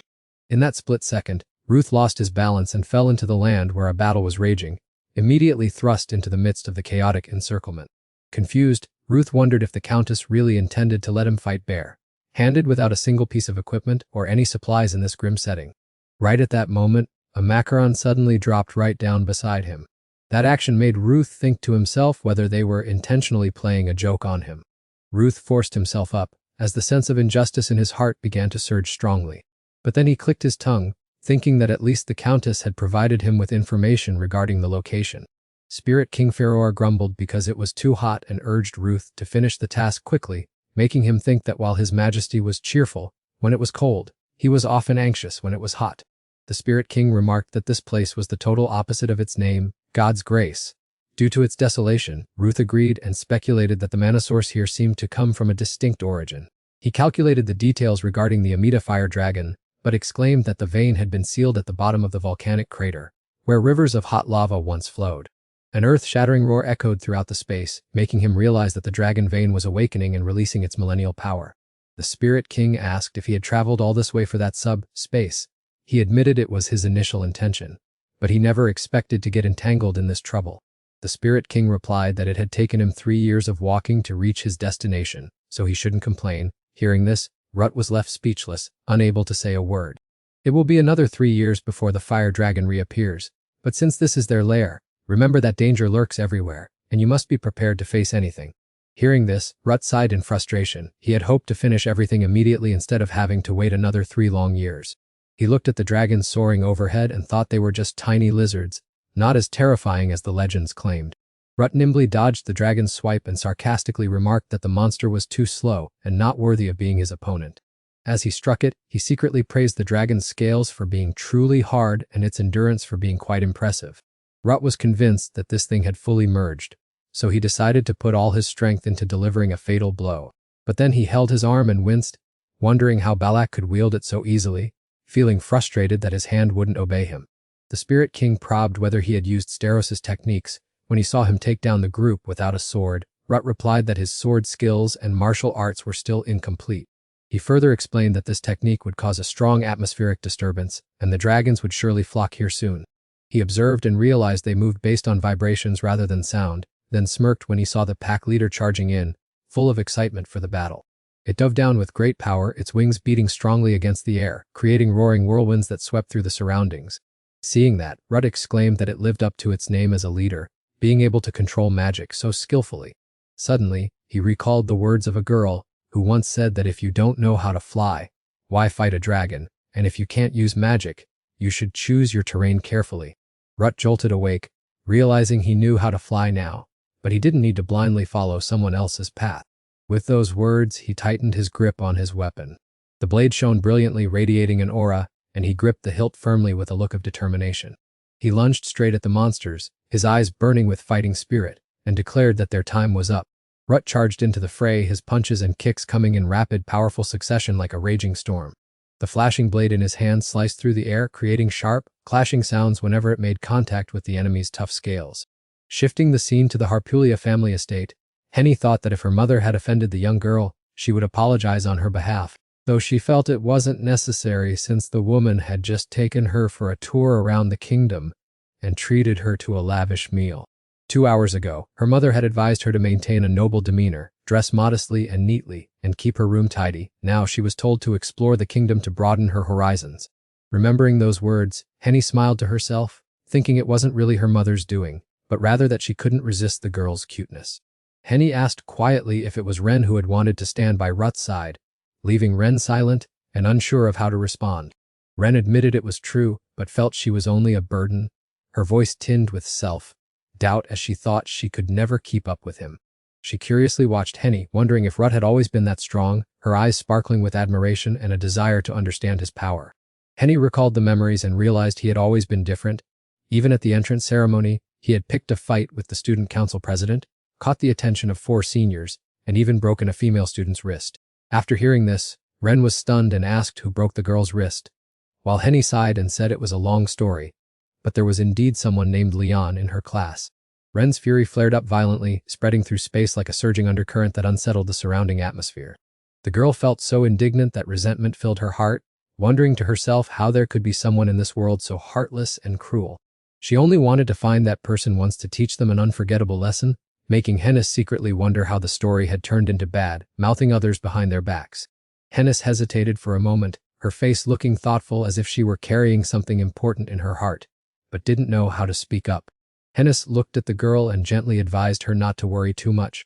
As that guy was strong enough to defeat 10,000 shape, shifting dragons. He just didn't bother showing it. Hennis added that anyone observing could see he was no different from a brave warrior, right? In the intense battle, the Spirit King glanced at Rut and asked if it was a new weapon. Rut replied it was the Storm Spear, an ancient item capable of controlling the weather that he had dreamed of since his previous life. Rut shared that great weapons already cost an enormous amount of mana, but this Storm Spear consumed even more, making it impossible for him to use it indiscriminately. The Spirit King looked at him with a mix of mockery and understanding, criticizing that even though he knew the weapon's power, he still recklessly charged into the dragons like a child's first experience. Rut only smiled, his face exuding complacency as if he were performing with great style. With overflowing enthusiasm, Rut firmly stated that regardless of age, people always harbor a young and longing soul. He was full of confidence, believing that when holding the ultimate weapon, his duty was to unleash all hidden potential, no matter who the enemy was. Just as Rut hoisted the weapon onto his shoulder, he was stunned by its sudden weight, which caused him to lose control completely. He fell flat on the ground, the weapon slamming onto the floor with a resounding sound, and the Spirit King watched the scene, asking worriedly if he was okay. Rut panted and admitted that his mana was depleted, leaving him with no strength left to continue the battle. While roasting meat over a fragrant fire, he frankly remarked that a fourth-rank person like himself truly wasn't skilled enough yet to master such a weapon. As Rut chewed on the dragon meat, he heard the Spirit King mock him, asking if he only tried to use the great weapon because it looked cool. He didn't forget to tease him about low mana leading to decreased intelligence. Looking at the way he greedily devoured that smelly dragon meat, Rut threw the bone away, looking annoyed at the Spirit King's nagging, then said he had recovered enough energy to continue moving after eating. He secretly thought that besides being unable to control the Storm Spear, he was also discouraged because he hadn't been able to overcome the barrier to advance to the 5th rank for a long time.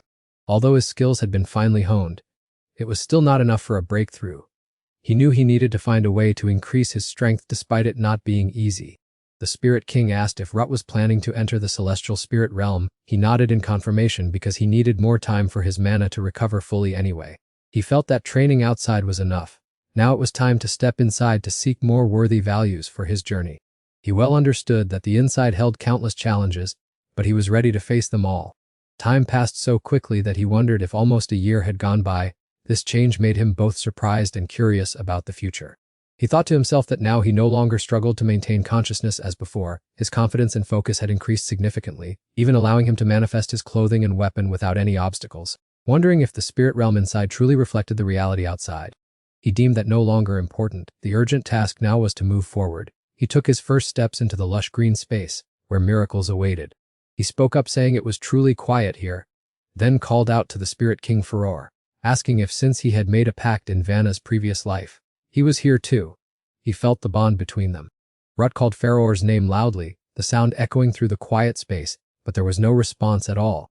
Rut thought to himself that perhaps he had lost contact with the Spirit King. If he had entered the Celestial Spirit Realm, surely he would have recognized his master's presence soon.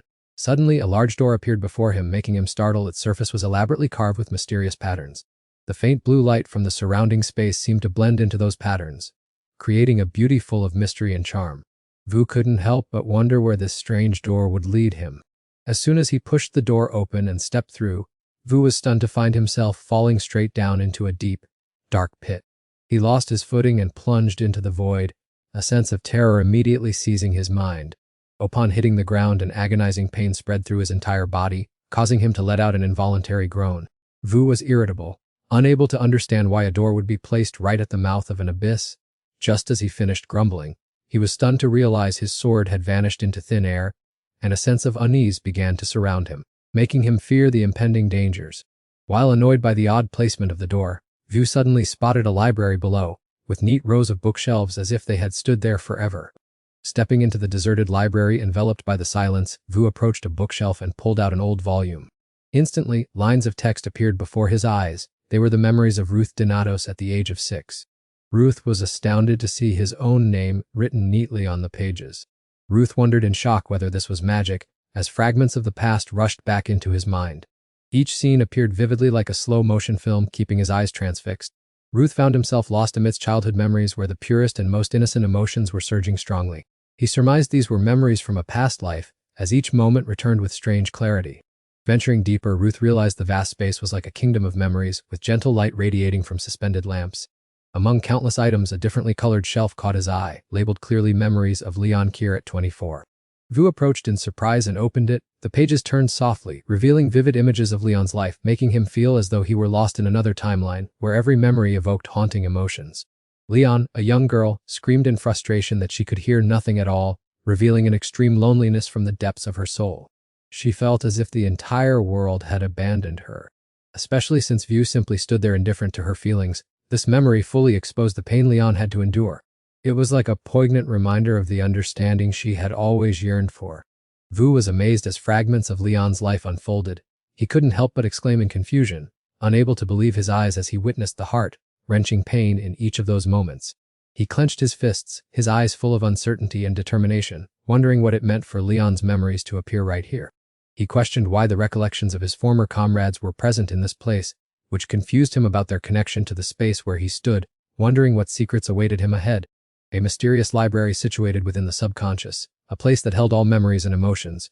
If Vu's connection to his master's spiritual world was severed, then this surely was his own space, a place to confront the hidden corners of his heart, where the past and present unveiled unknown mysteries together. Vu secretly guessed that the memories of his past, life fellow disciples were all converging here. Not just his own, but those of everyone who had stood by his side. If this place was created by the successor's consciousness, then it was understandable that his memories would appear. But why were the memories of others also present here? Suddenly, a strange sound interrupted Vu's train of thought. He grumbled that there was already enough trouble here without someone coming to disturb him. Vu felt irritated, unsure who was disrupting this silence, his gaze sweeping coldly through every corner of the library. He growled that if he caught them, that person would have no hope of escape, as a seething determination surged inside Ruth, not to let this intruder leave easily. He rushed toward the sound, full of suspicion and resolve, but upon arriving, Ruth was shocked to see a sword lying abandoned on the floor. You wonder how this thing appeared here? A solitary sword lying on the ground in the middle of a vast void. You don't remember seeing it anywhere before. A strange sense of curiosity rises within you.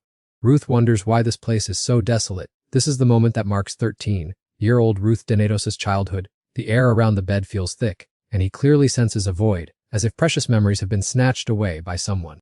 Suddenly, a woman's voice speaks up, asking if he is playing some kind of game. The sound is gentle but hides something mysterious, and Ruth turns his head toward the source of the voice as she speaks. It is a pleasure to meet you, the ninth successor, her voice soft yet authoritative. Ruth turns sharply to look at the girl, his eyes filled with suspicion and confusion. The two look at each other in a quiet moment, Ruth's gaze sharp but skeptical, while the girl maintains a calm expression, wearing a faint smile as if she had foreseen this meeting. The girl slowly introduces herself as Sanlos Averill, the sixth successor of the Void Mastery, her voice melodic yet dignified. Ruth remains indifferent to Sanlos Averill's introduction, surprising her with his apparent lack of interest. She irritably declares that she is a renowned professor, a brilliant rose known to all, and that Sanlos is not just a name but a symbol of power and knowledge in the lineage of successors. Ruth replies in a calm tone that he has read about Sanlos Averill in history books, noting that she is the predecessor of the Eternal Heaven Sword, Anne Bryce. This excites him greatly, and Ruth frankly expresses that meeting such a great figure is a huge honor. Sanlos Averill smiles slightly, her voice a mix of humor and confidence. She says she knows that, but in reality, she has passed away, and surely Ruth must think she is a ghost for appearing here, her words both playful and mischievous. Sanlos Averill continues to explain to Ruth that when a successor dies, both their body and soul turn into celestial spirits, and she is a manifested concept, a part of the will left behind by predecessors to guide the way to the blue celestial realm. Charlotte Averill looks at Ruth with a serious expression and says that she is only here to help him. But she suddenly stops as if something makes her hesitate. She looks at Ruth and emphasizes that he is no longer a child, and that something important is happening outside that he needs to pay attention to. He introduces himself as Ruth Donatos and asks Charlotte Averill about the place they are trapped in, explaining that he has lost contact with the mental world and his master, and is unsure if they are truly in the blue celestial realm. Charlotte smiles, her eyes reflecting understanding, and says that it is true Ruth has lost connection because this is the inner sanctum, where the memories and consciousness of successors are kept, and the hazy space surrounding them feels like soft smoke. Ruth is surprised to hear Charlotte call this the inner sanctum, his mind shaken by this truth. Charlotte explains that the blue celestial realm is divided into 8 parts, each representing different aspects of the mental world, including the outer sanctum and the inner sanctum, where auxiliary spaces and imaginative spaces create layers that successors can explore. She says that the physical body, consciousness, and soul constitute a living entity, and within the soul lies information about the spirit. Only the soul of a successor can enter here. The connection between their souls and Ruth's soul has been severed. Simply put, this is a private space for successors where their memories and thoughts are stored and explored. Ruth looks puzzled. Charlotte says that from now until he creates this place, it will hold all his memories. This is his own blue celestial realm, a space where every memory and experience will be preserved and explored throughout his life journey. Ruth wonders that if this is his own blue celestial realm, why are there memories of others here? And he cannot help but wonder about the presence of memories that do not belong to him in this space. Charlotte says that perhaps the appearance of other memories is due to external influence, but since she is only a concept, she cannot be sure. She looks at Ruth and says that this friend can tell him clearly. She picks up the sword, her eyes shining as she looks at it, remarking that this sword is quite interesting. Ruth looks on, bewildered by her actions. Charlotte irritably says, "Look at its temperament. Even if it knows, it won't tell us anything." Ruth picks up the sword, thinking to himself, what kind of sword has a temperament? Could a sword have its own emotions? Charlotte continues to ask why Ruth uses this thing, her expression clearly skeptical. Ruth explains that this is the heaven-defying sword Daimos, a sword passed down by his ancestors, and then he asks Charlotte if she doesn't know it, curiosity and surprise showing on his face. Charlotte says she has never heard of the sword Daimos before, but it seems she has finished her task. As she speaks, she reaches out and summons a sword. The blade sparkles in the hazy light of the space. She holds it high, and the light reflected from the blade creates a brilliant aura. Charlotte looks directly into Ruth's eyes and tells him to take the sword. Prove to her that you are worthy of seeing the fifth wall. Her words carry a seriousness, like a test not only of strength but also of his determination and will on the path ahead. Charlotte continues to explain that all those who came before, including Ruth's master, had to pass this test to be able to pass through the fifth wall. Charlotte instructed Ruth to strike with full force, stating that even a mere graze from his blade would suffice. Her eyes shone with encouragement, and the air grew thick with tension, as if testing his resolve as Ruth embarked on this crucial trial. Ruth secretly surmised that breaking through the fifth wall must surely come with rigorous conditions. He had a premonition that Charlotte would never let him draw his sword easily, and suspicion began to take root in his heart. Charlotte confirmed that this place was indeed the inner sanctum. Although her physical body had vanished, her soul still existed here, and she warned him that he must exert all his strength to pass the threshold. Immediately, Charlotte lunged straight toward Ruth with a speed that left him stunned. She wore a mysterious smile, her gaze resolute, and teased him by saying he was done for this time. Ruth was shocked by the power and terrifying speed of her sword swing, a force far exceeding any attack he had ever experienced from the immortal heavenly sword. Although he had steeled his nerves in advance, Charlotte's sudden strike still landed, and a stinging pain instantly spread through his joints. Charlotte smiled at Ruth triumphantly and praised him, saying he wasn't bad. If he hadn't dodged in time, his head might no longer be sitting on his shoulders. Ruth grew angry, his eyes wide with defiance as he demanded to know if she truly intended to take his life. A mix of unease and resentment clouded his mind. Charlotte explained that this was a mandatory procedure, noting that when she was alive, she had to die and be reborn 1,000 times to overcome this wall, so he shouldn't overthink it, and should just attack with all his might, as if he were training. She told him that the fear of striking a mentor would soon fade after dying and being reborn a few times.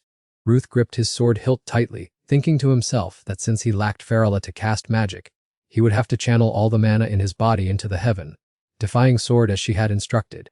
Thinking there was no turning back, Ruth looked straight at Charlotte and firmly stated that he would not let her subdue him easily. His belief in the power of the heaven-defying sword drove him to prove his worth. He regained his sturdy stance, ready to face the coming clash. Charlotte smiled, her eyes sparkling with interest as she remarked that youth was wonderful because it held boundless passion, and a brilliant aura emanated from her. The light from her body appeared as the embodiment of authority, and she reminded Ruth that to pass this checkpoint, he must demonstrate his full potential. Hearing Charlotte's demand to use his full strength, a sudden wave of confusion washed over Ruth, and he wondered if he truly had the strength to overcome this arduous trial. Ruth suddenly recalled combining the heaven-sky technique with his brother's weapon, which helped him regain a bit of confidence. He reflected on how he had never hesitated to imitate supreme techniques, blindly throwing himself into challenges just to become stronger. Feeling the surge of power within him, he suddenly felt his heart grow heavy, as if all things around him were gradually sinking into a deep void. Charlotte looked at Ruth, who was sitting on the ground in surprise. She had not expected him to unleash such terrifying power, and her eyes clearly showed admiration as she witnessed the immense potential hidden within him. Charlotte pointed her sword at Ruth's face, her tone serious as she asked if he truly thought he would win on his first attempt. Her words hit him like a bucket of cold water, damping his hopes. She raised her sword high, her eyes narrowing as she told him not to look at her with those eyes, because it was all just tradition. At that very moment, she slashed lightly at Ruth's neck and declared that he had officially completed the test. Ruth clutched his neck in agony. The burning sensation running through his body made him unable to refrain from complaining about this troublesome tradition. Faror asked about Ruth's condition upon seeing him return, his tone tinged with a hint of worry as he sensed strange spiritual tremors. Having just escaped the shock, Ruth insisted he was fine, even suggesting that this was nothing compared to the power of the Black Dragon. Faror wondered what Ruth had done in the Blue Heaven, leaving the boy momentarily hesitant to answer the question. He explained that he was gathering clues to level up, and perhaps that was all there was to it. Even so, he still encountered some trouble. It seemed his memories after returning were being jumbled, with countless gaps appearing in his mind as he muttered while drawing a sword from the void. In his memory, the blurred figure of a young girl appeared, clutching a sword and demanding to know the reason for his erratic temperament. Since the memory was still quite hazy, he couldn't identify her clearly. Vut hurriedly questioned the stone, Faror Salat Avro, the sixth successor, saying she insisted she had never seen this weapon before, asking if he was certain it was truly the treasure Vanna had used. Faror replied earnestly that it was indeed the one. However, the heaven-defying sword he knew was only capable of cutting through mana flow, and he had never seen a blade that could absorb it. Perhaps its ability had been enhanced for some mysterious reason, or perhaps Vanna had sealed something terrifying inside without his knowledge. Vut was dazed. A seal. The stone patiently explained further while Vut listened intently and began researching the sword himself. The heaven-defying sword originally possessed two abilities specifically for cutting through magic barriers, which Vanna used to seal the Dragon King instead of confronting him directly. This power had now transformed into the ability to absorb magic, likely due to the aftershocks of the seal within the sword, and whatever Vanna wanted to imprison must be extremely dangerous. Vut suddenly came up with a very bold plan. If it was that dangerous, he should just toss it into the lava and be done with it. Despite his words, Vut stood up to continue his journey. The divine stone anxiously asked if he was truly alright, and Vut could only sigh in response, saying he was fine, having reached level 5, while Vanna had also fully recovered. Since he had passed the preliminary test, it was now time to execute the official mission. As he strode along, Vut glanced around. Although he didn't know where they were hiding, in his past life, members of the Dragon Temple frequently visited this area, often using special characters to mark the location of their base deep within this treacherous terrain. It possessed a barrier to deceive strangers. His hand brushed the dust off a stone slab, revealing several strange characters underneath. Searching for them was too much trouble, so he might as well force them to reveal themselves. As soon as he finished speaking, Vut swung his axe and shattered the stone. On the other side of space, a Dragon Temple follower, upon sensing the seal had been broken, immediately reported to their superior Miles. He hurriedly asked Mua what was happening. She reported that there was an incident. The future warrior they were monitoring had just wiped out their seal. She was anxious and worried, wondering if he had discovered their existence. The leader immediately reassured her, telling her not to worry, for even if he had once slain a dragon, he was still just an 18-year-old boy who, at most, knew a bit of magic to erase traces. Another member interrupted, agreeing and suggesting that even if he found them, they could just kill him. His tone was full of mockery and disdain. The bishop instructed them not to cause a stir and to wait patiently for an opportunity to uproot this threat and appease the Dragon King's soul, which would surely please Great Master Han. Mua breathed a sigh of relief upon hearing this, noting that the Great Master had indeed said so. She spoke while clasping her hands in prayer, saying it was now time to preach to the poor sheep. While they were engrossed in discussion, a cold, sharp voice rang out, asking what all the noise was about. It was the bishop. Mua hurriedly welcomed her, saying it was an honor, and honestly recounted that they were discussing the whereabouts of the future warrior. After hearing this, she appeared very excited, remarking how interesting it was and expressing curiosity about what schemes that arrogant man was harboring in his head. One of them was stunned, asking if the bishop intended to take action personally. She offered no further explanation, only remarking that it had been a long time since she had stretched her limbs. Taking a short stroll wouldn't hurt. Beside her were her two pets.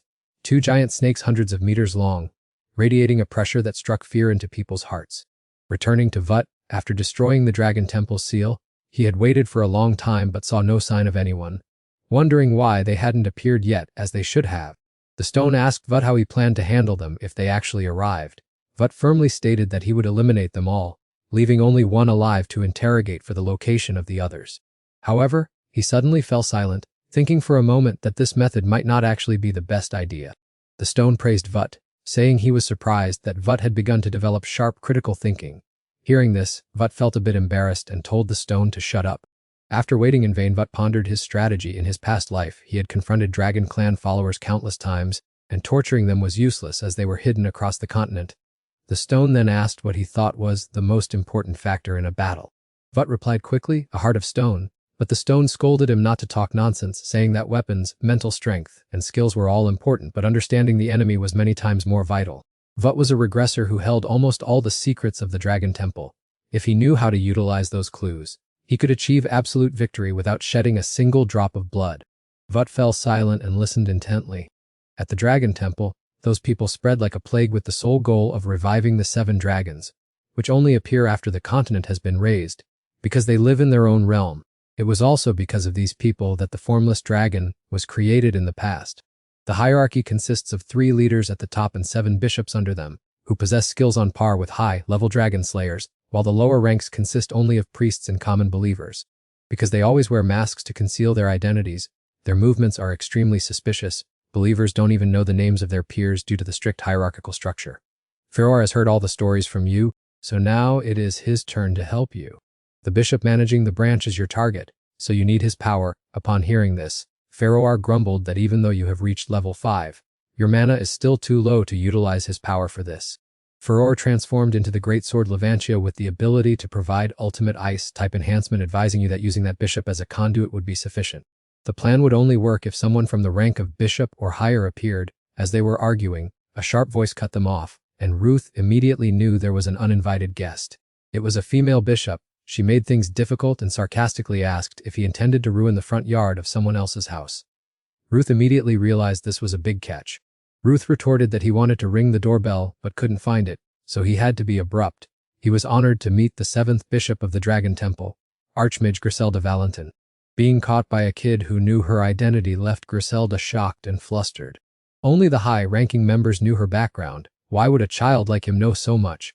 Ruth continued with a firm tone and apologized for not being able to follow protocol when greeting her. While speaking, he performed a strange sign accompanied by a prayer, asking the dragon god to protect her under his authoritative wings. You are Ruth Donatos, the adopted son of leader Adam Milgo, and you have come here to relay a message on behalf of your father. The consecutive shocks left her stunned. Why did he know that name? Griselda realized that this kid was not easy to deal with at all. Without hesitation, she cast a spell to control the pair of snakes, rushing forward, ready to tear Ruth apart. Griselda remarked sarcastically that he seemed to know quite a lot about this temple. Oh, you who call yourself a warrior of the future. Impersonating a member of the Dragon Temple is an unforgivable capital crime, especially when crossing the permitted limits as you have. She could not swallow the anger of a kid daring to claim he is his son.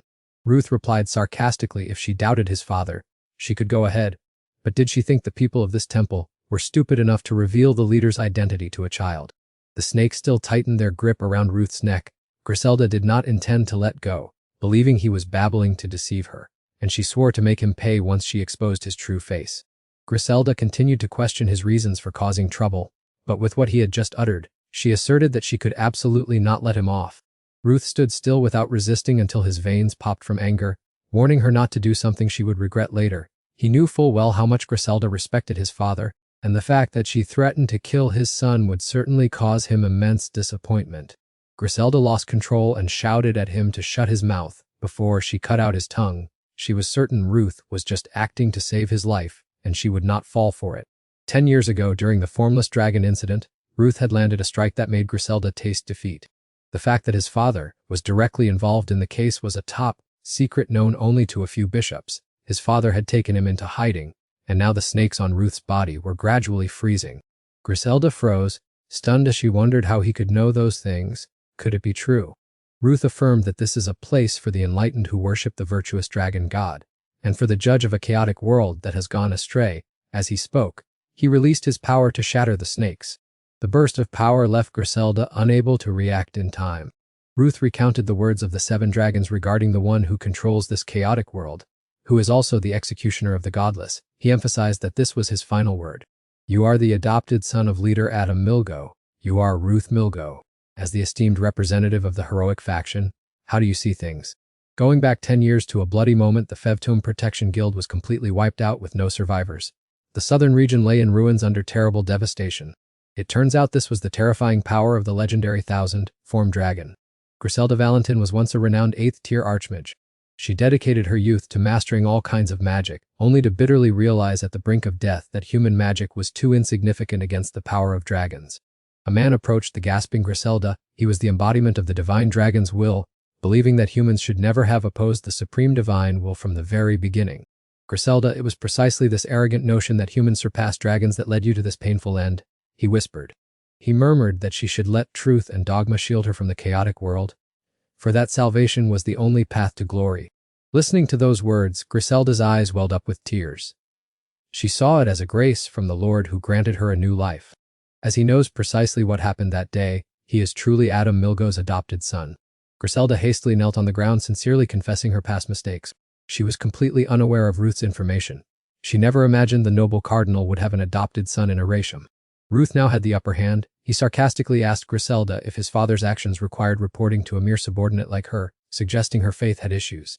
Upon hearing this, Griselda became extremely panicked, hastily explaining that she had no such intention. Ruth then changed his tone and evaded, stating Griselda's suspicions were irrelevant. He only wanted to report his progress to his father and asked her to take him to the lake immediately. Though her teeth were clenched in indignation, to atone for her mistakes, she had to agree to lead Ruth.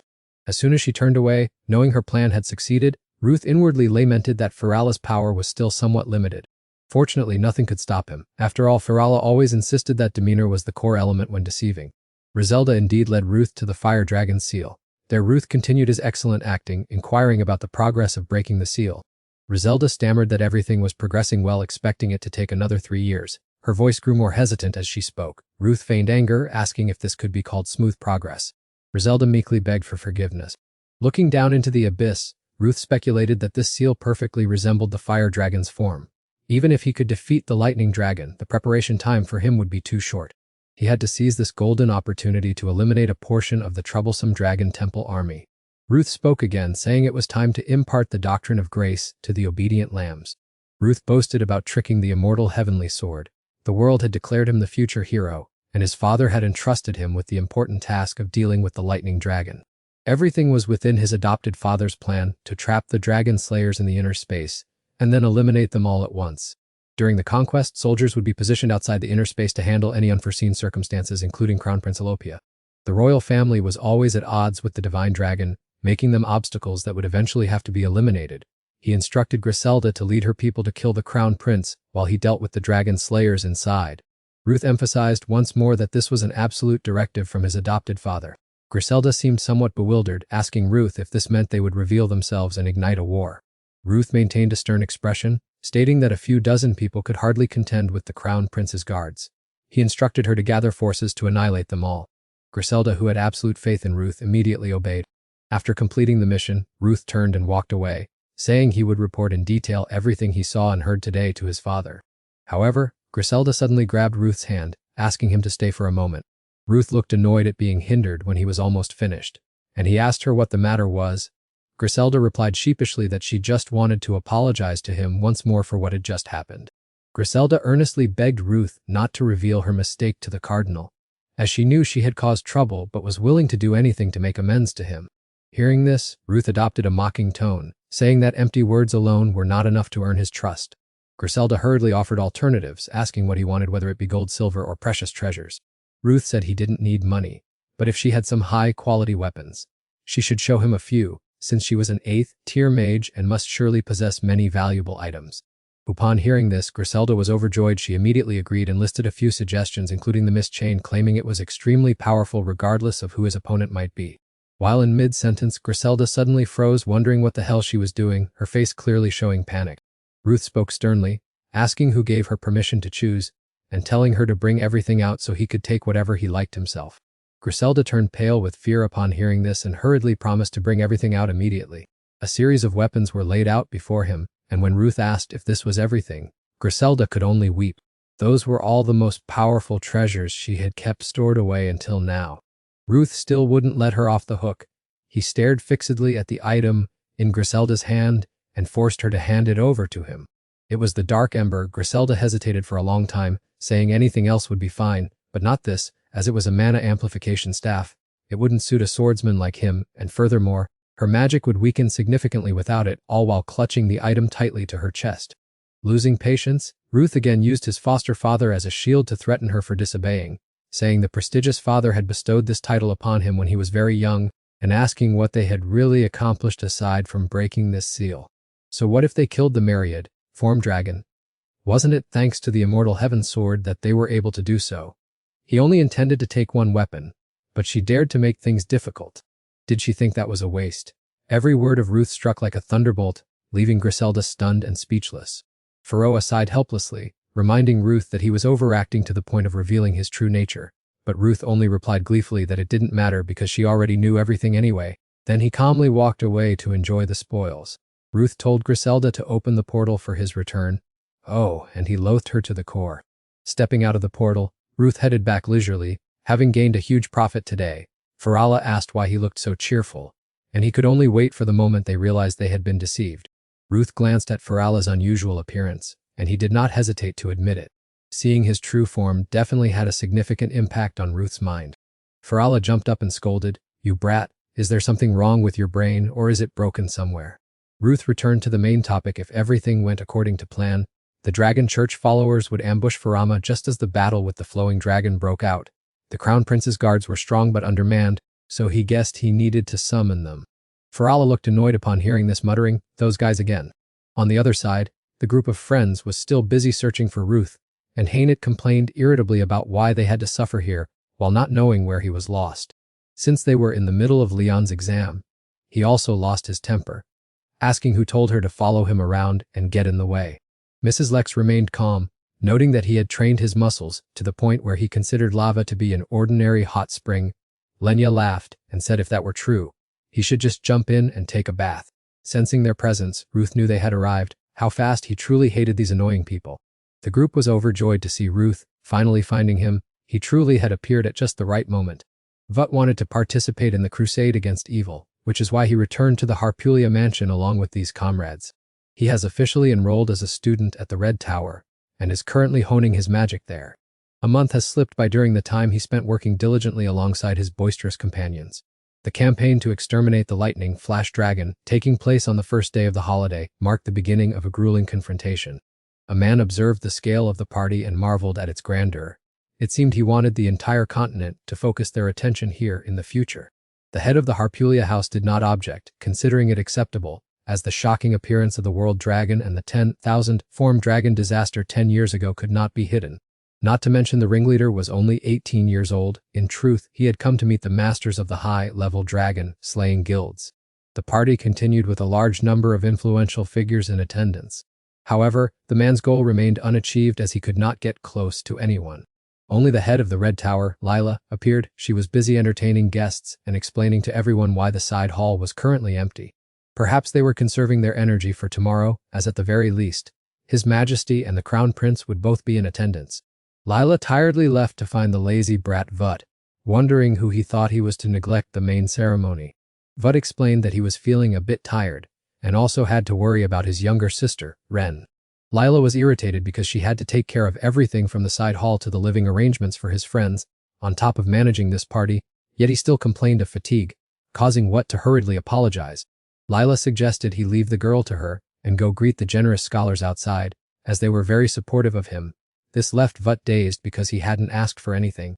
Lila explained that his achievement of reaching level 4 magic in just 1 month was very impressive, but Ren also had great potential and always remembered everything she taught due to her persistent nature. That feeling reminded her of her own daughters when they were young. After reminiscing, Lila urged Vut to quickly go and present himself because his friends were also looking for him everywhere.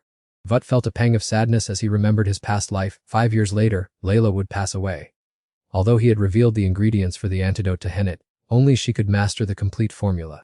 He placed his trust in Hainit, but the final ingredient to suppress the mana fever was a part of the ice dragon's body. While he was lost in deep thought, someone suddenly called out loudly, startling Vut back to reality. It was Hainit, looking beautiful, and she grumbled at Vut for making her run around looking for him. Vut was bewildered, not understanding why she was looking for him. Hainit replied awkwardly that when the guest of honor at a party is absent, shouldn't he be searched for?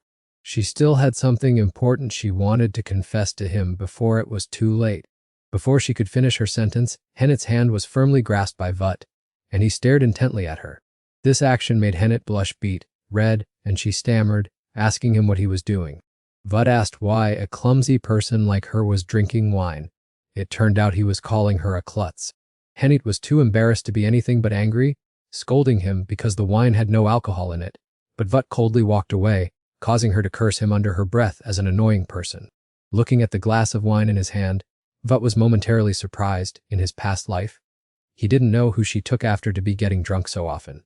But looking back now, it seemed it was just her natural disposition.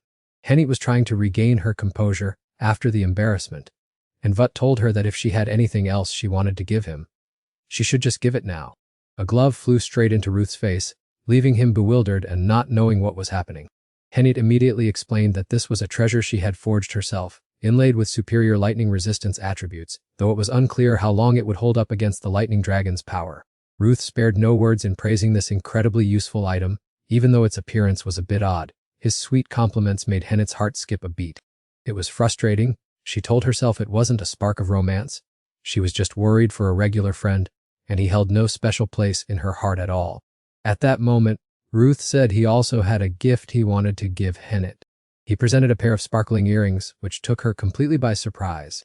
But as soon as she touched them, the small, pretty earrings suddenly transformed into a formidable weapon. It was actually a shape-shifting scepter, an extremely rare piece of equipment. Not only did it enhance magic, but it also increased energy and contained ultimate spells. It was surely a legendary item, and Henit curiously asked Ruth where he had found it. Ruth held his head up proudly, boasting that he had used trickery to deceive people and seize it. But he told Henit not to worry, as the scepter could collapse into earrings, making it extremely convenient. He knew well that she hated carrying heavy objects. Henit loved it and told Ruth he'd better not try to take it back. Filled with joy, Henit immediately put on the earrings. She smiled softly and thanked Ruth, who happily replied that it was nothing. Ruth spared no words of praise, saying she looked incredibly beautiful wearing those earrings. That unexpected compliment inadvertently made Henit flush red with embarrassment. Speechless, she hurriedly ran off, saying she was going to show her mother right away, leaving Ruth standing there in a daze, wondering why she had suddenly run off like that. Right then, Balak found him and announced that many people wished to see him. But Ruth didn't care in the slightest, as he didn't know anyone at all. Balak was bewildered, asking if this wasn't a golden opportunity to network with prestigious families. Ruth brushed it off and told him to go host them himself if he liked. But Balak retorted that his own reputation was already legendary. Ruth also had a gift to give Balak, which was a small ring. Balak immediately misunderstood Ruth's intentions. Balak hurriedly explained that he only saw him as a close friend, and certainly not that other kind of special affection. Hearing this, Ruth became enraged and told him to stop overthinking things, because it wasn't like that at all, you idiot. Ruth explained that it was a guardian ring capable of saving him from a single fatal injury. Since he was prone to doing crazy things, he should put it on immediately. Ruth made it clear that he had no intention of judging Balak's fighting style. He understood that a warrior always has their own pride, so this ring wasn't a bothersome protection spell, but simply gave him a second chance to survive. Because in his heart, Ruth still vividly remembered Balak's fatal wound from a previous life. Yet, foolish Balak still wondered if this was a token of deep friendship. The Steros family normally never wore protective armor, but if a close friend like him insisted, he would listen. Upon hearing this, Ruth got goosebumps and threatened that if Balak said one more nonsense word, he would deliver a crushing punch. Suddenly, out of nowhere, Lenya appeared as if she were acting in a play. Ruth felt at a loss when she heard her declare that she would never accept this marriage. Lenya continued her act, threatening that if the two insisted on getting married, she would reclaim her own beauty. Ruth was completely speechless, wondering what on earth she was babbling about. Balak enthusiastically explained that it was just a symbol of friendship, Ruth's concern for him, but Ruth brushed it aside, saying, "That's not it, you fool." "Oh, so that's how it is."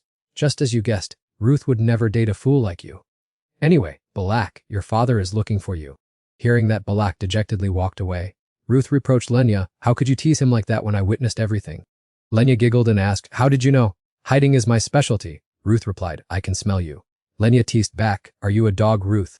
She grumpily denied it. Lenya patted Ruth's head, saying, "Of course not. You're not a dog, just a little hedgehog. Such a good one." Ruth thought, "What the hell is this?" Because she was so adorable, Lenya had prepared a gift for her. She pulled out a necklace, which left Ruth confused and puzzled. "Isn't that a spirit stone?" Lenya explained, "It is indeed the dwelling place of a spirit, but it's currently in a deep sleep, so it just looks like an ordinary, beautiful stone." "So, is this like a charm?" Ruth wondered. "Not exactly." Who knows what might happen if you die in this battle? Lenya said, I don't want us to be separated, so if you pass away, turn into a spirit and enter it so we can be together forever. Seeing Lenya's sulky expression, Ruth was startled. Lenya burst out laughing and said, Look at that pitiful face. Of course, I was just kidding. However, Ruth refused. She understood how important this item was to Lenya. Puzzled, Lenya asked if her father had said something to Ruth. Ruth confirmed, yes, she in a past life reminded me about it. This is her mother's keepsake. Yet Lenya still insisted on giving it to her. It's all right, just take it. It's my decision after all. An image of Lenya from her past life appeared after entrusting it to Ruth. It was time for her to escape from her peaceful garden. Lenya in this life was still just as beautiful. Even so, may I ask you for a favor? Lenya spoke up with her request. Ruth curiously asked what it was. I know you respect me, she said. But I want to become a trustworthy friend, just like Henny, Balak, and Leon. Ruth was a bit stunned. But you're already a very trustworthy friend, Suni. However, Lenya meant she wanted more. She wanted them to talk even more comfortably. Would you find that strange? Is that all right? Lenya's face was still full of expectation. Ruth nodded in agreement. Talking comfortably with each other isn't difficult at all. Lenya brightened considerably. She said the balcony had a very beautiful garden and invited Ruth to go with her. Ruth agreed but wondered, isn't it almost dinner time? Ruth was about to say she heard they had invited a royal chef today, but before she could finish speaking, Lenya had already run out of sight. Ruth thought to herself, the garden out back will surely be much less stifling than this place. In the garden in front of the balcony, Ruth leisurely strolled, looking for Lenya. Looking at the blooming flower garden, she uttered words of praise, but knew well that flowers blooming out of season like this must certainly be artificial. If they were left alone, they would bloom naturally anyway. Why waste money and magic on this? Leon dashed down from upstairs straight into Ruth's arms without hesitation. She had finally found this beautiful flower. Ruth was completely stunned, and Leon immediately asked if he was waiting for her. Could it be that he had gone to the trouble of looking for her everywhere? Ruth reacted bluntly, dropping Leon to the ground instantly, making her hit the ground painfully. Leon irritably complained about being treated so roughly, creating a bittersweet and awkward situation between the two. In the darkness of the garden, Ruth approached and insistently asked if he had really looked for her, but Ruth just brushed it off and said he had an important matter to discuss. When tomorrow's expedition begins, the Dragon Union will sneak into the passage to the subspace, causing Leon's expression to change completely. The Dragon Union? Is this happening again? Ruth affirmed that this was a trap set by his own hands. He explained that the Dragon Union was an obstacle to defeating the 7 dragons, so he had tried to draw in many people like the High Priest or the Elful team to join in bringing them down. To be clearer, the Dragon Union is a powerful assembly of mages. Even with 7 royal dragon slayers on guard, this battle will be extremely fierce. Just as Ruth was about to say that she needed to support others, Leon interrupted and wondered why he had chosen her. Ruth looked puzzled, so Leon pressed as to why he only confided in her privately instead of waiting until everyone was present. Ruth explained that the members of the Dragon Union are all humans. Although those people are good at killing magical beasts, they have never raised a hand against humans. Surely everyone would falter, which is why he had to speak with her first. Leon dissatisfiedly countered, asking if he thought she would be all right, because knowing the future doesn't mean he understands her fully as a person. Even though she had killed for revenge in the past, she is different now. She only wanted to help him, and didn't want to get involved with people like that. Ruth reassured Leon not to be angry because things were not as he thought. Her present self has changed significantly compared to her previous life. She has become much tougher than before. He understood that killing is difficult, but the reason he sought her out was that she not only knew he was a regressor, but was also the strongest person he had ever known. She is someone who can overcome any danger to protect important people. But Leon brushed his hand away and scolded him for being a selfish bastard. Ruth hurried to apologize, while Leon insisted that no matter what he said, wouldn't all these words be in vain if he returned safely after defeating the Thunder Dragon? Ruth agreed. In the previous life, he had succeeded because he was by his side. But this time, he has her as a companion, Leon. Ruth admitted to having been very weak, but Leon shouted, telling him not to belittle himself like that. Leon affirmed that he had become much stronger than before. Even if it was thanks to regression, he always put in relentless effort to find the most optimal solution. Furthermore, he well knew that her mother was also participating in the expedition squad, didn't he? Ruth's face turned beet red from Leon's teasing. Leon was determined that they both must achieve victory at any cost. Ruth nodded in agreement. Seeing this, Leon involuntarily smiled gently. Ruth complained that the girl just now made him feel like his teeth were about to fall out. Leon advised him not to overreact as she had hit him quite lightly, only causing a slight skin scratch. In the subspace, the mages and soldiers were hurriedly preparing for the battle. They gathered in full at the hall, and some were curious as to why no departure ceremony was being held here. Hennet showed sympathy, noting that the magical royal family had contributed enough. They let them use the space yet still orchestrated that dull kick-off ceremony to appease the people, while Leon still wondered why the crown prince had to personally come to such a treacherous battlefield, if not for the ceremony. Perhaps it was due to a deep-seated hatred for the Bonstar family, or perhaps the crown prince was inquiring after the soldiers to flaunt his prestige before the wealthy class. The crown prince turned around and, seeing Ruth, spoke up to inquire after him, and he politely responded to his highness.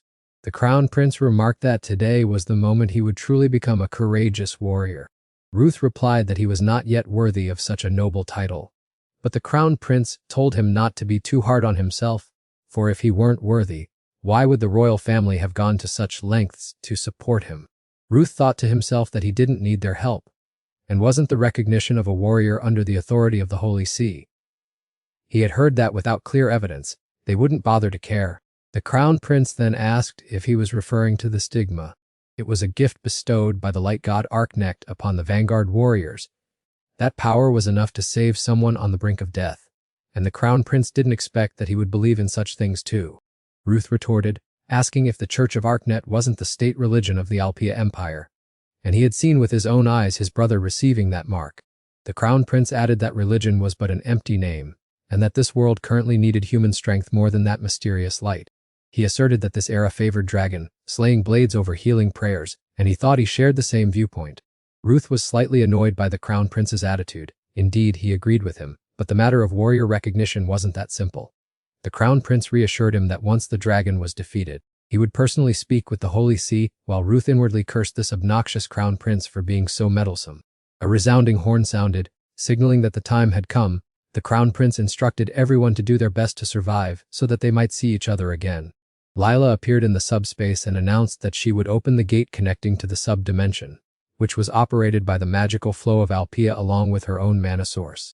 She emphasized that it would remain stable as long as she lived, and the prerequisite for breaking the barrier was the complete eradication of the Thunder-Toed dragon.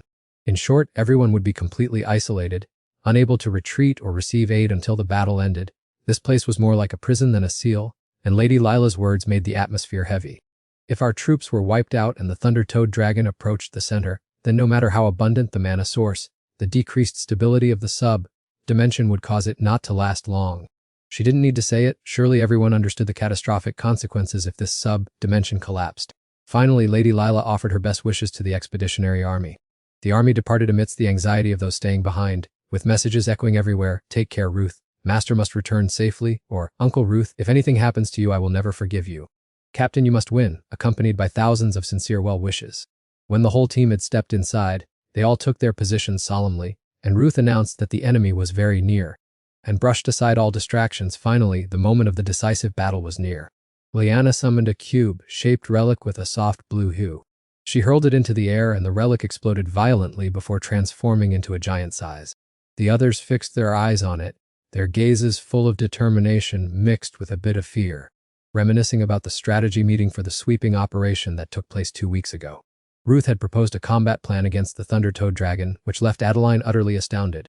"You explained that you accidentally came into possession of a Vanna comrade's diary, which meticulously records expeditions in the battle to seal the lightning flash dragon."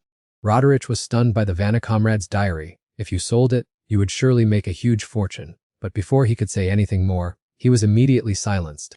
Ruth continued, explaining that the 7 dragons include both dragons and demi-dragons, among which only the lightning flash dragon possesses the ability to shapeshift. It is arrogant, cruel, and extremely cunning. If it perceives a disadvantageous situation, it will immediately flee and change its appearance. To lower the target's guard, Ruth began setting up a specialized formation to be used that very day. After feeling the pain from its wounds, the lightning flash dragon officially awakened after a long period of over 700 years. Who dared to arrogantly awaken it, with its body covered in sharp, cold spikes? It turned its gaze toward Ruth, viewing him as nothing more than a lowly and ignorant human creature. It demanded his name, but Ruth answered firmly and without fear that who he is does not matter, because the purpose of his journey is to help it. Spotting the sword in Ruth's hand and sensing a flow of magic power with a similar aura, the flash dragon questioned whether he might be the successor. The lightning flash dragon burst into satisfied laughter. Strangely enough, even though his magic power was nothing like a normal person's, he was definitely human. The one who had imprisoned it for the last 700 years had left behind this piece of trash. Could this bizarre space have been created by that same person? The lightning flash dragon continued to mockingly remark that a tiny, weak human like him could accomplish nothing. A single strong breath would be enough to wipe him out, and it would teach him a lesson he would never forget for daring to show off his meager skills in front of a master. It would crush that sword and spread nightmares across the entire land of humanity. The one known as doom and disaster is Hama, the lightning flash dragon. Dragon Hama used its pressure to force Ruth to his knees. His body couldn't help but tremble after enduring those threats. Damn it, this is the signature mental attack of this dragon species, sowing terror into the opponent's mind. Although your teammates can easily dodge it, they still need to be careful as it is easy to become dazed. The prerequisite task is to shatter the magic shield of that monstrous dragon. During the previous discussion, Ruth clearly stated that Hama's magic shield has a lightning attribute with incredible durability. However, whenever it unleashes an area of effect attack, the shield temporarily becomes less rigid, so the team will lure it into using its death breath. Unlike its lightning strike attacks, the death breath is easier to defend against because it spreads magic power over a wide area rather than concentrating it on a single point. The teammates remained attentive, listening to every instruction. Ruth added that if it were facing a large number of enemies from the start, it would certainly use more powerful lightning strikes, but with only him, it would be subjective and lower its guard. That is the Ruth I know. Hama remarked with praise as he held his ground for a long time, but it asserted that everything would end here. Finishing its sentence, Hama spewed a massive source of energy from its mouth, the very death breath attack that Ruth had predicted. Team leader Ruth shouted loudly, "The golden opportunity has arrived." Aben activated the Moon Shadow skill. When this move is in effect, everyone except Ruth hides in his shadow, waiting for the moment the dragon begins to unleash its breath. As soon as the signal was received, Aben executed the move, while the witch Liana also began defensive measures against the destructive breath attack. She alone was strong enough to block those direct attacks. She immediately rotated her staff, creating protective membranes against the death breath. While seizing the opportunity to block the breath, I will take on the task of causing it to crack. I thrust my sword straight into the raging flow of magic power, struggling while silently praying for my master to help make its magic shield crack. The two energy flows collided violently, yet even a small gap would be enough for an arrow to pierce through. Roderick stood behind ready to draw his bow, waiting for a crack to appear. The arrow, once fired, would create a devastating explosion upon impact. Sure enough, a massive explosion erupted. Its shockwave was strong enough to destroy even Hama's steel-like shell. A terrifying force from the bow's tip bombarded the protective shield of the Thunder Dragon. Although its magical defense was shattered, the monster itself was completely unharmed. Its eyes burned with hatred as it stared at Ruth's group, gritting its teeth and cursing the vermin who had inherited magic from Vanna. Despicable little rats who only know how to hide stealthily in the filthy shadows. The Thunder Dragon Hama tilted its head back and roared loudly, causing Abel's shadowy domain to tremble violently. It roared arrogantly, challenging them to use every despicable trick they had. It swore to show these people what true power was, and as soon as it finished speaking, its wings were enveloped in blinding flashes of lightning.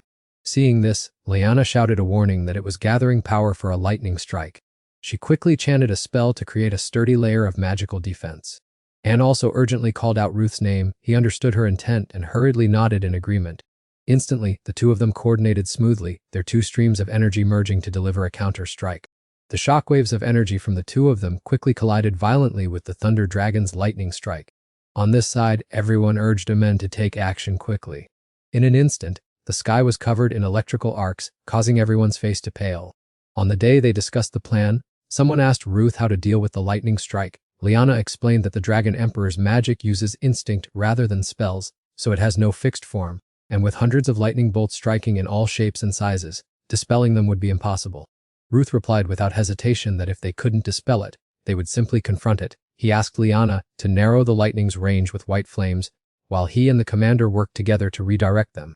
Anne nodded in agreement, as he was skilled at wide area defense and would take over the shielding, leaving any remnants for the heavenly bow to handle. This comment caused the wielder of the heavenly bow to grumble that it was easier said than done. Ruth ignored them, emphasizing that they only needed to break the barrier to drag him down from above. As Hama was focusing on restoring high-level spells, he believed the group could hold out until Abel activated the binding array. Abel looked pensive. His shadow binding skill could not hold the Dragon Emperor for long, and even with magical support, it would only momentarily freeze the opponent's joints. Ruth firmly asserted that connecting to the shadow was enough, as their ultimate goal was the shadow-slaying sword. The shadow-slaying sword was in Adeline's hands. This skill had the power to tear an opponent's essence into pieces, using the power of darkness. Returning to reality, the group was working hard to execute the plan. Once Abel had established the shadow connection, he immediately gave the signal. Adeline, who had been solely focused on defense until now, began to take action she hadn't expected Ruth to have studied so thoroughly, marveling that an 18-year-old could optimize individual attributes so excellently. Regardless, the overall mission was what mattered. Adeline immediately unleashed the shadow-slaying sword, and a dark ray shot toward the Thunder Dragon, piercing through its wing. The Thunder Dragon roared in pain and fury when it saw that those rats dared to strike back. Adeline did not waver. She gripped her weapon and charged forward, though her mind was full of questions as to why this crazy plan was working so perfectly, wondering who Ruth really was. Putting all doubts aside, they continued to coordinate seamlessly to corner the Thunder Dragon, as Ruth also charged forward with his long spear. Lyanna chanted support magic, helping the team approach the target perfectly step by step. When the spear pierced through its body, Hama flew into a rage, its roar echoing throughout the sky. It hadn't expected them to use that detestable type of metal to inflict such a wound upon it. It would burn those people to ashes, determined not to let that hateful humanity escape easily. But at that very moment, it suddenly realized that someone was missing from the ground below. It turned out View had circled behind its back some time ago, clutching a long spear in his hand. Thunder Hidden Dragon also noticed his presence. It let out a cold snort as if confirming that he was indeed the leader. Vu smiled mockingly, as if it were trying to ask for his identity. He didn't bother hiding it, frankly admitting he was the true successor of the sky-piercing technique. As soon as the words were spoken, the long spear in his hand plunged into Thunder Hidden Dragon, making it howl in agony. A violent magical vortex began to form right in the sky above. Immediately afterward, Vu quickly threw the long spear toward Anne, signaling her to catch it. Despite being slightly annoyed with this insolent boy, Anne still reached out to catch the spear. Immediately she began to channel magic. The spear was enveloped in a surge of azure energy, and also did not forget to remind Vu that power is nothing without character. At the same time, the others didn't stay still either. Lyanna continuously cast support spells for Roderick. A heavy rain of arrows poured down with destructive force aimed straight at Thunder Hidden Dragon. They knew they had to inflict maximum damage to hope to break the imprisonment. However, reality did not meet expectations. The attack was too weak as its magical shield had already managed to recover. Once the protective barrier was re-established, all their techniques became meaningless. It roared in disdain at the bastards. Vu still tried to use his strength to press the spearhead deeper, but the shield was so sturdy that he couldn't help but feel frustrated. Thunder Hidden Dragon was now in a rage. It tilted its head back to let out an earth-shattering roar, forcing Vu to step back to avoid it. Vu gritted his teeth, fury welling up in his chest. Those below suffered the same fate, forced to grit their teeth and retreat under the pressure from Hama's energy. Just then, an anomaly occurred as a series of complex magic matrices began to appear densely in the sky. Witnessing this, Lyanna's face hardened with concern. It was calculating to unleash multiple spells at once. The energy Hama radiated was so horrific that, combined with thousands of lightning bolts raining down, it left Lyanna unable to stand up. Adeline rushed to her in a panic. Hama looked at the crowd below coldly for nearly being defeated, while Adeline supported Lyanna and hurriedly erected a protective barrier. Hama looked down from above like a god observing insects with a tone of utter contempt. It had expected humanity to progress more after 700 years. But it seemed what humanity received was not development, but their own corruption. Those lowly creatures could not even survive for more than a century. Yet they dared to dream of defeating the 7 wise dragons. Hama paused briefly, then declared in a harsh voice that it would break these wings. Then it would trample upon the earth, just as humans often do to ordinary insects.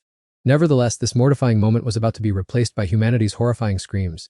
Its eyes, blazing red and full of murderous intent, glared at him. He actually dared to despise the Dragon Emperor. It swore to wipe out everyone who had ever heard his name, and then make him witness their demise in their final moments. When terror drove him mad, it would crush and devour him, considering it an honor for him to become its ultimate reward. At that very moment, outside the atmosphere, the once clear blue sky suddenly turned dark, and black clouds rolled in. The mages quickly recognized the ominous sign when they perceived the magic energy intensely disturbed. Not long after, a terrifying anomaly struck, making all of humanity tremble. In an instant, the sky was occupied by dragons. Humanity's ancient enemies had appeared. They were completely surrounded on all sides by the dragon army. Iris immediately ordered the entire army to set up defensive formations. Witnessing this sight, Hennet couldn't help but bite her lip in bewilderment. What on earth is happening?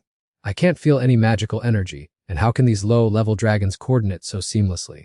Yet upon closer observation they began to notice unusual points on the dragons' backs. It was humans, there were individuals behind them, controlling them. A masked woman sneered sarcastically, greeting the pathetic lambs and the crown prince of the kingdom of Alper.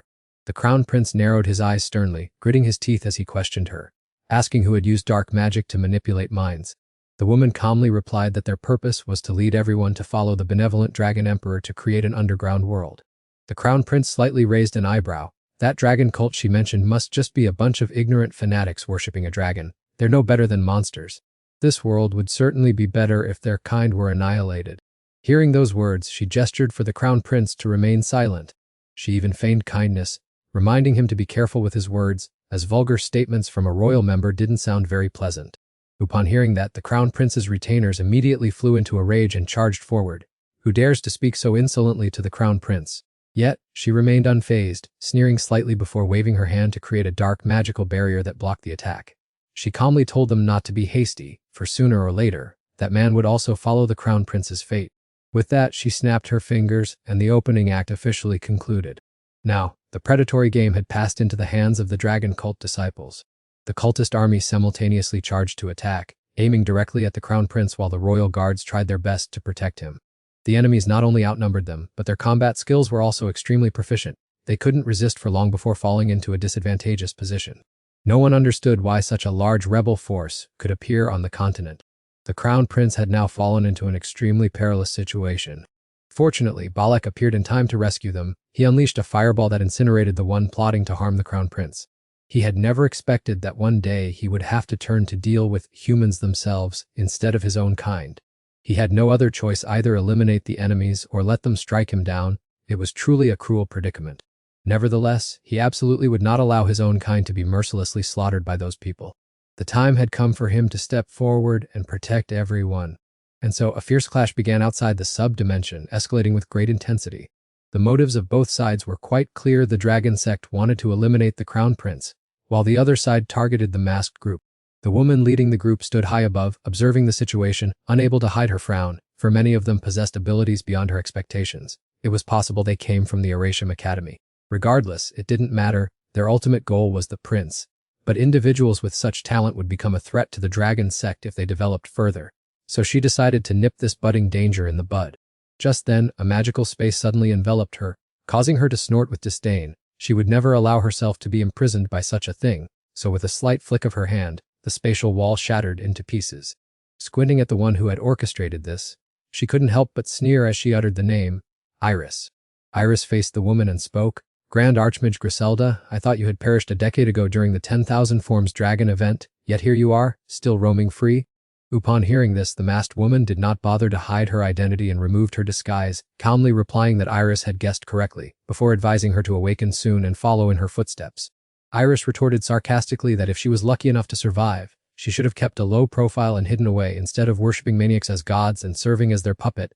Griselda, being insulted, did not get angry but merely remarked that her personality was still as stubborn as ever, and asked why she didn't know how to enjoy the fun. As her senior from the academy, she wanted to see how much she had improved. As soon as she finished speaking, the staff in her hand whirled, shattering Iris's magic circles. However, she noticed there were 7 magic circles. Iris had indeed given her all, but under her own dark star power, everything was still futile. She did not forget to mock her, saying that if it weren't for that ridiculous sentimental attachment to family, Iris would have already become a legendary Grand Archmage. Iris tried to withstand the flow of dark star power, gritting her teeth as she retorted about her so-called stupid family. At that very moment, an unexpected anomaly struck, leaving Griselda horrified. A trail of blazing flames suddenly surged from behind her, and she panicked, hurriedly erecting a barrier to save her life. Yet the flames continued to lash out relentlessly, exploding in unison. She quickly realized this was a deadly explosive magic. Weaving together different types of magic was a gamble with death, as the slightest mistake could cost one their life. What kind of madman would dare to recklessly use such dangerous magic? She was forced to abandon Iris to focus all her energy on dealing with the continuous bursts of explosions. When she clearly saw the face of the attacker, she could not hide her shock. It was that other little mouse, Henrik. But how could a child possibly cast this type of magic? Thinking this, her gaze inadvertently swept over the staff in Henrik's hand, which made her heart tremble even more. How could the little girl possess that item? At this moment, she suddenly realized something and gave a bitter, sharp laugh. Splendid. It turned out she had been tricked painfully. The dragon sect's scheme had been exposed. Now she understood that this was merely a trap, so breaking out of the sub-dimension had to be the top priority. Thinking this, the dark star power in her hand began to spin, and bizarre incantations appeared, causing Griselda's expression to harden, her tone filled with murderous intent as she muttered that it was a pleasure to meet again. But today, she would wipe out everyone present here. As soon as she finished speaking, she pointed the tip of her staff at Henrik. Iris moved with lightning speed, pulling Henrik aside while simultaneously erecting a solid protective magic shield. In the blink of an eye, the space around them shifted, bringing everyone back to reality. Risso stood on top of an attic, softly remarking that she thought the woman would definitely lose. At the same time, in a desolate, gloomy forest devoid of people, Lenya and Ren suddenly appeared here. She quickly covered Ren's mouth to prevent her from screaming, guessing that the girl was hunting for Grella. Ren pushed her away forcefully with an extremely annoyed and angry expression. The girl bit her lip until it bled, her tear-filled eyes asking why she kept stopping her when she wanted to settle an old debt. That woman was the perpetrator who caused the massacre, taking the lives of both Uncle Herta and her mother. This time, she wanted to take away the most precious things again, so the girl was determined to eliminate her. Lenya calmly advised her that she would lose her life if she rushed in. But Ren did not care at all. The girl was still stubborn and wanted to go, so Lenya had to hold her arm tightly to stop her, asking what would happen if Iris were in danger because of her. Lenya hugged the sobbing Ren, comforting her by saying she understood that resentment, but that she needed to think about others. She should wait until she had enough strength to protect everyone, and especially not to make others sad. Ren silently leaned against Lenya, a sudden indescribable sense of nostalgia welling up. Lenya sighed and said she would cast an invisibility spell, so the girl should be good and stay exactly where she was. Lenya reassured her to be patient and wait until she became stronger herself. Finishing her sentence, Lenya stood upright to face the dragon cult members directly. She began to channel ice magic to attack them in order to keep Ren safe. In another direction, Leon walked, sword in hand, searching for someone. Sensing the magical energy flow stop, it seemed the master of the Scarlet Tower had severed this connection again. She also sensed that Black Sentiment was approaching. She had intended to launch a surprise attack, but Hennessy Hapulia made everything complicated. At that very moment, a sound behind her made her jump and turn around.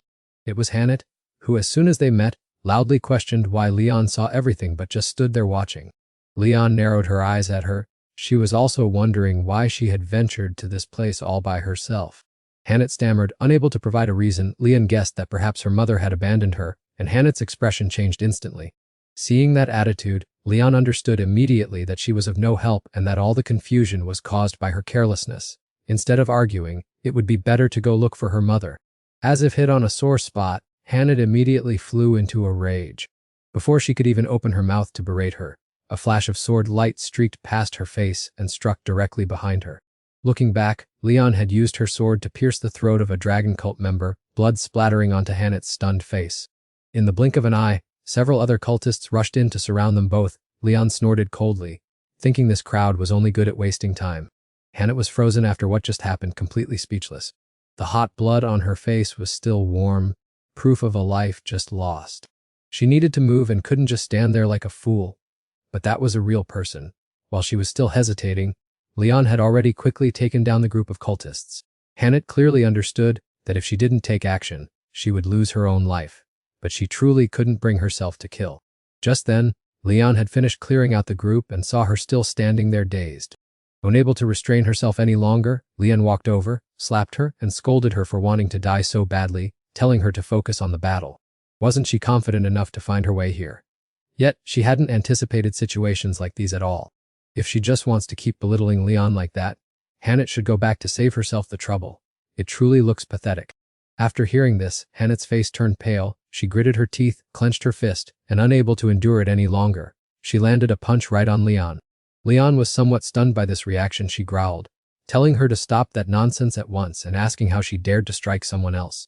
She questioned what kind of person Hannett was to dare hit her and label her as pathetic, asking if she thought she was a punching bag to be beaten for satisfaction. Hannett, though grateful for the previous advice, told her not to act superior, saying she would handle things herself. Leon looked silently at Hannett for a moment, not feeling angry, but simply surprised by this attitude. She thought to herself that a slap would have been enough, so there was no need to resort to a fist. Hannett snorted coldly, telling her to stop talking nonsense, as she knew full well that Leon was unscathed. Hannett understood clearly that she was so mediocre that she didn't know if she would improve at all this year. She was also aware her strength was not equal to Leon's, and taking an enemy's life would not be easy just through a wake-up slap. Nevertheless, if Leon could do it, then she had no reason to give up. As soon as she finished speaking, her figure vanished from Leon's sight in an instant. Leon was astonished by this display and immediately rushed after her.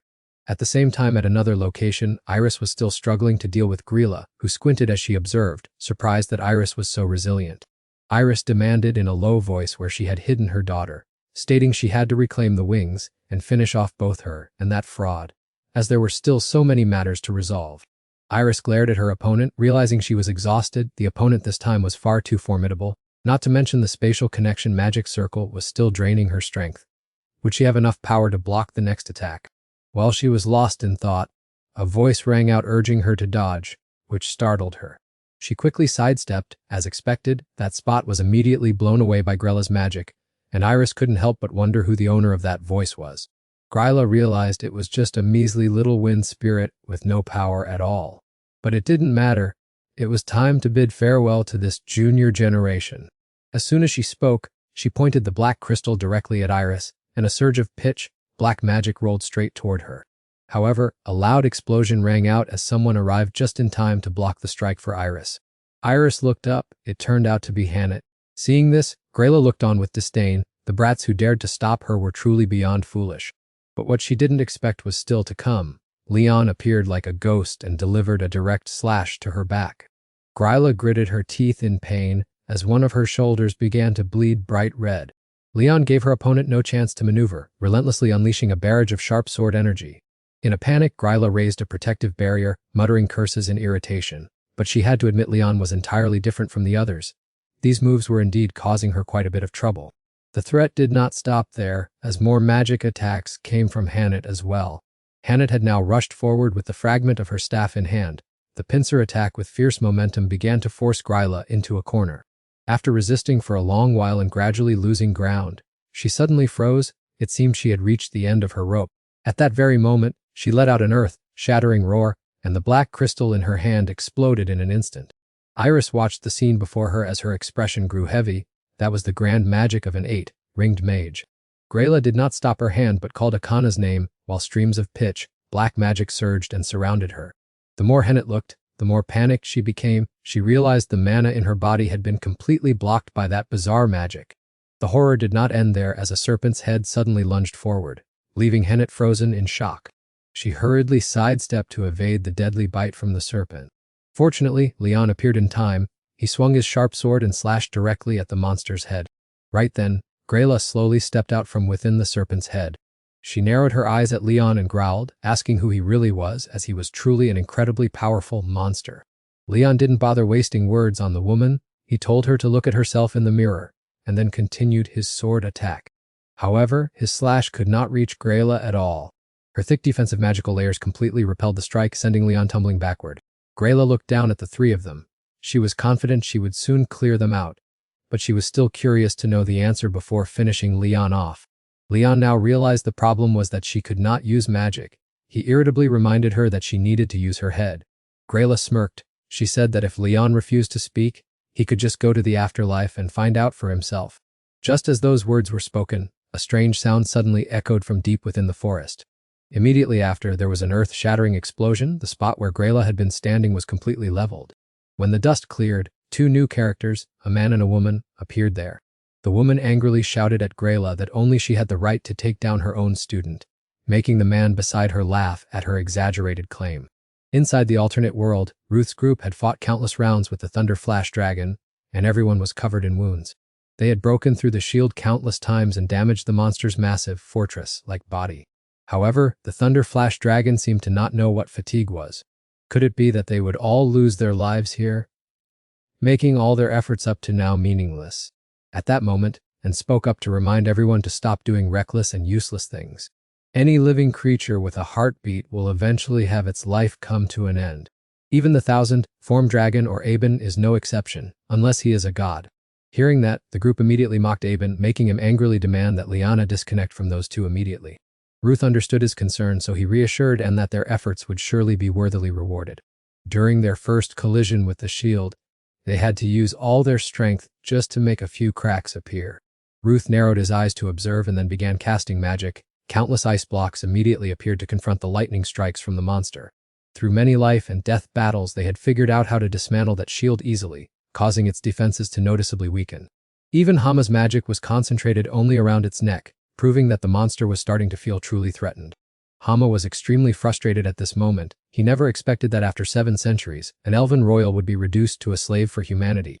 Hearing this, Rut's teammate looked worried. He reminded Liana not to overexert herself, handed her a recovery potion, and asked Rut what the probability was that the dragon's heart was located there. Rut responded firmly without hesitation that it was about 95%. In reality, he knew it for certain because he had witnessed it himself in his previous life.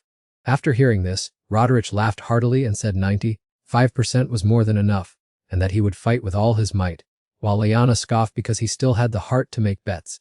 Even though she could barely stand, Adeline spoke calmly, saying that since this was their only option anyway, they could not drag out this war of attrition any longer, so they should trust and leave everything to Rut. If the 5% risk were to occur, seniors like them would handle the consequences personally, so he did not need to worry about it. Immediately, the ground beneath their feet shook violently and exploded, and the group quickly scattered to avoid danger. The lightning dragon followed closely behind, mocking them as fools for daring to gamble their lives on such a risky wager. Roderick, aiming his bow at Hama, pouted and retorted that he should just consider those words as barking, because they were already 95% sure of victory. Even that small percentage was enough for the group to risk everything. They continued to attack aggressively, causing the lightning dragon to fly into a rage, roaring fiercely that he would burn them all to ashes.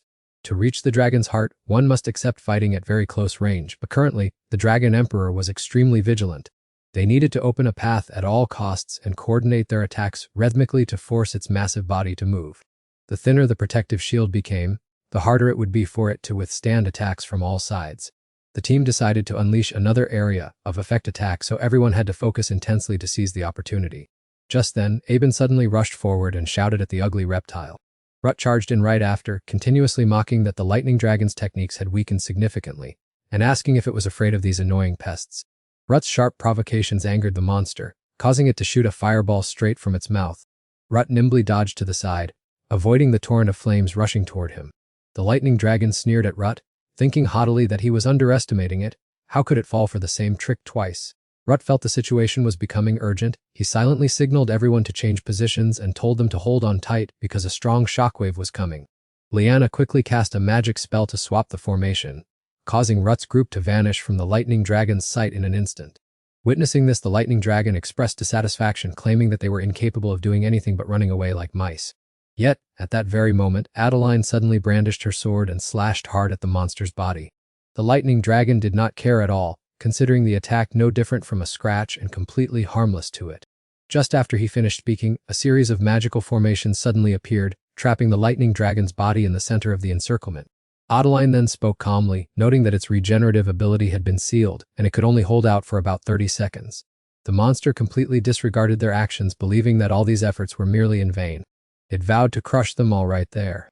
Immediately, its massive body towered up, obscuring the entire sky above. The monster lunged down from above, as if it wanted to crush Lot's group into dust. In that split second, Ad swiftly created a protective shield for Roderick.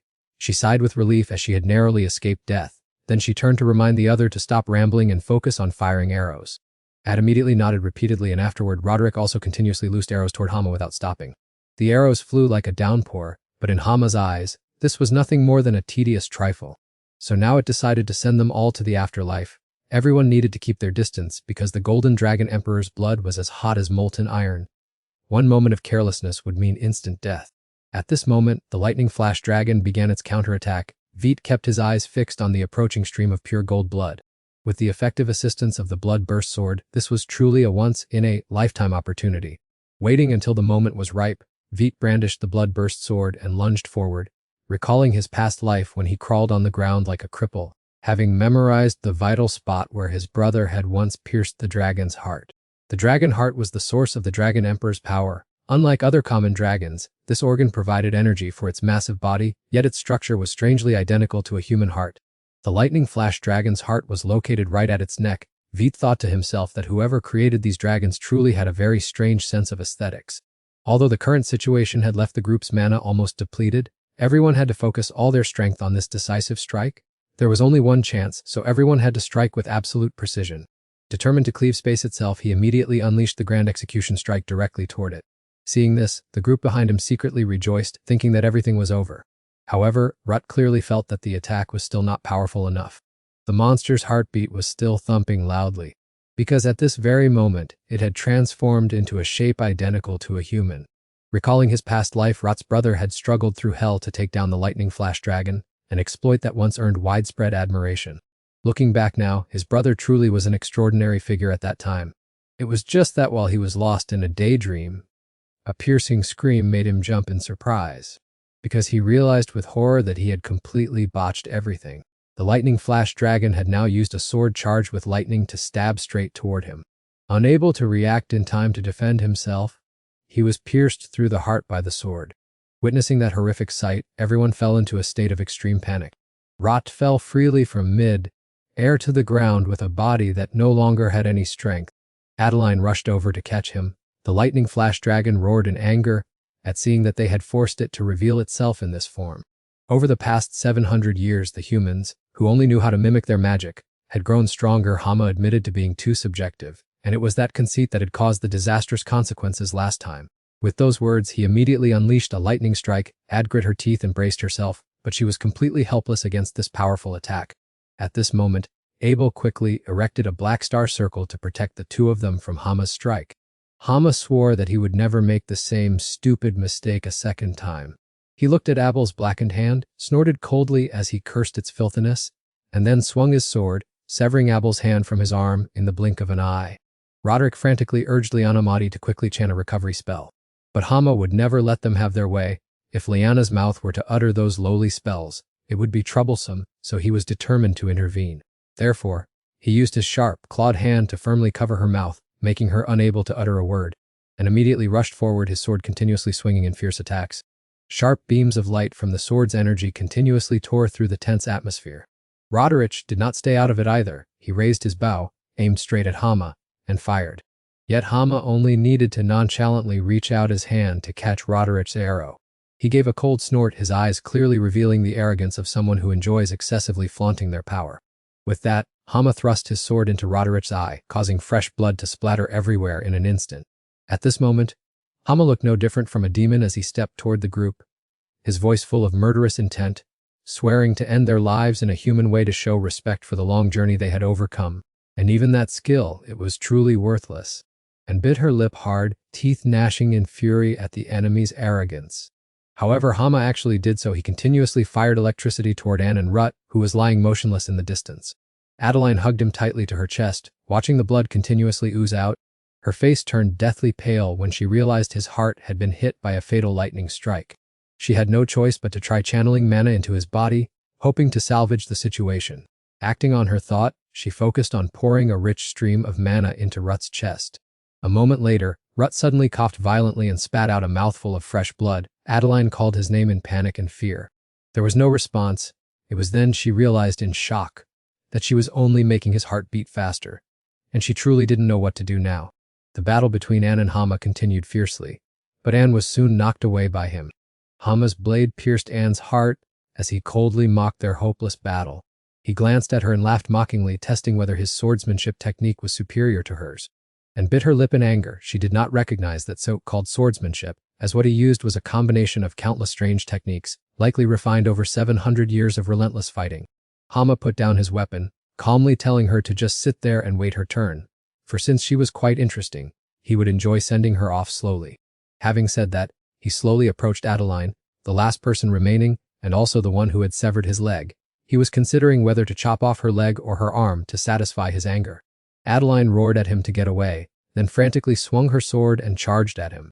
However, Adeline's strikes were now completely directionless. Hama only needed a glance to look at her with contempt. Hearing those words, Adeline's expression grew tense, because she knew he had long since seen through all her thoughts. Seeing her expression, Hama became even more smug. Those seemingly endless series of techniques were actually just a trick. Even so, he didn't care. The moment she lowered her guard, he fired a lightning strike into her waist, immediately causing a deep wound. After delivering the decisive blow, Hama's eyes gleamed with triumph, believing that such small vermin should just stay crushed in the filth. All efforts are meaningless, so just give up. Adeline spent her whole life wielding her sword. But in the end, she still had to die by his hand. Adeline smirked at his arrogance, thinking that dedicating an entire life just to take down a dragon like him was giving him too much credit. Immediately, she swung her sharp sword, aiming straight for Hama's throat. This strike caught him off guard because Adeline had been restrained by the shadow. Could the previous sword move have just been a distraction? Adeline laughed coldly, telling him never to underestimate the strength of a human. Hama flew into a rage in an instant, and hundreds of lightning bolts rained down frantically. Gritting his teeth, he squeezed her neck and roared, asking why she kept throwing her life away when she already knew the outcome. He called them all stupid, saying that if they were tired of living, he would gladly send them to their deaths. Especially with Adeline, he was determined not to let her die so easily. At the same time, in the subconscious of the unconscious Ruth, his brother's voice called out, urging him not to worry and that everything would be fine, but Ruth coldly chased him away. He was determined not to give up. He would definitely not let himself perish in this place. Those sounds seemed to wake Ruth from his coma, and his arm began to twitch slightly. Hama nearby seemed to sense the change, and his gaze immediately turned toward him in astonishment. It was true, Ruth had awakened and was even able to stand, muttering something incomprehensible just as the so-called warrior trembled pitifully. He let out a soft laugh to himself, thinking of his brother's pathetic appearance, but he stopped abruptly as a strange arrow-shaped marking suddenly appeared on his hand. Hama saw this scene and was so stunned he couldn't utter a word. Ruth wiped the blood from his face and coldly replied that this thing seemed to suit him better than it did his brother. Ruth, oh Ruth. Faraloa's voice echoed. Are you still there, Ruth? Are you okay? Our connection was interrupted. Ruth, riddled with injuries, replied, I'm fine, stop screaming, you're giving me a headache, while the lightning dragon was still strangling Commander Adeline Kayer. The lightning dragon looked back at him with a suspicious gaze and began to ponder a mark. It cannot be true, he said, then threw Commander Adeline Kayer to the ground. Unbelievable, he roared, then immediately lunged toward Ruth. I cannot let him act so recklessly. The slash from his hand carried a surging power, like a storm. He lunged like the wind and severed Ruth's arm. After delivering the blow, he seemed to notice something unusual. He gritted his teeth, and sweat began to pour from his brow. So that's how it is? Ruth said, while his blood-drenched arm began to regenerate completely. That light was strange. It was reminiscent of 700 years ago. But something was wrong. How could an ordinary human possess it? The lightning dragon observed Ruth in amazement as he saw him recover at lightning speed. As I suspected, you are the reincarnation of Vanna, aren't you? He asked, while at the same time, another sword appeared. He gripped the sword in a defensive stance and replied, You keep asking that over and over. I already told you, I am not. Thoughts raced through his mind. He had to shoulder the burden for his brother again. On his hand appeared a long blue arrow mark, the hero's symbol of his past life brother, the miracle of the 5 elements which did not grant infinite power but operated magic based on the user's mana. The image of his older brother appeared in his mind, his hand held high with the emblem and 6 brilliant wings. This mark would last for about 5 minutes and fade once the source of elemental power was exhausted. I must end this battle immediately. There's no time to toy with you. I'm in a hurry. He lunged forward, striking directly at the lightning flash dragon, telling him to wake up and fight, you fat lizard. The lightning flash dragon would not be outdone, roaring in his face not to be arrogant. The two clashed violently, their strikes collided, creating a series of fierce explosions and clouds of dust. While fighting, the dragon mocked him, saying Vanna was dead, that monster was finished, and that having a mark didn't mean he was stronger. He poured force into his legs to move more flexibly. In his previous life, he had faced lightning, so he had to judge how the battle would unfold, but Vut gritted his teeth, his eyes filled with determination and his face with confidence. No need to guess anymore. I have to make a frontal breakthrough. I'm not sure if he's the type to run when hit, so I have to defeat him before this mark disappears. The lightning flash dragon was now so angry that his sharp fangs were bared, his hair stood on end, and his golden eyes bulged. He sneered, asking why the noble dragon King Sloppy would imitate a human, and if he had lost his soul. The dragon was furious. He lunged at Vut, unleashing strange green and yellow strikes. Vut swung his sword to block, not forgetting to provoke him, asking if he was afraid because he couldn't sense anything, and if this was swordsmanship, or if he was just dancing. Taunted by him, the dragon went insane with rage, his face turning bright red as he swung his sword repeatedly at Vut. Suddenly, the sword in his hand vanished. He roared not to play games with him. He began channeling magic. 2 blue magic circles appeared, surrounded by crackling lightning. While casting, he calculated that he had to keep his distance because he had already wasted his dragon heart power on these useless people. I cannot let him get any closer because it is too dangerous. Even though right now I really want to tear him apart. Just then, the magic created a spatial rift. He intended to fly into it to escape. But suddenly someone struck him hard from behind, catching him off guard, his face showing clear panic. The spell was broken, and he whipped his head around to see who had just struck. The one who had just struck him was Anne, and he looked at the dragon with a mocking expression. Trying to sneak away, are you lowly human? And stood there with an angry face and determined eyes, even though his body was covered in wounds. The lightning flash dragon had thought he had sent the others to the afterlife, and seeing Anne appear, he was extremely shocked. He screamed and scolded him, calling him a bastard and asking what the hell he was doing. The other two guild leaders had managed to recover and were preparing to attack him. This is a tough battle, but if we can force him to transform, victory will surely be ours. As long as we don't give up, our side will definitely win. Vut, with his sword in hand, rushed straight to attack the lightning flash dragon. The dragon shouted for him not to come closer, then spewed streams of scorching fire from his mouth. A fireball appeared, a surge of flames and lightning engulfed Vut.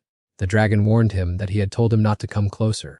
The flames burned Vut's skin, exposing his bones, but he was not afraid and swung his sword in a counterattack. Vut's strike caused the dragon to howl in agony. That strike had pierced his rapidly beating heart, and he shrieked in desperation. The piercing scream echoed. Dragon scales gradually appeared on his body, and his tail and wings began to sprout. He mutated completely into a giant dragon with 4 wings and a long tail. Seeing this, Vut asked, "Are you transforming again?" He's lost his mind. He's trying to break the barrier to escape. "Open up, break this magic barrier right now." He roared and smashed his head against the barrier. Why hasn't it broken yet? It's just an ordinary barrier. He put all his magic and strength into destroying it, but it was all in vain.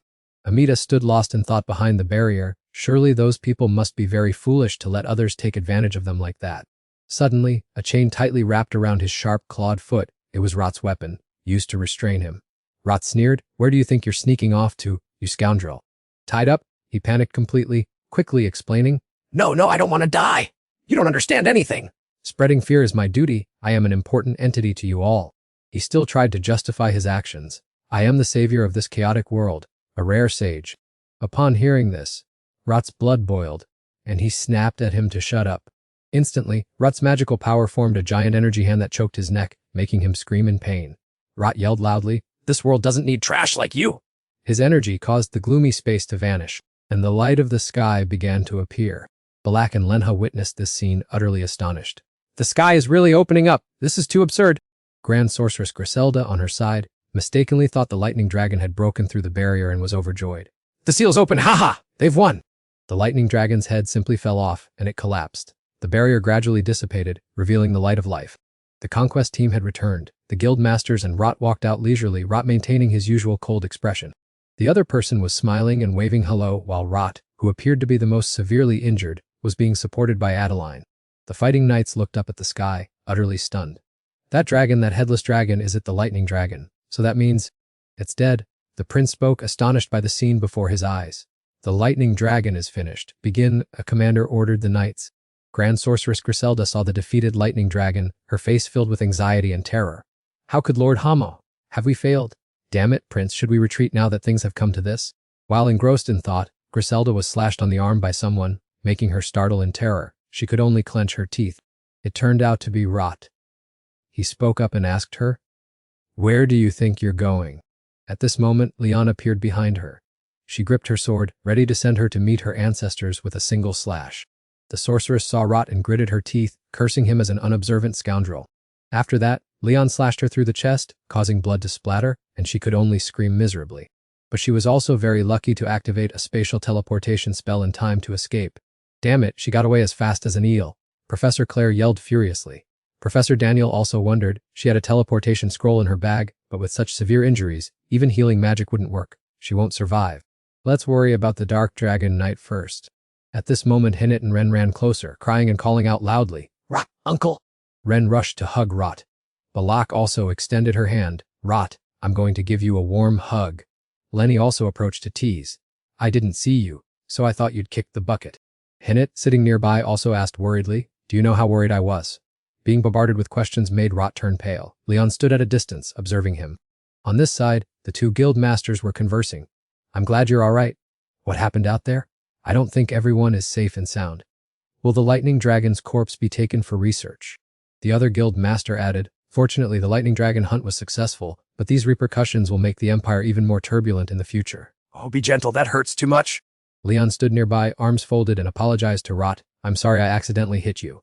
Rot replied gently, it's fine. Oh, I forgot, I'm a hero now. He confidently asserted while bandaging the wound on his face.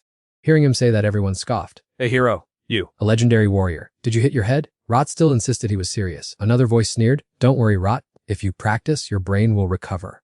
Rot was speechless. Do you all want me dead that badly? Leon watched the scene and happily burst out laughing. Ah! 4 characters, Jen, Balak, Lenya, and Hennet, were gathered around, tending to his wounds. They laughed and chatted lively, as if no heroes would ever converse in such an unusual manner. A week later, the raid on Dragon's Lair took place, leading to the establishment of the Dragon God Temple and the emergence of the second hero. People everywhere were buzzing with discussions, each holding a newspaper to follow the news as the entire continent faced a series of events marking a tumultuous era. The scene shifts to a construction site, where 5 people stood reading news from a newspaper to a red-haired man. Monarchs from various kingdoms had gathered all information through Farama and Alpera. They were quite curious about the miraculously surviving members of the raid team. After the battle, all members sustained severe injuries and were recovering at Dianat Nek, a sanctuary that was strictly off-limits to outsiders. The scene shifts to the sacred land of Dianat Nek. In a room where 6 apples were displayed on a plate, a voice full of relief announced that Adeline and Liana were finally recovering. How fortunate. That's right, I visited them on my way here, and they've already secretly gone out. Woot recounted the story from when he visited Adeline and Liana. Roderick, sitting on the bed, listened to the story and also appeared happy, saying that it was good that they could walk again. While nibbling on a cake, Woot chatted, saying that the holy magic used to heal him must have been incredibly powerful to be able to reattach that arm. Abel, with his arm bandaged, replied that it was fortunate there was a pastor from the Midsummer Guild nearby, so he received timely treatment. Roderick, lying next to him, added that it was only possible because he personally helped him get treatment. Hearing that, Ed immediately jumped in to argue, no matter how potent holy magic is, it cannot compare to the miracle we created together. When teased as the immortal warrior, Woot's face darkened to the point where he almost wanted to vomit on the spot. He irritably told everyone not to bring up that title again because he had been made fun of for the past 2 days. The flashback returns to 2 days earlier at Dianat Nek. As Woot followed a pastor into the room, Ad continued to tease. Isn't that the title for the second hero, recognized by the Pope himself? That's absurd. Even if you are a public figure, it's just a frivolous title. Roderick unexpectedly asked him about his feelings upon meeting the Pope for the first time. Woot then recalled old memories, and the image of a wheelchair appeared. He replied that there was nothing special because everything went more smoothly than expected. He possesses the appearance of a 20-year-old, probably thanks to using anti-aging magic just like me. In my memory, he was a handsome and calm Pope in a wheelchair, with long hair and red eyes. Woot continued to recount the humorous, immortal warrior title that the Pope had bestowed upon him. Hearing this and immediately teased, why isn't that cool? Roderick also joined in, leaving Woot speechless at their excessive enthusiasm. He angrily walked away. Roderick called after him, saying he wouldn't wait, while Anne casually told him to let him go, as he probably wanted some personal space. Thanks to the holy magic, his body's recovery speed was significantly faster. It was great to be able to move freely again as before. As Woot strolled along the hallway, he pondered, hoping everyone would quickly recover so they could leave this place, because they were starting to become too annoying. He recalled the congratulations he received upon being granted the title, but no one forgot to mock him. They kept calling him the Immortal Warrior, and then congratulated him on being recognized as a hero. Aha, since you're immortal, don't die of embarrassment. Woot thought back, gritting his teeth in vexation, feeling extremely uncomfortable. He stood scratching his head, mumbling that he didn't know where to go now, when suddenly a voice called out, Mr. Denatos! A pastor approached him, asking what he was doing there when the health checkup was about to begin. Although your condition is stable, we still don't fully understand other signs or side effects, so we need to conduct a thorough checkup. Woot replied that he understood and would follow immediately. Just as he was about to leave, another voice called his name. Woot. I finally found you. I'm glad you're okay, Jizomi said, bringing a fresh bouquet of flowers for a visit. Woot asked the reason for his appearance there. Jizomi replied that he had a hunch that Woot would be recovering at Dianat Nek after the raid. Furthermore, being curious about holy magic himself, he had applied to study there, and the director had also sent a letter of recommendation for him. Ruth waved her hand indifferently and aloofly. I know already. But she still secretly thought to herself that the bald old man was making a mountain out of a molehill. Jizomi turned toward the priest. Could I have a moment alone with Ruth? We have a few things to discuss. The priest nodded cheerfully and instructed Ruth, very well, but remember to return on time for your medical checkup. Ruth frowned at Jizomi in annoyance. There is nothing for us to talk about. Jizomi just smiled. Wasn't my ancestor's diary very useful? Ruth retorted, what do you mean? Jizomi replied calmly, I was merely curious if it had been of any help to you. Jizomi took a notebook out and explained, listen, I have thoroughly researched the Temple of the Divine Stream and the Temple of Light. Although information about the Divine Stream is extremely scarce because they usually operate in the shadows, and after the raid, their remnants were captured one by one, with the Empire also relentlessly hunting them down without results. I have come up with a hypothesis. Ruth took the diary to examine it closely. Jizomi continued his analysis. Perhaps there exists a mysterious connection between these two sects. The doctrine of the Temple of Light is essentially a story about the relationship between humans and gods and legends. The ancient prehistoric era is crucial data for analysis. There is a powerful dark entity known as the Ancient Demon, who once sowed disaster and tormented humanity to carry out its schemes. Fortunately, the gods of light appeared to free us from suffering. The Ancient Demon from the Temple of Light and the Divine Stream from the Temple of the Divine Stream. Don't you see any similarities between them? Moreover, the origins of the Temple of the Divine Stream run much deeper than one might imagine. Given its current scale, it must have a close relationship with the Temple of Light, a sect that has taken root across the entire continent. I wonder what would happen if the two were truly linked, though this is all still just speculation due to the lack of information about the Divine Stream.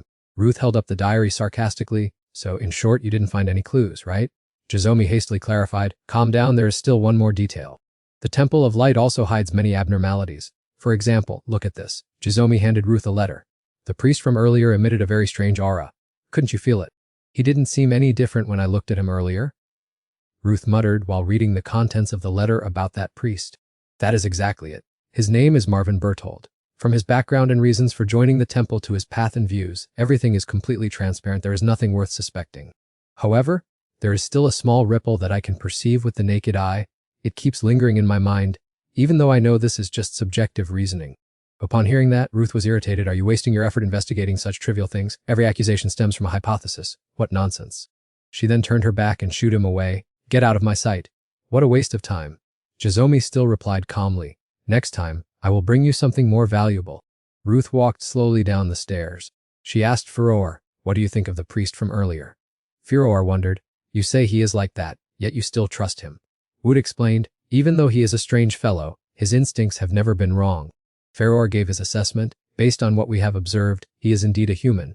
I do not have a grasp of his magical power or his level of danger. Regardless, matters involving humans are better understood by you than by me. Woot grumbled, so you don't know anything either. Right, you should have just said so from the beginning. At this moment, Ren was already waiting. Uncle, where have you been all this time? Everyone has been looking for you everywhere. Then the girl pointed into the room. That white-haired girl ate all the cakes in your room. Leon immediately refuted. Hey, don't slander me. I only ate one. Balek was doing crunches on the floor. Behind him were Lenya and Hennet. Everyone was waiting for him. When Woot saw them, he looked away. Don't you people know the way home? Visiting hours are almost over. Only then did everyone reluctantly leave. Balek waved goodbye. Leon said, all right, I have to go visit my mother. See you tomorrow. Lenya also had dinner plans with Lena. Ren, wave goodbye, Uncle's place! Woot still hadn't cooled down. Damn it, do you think this is a park that you can just gather here? Hennet spoke up, relax, they are just worried about you. Woot brushed her off, get out of here? Hennet gritted her teeth and called him cold-blooded. Suddenly, Woot called for her to stop. Hey, what is it? Do you know anything about holy magic or any information related to the Temple of Light's hospital? Hennet asked in surprise. That's surprising. You're actually curious about such things. He replied, for instance, things revolving around the priest at this hospital, specifically Marvin Berthold. Hennet was stunned upon hearing that. Aunt Iker. She stopped mid-sentence and fell silent. He shooed her again. All right, get out. Hennet stood with her hands on her hips, annoyed. Your attitude makes me worried. Woot lay back on the bed indifferently. Fine. Goodbye. Damn it, I'm leaving. Take care. Hennet walked out with a very annoyed look on her face. In her heart, doubts began to stir about what had just been said. The name Berthold kept spinning in her mind. She walked down the street, her heart heavy with concerns about the Berthold family, who were renowned for their holy magic abilities. Suddenly remembering something, she wondered if A Ming had previously exchanged information with the second girl at the Holy Power Club.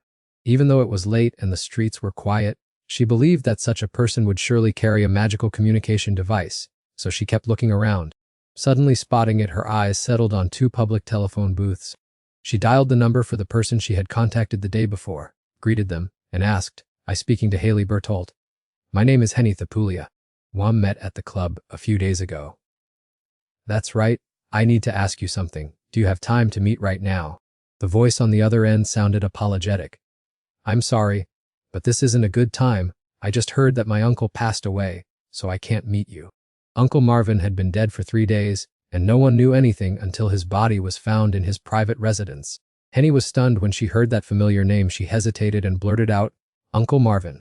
Fear gripped her as she thought about the true identity of Marvin Berthold. Meanwhile, Rut was still fast asleep in his room.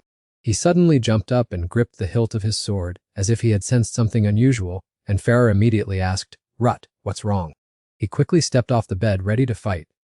"My mana flow was just interrupted," he said. Farah also realized that someone was casting a shield to block off this space, rather than simply using magic. Rut thought to himself that he had been extremely cautious, yet the enemy had still slipped through, and this evil aura was definitely not that of an ordinary person. He shouted loudly toward the room door. With his sword pointed straight outside, he yelled, "Who is the bastard that dares to sneak around here?" A mocking echo replied, "You disappoint me, my fake son. You call me father but don't recognize your master." Standing there was Marvin, who was gripping Henny's neck to hold her hostage. Rut shouted angrily, "How could I recognize you when you keep changing your appearance like that?" Henny was being choked so hard by him that she was struggling to breathe.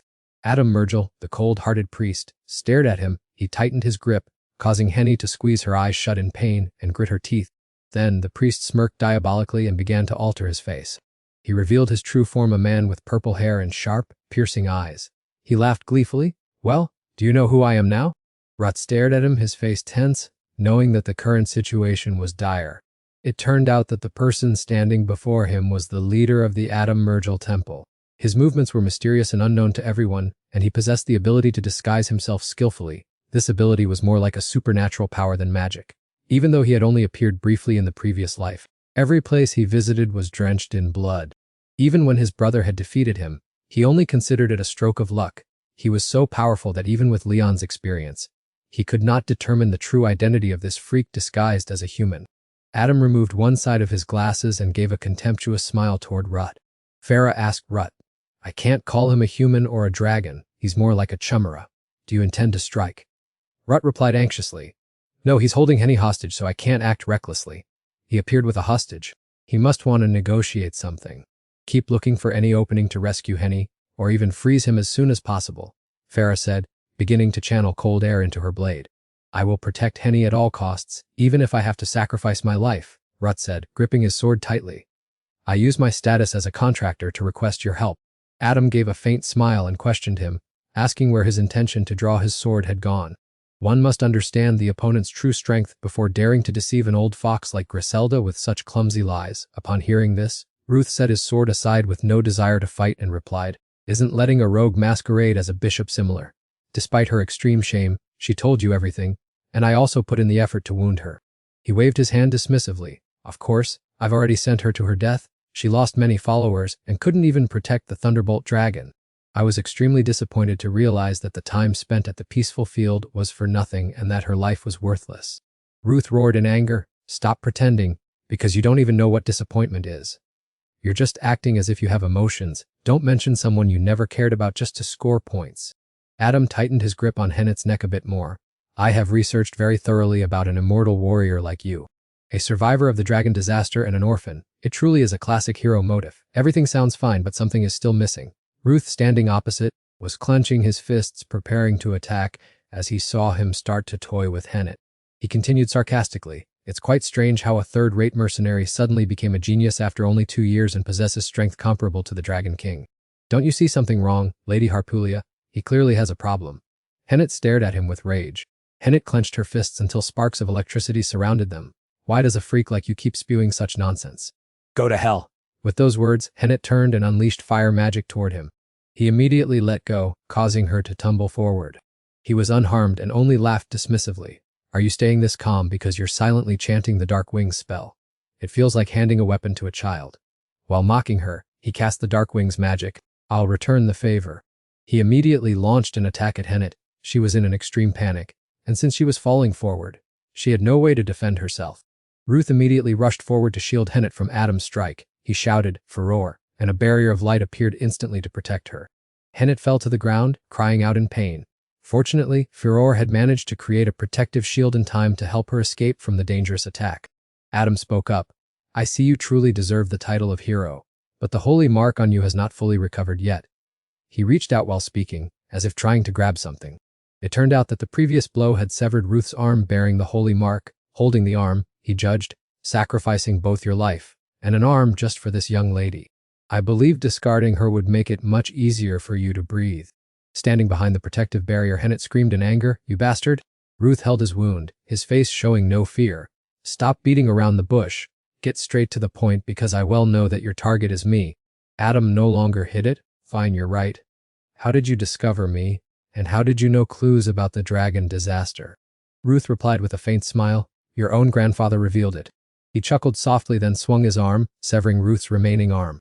Inside the barrier, Hennet was in an utter panic, repeatedly punching the screen separating them.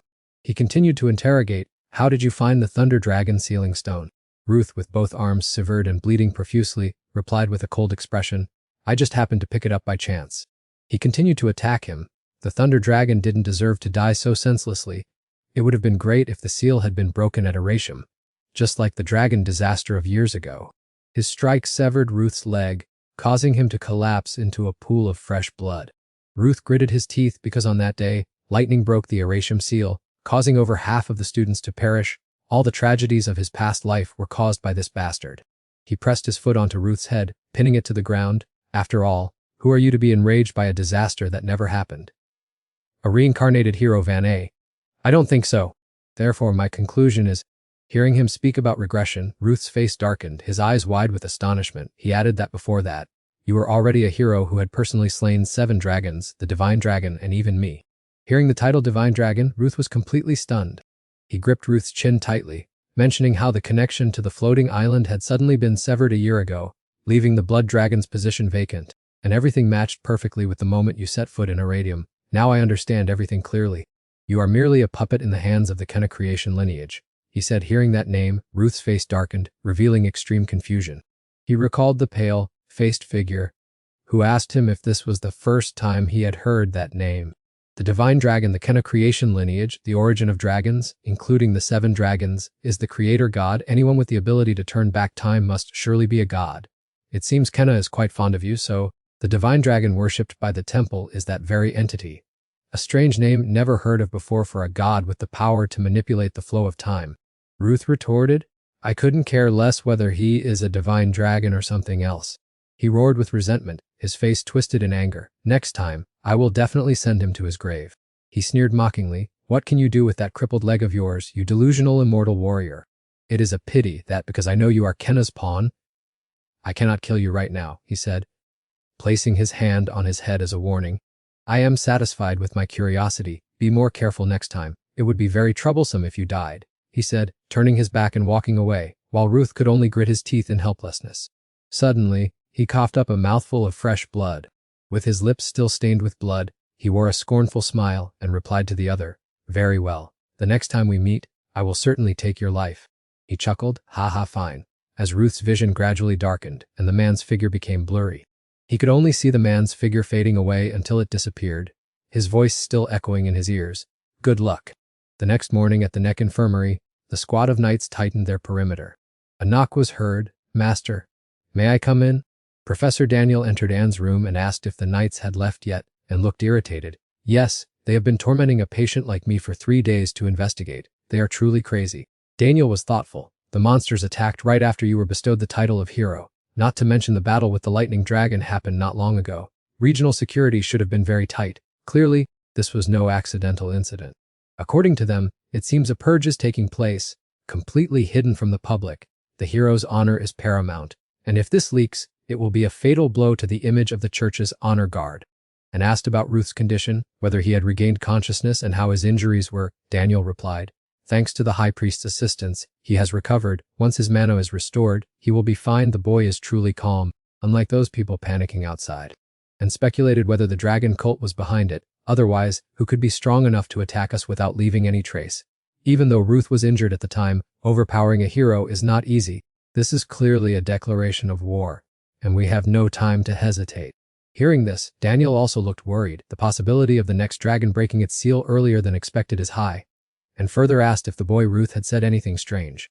We haven't had a chance to exchange much, because the captain of the Black Wolves arrived to question us about the incident, and said with annoyance, if that brat comes, it's best not to be arrogant or provoke a conflict. Moving to another room, a shout rang out, damn it, are you messing with me? Ruth, inside the room, retorted with his neck veins bulging, hey, will you stop it? How many times do I have to repeat it for you to believe me? I was sleeping like the dead when they attacked.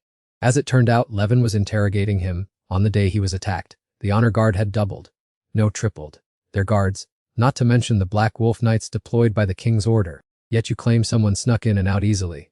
Does that sound plausible?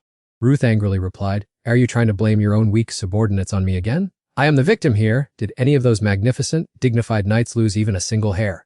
Absolutely not. You say the guy was disguised as a priest, right? You're storming into the infirmary and yelling for 3 hours. Doesn't change the fact that you people didn't detect the intruder at all, while a trainee did. A knight guarding the door broke into a cold sweat hearing the argument. Levin jumped up in anger. It seems you still don't understand the gravity of the situation, kid. If this news leaks out, the entire sect, the king and the crown prince, who worship you as a hero, will become a laughingstock. You are not only tarnishing the royal family but also behaving in an incredibly foolish manner. With that attitude, you'd better drop that hero label immediately. Defeat the Thunder Flash Dragon. You can't even take care of yourself. You must have relied on the guild master to handle everything and then taken all the credit, didn't you? A country kid with a mercenary background, yet you dare to arrogantly claim all sorts of things. Ruth's face immediately hardened.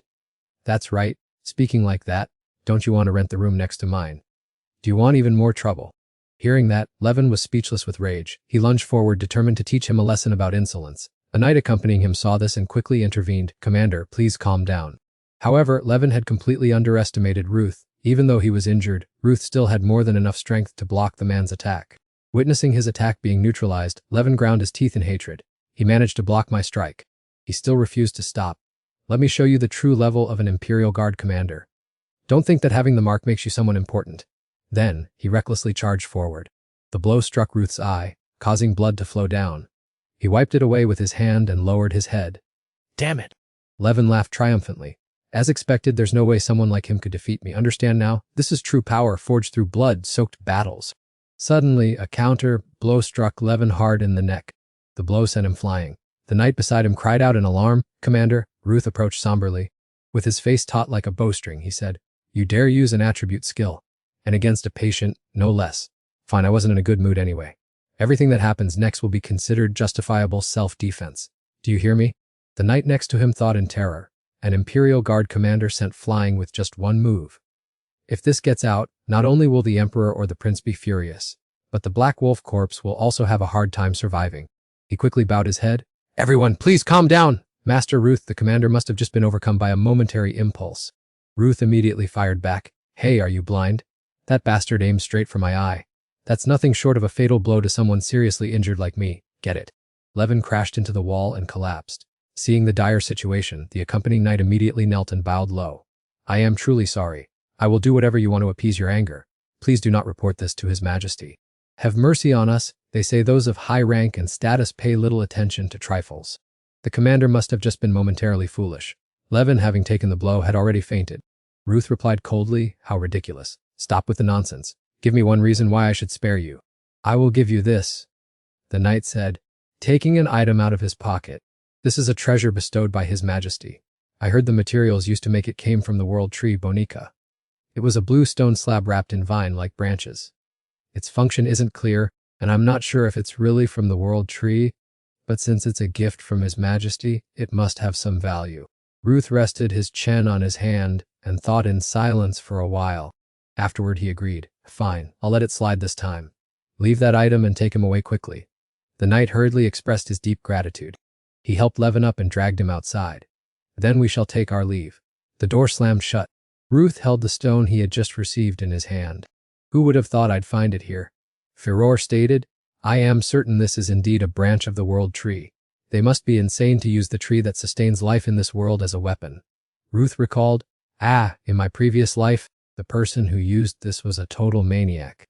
Furor asked in surprise, "Who was that wicked person?" Ruth replied, "Your daughter." Furor was left speechless. Furor continued explaining, "Since the world tree no longer resonates, this is just like an ordinary branch. I can't believe she could use it. Truly, my dear daughter." Suddenly, a knock sounded at the door. Ruth, annoyed, thought, "Now what?"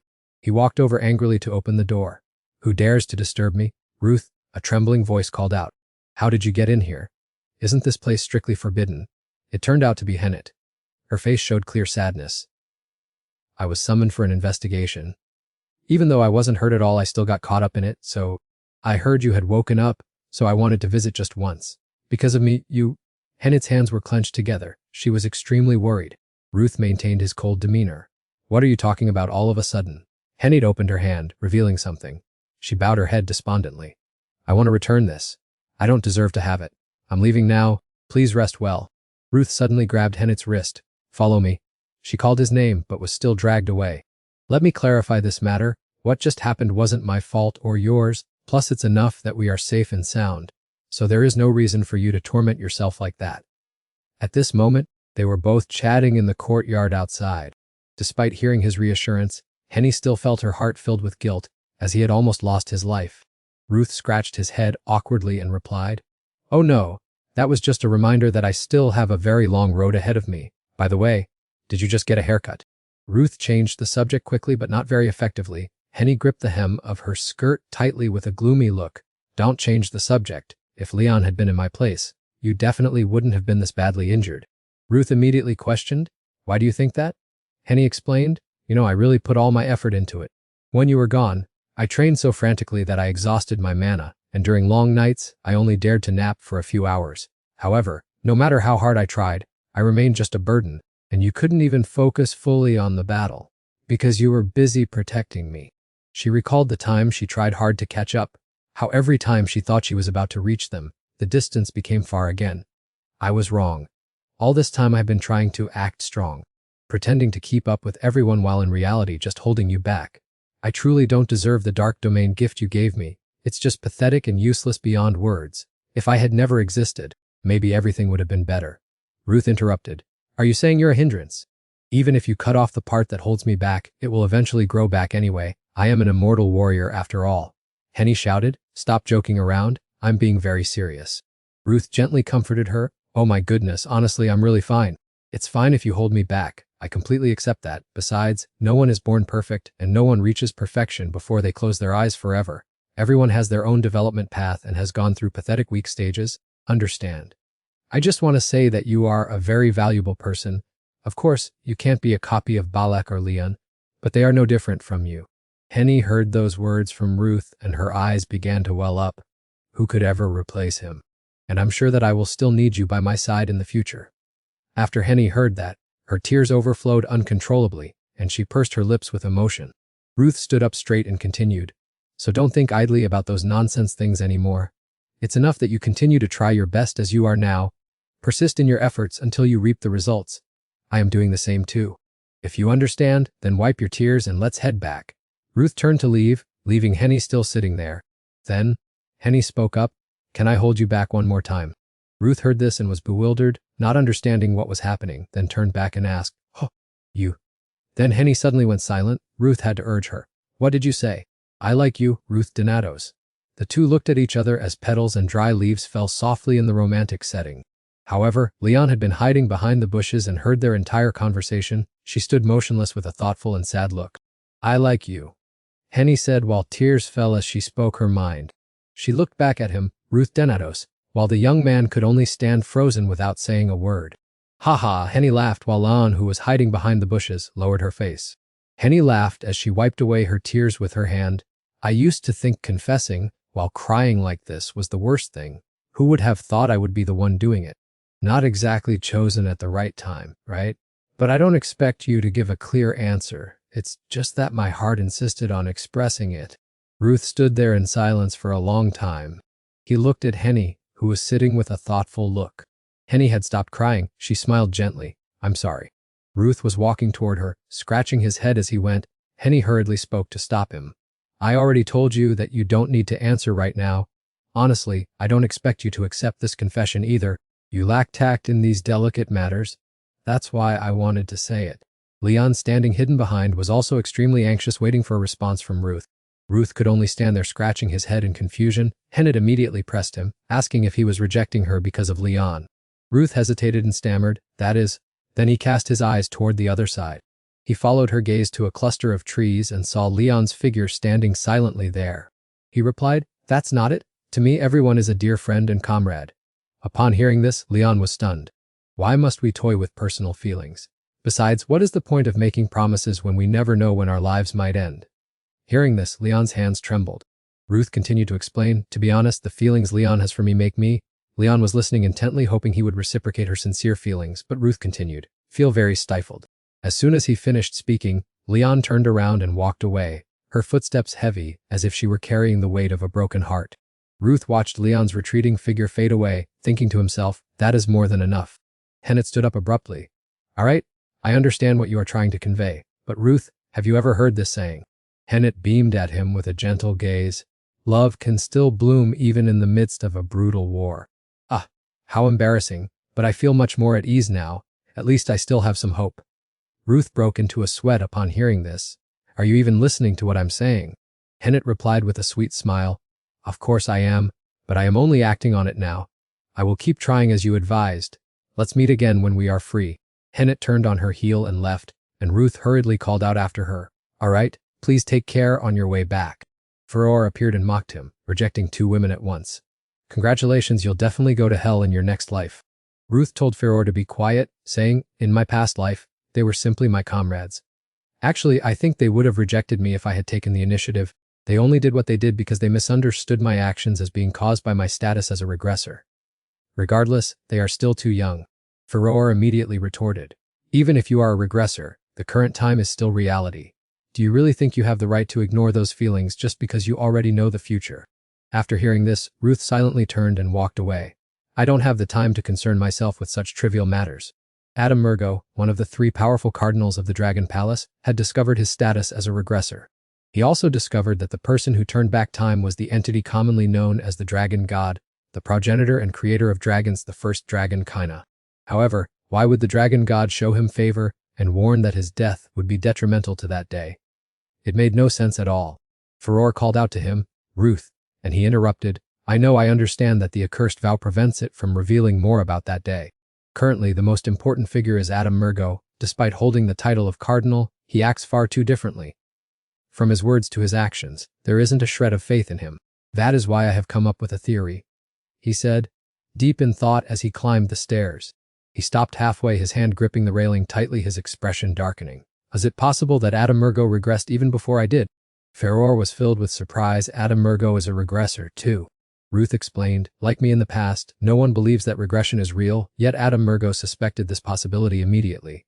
Even so, if he regressed at the same time as I did, it would make his attitude toward the Dragon God and that overwhelming power illogical, unless all non-human creatures or magical beasts are a consequence of the regression. Then his skill was also." Ruth shuddered, recalling the terrifying night when he had his arm severed by him. That night, even though he had no intention of resisting, his sensory limits were activated. However, all of his opponent's actions remained completely unpredictable. Everything was just a blurred mist. The feeling at that moment was as if time had stopped. He looked down at his arm in contemplation. Furore asked again, "What, do you think he can manipulate time like the Dragon God? You know well that only gods are capable of interfering with the timeline." Ruth believed that Adam Murgo might have reached some kind of agreement with Kana. "Anyway, it's just a hypothesis. Right now I need a feasible plan," he said, clenching his fists. As he strode back to his room, he thought to himself, "From now on, I can no longer rely on my past experience. I must find a way to become strong enough to face him as soon as possible. Seeing you training like this again, you must be fully recovered," and said as he descended the stairs and saw Rutmaster, and said, "Come over here and talk for a moment." The two entered the library together and updated him on the situation. With current developments, the royal detectives will continue to pursue the Dragon Palace. However, do not get your hopes up too high. No matter how influential Alpai is, they cannot ignore another nation's sovereignty to intervene. All they can do is ask a guild to help investigate. Rudd expressed, "I didn't intend to let them handle everything anyway. I want to take action myself. Once the third year begins and the student internship opens up, I plan to leverage the hero title granted by the royal family to manage everything. The only thing I need is time." After hearing that, and fell into deep thought. Then spoke up, Time huh. Since you've achieved many accomplishments and illustrious feats, you'll probably have to face a test first. Although the result depends on your character, the predecessors might stand by you to see your progress after that challenge. Who is the person in charge of testing you? Rut immediately replied, It's Sanlat's Avro, the 6th generation. Thinking back, she is your master since you are the 7th generation. Anne was incredibly surprised when he heard that name. What does she look like? And asked Rut, What does she look like? Well, she seems to be living quite well. She was very keen on oppressing me and making things difficult. Rut said, gesturing with his finger across his neck, as if she wanted to drive him to death. Anne was horrified to hear that. His face couldn't have been more comical, and stroked his chin. I see. And suddenly recalled the time Sanlat's Avro promised to train him. Then he flashed a bright smile. It seems she is enjoying a very happy life. You probably know that time passes faster for spirits than for regular people. You can make up for lost time by training in that space. And said, slamming the table as he stood up. Rut wondered, Do you mean I should ask her to help me train? Yes, she would be quite willing. She's an excellent tutor. And said as he turned to leave the room, reaching the door, and added, Someone like me couldn't even compare to her. The future will surely be different from my past life. This is the best I can do because I don't know who or what will break the next dragon's seal. He pondered while unwrapping his wristbands. It's known as the spirit's image world, but the pain felt is no different from reality. Practical combat will help more than mere training. Doing so also saves a lot of time. My next goal is 6 consecutive dimensions, something Professor Daniel once achieved, he said, gripping the cloth tightly. Let's see, he said, removing the remaining bandages from his hands. D'ing about 365 times should be enough, he muttered, rolling up his sleeves. The markings on his arms and his mana began to radiate powerfully. Rut was battling the 6th Grandmaster in evenly matched confrontation with their own distinct strengths. The 6th Grandmaster nimbly evaded Rut's continuous attacks. However, Rut quickly lunged down from above, pointing his sword at him. But the 6th Grandmaster once again blocked Rut's blade. The battle finally came to an end. Rut maintained his spirit despite the heart-piercing pain. His magic had also leveled up. If he had used the winning sign, he might have won. Though the sword pierced through his chest, Rut still smiled, saying he shouldn't depend on any single ultimate skill. Grandmaster Luck smiled slightly and asked, But will training for so long in the heavenly realm be okay? I don't mind hosting you, but aren't you busy with your apprenticeship at the A Guild? Woot channeled his internal energy to gently pull the sword out of his body. He had finished the job, so there was no need for her to worry anymore. Grandmaster Luck helped him stand up, suddenly feeling nostalgic, as if it were only yesterday that he had suddenly appeared in the heavenly realm and demanded to challenge her. She then patted his head affectionately, feeling incredibly proud to see his progress every day. Although it pained her to have to defeat this adorable Proja hundreds of times, he pushed her hand away, needing to rest a bit after having just been pierced through the heart. Grandmaster Luck pulled her hand away from his head and said, Oh my, that is my teaching method. Though it hurts me, I will train you very carefully and encourage you gently. Woot scratched his head and said, I am curious about the fact that Grandmaster Luck passed away a long time ago, yet your soul doesn't look any older at all, and surely no one was strong enough to compete with a legend of that era. Grandmaster Luck listened intently to each of Woot's questions. She felt overjoyed because, after a whole year, Woot was finally asking about something other than just obsessively finding ways to kill her. Grandmaster Luck put her hands on her hips and said that today was a special occasion, so she would tell him the whole story in detail. Back then, she received a mission to exterminate the Draconians in northern Moharan, who at that time often moved through the Great Mountain Range. With her superior skills, she completed the job early and began her return trip, during which she accidentally discovered a dungeon. Grandmaster Luck was full of excitement at the time and went inside, thinking it was an ancient treasure trove. Even though she knew the Draconians were dangerous and no one had set foot there before, how could she pass up such a once-in-a-lifetime opportunity? Yet, ironically, it wasn't a dungeon at all, it was merely a tunnel. It was a shortcut through the Great Mountain Range to the frozen plains where the Draconians resided. Hearing Grandmaster Luck's recount, Woot speculated that the Draconians had dug the tunnel through the mountains themselves. Grandmaster Luck agreed, but noticing that the situation did not look promising, she intended to retreat. Unfortunately, she encountered the Draconian pursuers. The battle was extremely fierce and dramatic until the Draconian leader appeared. His strength was unbelievably terrifying, making her feel for the first time that she could not win. At that moment, she had no choice but to collapse that path. If it had remained, disaster would surely have struck, and that was how she met her end. According to recorded documents, perhaps, and followed her final wishes. After finishing, Grandmaster Luck commented that her story was fascinating, but Woot suddenly asked if she didn't intend to seek revenge. Grandmaster Look did not answer. She mentioned that Anne was her disciple and must now be a grandmaster to Woot, having raised him since he was a dirty, tearful little boy. Luck said, "This child is extremely kind. If I asked him for revenge, imagine how far he would go. I don't want to ruin his entire life, and besides, he would never refuse my request." Finally, Woot exclaimed that it was selfish, to which Grandmaster Luck replied boldly, "This life is mine to decide. If you are angry, wait until next time to defeat me." Grandmaster Look asked if Woot had satisfied his curiosity. He turned and walked away, thanking her for telling him everything. Suddenly, Grandmaster Look called his name, saying that what she said was also advice for him. Do not waste your whole life on revenge, just because you are too accustomed to death. Woot kept walking after hearing this, replying that he would keep her teachings in mind. But in his opinion, it was the people left behind who made the decisions. Woot returned to his room, and Faraloa, seeing him return, wondered why he was later than usual, as he had been training for 4 hours. He felt his whole body aching intensely, and before he could rest, someone came looking for him. Adeline brought him information about a new mission. She was very sorry to have to ask for a favor right after her return, but the dragons around the kingdom of Li Ben have been running rampant lately, and the situation is extremely chaotic even though it is not their breeding season. After she finished speaking, she suddenly felt a sense of poignancy when thinking about the fact that Ruth's internship was about to end. This business trip took Ruth to a distant desert region. It was also his first time setting foot there. The desert was located in the westernmost territory of the Lick Ben kingdom, yet no one on the continent considered it part of the kingdom. It was merely a barren land with the city of Seminole, a stopping place for refugees, thieves, monsters, and dragons. Ruth suddenly remembered that Leon had lived in the desert before being recruited by the dragon slaying team. He agreed to carry out the mission, but wanted to go alone out of a desire to explore this land. Adeline nodded in approval as his mentor Thompson was recovering after the most recent operation anyway. However, she was still worried about letting him set off on his own. Suddenly, she inquired with a question that seemed to see right into his soul. Had Ruth and Leon still not reconciled with each other? Ruth froze while Adeline burst out laughing. She advised him not to worry too much because they would cross paths tomorrow morning before he left anyway.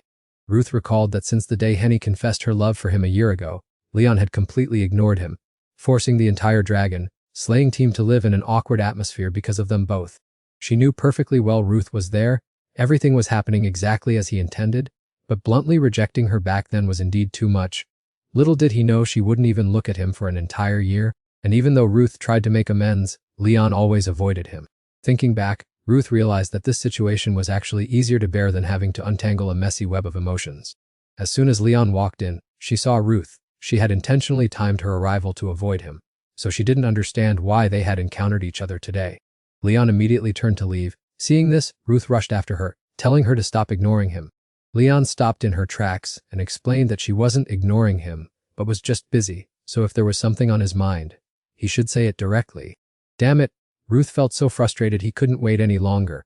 He looked at Leon and apologized for the rejection years ago, yet it had been months, and if she refused to communicate, how could they resolve things when the entire team felt very awkward because of their attitudes? He wasn't forcing her to be close to him, but they needed to talk in order to coordinate their fighting. She had promised to support him, join the guild, and become his teammate but had not followed through. Leon coldly refused, then apologized and promised to pay more attention. Hearing Leon say that, Ruth didn't know how to respond appropriately. Finally, he told Leon to get some rest, as the apprenticeship was almost over, so she just needed to try a little harder. Ruth intended to say something more, but then he kept hesitating. In the end, he brushed past her and softly uttered 3 words, "Please take care." Leon looked down in silence. She did not offer any further reply. Leon remained rooted to the spot, her eyes fixed in the direction where Ruth had just left. Look who's talking. The next day came very quickly. Ruth arrived in the westernmost desert region and found this place even more terrible than a volcano. According to the map, the shelter should have been around here somewhere. Yet no matter how hard Ruth searched, there was no sign of it. Farah urged him to hand over the map. They couldn't waste time on someone as directionally challenged as him, but Ruth remained determined that he had found the right way this time. Farah shot back, asking why Ruth had been given a return stone to get back to the guild, if not for this reason. Remembering before he left, Adeline had given him that stone because the sandstorms in the desert easily led people astray. She told him not to make his teammates go through the trouble of searching for him again. Ruth held the stone in his hand and asked her if she had ever been to the desert. Of course, she replied. It was a gathering place for criminals and refugees with many negative aspects. But it was a special land for her because it was where she met her daughter, Leon. Observing the surroundings, Ruth judged it to be far too harsh a place for a child to survive, wondering what Leon had to endure back in those days. Farah unexpectedly called Ruth back because he had found the location of the hideout. Following Farah's footsteps, Ruth arrived at the group's base in this desert region. As soon as he stepped inside, he was met with sharp, scrutinizing glances from all sides. One of the men spoke up, asking if he was the newly joined mercenary. Ruth quickly dismissed the suspicion, identifying himself as a dragon slayer. He didn't believe a young man like him could do such a job, thinking he was merely running from his crimes. Ruth then coldly retorted, asking if the man was talking about himself. Blocked by Ruth, the man became furious and cursed him, calling him a dog. Fortunately, someone else intervened in time to prevent a fight. Since the desert region was isolated from the outside world and currently in a period of instability, they were forced to be highly vigilant toward strangers. When he learned Ruth belonged to the Dragon Slayers Guild, the man remarked that they must be busy dealing with the dragons, and also reminded him to be wary of the bandits around.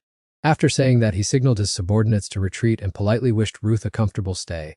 The blind carriage guards quickly departed. Seeing this, the shop owner praised them for working very efficiently and thoroughly, then turned to ask Ruth what he needed.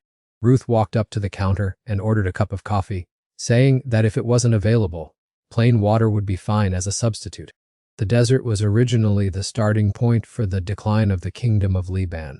There were about 6 more months until the day the phantom dragon attacked Siren in his previous life. The signs of its destruction back then also began at this time. If everything proceeded as planned, the timing of the war would not differ much from the past. The only problem was the gap of the next 6 months. In his previous life, he discovered the dragons fled because they were responding to the mana from the phantom dragon. Although it seemed to be slowly waking now, why was it still silent 6 months later? He came up with various theories, most of which leaned towards the monster not having reached its peak state and recuperating after escaping its seal. But these were all just predictions. He needed to find its lair immediately. While he was deep in thought, 2 children appeared. The boy told the girl accompanying him, named Millie, that the sun would never shine in that forest. That forest was now being disturbed by a dragon, and there were also rumors of ghosts lurking. Millie also reminded them that their boss had strictly warned them not to go near it. That was the dark forest. While the 2 children were busy chatting, Ruth suddenly appeared and inquired about the forest's location. The children cried out in fright. Ruth calmly repeated his question about the whereabouts of the dark forest. The 2 children warned him that Miss Lean's house was not to be trifled with, and not to think he could act so recklessly just because he was a member of some anonymous bandit gang. Annoyed, Ruth lightly tapped the boy's head, which made Millie freeze in fear. The girl ran off as fast as she could to find help, ignoring Ruth's calls to stop her. The boy started to wail and cry, forcing Ruth to sit down and comfort him, even though he had no skills in comforting others whatsoever. Lenya unexpectedly appeared at that very moment. When she saw the person inside, Lenya was momentarily taken aback. She never expected to run into Ruth right in the middle of this desert region. All misunderstandings were resolved and Ruth followed Lenya out of the shop. She mentioned that she had heard Ren talk about him working for the Dragon Slayers Guild while Ruth, surprised, asked if she was training with some bandit gang. Hearing this, Lenya chuckled, explaining that the guild had recommended her to this remote region for training and to broaden her knowledge. Hearing that, Ruth thought to himself that those people did so to stop her from causing trouble. Farala immediately spoke up to defend Lenya. Ruth wondered where her advisor was, as she was supposed to have someone accompanying her. Lenya replied in a hesitant voice that they had lost each other since setting foot in the desert. Ruth truly could not grasp the erratic thoughts of this girl. Even so, Ruth still found it hard to understand why she would work as an advisor for some bandits and take on babysitting duties at the same time. The 2 kids immediately retorted that they had just met Lenya last week and she was very strong, having even frozen a wyvern with a single blow. Lenya said that she encountered the children while working as a cleaner for the Semo Merchant Guild.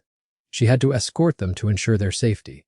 But because she was treated to a feast, she decided to be grateful and protect them until the mission was completed. Farah was extremely moved, thinking she was indeed his daughter, a young lady with a kind heart just like a saint. After traveling for a while, Ruth finally reached the Golan camp. Every gaze in the village immediately turned toward the figure of the stranger who had just appeared. After hearing the child's report, their leader stepped out and learned that this visitor was a friend of Lenya's. He was Eddie, the leader of the Golan family, the character whose name the 2 children had been mentioning non-stop ever since. Upon entering, Eddie asked Ruth why a warrior like him had come here and what he was doing visiting the Golan house. Eddie knew about Ruth because he occasionally kept in touch with the outside world. They were quite open and friendly toward travelers. Ruth might think they were no different from bandits, but they actually only confiscated items from criminals, and the group consisted entirely of members incapable of fighting, such as orphans and the elderly. Ruth replied immediately that there was no need for long explanations. He did not come to make friends but wanted to ask for directions, and in return, he would compensate them handsomely. The place Ruth wanted Eddie to show the way to was the dark forest. Upon hearing this, he was extremely astonished. This used to be a peaceful forest area, but over the past month, the entire space had been shrouded in darkness. Sunlight could not shine into that forest, and the mana flow there was completely blocked. Eddie speculated that perhaps this was why the dragon had chosen this place to nest. Even gulls had appeared there. He advised Ruth that it would be best to gather more people before heading deeper in. Without waiting for him to finish, both Ruth and Lenya quickly hurried straight into the forest. Lenya told Eddie not to worry and to head back, as they had spent all day getting there, and could not let time pass in vain. Eddie said goodbye to the two of them, and told them that if they ever returned, they should stop by the camp, where he would treat them to a warm meal. Contrary to Lenya's expectations, Ruth bluntly poured cold water on the idea, saying that since Eddie still had to care for his family, he wouldn't have any surplus to invite them for food. Lenya thought that having a family was truly happy and that Ruth would find it warm too. She claimed he was just acting cold when in reality he had given Eddie a large sum of money to lead them here, hadn't he? As they gradually ventured deeper into the dark forest, the chilling atmosphere right at the entrance made their hair stand on end due to the sight of numerous corpses scattered everywhere. According to Lenya's observations, these wounds did not seem to be caused by a dragon. They were likely the troops of the Semo Guard. Seeing Ruth head forward without waiting for her, Lenya hurried after him because she really wanted to accompany him inside, but Ruth refused, believing she was not qualified after losing her defenses. The deeper he went, the more Ruth felt the radiating mana belonging to the phantom dragon, meaning that her seal had been broken. However, he still found it strange why this forest was unusually quiet. It seemed that someone had cleared all the obstacles before they set foot there. Lenya glanced around and also felt the forest was creepy. Everything was so silent that there were no signs of life left. Suddenly her eyes widened in shock because something terrifying was approaching. A horde of ghouls appeared simultaneously and surrounded them. Countless ghouls swarmed toward the two of them with all sorts of hideous and bizarre appearances. Lenya is extremely excited because the long-standing rumors have turned out to be true. She has encountered all kinds of mana beasts, but this is the first time she has witnessed a ghoul. Ghouls are originally rare corpse, eating mana monsters. The more corpses they devour, the more human they look. Could they have left the marsh dungeon to come here because of the black dragon? Vut suddenly threw Lenya a weapon made from spirit water and told her it would now belong to her.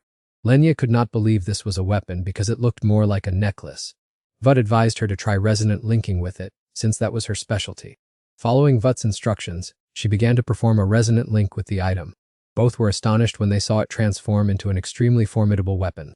Lenya gleefully ran back to show off to Vut, saying she would use this to cut down all those ghouls. Her body suddenly felt strangely light, but by the time she approached, Vut had already cleared out the monsters a long time ago. Lenya sulked because it felt so unfair, while Vut found it confusing since ghouls usually do not travel in packs and are known to fight fiercely over food. Vut observed the monsters' remains carefully and suddenly realized they were not ghouls at all. It turned out they were all zombies. Hearing this, Lenya couldn't help but be startled, breaking into a cold sweat. She gripped her weapon tightly and asked if these were zombie puppets created by a dark wizard, meaning someone was using forbidden arts to imprison souls in corpses. Vut realized this was the work of a puppet master. No wonder the unsettling feeling of being watched he had noticed since entering the forest was caused by them. Lenya was surprised that Vut had guessed who was behind it. He said it was time for them to retreat, but Lenya was not satisfied because they had just arrived, so why head back so soon? Vut gave her a returning stone containing Saren's location so she could leave, while he would continue on his own. However, Lenya immediately refused because she had absolutely no intention of returning. Vut coldly replied that staying would only get in his way, so she should stop being stubborn and leave at once. Lenya got angry because she had said she didn't want to go. She couldn't understand why Vut always acted that way. She stared at him and questioned if he thought he'd be safe if he stayed alone. After the seal incident a year ago, doesn't he remember their promise? And, Balak, Leon, Hennet too. Why does he think we worked so hard? He said he'd call when ready, so when will we be considered ready? If he dies before that day, all efforts will be meaningless. Vut interrupted Lenya and said she had never faced the true power of a dragon. Everyone struggled just to defeat a priest from the Dragon Temple, so now she wasn't strong enough to confront a dragon. Lenya pressed Vut, asking if he thought that puppet master was the priest from the Dragon Temple. If that were true, she had even less reason to leave here. Suddenly, a zombie mockingly asked if they were arguing over romance. It taunted that these days, kids go everywhere acting like it's their home, and if they want to argue, they should go back home to settle it. Then it howled fiercely at the two of them, loudly threatening to tear them both to pieces.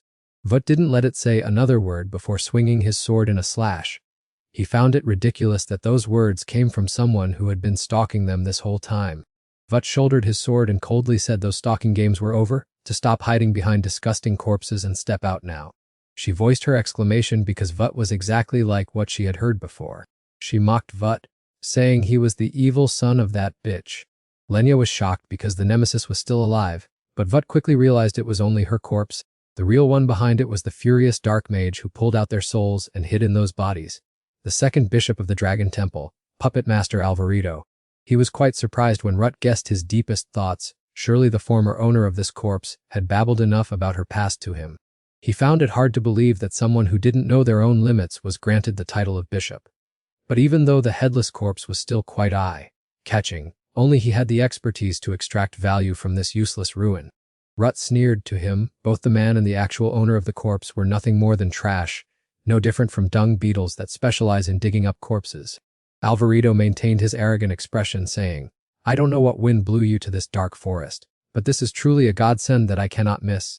He channeled his internal energy and roared, determined to turn the hero's remains into a puppet in his own hands. Rut shouted for Lenya and she immediately understood his intentions. Rut thought to himself that perhaps Adam Yogo had not yet revealed to anyone the fact that he had regressed. It was unclear why he kept this secret, but it was a huge advantage for Rut.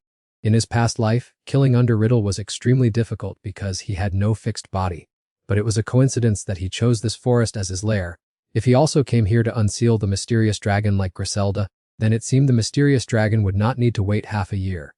So, who was craving that time frame? Reasoning this way, it proved the mysterious dragon had not yet fully awakened, and what Rut believed for certain was that his appearance had appended all of Underriddle's schemes. He sprang up high into the air. Then, plunging down from above, his presence would certainly ruin all of the man's plans. He focused his strength and struck the ground where the man had painstakingly set things up, destroying everything. Underriddle could not have expected Rut to attack so frantically. He mocked Rut for not knowing what was lurking in the forest, not believing that he could run rampant in this place. He intended to intimidate him, saying that a hero should not act rashly, but before he could finish his sentence, Rut had already pressed his blade against his throat, causing him to be terrified to the extreme. He hurriedly dodged the sharp edge of Rut's blade. While he was preoccupied with dealing with Rut, Lenya suddenly dived down from above to attack. This surprise attack drove straight into Underriddle's body. He had no idea Lenya was coming, as he had subjectively dismissed her as a mere nuisance beside Rut. The soul in this body was not yet stable, so losing the battle meant death. Not to mention that her waking up due to this noise would be a disaster. He needed half a year more to realize his perfect plan. Rut instructed Lenya that if they were not careful, he would jump into another body, so they had to completely destroy this corpse to cut off his escape route. Don't overexert yourself, just take advantage of his openings and counterattack like you did before. Underriddle silently assessed that Rut truly possessed the arrogant aura of someone who had once defeated the Thunder Dragon, making him crave Rut's body even more. But continuing the fight would only bring trouble. So, he resorted to petty tricks by summoning a guardian to his rescue. Seeing this, Rut immediately ordered Lenya to retreat quickly. An explosion that shook the entire dark forest rang out. The guardian that Underriddle summoned appeared, mocking Rut and Lenya for not being ashamed of a 2-on-1 fight. Who was this guardian that made Rut's expression suddenly change in such astonishment? The great Master Lu. Why were you willing to serve as a guardian for that guy Underriddle? And why does your face have such a long scar? The guardian approached Rut as if to force him to join the fight. The battle between the two generations of successors officially began. To spare him further questions, it revealed that this was the physical body of the late hero, Sanlutz Avril, a perfect creation that he cherished immensely and used as a host. Rut was filled with killing intent. He absolutely could not accept that the remains of Grand Master Eldasi were being used by the man as such a cheap tool. In a fit of rage, Rut charged forward, demanding to know where he had taken this body from. He easily blocked the attack and casually replied that everyone who inherits the Sky Void art possesses this precious divine spirit. Then, he gracefully and effortlessly swept Rot's sword out of his reach. As he drew closer, he lamented that the one who provided this body had completely severed all divine spirit connections, making it too risky to re-establish the link, thus preventing him from doing anything more. While the two sides were locked in a tense confrontation, Lenya seized the opportunity to quickly move towards Riddle. The Guardian prattled on incessantly, clearly delighted to witness Rot's pained expression upon seeing these remains, for he had always considered kings and famous grand mages nothing more than soulless puppets. He glanced at the mark on Rot's arm and secretly calculated whether he could control it after taking over this body. Rot did not waver in the slightest, challenging him to try if he was capable, and disdainfully mocked the despicable man with an arrogant attitude. He remained in high spirits, continuing to argue that the more advanced the host body, the less effort was needed for maintenance. Of course, the original soul had departed for the eternal realm, so he had to use a part of his own soul to fill the void and utilize demonic energy instead of pure mana. Despite this, he was still confident in perfectly replicating all the ultimate techniques deeply ingrained in this body's memories. For instance, the slashing strike, a skill that can sever an opponent's sword flow with minimal impact. He smiled triumphantly. This body was indeed the perfect vessel to display Grandmaster Elixir's peak swordsmanship. Furthermore, being merely a toy, he was not constrained by biological limitations. Currently, he even surpassed Grandmaster Elixir during his lifetime. He proudly boasted that this was the result of years of research into soul transfer techniques. Rot was utterly horrified, sarcastically remarking that such perfection was nothing but a ridiculous farce. Hearing this, he immediately unleashed an ultimate technique with powerful force and an incredibly dazzling visual display. However, Rot had already seen through his trick, contemptuously stating that he couldn't even reach the sixth system. At the same time, Lenya was fiercely struggling with Riddle, and it seemed she had almost exhausted all her strength. He remarked that she had held out longer than expected. However, unlike Rot, her uselessness had a very distinct quality. Lenya's restraining spells were running out, and she had no viable options left at this point. Cornered, she decided to stake everything on one final gamble. Remembering Rot and Leon's teachings at the academy that it shouldn't be seen as magic but rather as a formula programmed into the body, and that she just needed to swing her sword with confidence. Reflecting on this, Lenya began to unleash her technique and swung her sword into the air. Although her technique was far from perfect, she still believed in her own ability to execute it. However, Riddle merely had to stomp his foot on the magic circle to easily send her flying away. He growled that she had run out of mana, yet a spirit mage dared to engage in close combat with a sword in hand. Was she trying to seek death? He approached Lenya, saying that no matter what flaws this body had, dealing with her was still a trivial matter. He advised her to run away and wait for a hero to rescue her instead. Lenya braced herself and resisted. She would never accept such humiliation from a despicable wretch like him. She put all her strength into swinging her sword, striking Riddle's body, much to his astonishment. Yet, he easily swatted the sword away. These weak attacks could not trouble him in the slightest. He had assumed she possessed special spirit magic, but now he realized how rare those crystal-clear eyes were, and he wondered if she carried mixed blood. Finally, it dawned on him. This memory revealed that Ellie Selkett actually had a daughter in this world. He was silently assessing whose offspring she was with Ellie. It could not be the elf race, as there were no characteristic pointed ears, and besides, her appearance looked like a perfect copy of Ellie. Lenya tried to calm herself before his strange remarks. She needed to wait for a favorable opportunity to restore the white bird, so she feigned ignorance and asked why he knew her mother's identity so well. He wore a sinister smile and nonchalantly replied that Ellie Selkett was his former student. This information left Lenya stunned. She could hardly believe that what he just uttered was the truth. He stared at Lenya and continued, "I taught her soul magic in exchange for other things. I had wondered what a user of spirit magic would do with that power, but now I understand. Regardless of blood ties, you are too similar to Ellie, as if she had split her soul to create another version." Lenya could no longer tolerate Riddle's words. Tears began to blur her vision. Yet he added a fatal blow, asserting that she was merely a puppet in Ellie Selkett's hands. Suddenly, a blinding flash lit up the sky, forcing both of them to look up instinctively. That was the moment when the clash between Woot and Riddle's guardian erupted. Woot remained icy. His face showed not even a flicker of terror. The space above was easily torn apart by him, forcing the guardian into a desperate retreat. Riddle hurriedly fled like a whirlwind, escaping the magical encirclement. He rushed forward to stop the chaotic developments, his mouth screaming in protest. Woot calmly looked at the man, wondering if he was foolish enough to dare take that attack with his own body. Even so, the guardian refused to submit, dragging his heavy steps toward Woot. He shouted that it was he who had shattered every plan, and that the project he had painstakingly cultivated for a lifetime had been ruined in just 6 short months. In only half a year more, the soul within the host's body would have sunk into eternal unconsciousness, and I would have become the supreme entity of this world. I have spent hundreds of years researching, crushing both my body and soul into pieces for this day. I tried hard to suppress her awakening process, but you ruined everything. He bitterly criticized Woot for accidentally waking her up. At this moment, Woot vaguely understood what he was talking about. He did not expect this person could be so insane. He was plotting to steal the body of a dragon king. Woot suddenly remembered his past life, when Leon had prevented him from ever following her again. Leon advised him to return to his teammates because, in the yellow dragon's current weakened state, she could completely defeat her opponent, and his trailing would only distract her further. Yet he stubbornly refused to give up. If anything happened to her, his own life would have no meaning. Leon sternly told him to know his place, because his death would cause everything to go off its predetermined course. Woot suddenly asked Leon if she could feel it. This was the characteristic magic power of the yellow dragon radiating outward. Leon replied that even her mana sensing ability could no longer locate the yellow dragon, and Woot's teammates were gradually becoming exhausted. Then she questioned whether he had yet understood his responsibility. Woot replied curtly, as if he had absorbed Leon's words and was ready to follow her request. However, he still feigned ignorance, claiming that Leon wanted him to leave, and Leon could only be speechless and let him do whatever he wanted. Looking back on that, Rot still felt uneasy, wishing he had been firmer. However, the flow of magic from the yellow dragon truly made him feel nauseated.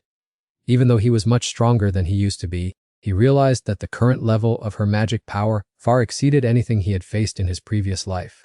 Even before they clashed directly, Rot could clearly sense that her magic power was far superior to that of the lightning dragon. Furthermore, Leonia was nearly exhausted. If the yellow dragon really attacked now, she would struggle to defend herself, while he had also depleted too much energy on high-level techniques. You must pay a heavy price for destroying my life's work.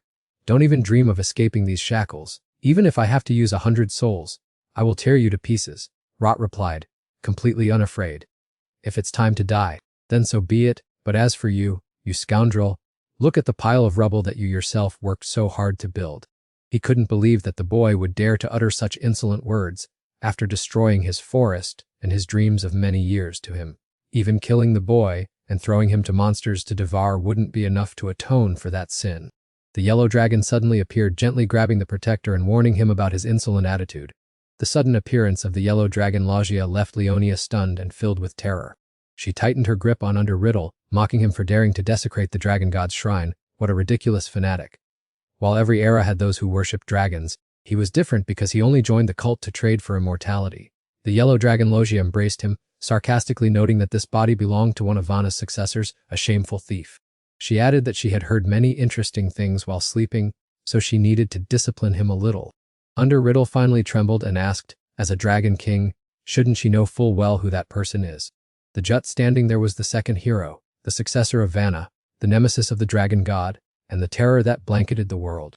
The yellow dragon looked surprised when Under Riddle revealed that Rot was the brutal hero who had slain the lightning dragon while she was fast asleep. He looked at the yellow dragon in fear, pleading that this person was the primary target that needed to be eliminated for the sake of the dragon god. He believed that Rot had exhausted his magic after the battle with him, so she could easily finish him off right now, as only the two of them understood the potential threat. However, the yellow dragon did not care at all. She just gently kissed his face and nonchalantly said that a naughty child needed to be punished first. And then, Jut witnessed the terrifying power of the yellow dragon with his own eyes. With just a slight movement, she flung Under Riddle so far away that he was no longer even visible. The sword was still there, but its owner had vanished without a trace. On the ground, only a deep, long trench remained. After dealing with Under Riddle, she leisurely approached Jut to start a conversation, not forgetting to ask what his name was. Jut silently assessed the situation. A dragon's breath was indeed a formidable destructive weapon, but it was not enough to kill the opponent instantly. Had she held back her power to avoid damaging the one who intended to take over her body? He felt no killing intent, but there were some irregularities. Her attitude and expressions were completely different from the deranged entity he had seen in his previous life. If in the previous life Under Riddle had possessed the yellow dragon's body, and the entity they had killed was being controlled by him, then was this the real yellow dragon? Rot finally understood. Seeing that he wouldn't answer, the yellow dragon assumed he was frozen, a handsome exterior, yet such a strange personality. Rot secretly calculated since Leonia was using invisibility and he didn't sense any killing intent from the yellow dragon, This was the golden opportunity for them both to retreat. Therefore, he decided to put on an act for her. Upon hearing his name, she even laughed, complimenting it as very cute, much better than the old-fashioned name Vanna. She sensed a soul that had gone through countless adventures inside Rot's body, which pleased her, so she offered to have him share those precious memories. As the yellow dragon approached him, he immediately used his sword to stop her. He asked her not to get too excited, as this was, after all, the first time they had met. Seeing this, she pouted, assuming that Rot was afraid she would kill him, but she affirmed that she would not do such a thing. The yellow dragon tilted her chin toward the invisible Leonia and insisted that if she wanted to kill him, she would have eliminated her long ago. It was only because she was Rot's companion that she temporarily spared her. Rot stared at her. Even if she was a dragon king or the embodiment of disaster, he would never trust those words. Hearing this, she still confidently insisted that controlling humanity through disaster was the mission entrusted by the dragon god. However, every dragon had a unique personality unlike any other. Yellow Dragon Loxia asserted that he was not at all as foolish as the Thunder Dragon, Hama, and Chi, because he truly loved humanity and did not want to harm them. I only wish for someone to enjoy a beautiful dream as they desire and yearn to continue existing, while I myself long to be permanently immersed in that endless ocean of dreams. This will make both me and Rut happy.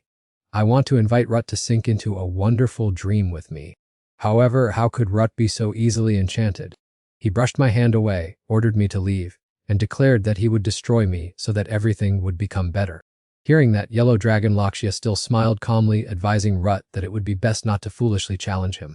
I raised my hand high. Adjusting the population doesn't necessarily have to involve total extermination, and for now, I still do not wish to take too many lives. I kindly offered Rut a 2-month deadline to flee with his loved ones. As I spoke, I gently broke the concealment seal on the safe house. The yellow dragon will flatten this city near the edge of the forest, so consider finding a place far away to take refuge. Rut angrily cursed, saying that you will kill everyone anyway, so don't act hypocritical by bestowing favors, you damn lizard. I chuckled coldly, seeing that Rut was still too immature to understand my generous heart, and then issued a warning. I do not want to die and still have responsibilities to fulfill after awakening. Lower your sword quickly, or I will be forced to give you a goodnight kiss. Fedora appeared. He would connect his soul with Lenya's, and that was the only chance of survival for both of them. Lenya and Fedora began the process of soul resonance. Rut rushed toward Lenya, shouting her name and gripping her hand tightly. However, Lenya's legs had been tightly coiled by Black Dragon Loxia without anyone noticing.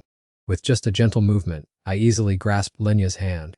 The black dragon stood there smiling, urging them to quickly run to a place far enough away that I could not track them down. In the infirmary, Lenya, who had been brought back by Rut, was lying down resting. Adeline apologetically excused herself as she knew today was supposed to be the nurse's day off. The nurse chuckled and said it was all right after all. This infirmary had no concept of days off. Adeline nodded, looking at the unconscious Lenya on the bed, and inquired worriedly. The nurse quickly explained that the toxins had spread, making it difficult for her to move for a while, but it was not life-threatening. She will wake up in a few days, but her mana needs time to recover as it was eroded by the toxins. The nurse also reminded her not to use magic, and took the opportunity to ask if she was an intern from the Dragon Slayer Academy.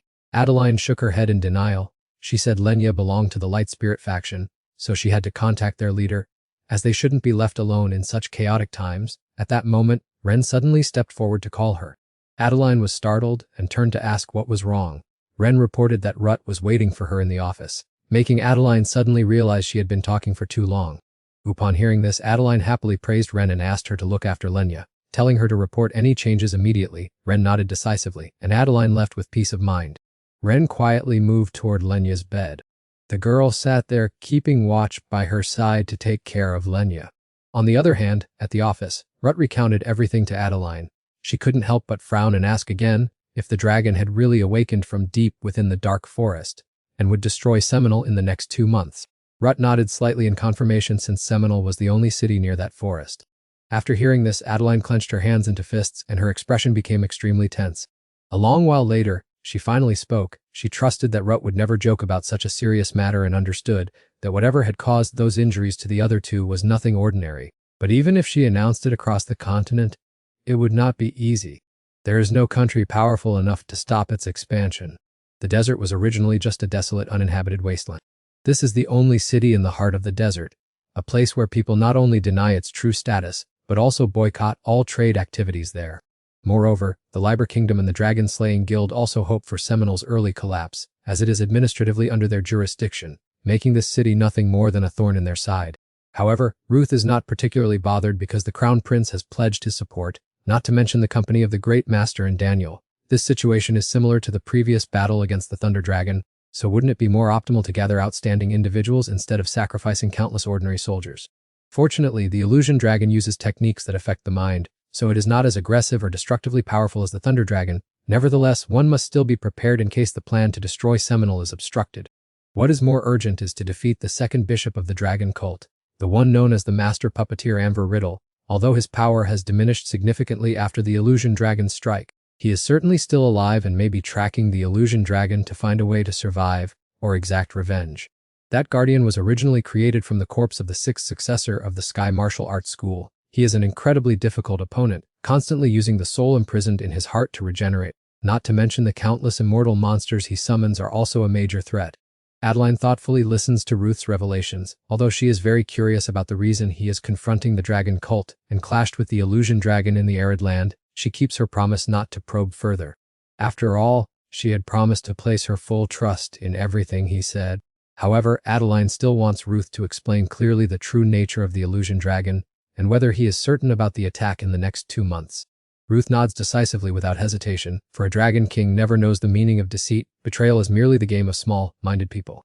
Adeline narrows her eyes as she observes him for a moment before replying that if that is the case, they should not waste any more time. Because when this news reaches the Liber Court, those old men will not let it slide easily. Things could become more complicated, so the Dragon-Slaying Guild needs to operate independently. They will now head straight for Seminole, and she thinks it is best to let the Immortal Heaven Sword join as well, to which Ruth promises to convey the message to her. As soon as he finishes speaking, they both walk outside. But Adeline suddenly remembers something and asks him if he needs to rest for a while, because Ren is very worried, or they could leave tomorrow when she also needs to monitor Lenya's condition. But Ruth just shakes his head, insisting he is fine. The events are unfolding at such a breakneck speed that they cannot afford to delay. Amidst a forest covered in white snow, a little girl is struggling to walk when suddenly a clear voice rings out. The person gently asks the little girl why she is hiding in this corner. Following the sound, a woman with features identical to the girl appears with a gentle smile.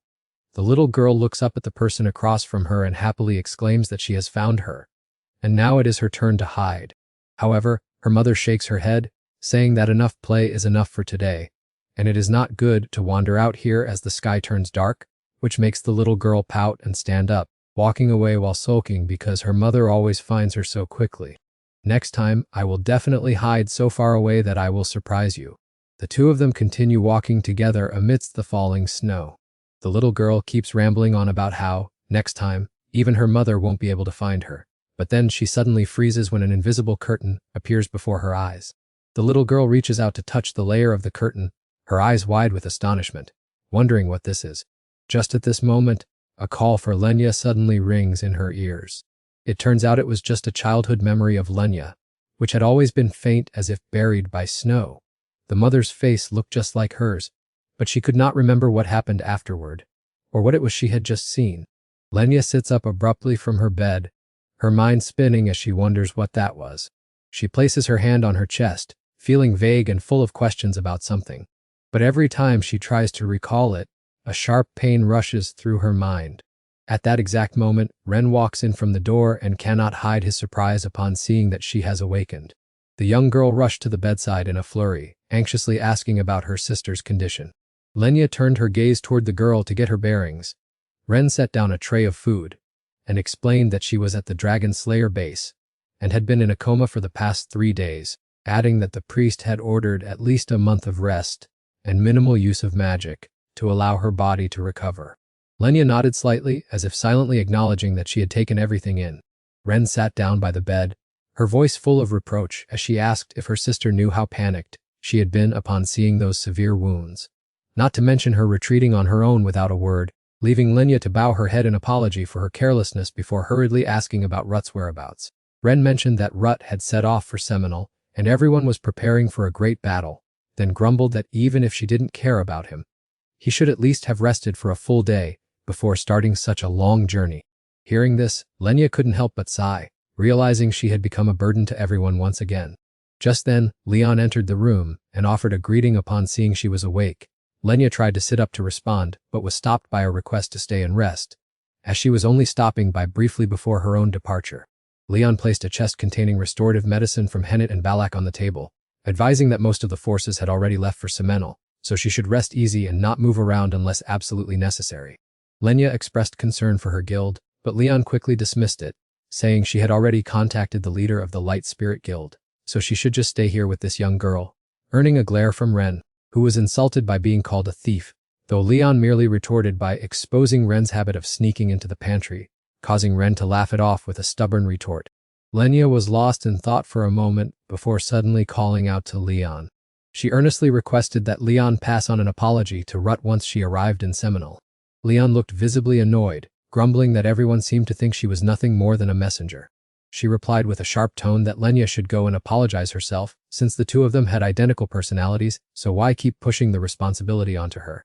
Having said that, Leon turned and walked away, while Ren looked on with a puzzled expression, then hesitantly called out to Lenya. Noticing Lenya's sadness, the girl urged her sister to eat lunch to regain her strength, then nimbly refused when she saw her sister trying to help, insisting she stay and rest. In another corner, Leon instructed the guard to keep a close eye on the villa before immediately leaving. The guard watched her silhouette with concern, wondering if some incident was about to occur, given how rarely such a large mobilization of personnel took place. Just then, a guard who was late appeared and bowed to apologize, leaving the other guard surprised to see such unprofessional behavior from him. He feigned remorse while explaining about an urgent task, but the moment he turned away, a sinister smile flashed across his face. At the same time, Rut and his companions were on their way. He took the opportunity to chat with Ren over the communication device, listening to her chatter about everything from baking cookies all day to stuffing her snack bag to try and appease Leon. Rut flatly replied that it was a fitting punishment for her stealing, which led Ren to argue that it was the law of give and take before she asked if he wanted to speak with Lin Na, who was nearby. Rut decisively refused, saying he was busy, which made Ren petulantly ask why she always had to be the one to initiate contact, but Rut just ignored her and told her to stay put, promising to bring back delicious food after his trip. Though happy, Ren still grumbled and told him not to buy weird things like last time, causing Rut to lose his patience and hang up before she could mention the popular items in the capital. Adeline, standing nearby, saw this and smiled awkwardly, telling him he shouldn't be so cold, but Rut only pouted and replied that if he didn't hang up early, she would ramble all day without stopping. Adeline nodded and urged them to get going, as the Undying Sword Army was already approaching the city gates. As he walked along, Rut marveled at the modern communication system in this land, even though Adeline pointed out that this city had existed for centuries. She explained that the first residents here were wanderers from the desert who had built the city together and established a guard force to maintain order, even though they were still in a challenging stage of development. Successive incidents had made the city extremely wary and vigilant against any strangers. Adeline felt anxious about whether they would agree to open their gates to receive them. But looking at their current cooperative attitude, she hoped they would need help to withstand the rages of the land.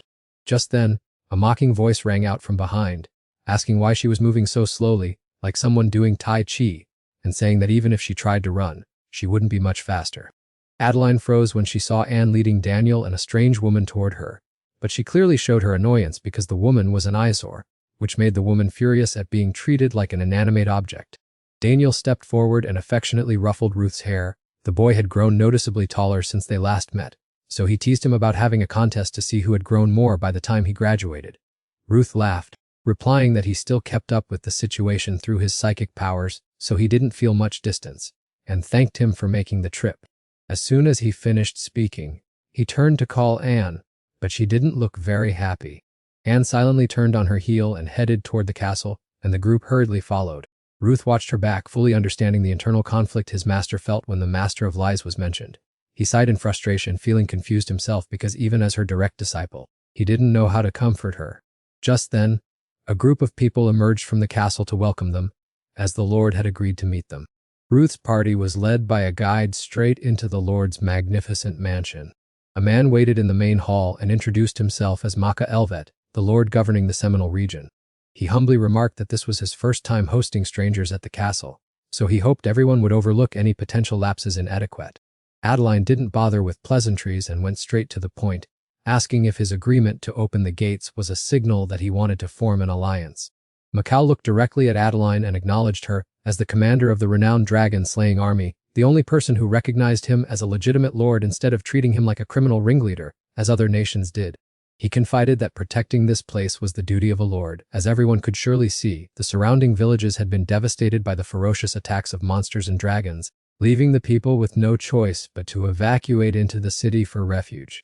Fortunately, Seminole had managed to survive thanks to its magic stone mines, but the constant bombardment by dragons from the northern forests had made the situation extremely critical. Casualties had spiraled out of control. If they continued to exhaust their forces this way, they would soon run out of resources.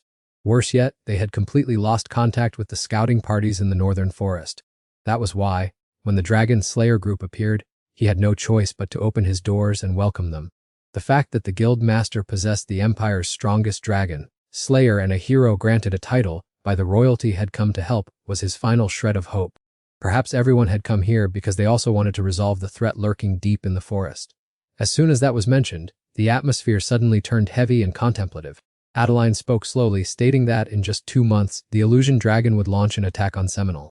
This information turned Mikhail's face pale. After all, it was one of the 7 ferocious dragon kings. He gritted his teeth and sighed, feeling as though they were gradually heading toward the same path of destruction as the kingdom of Caliban years ago. Instead of realizing his dream of turning Seminole into a legitimate city, the prospect before him was now collapse. Without hesitation, he immediately declared that he would fully cooperate with Adeline's group.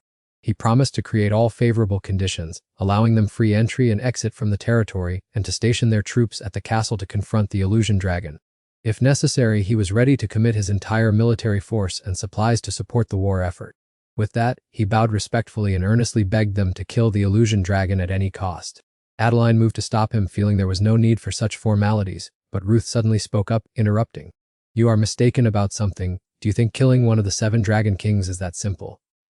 You think we only came here because we needed Seminole's cooperation, even though destroying the illusion dragon is indeed our ultimate goal. If it were just for that, why would we bother with the survival of Seminole instead of just heading straight into the dark forest? Why would you think we came here just to demand such superfluous cooperation? Because no other nation on this continent cares about Seminole. They would even rejoice if this place were wiped off the map. In a situation where they cannot rely on reinforcements from neighboring countries, prioritizing the protection of Seminole must come first, as it is more urgent than confronting the Phantom Dragon. Aren't they the ones who deserve a goodwill offer of cooperation? Even the arrogant Alper imperial government handsomely rewarded those who slayed a hidden dragon. Adeline was anxious to stop him, but it was all in vain, as he continued to mock the way he was ready to welcome a foreign army, waiting to sacrifice their lives as if it were a glorious achievement. The Lord was already furious after hearing Ruth's unpleasant words, but realizing they were entirely logical, after a moment of hesitation he asked what he wanted, causing his subordinates behind him to stare in surprise. Hearing that question, Ruth finally sat up straight and spoke his orders. He leaned his hands on the table, glanced at Mikhail, and said flatly that it was time to start negotiations. After a few stressful hours, they finally reached an agreement and Ruth's group left the castle. Mikhail watched them depart while a subordinate grumbled in dissatisfaction that it was unbelievable a scoundrel like him could be honored as a hero of this era. Not to mention that demanding mana stones as a reward was understandable. But what was the point of requesting that a band of outlaws join the military? Mikhail could only sigh, knowing full well this was the only choice in this dire situation. Let's see if that reluctant hero is capable enough to protect Seminole. At the same time, the woman with Daniel patted Ruth on the shoulder and praised him for skillfully deceiving the Lord with a straight face. Hearing this, Daniel retorted that it wasn't a scam but rather demanding what their hard work deserved. And Ruth added that many people were only good at treating heroes as errand boys. Adeline walked ahead, unable to hide her reluctance. If only Ruth had consulted her beforehand, she wouldn't have been so worried. Conversely, Anne was still uneasy, seriously stating that once negotiations were finalized, they should start preparing for the next 2 months because that master puppeteer would likely start making moves. Ruth shared this view. After all, since he was just the head of the dragon cult, resisting the Phantom Dragon for a second time would be extremely difficult. So it was better to be safe than sorry. And nodded and suggested doing a round of the city walls to clear out any lurking pests. Daniel volunteered to go with her, while the other woman invited Adeline for a drink, but was rejected, at which point Adeline asked Ruth where he planned to go. Ruth replied that he needed to go to Farama to collect a pre-ordered weapon. If he used a return stone to get to Sarin, and then took a teleport gate, it would only take 1 day, so Adeline didn't stop him, but warned him to be very careful. Farawa suddenly appeared, exclaiming that human magic had advanced rapidly, but asked why he didn't go straight to Farama for convenience. Ruth shook his head and explained that return stones only contained crude magic, so traveling long distances required an enormous one. Farawa teased him, saying he was born in the right era, because if he had been born earlier, he would have died in a volcanic eruption. Back then, travel was slower than horses and people used the sun to navigate, so Ruth told him to stop talking nonsense before his jaw got tired.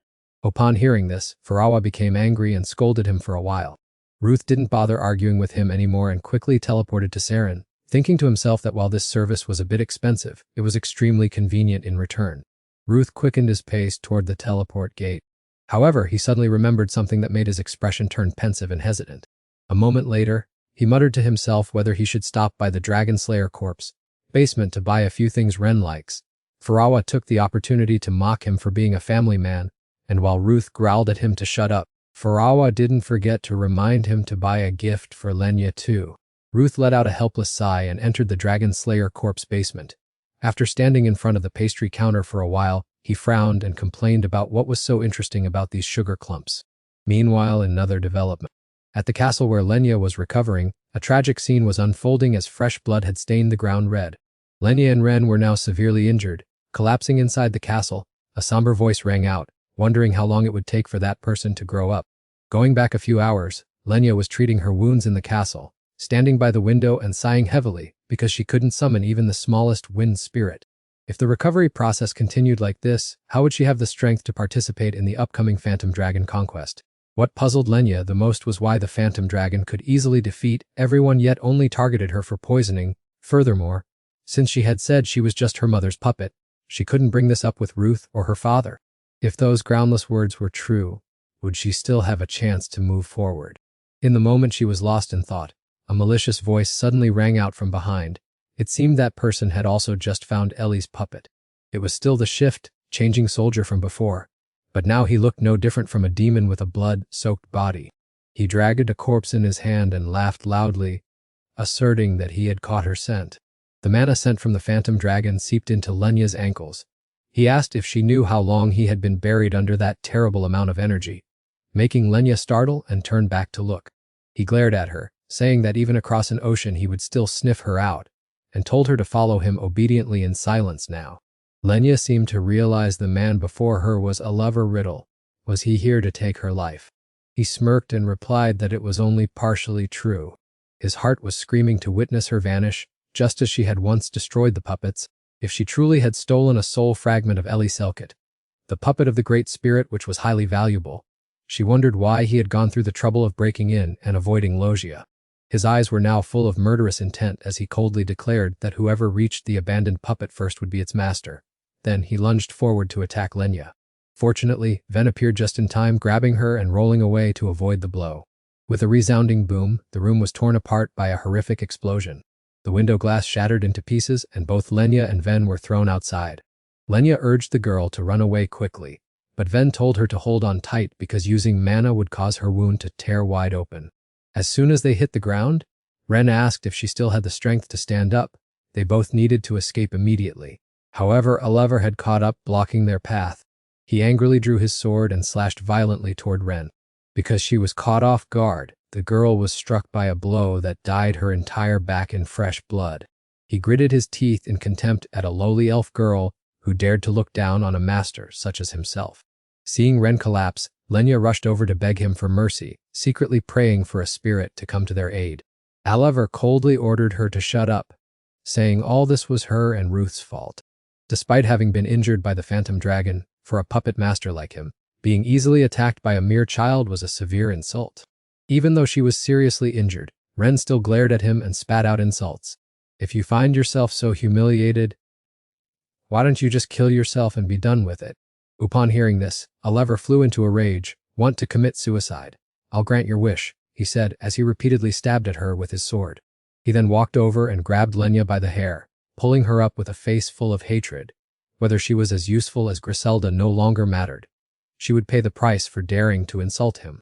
He eagerly anticipated the expression of that damn hero when he saw her body being torn apart. That boy would never suspect he would come to Saren, as she would never dare admit she was her mother's puppet. It was time to end it. He told her to say goodbye to her fake soul, as Lenya struggled in pain to escape his grip. But it was in vain. The girl only feared the feeling of being left behind after failing to protect the things she cherished. It was because she didn't want to shed tears of helplessness at her own weakness that the girl had pushed herself this far. Ren yearned to become as strong as Ruth. Ruth sprang up again, clutching the razor-sharp blade tightly, shouting aggressively at him to let Lenya go immediately before lunging forward to attack. Sensing the murderous intent nearby, Oliver hurriedly released Lenya to defend himself. He spun around, brandishing his sword to shield Ren, scolded her for not listening, and demanded she keep quiet. Ignoring everything, Ren stood her ground, determined to rescue Lenya at any cost. She swore she would never let that bastard take Lenya away. With those words, she lunged forward and stabbed Oliver hard in the chest, despite his blade slicing through her own body. Oliver was stunned by such reckless behavior. He gritted his teeth and cursed the lowly girl for daring to attack him. Putting all her strength into pressing the blade deeper, causing him immense pain, the girl was also determined to take her opponent's life. Oliver was furious, gritted his teeth tightly, pulled the sword out, and prepared to strike down again. Witnessing the horrific scene, Lenya wept and begged him to stop, but his cruelty made him ignore her pleas. Just as the boundary between life and death drew near, a blinding light suddenly enveloped Oliver's body. In the blink of an eye, his body was drained until only a withered, skeletal husk remained. Despite the bone-piercing pain, Ren remained determined, keeping her grip tight on the blade in her hand. As Oliver collapsed, Ruth immediately rushed over to catch Ren's limp, exhausted body. Even at this moment, Oliver could not understand how Ruth had found his location. Perhaps the dragon had signaled him. However, if he thought everything was over, he would soon return with Lucia's mercy to hunt him down to the end. Ruth did not pay the slightest attention to his enemy's threats. He coldly stepped on his withered, skeletal remains. Seeing this, Lenya hurried to pull herself up. She was desperate to save Ren. Farah also appeared, her gaze quietly following Ren, who was lying in Ruth's arms. After a long period of contemplation, she said that the girl's soul was too severely damaged, and now no magic or medicine could save her. Ruth looked at the small form in his arms and sank into thought, wondering when everything had fallen apart like this. Oliver should have targeted him instead of chasing Lenya. He tormented himself for leaving Lenya alone and regretted dragging Ren into this. The pain of guilt was consuming him. Lenya approached Ruth and urged him to take out the spirit stone, determined to try every possible way so as not to let the girl leave her. The spirit stone that Lenya gave to Ruth before the battle with the lightning flash dragon was the conduit to keep Ren's soul from dissipating into the spirit realm. Time was running out, so they had to act immediately. Farala understood her intentions and tried to stop her, knowing she and Ruth were in pain, but this went against the laws of nature. She could not perform such a forbidden act while her own condition was so weak. But Lenya ignored her, asserting that as the daughter of the Spirit King, she could traverse the path connecting the two worlds without fear of harm from mana. And she trusted the Spirit Stone would help her bring back Ren's soul. Ruth frowned in worry, fearing that transforming into a spirit to enter that path would cause her to be lost forever. Not to mention that time there flowed very differently. But Lenya cut him off. She declared that family must always stay together, and no one is allowed to be separated. Ruth looked at her hesitantly, stammering as he asked if she truly had the courage to carry this out. Lenya looked up at him, then turned to Farala with an expression pleading for him to place his trust in her. Farala understood this determination and could only sigh. If this was their choice, he would exert his full effort to support them. While speaking, he opened a spatial portal for Lenya to step through, cautioning her to return immediately if she felt her soul being drawn away. Lenya nodded to confirm she understood, determined that she must bring Ven back at any cost. She told Ruth that she would return soon, so he shouldn't worry too much, to punish that bastard on her behalf, and apologized for not being able to stand by his side and fight. At that very moment, she and Ven ventured into the mystical spirit realm. Ruth watched their silhouettes gradually fade from view, his voice dropping as he whispered an apology. For the entire month that followed, Lenya persevered in searching for Ren's soul along the spiritual connections and occasionally sent messages through Firoar. Fortunately, the journey to collect the soul fragments was progressing quite favorably. However, even Firoar could not confirm how much longer this search would take. Ever since that day, Alavar had been quiet, as if conserving strength for the decisive battle. The number of dragons and magical beasts had skyrocketed thanks to the Dragon District's mana, but aside from that, there had been no further developments. Since the assault on Seminole was expected to begin in less than a month, Rude's group had no choice but to focus all their efforts on preparing what they already had. All they could do at this point was to place their faith in Lenya and wait for the day she returned. Amidst this, Rude visited Hammer's weapon workshop. Upon seeing him, Guild Master Vanderma teased that Hafulia's apprentice had finally deigned to show his face. When he complained about the master being slow despite the deadline, Rude pouted, replying that he was swamped, and asked if the item was finished. Vanderma demanded payment up front because custom-made goods weren't cheap. Furore heard this and sarcastically remarked that dwarves only ever cared about gold and steel. Rude sighed and reminded him to be careful since he was the Spirit King, then quickly paid Vanderma. The master took the bag of gold to check it, expressing dissatisfaction that such a small amount hardly matched the effort put in. But when he opened the bag, his eyes widened in shock because it was filled with magic stones. Rude ignored his attitude, coldly replying that the amount was more than enough to be worth over 500 ripples. Vanderma shook his head, insisting it wasn't enough, and after recalculating the cost of materials, he said Rude owed more, noting that crafting something for a Dragon King was never simple. Rude sighed, telling him to accept that portion for now, and the rest would be paid later.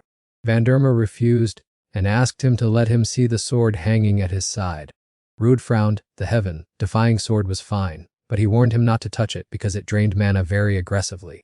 Finishing his words, he handed the sword to Vanderma, who began to examine it carefully the moment he touched it, but the sword vibrated violently as if resisting him. He couldn't help but exclaim that such a sentient magical weapon must have originated from the brilliant Golden Age.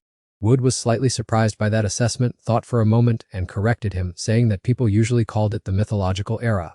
That was the dark era of the ancient evil gods, where legendary weapons were created one after another. This sword was clearly an ancient artifact, and furthermore, it was sealing something, making the mana absorption merely a side effect. As soon as Vanderma finished speaking, he asked Rude if he knew what it was. Rude shook his head, admitting he had never thought about it, and only felt the sword was quite strange. Vanderma pondered for a long time and suggested that its ability to absorb mana was very similar to the morphing dragon's power. He wondered if Rude had used this very sword to extract its heart. Rude listened in silence, and the master added that perhaps that very act was the key to why the sword would only submit to him. As soon as he finished speaking, Rude suddenly remembered his older brother. Although he hadn't mentioned it in his previous life, it seemed he could control the morphing dragon's mana absorption ability at will. This meant that the entity within the sword had already existed in his previous life. Would it awaken immediately upon coming into contact with the morphing dragon's heart? As Ruth remained lost in his thoughts, Vanderma continued to marvel at how truly special the sword was. He wanted to examine the materials used to craft it, but since he could not touch it, he reluctantly let it go. After speaking, he handed Ruth the promised weapon, a masterpiece he had personally molded from the heart, bones, and skin of a thunder dragon. This treasure was none other than the Hama Thunder Bow. Ruth accepted the treasure from him, not forgetting to praise the blacksmith's exquisite naming sense. He tried drawing the bowstring, and countless streaks of lightning crackled across it. The name, Thunder Bow, was indeed perfectly suited to its power. Vanderma confessed that this was his first time using the remains of a Dragon King to forge a weapon, and while it was grueling, his heart was full of excitement. Having completed the piece, he felt his previous works were mere trash, and he then shooed Ruth away because seeing him take his child away made his heart ache. Ruth teased him with a smile, calling him a long-time bachelor and suggesting he just consider himself married to his blacksmithing tools to feel less lonely. Vanderma angrily shouted at him, and the two bade each other farewell. Ruth strolled leisurely down the street, and Farala asked if he intended to return to Seminole immediately. Ruth nodded gently, noting that the time for the illusion dragon's attack was drawing near, and their fury was growing increasingly frantic, leaving him not a single moment to rest. Since that day, he had eliminated every Oliver puppet he encountered, but since he never saw him appear with his guards, he guessed that Oliver would only reveal himself in that body during the final battle to the death. While he was muttering to himself, Leon suddenly approached and offered to talk. The two found a quiet, secluded corner to confide in each other, and Ruth took the initiative to speak. Surprised that Leon had sought him out, he narrowed his eyes and asked what wind had blown her here, but Leon did not answer, instead raising a different question. Ever since returning from that place of bewilderment, he had not had a peaceful night's sleep, and he looked nothing like someone who had slept enough. Ruth frowned at her and retorted, asking if she had traveled such a long way to Fakma just to say these things. Leon let out a small laugh, noting that so many events had occurred lately that she fully understood his feelings. The current situation was extremely dire, so she understood why he would not seek help from other countries, and why he did not utter a word to Henit or Balak, and she completely empathized with those decisions. Lenya had suffered grave injuries while accompanying him, and the matter involving Ren also weighed heavily on him with guilt. He worried for their safety, but the more he thought about it, the deeper he sank into a psychological abyss, fearing that one day he would make the wrong decision. Leon sighed as she finished speaking, reached out to grip his shoulders, and demanded to know if that was why he had begged her mother for such a thing. He had pleaded with her not to let Leon participate in the grueling battle ahead. Ruth could only frown at her, unable to utter a single word. After a moment, he cautiously explained that it was the optimal plan, but Leon interrupted him immediately. She was still struggling to understand why he had made such a cruel decision. Leon glared at him, asking in a stern voice what position she held in his heart. In the past, he himself had insisted that the two must fight side by side as comrades to truly understand each other. Yet now, he wanted her to hide silently behind his back for him to protect, to stand and watch him fall in battle from afar. If he intended to treat her that way, why did he reveal his identity as a regressor to her in the first place? Ruth stammered for a long time, unable to explain. Seeing his attitude, she pressed further, asking exactly why he was so obsessed with their safety. Was he telling her those things just to use his own life as a shield to protect them? He remained silent and Leon shouted, telling him to answer her immediately. In that very moment, Ruth suddenly exploded, admitting that it was all his fault. He worried about them and apologized that everything had reached this outcome. But he wasn't demanding anything unreasonable of them, nor was he forcing them to stop fighting and flee to a safe place. He only wanted them to stay in a secure shelter until he was strong enough that he wouldn't have to live in constant fear of them dying on the battlefield. What was the point of them shedding blood and tears time and time again only to face a tragic end? Ruth shouted angrily, clearly frustrated that they didn't understand because he had been too gentle in his words. They still had too many shortcomings, and if they didn't want to lose their lives, it was best they just obediently hide away. Upon hearing this, Leon let out an ironic laugh and asked him straight out if it was because he was feeling afraid. He looked at her, confused, and she coldly exposed that he was afraid they would all die and that the painful past would repeat itself once more. The feeling of helplessness in having to stand and watch the people who mattered most to him suffer fatal wounds in despair, unable to do anything at all. The guilt of being too unskilled to change the tide of events. Ruth had no idea how much he had hurt them. Leon glared at him and then questioned whether it was because he himself was experiencing this feeling that he was trembling with fear. Leon patted his shoulder, admitting she had many shortcomings, was weak and immature because she was not the Leon Kier who had sacrificed themselves to save him. Or it was the image of her and the others lingering in his head. He remained stuck in that mess of a past. As soon as Leon finished speaking, she delivered a punch that snapped him awake. Then she snapped irritably, saying that regardless of what her past life was like, Leon Kier was standing tall right in front of him. She was not a product of any ability, but her own life. She warned him not to display that disrespectful attitude anymore, to stop judging and focus on leading everyone. And as for whether she would join the battle, she herself would be the decider.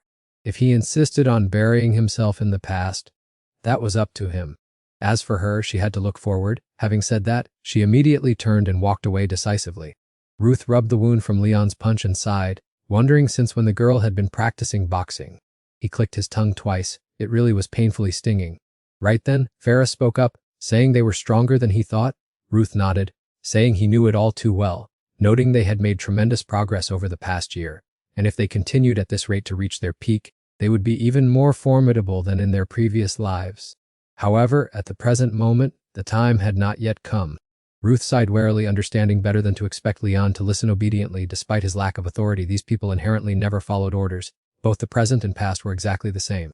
On the other side, after leaving Ruth, Leon walked along while looking at her injured hand, lost in thought. Not a single thing was going according to her wishes. Amidst the dark forest, thick shadows blanketed the parched branches. A scream of agonizing pain suddenly rang out from Oliver's direction. He scrambled up from inside the coffin with a look of rage. His body could hardly recover anymore, and he had to hurry before the Dragon Emperor destroyed everything completely. He wanted to personally take Ruth's life using the power accumulated from his long-standing resentment. A total mess. Oliver mobilized all the souls for this emergency, but it was still not enough. If there were a bit more time, he could have managed another way. But it was now too late. This body no longer had the strength to fight, so he didn't even bother. This small act of revenge would be enough. And with that, he immediately transformed into a new form. Oliver went to a flower garden in the dark forest and whispered a reminder that it was time, Your Majesty. He knelt on the ground and said reverently that she would soon grant those fools death, so he willingly offered his humble self to Empress Logia. The one he was looking for was the phantom dragon Logia, who was appearing in human form, leisurely reading a book and enjoying tea. Oliver was amazed to see this, surprised that the Dragon Emperor would imitate humans, truly unique among the 7 dragons. Hearing the noise, Laoja looked up, glancing at Oliver with impatience that it was him again, though indeed, the time had arrived. Oliver reported the situation to her, stating that the Undead Legion was waiting for orders along with countless other servants, and the invasion of Seminole was progressing step by step. At this point, Oliver's eyes lit up. He suggested that if Laoja permitted, he wanted to clear the way to the city for her as a form of atonement, ready to level the entire city if she desired. Laoja let out a cold, mocking snort, remarking that she certainly knew how to win favor. Then, Laoja slowly appeared before Oliver and raised an eyebrow, challenging whether she had asked her to do anything that hadn't been carried out yet. Oliver was terrified, trembling so hard that he could not utter a single word. Observing his expression, Laoja gently stroked his head and smiled softly to reassure him not to be afraid, saying she was only teasing a little. To be honest, Laoja did not care much. Anyone who wanted to run away should probably find a way to escape right about now. As for that human city, she actually had no intention of completely flattening it. The endless streams of thought arising from human desire always carry a sense of freshness, like stories woven from countless emotions. A lovely little city is just like a blooming flower. As she spoke, Laoja lightly touched a nearby flower branch, her tone carrying a hint of annoyance, as she remarked that they were inherently the seeds of disaster from the very moment they were born. Laoja's role in this world is far more important than her personal preferences. A cruel shackle forcing her to sow tragedy upon the very creatures she cherishes, and she understands she can only be free once she breaks that bond. Saying that, Laoja paused for a moment before ordering Oliver to act as he pleased, for she herself was in no hurry. Upon hearing this, Oliver immediately accepted the order with joy, feeling as though he had already achieved half of his success. Deep down, he was secretly satisfied, believing that his own cruel revenge was the herald of the beginning of destruction. In the city of Seminole at this moment, the situation had become extremely chaotic as the second line of defense gradually collapsed under the fierce attacks of the dragons and humans. Adeline and Daniel's group was struggling to hold their ground as their strength slowly waned, and Adeline immediately called for backup upon seeing 3 dragons rushing toward them. Daniel reassured her that Anne, the undying heavenly sword, was on his way, telling her to focus solely on eliminating the enemies on the ground. Meanwhile, Claire felt her body aching with exhaustion from fighting off the dragons with her bare hands, and she wondered how much longer she could hold out. However, her intuition told her that something was seriously amiss. Throwing a powerful punch at the head of a rushing dragon, she finally realized that the enemy seemed to be multiplying at a dizzying pace. With no time to lose, Claire turned to ask about the soldiers' condition. They replied that they were fine and asked her to reinforce the eastern front. The soldiers, who had been trembling with fear, now forced themselves to stand up and adjust their gear. He suddenly recalled the day that person came to recruit him. He had doubted back then because Seminole had never been attacked or plundered by refugees, and the locals were far from kind, always excluding outsiders, so what reason did he have to sacrifice his life? That person had firmly asserted that this was the only chance for his family to escape poverty and secure their right to survive in a city that had always rejected refugees. As long as he still drew breath, he had to keep fighting. He had been carefully instructed to position himself so that the citizens of the town could clearly witness his bravery. He had to prove his worth, and indeed, he was doing an excellent job of tearing through and crushing the enemy, just as promised. At the same time, up on the city walls, the Lord was watching the entire scene of this fierce battle unfold. The subordinates around him anxiously advised him not to risk going outside, but the Lord resolutely refused, for his citizens and the righteous heroes were shedding blood to protect the city. As their ruler, how could he hide inside? Although the dragon slayers were fighting hard on every front, holding out against the endless waves of attacks was only a matter of time. Right at that very moment, the sky suddenly grew heavy and dark, and a terrifying scene unfolded that left everyone stunned. A horde of dragons arrived like a raging storm, and the true Great War had only just begun. Watching on, Daniel remarked that they had begun to make their move, and View noticed it too. Drawing his sword, View coldly said that the war had arrived sooner than expected, and it was fortunate they had listened to the undying heavenly sword. Daniel nodded in agreement, believing that the puppet master's main force was hiding nearby to easily control the dragons and the undead. Vu thoughtfully speculated that the individual was likely hiding as far away as possible within magical range rather than nearby, as he was an extremely cunning person. Vu was certain of this because Oliver would only show up when necessary, after enjoying the spectacle from afar. No matter how cunning he might be, personally controlling such a massive number of monsters remained an impossible challenge. He had skillfully hidden items around the battlefield to preserve magical energy, update situational information, and observe everything happening. Now he has spoken up again, which means he will be forced to reveal himself if we destroy those items. Just as the words were finished, Claire suddenly held up a skull and asked if this was it. She smugly praised her favorite student for quickly finding an item, saying she truly had an eye for quality, while Leon turned to look at Rut standing above without saying a word. Seeing this, Claire was a bit curious and asked if the two of them were angry with each other, but they both denied it in unison. Now is not the time to gossip about trivial matters. He has given the signal, and if we do exactly as told, we won't have to face that entire horde of monsters. She glanced at everyone, then smiled and said that since everyone was ready, they should let the real battle begin. This is the moment to charge forward and destroy them without a single second's hesitation. Their entire army charged into the fierce battle together. Their actions created such a loud noise that the soldiers behind them were stunned. That attack immediately took down a group of approaching dragons. It felt just like watching waves crashing into each other. Every dragon that charged forward was neatly taken down by Rut's group. However, they were still coming out in waves, and the weapons connected together by magical transmitters were gradually disintegrating. One dragon, affected by the Dragon Emperor's hysteria, could no longer distinguish between humans and the undead. That army was indeed massive, but in reality, they were no different from a savage mob that only knew how to tear apart its own kind. Therefore, Rut believed that the puppet master would no longer be able to hide in his ruined fortress and would certainly have to flee outside. At the same time, Elever, the one controlling the dragons, suddenly sensed that something was wrong. He was losing transmitters at a breakneck speed. He couldn't believe Rut's group had found their hiding places, as surely they had no mage capable of doing so, and his magic network would soon collapse if the situation continued. If that were to happen before the city was captured, they would be unable to coordinate the attacks and everything would fall into chaos. She had to run to make new transmitters. Elever did not want to join the battle so early, but had no other choice. If they truly had someone who could find the transmitters, they could also read his coordinates, so he knew they would be busy searching for the transmitters, and he would make his move. As soon as he finished speaking, Elever began to step into the magic circle, his mouth constantly muttering incantations. However, at that exact moment, Oliver's body was suddenly pierced by an arrow, and he also suffered lightning attacks that made him cry out in pain. It was Rut. He had found where Oliver was hiding, and without hesitation, he immediately drew his bow and shot straight at him, wearing a triumphant smile as he had finally found his target. That day, when he met Vandema to get the thunder bow, the man had instructed him to infuse his aspirations into it. Ancient runes are a unique type of magic belonging to the dwarven race, a system of belief recorded through prayers and perfected by aspiration. Please subscribe to the channel so you don't miss out on any exciting videos. Returning to the time before Rut found Oliver's location, Furore, after searching for a while, reminded him that he had just detected his mana. Rut nodded slightly and unhesitatingly drew his bow, saying he would shoot from there and asking for support with the magic. Immediately after, he used the lightning dash skill. Without aiming directly at the target, the arrow was instantly enveloped in lightning and magic. This is a high-speed skill that helps teleport to the coordinates of the target. Fortunately, he had defeated Hama to obtain the skill. For that reason, his arrow aimed precisely at Oliver's body. Returning to reality, Oliver was suddenly ambushed and could not help but be terrified when he clearly saw the attacker. He was even more stunned.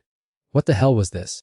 He could not believe that the boy was a mage who possessed tracking magic, not to mention that teleporting over such a short distance was completely absurd. While he was still bewildered, Rut drew back and fired another arrow carrying a stream of lightning that tore through the air. Seeing that, he seemed to realize this was the power of the lightning flash dragon. At this moment, he was absolutely certain it was the ability of the lightning flash. With the spatial crack still remaining, the boy had instantly swapped coordinates with his target. The fact that he calculated and executed such a high-level technique in such a short time was unimaginable. Once he grasped Rut's moves, he immediately drew his sword with a smug look. This flashy prelude was interesting, but for some reason, he couldn't understand why only the boy had come here. Rut didn't pay him any mind, his hands continuously firing arrows, while the person below had managed to erect a defensive wall. He leaned his head back and laughed sarcastically, saying the title of hero was a bit out of Rut's league, the one who had ruined his meticulously calculated plans twice already.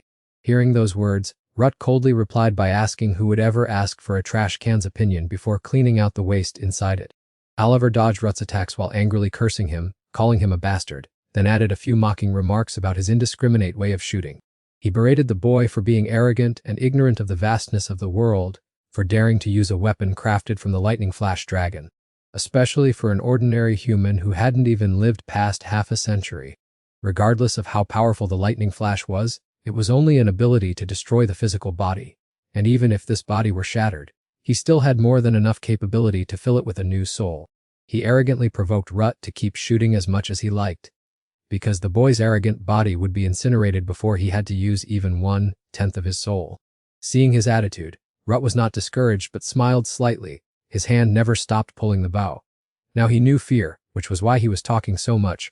Wouldn't it be better to just admit he was jealous? Furthermore, he also let him know that he had never had to face him alone. Finishing his words, the heaven-destroying sword and Daniel appeared right behind him. Without a wasted word, he aggressively swung his sword down, causing the space in front to explode instantly. Daniel sheathed his sword, unable to help but exclaim that this was the first time he had used the lightning flash for an instantaneous attack, and his body was aching all over. He turned to tell Rut to leave quickly. They would take care of the rest as planned. Just as he was about to leave, Oliver's mournful scream echoed. He couldn't believe the boy was actually planning to run away.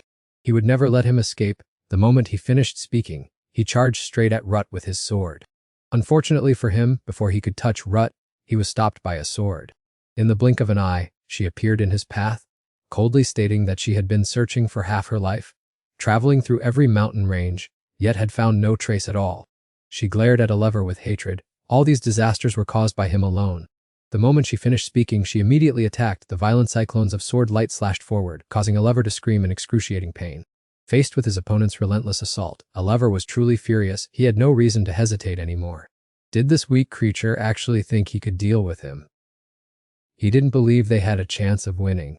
Until now, he had allowed them to do as they pleased because he was bound by the Dragon King's orders. But now the moment of judgment had arrived, and that would no longer be the case. Every humiliation he had endured would be repaid. He would show them who the true ruler was.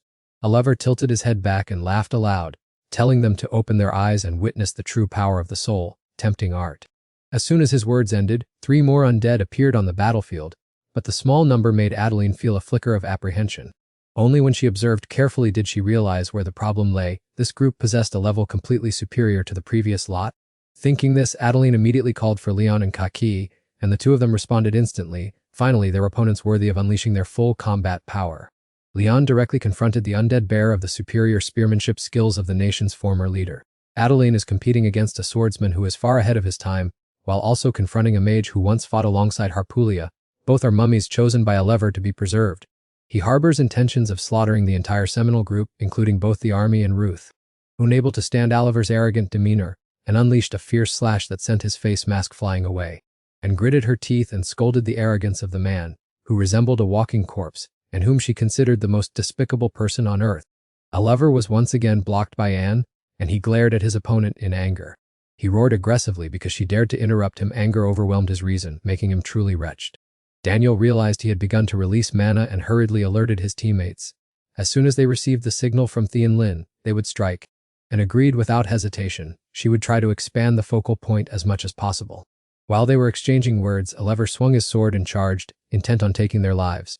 Oliver's target this time was Daniel, as he believed that someone without a mark, who did not possess a mana-absorbing sword like him, could hardly pierce through his hundreds of soul layers. With a look of contempt, Oliver swung a slash directly at Daniel. Afterward, he shifted his gaze to Anne, as focusing on her alone was enough. This was because Anne is the 7th-generation descendant of the Thien Kong Quan Thought Heavenly Void Art, the person currently possessing the strongest killing intent, which is the bane of the Holy Sword. As for Ruth being the 8th descendant, Oliver snorted in disdain, dismissing tradition as meaningless. He then mocked Anne, saying she could not surpass this body just like her master, which is why a powerful soul always pursues immortality. Hearing these words, Anne retorted sarcastically, claiming that his soul technique was nothing profound, and that she would teach him what the 2 traditions of the Thien Kong Quan Thuat were. Finishing her words, a pale blue light appeared and engulfed Oliver's energy, leaving him stunned.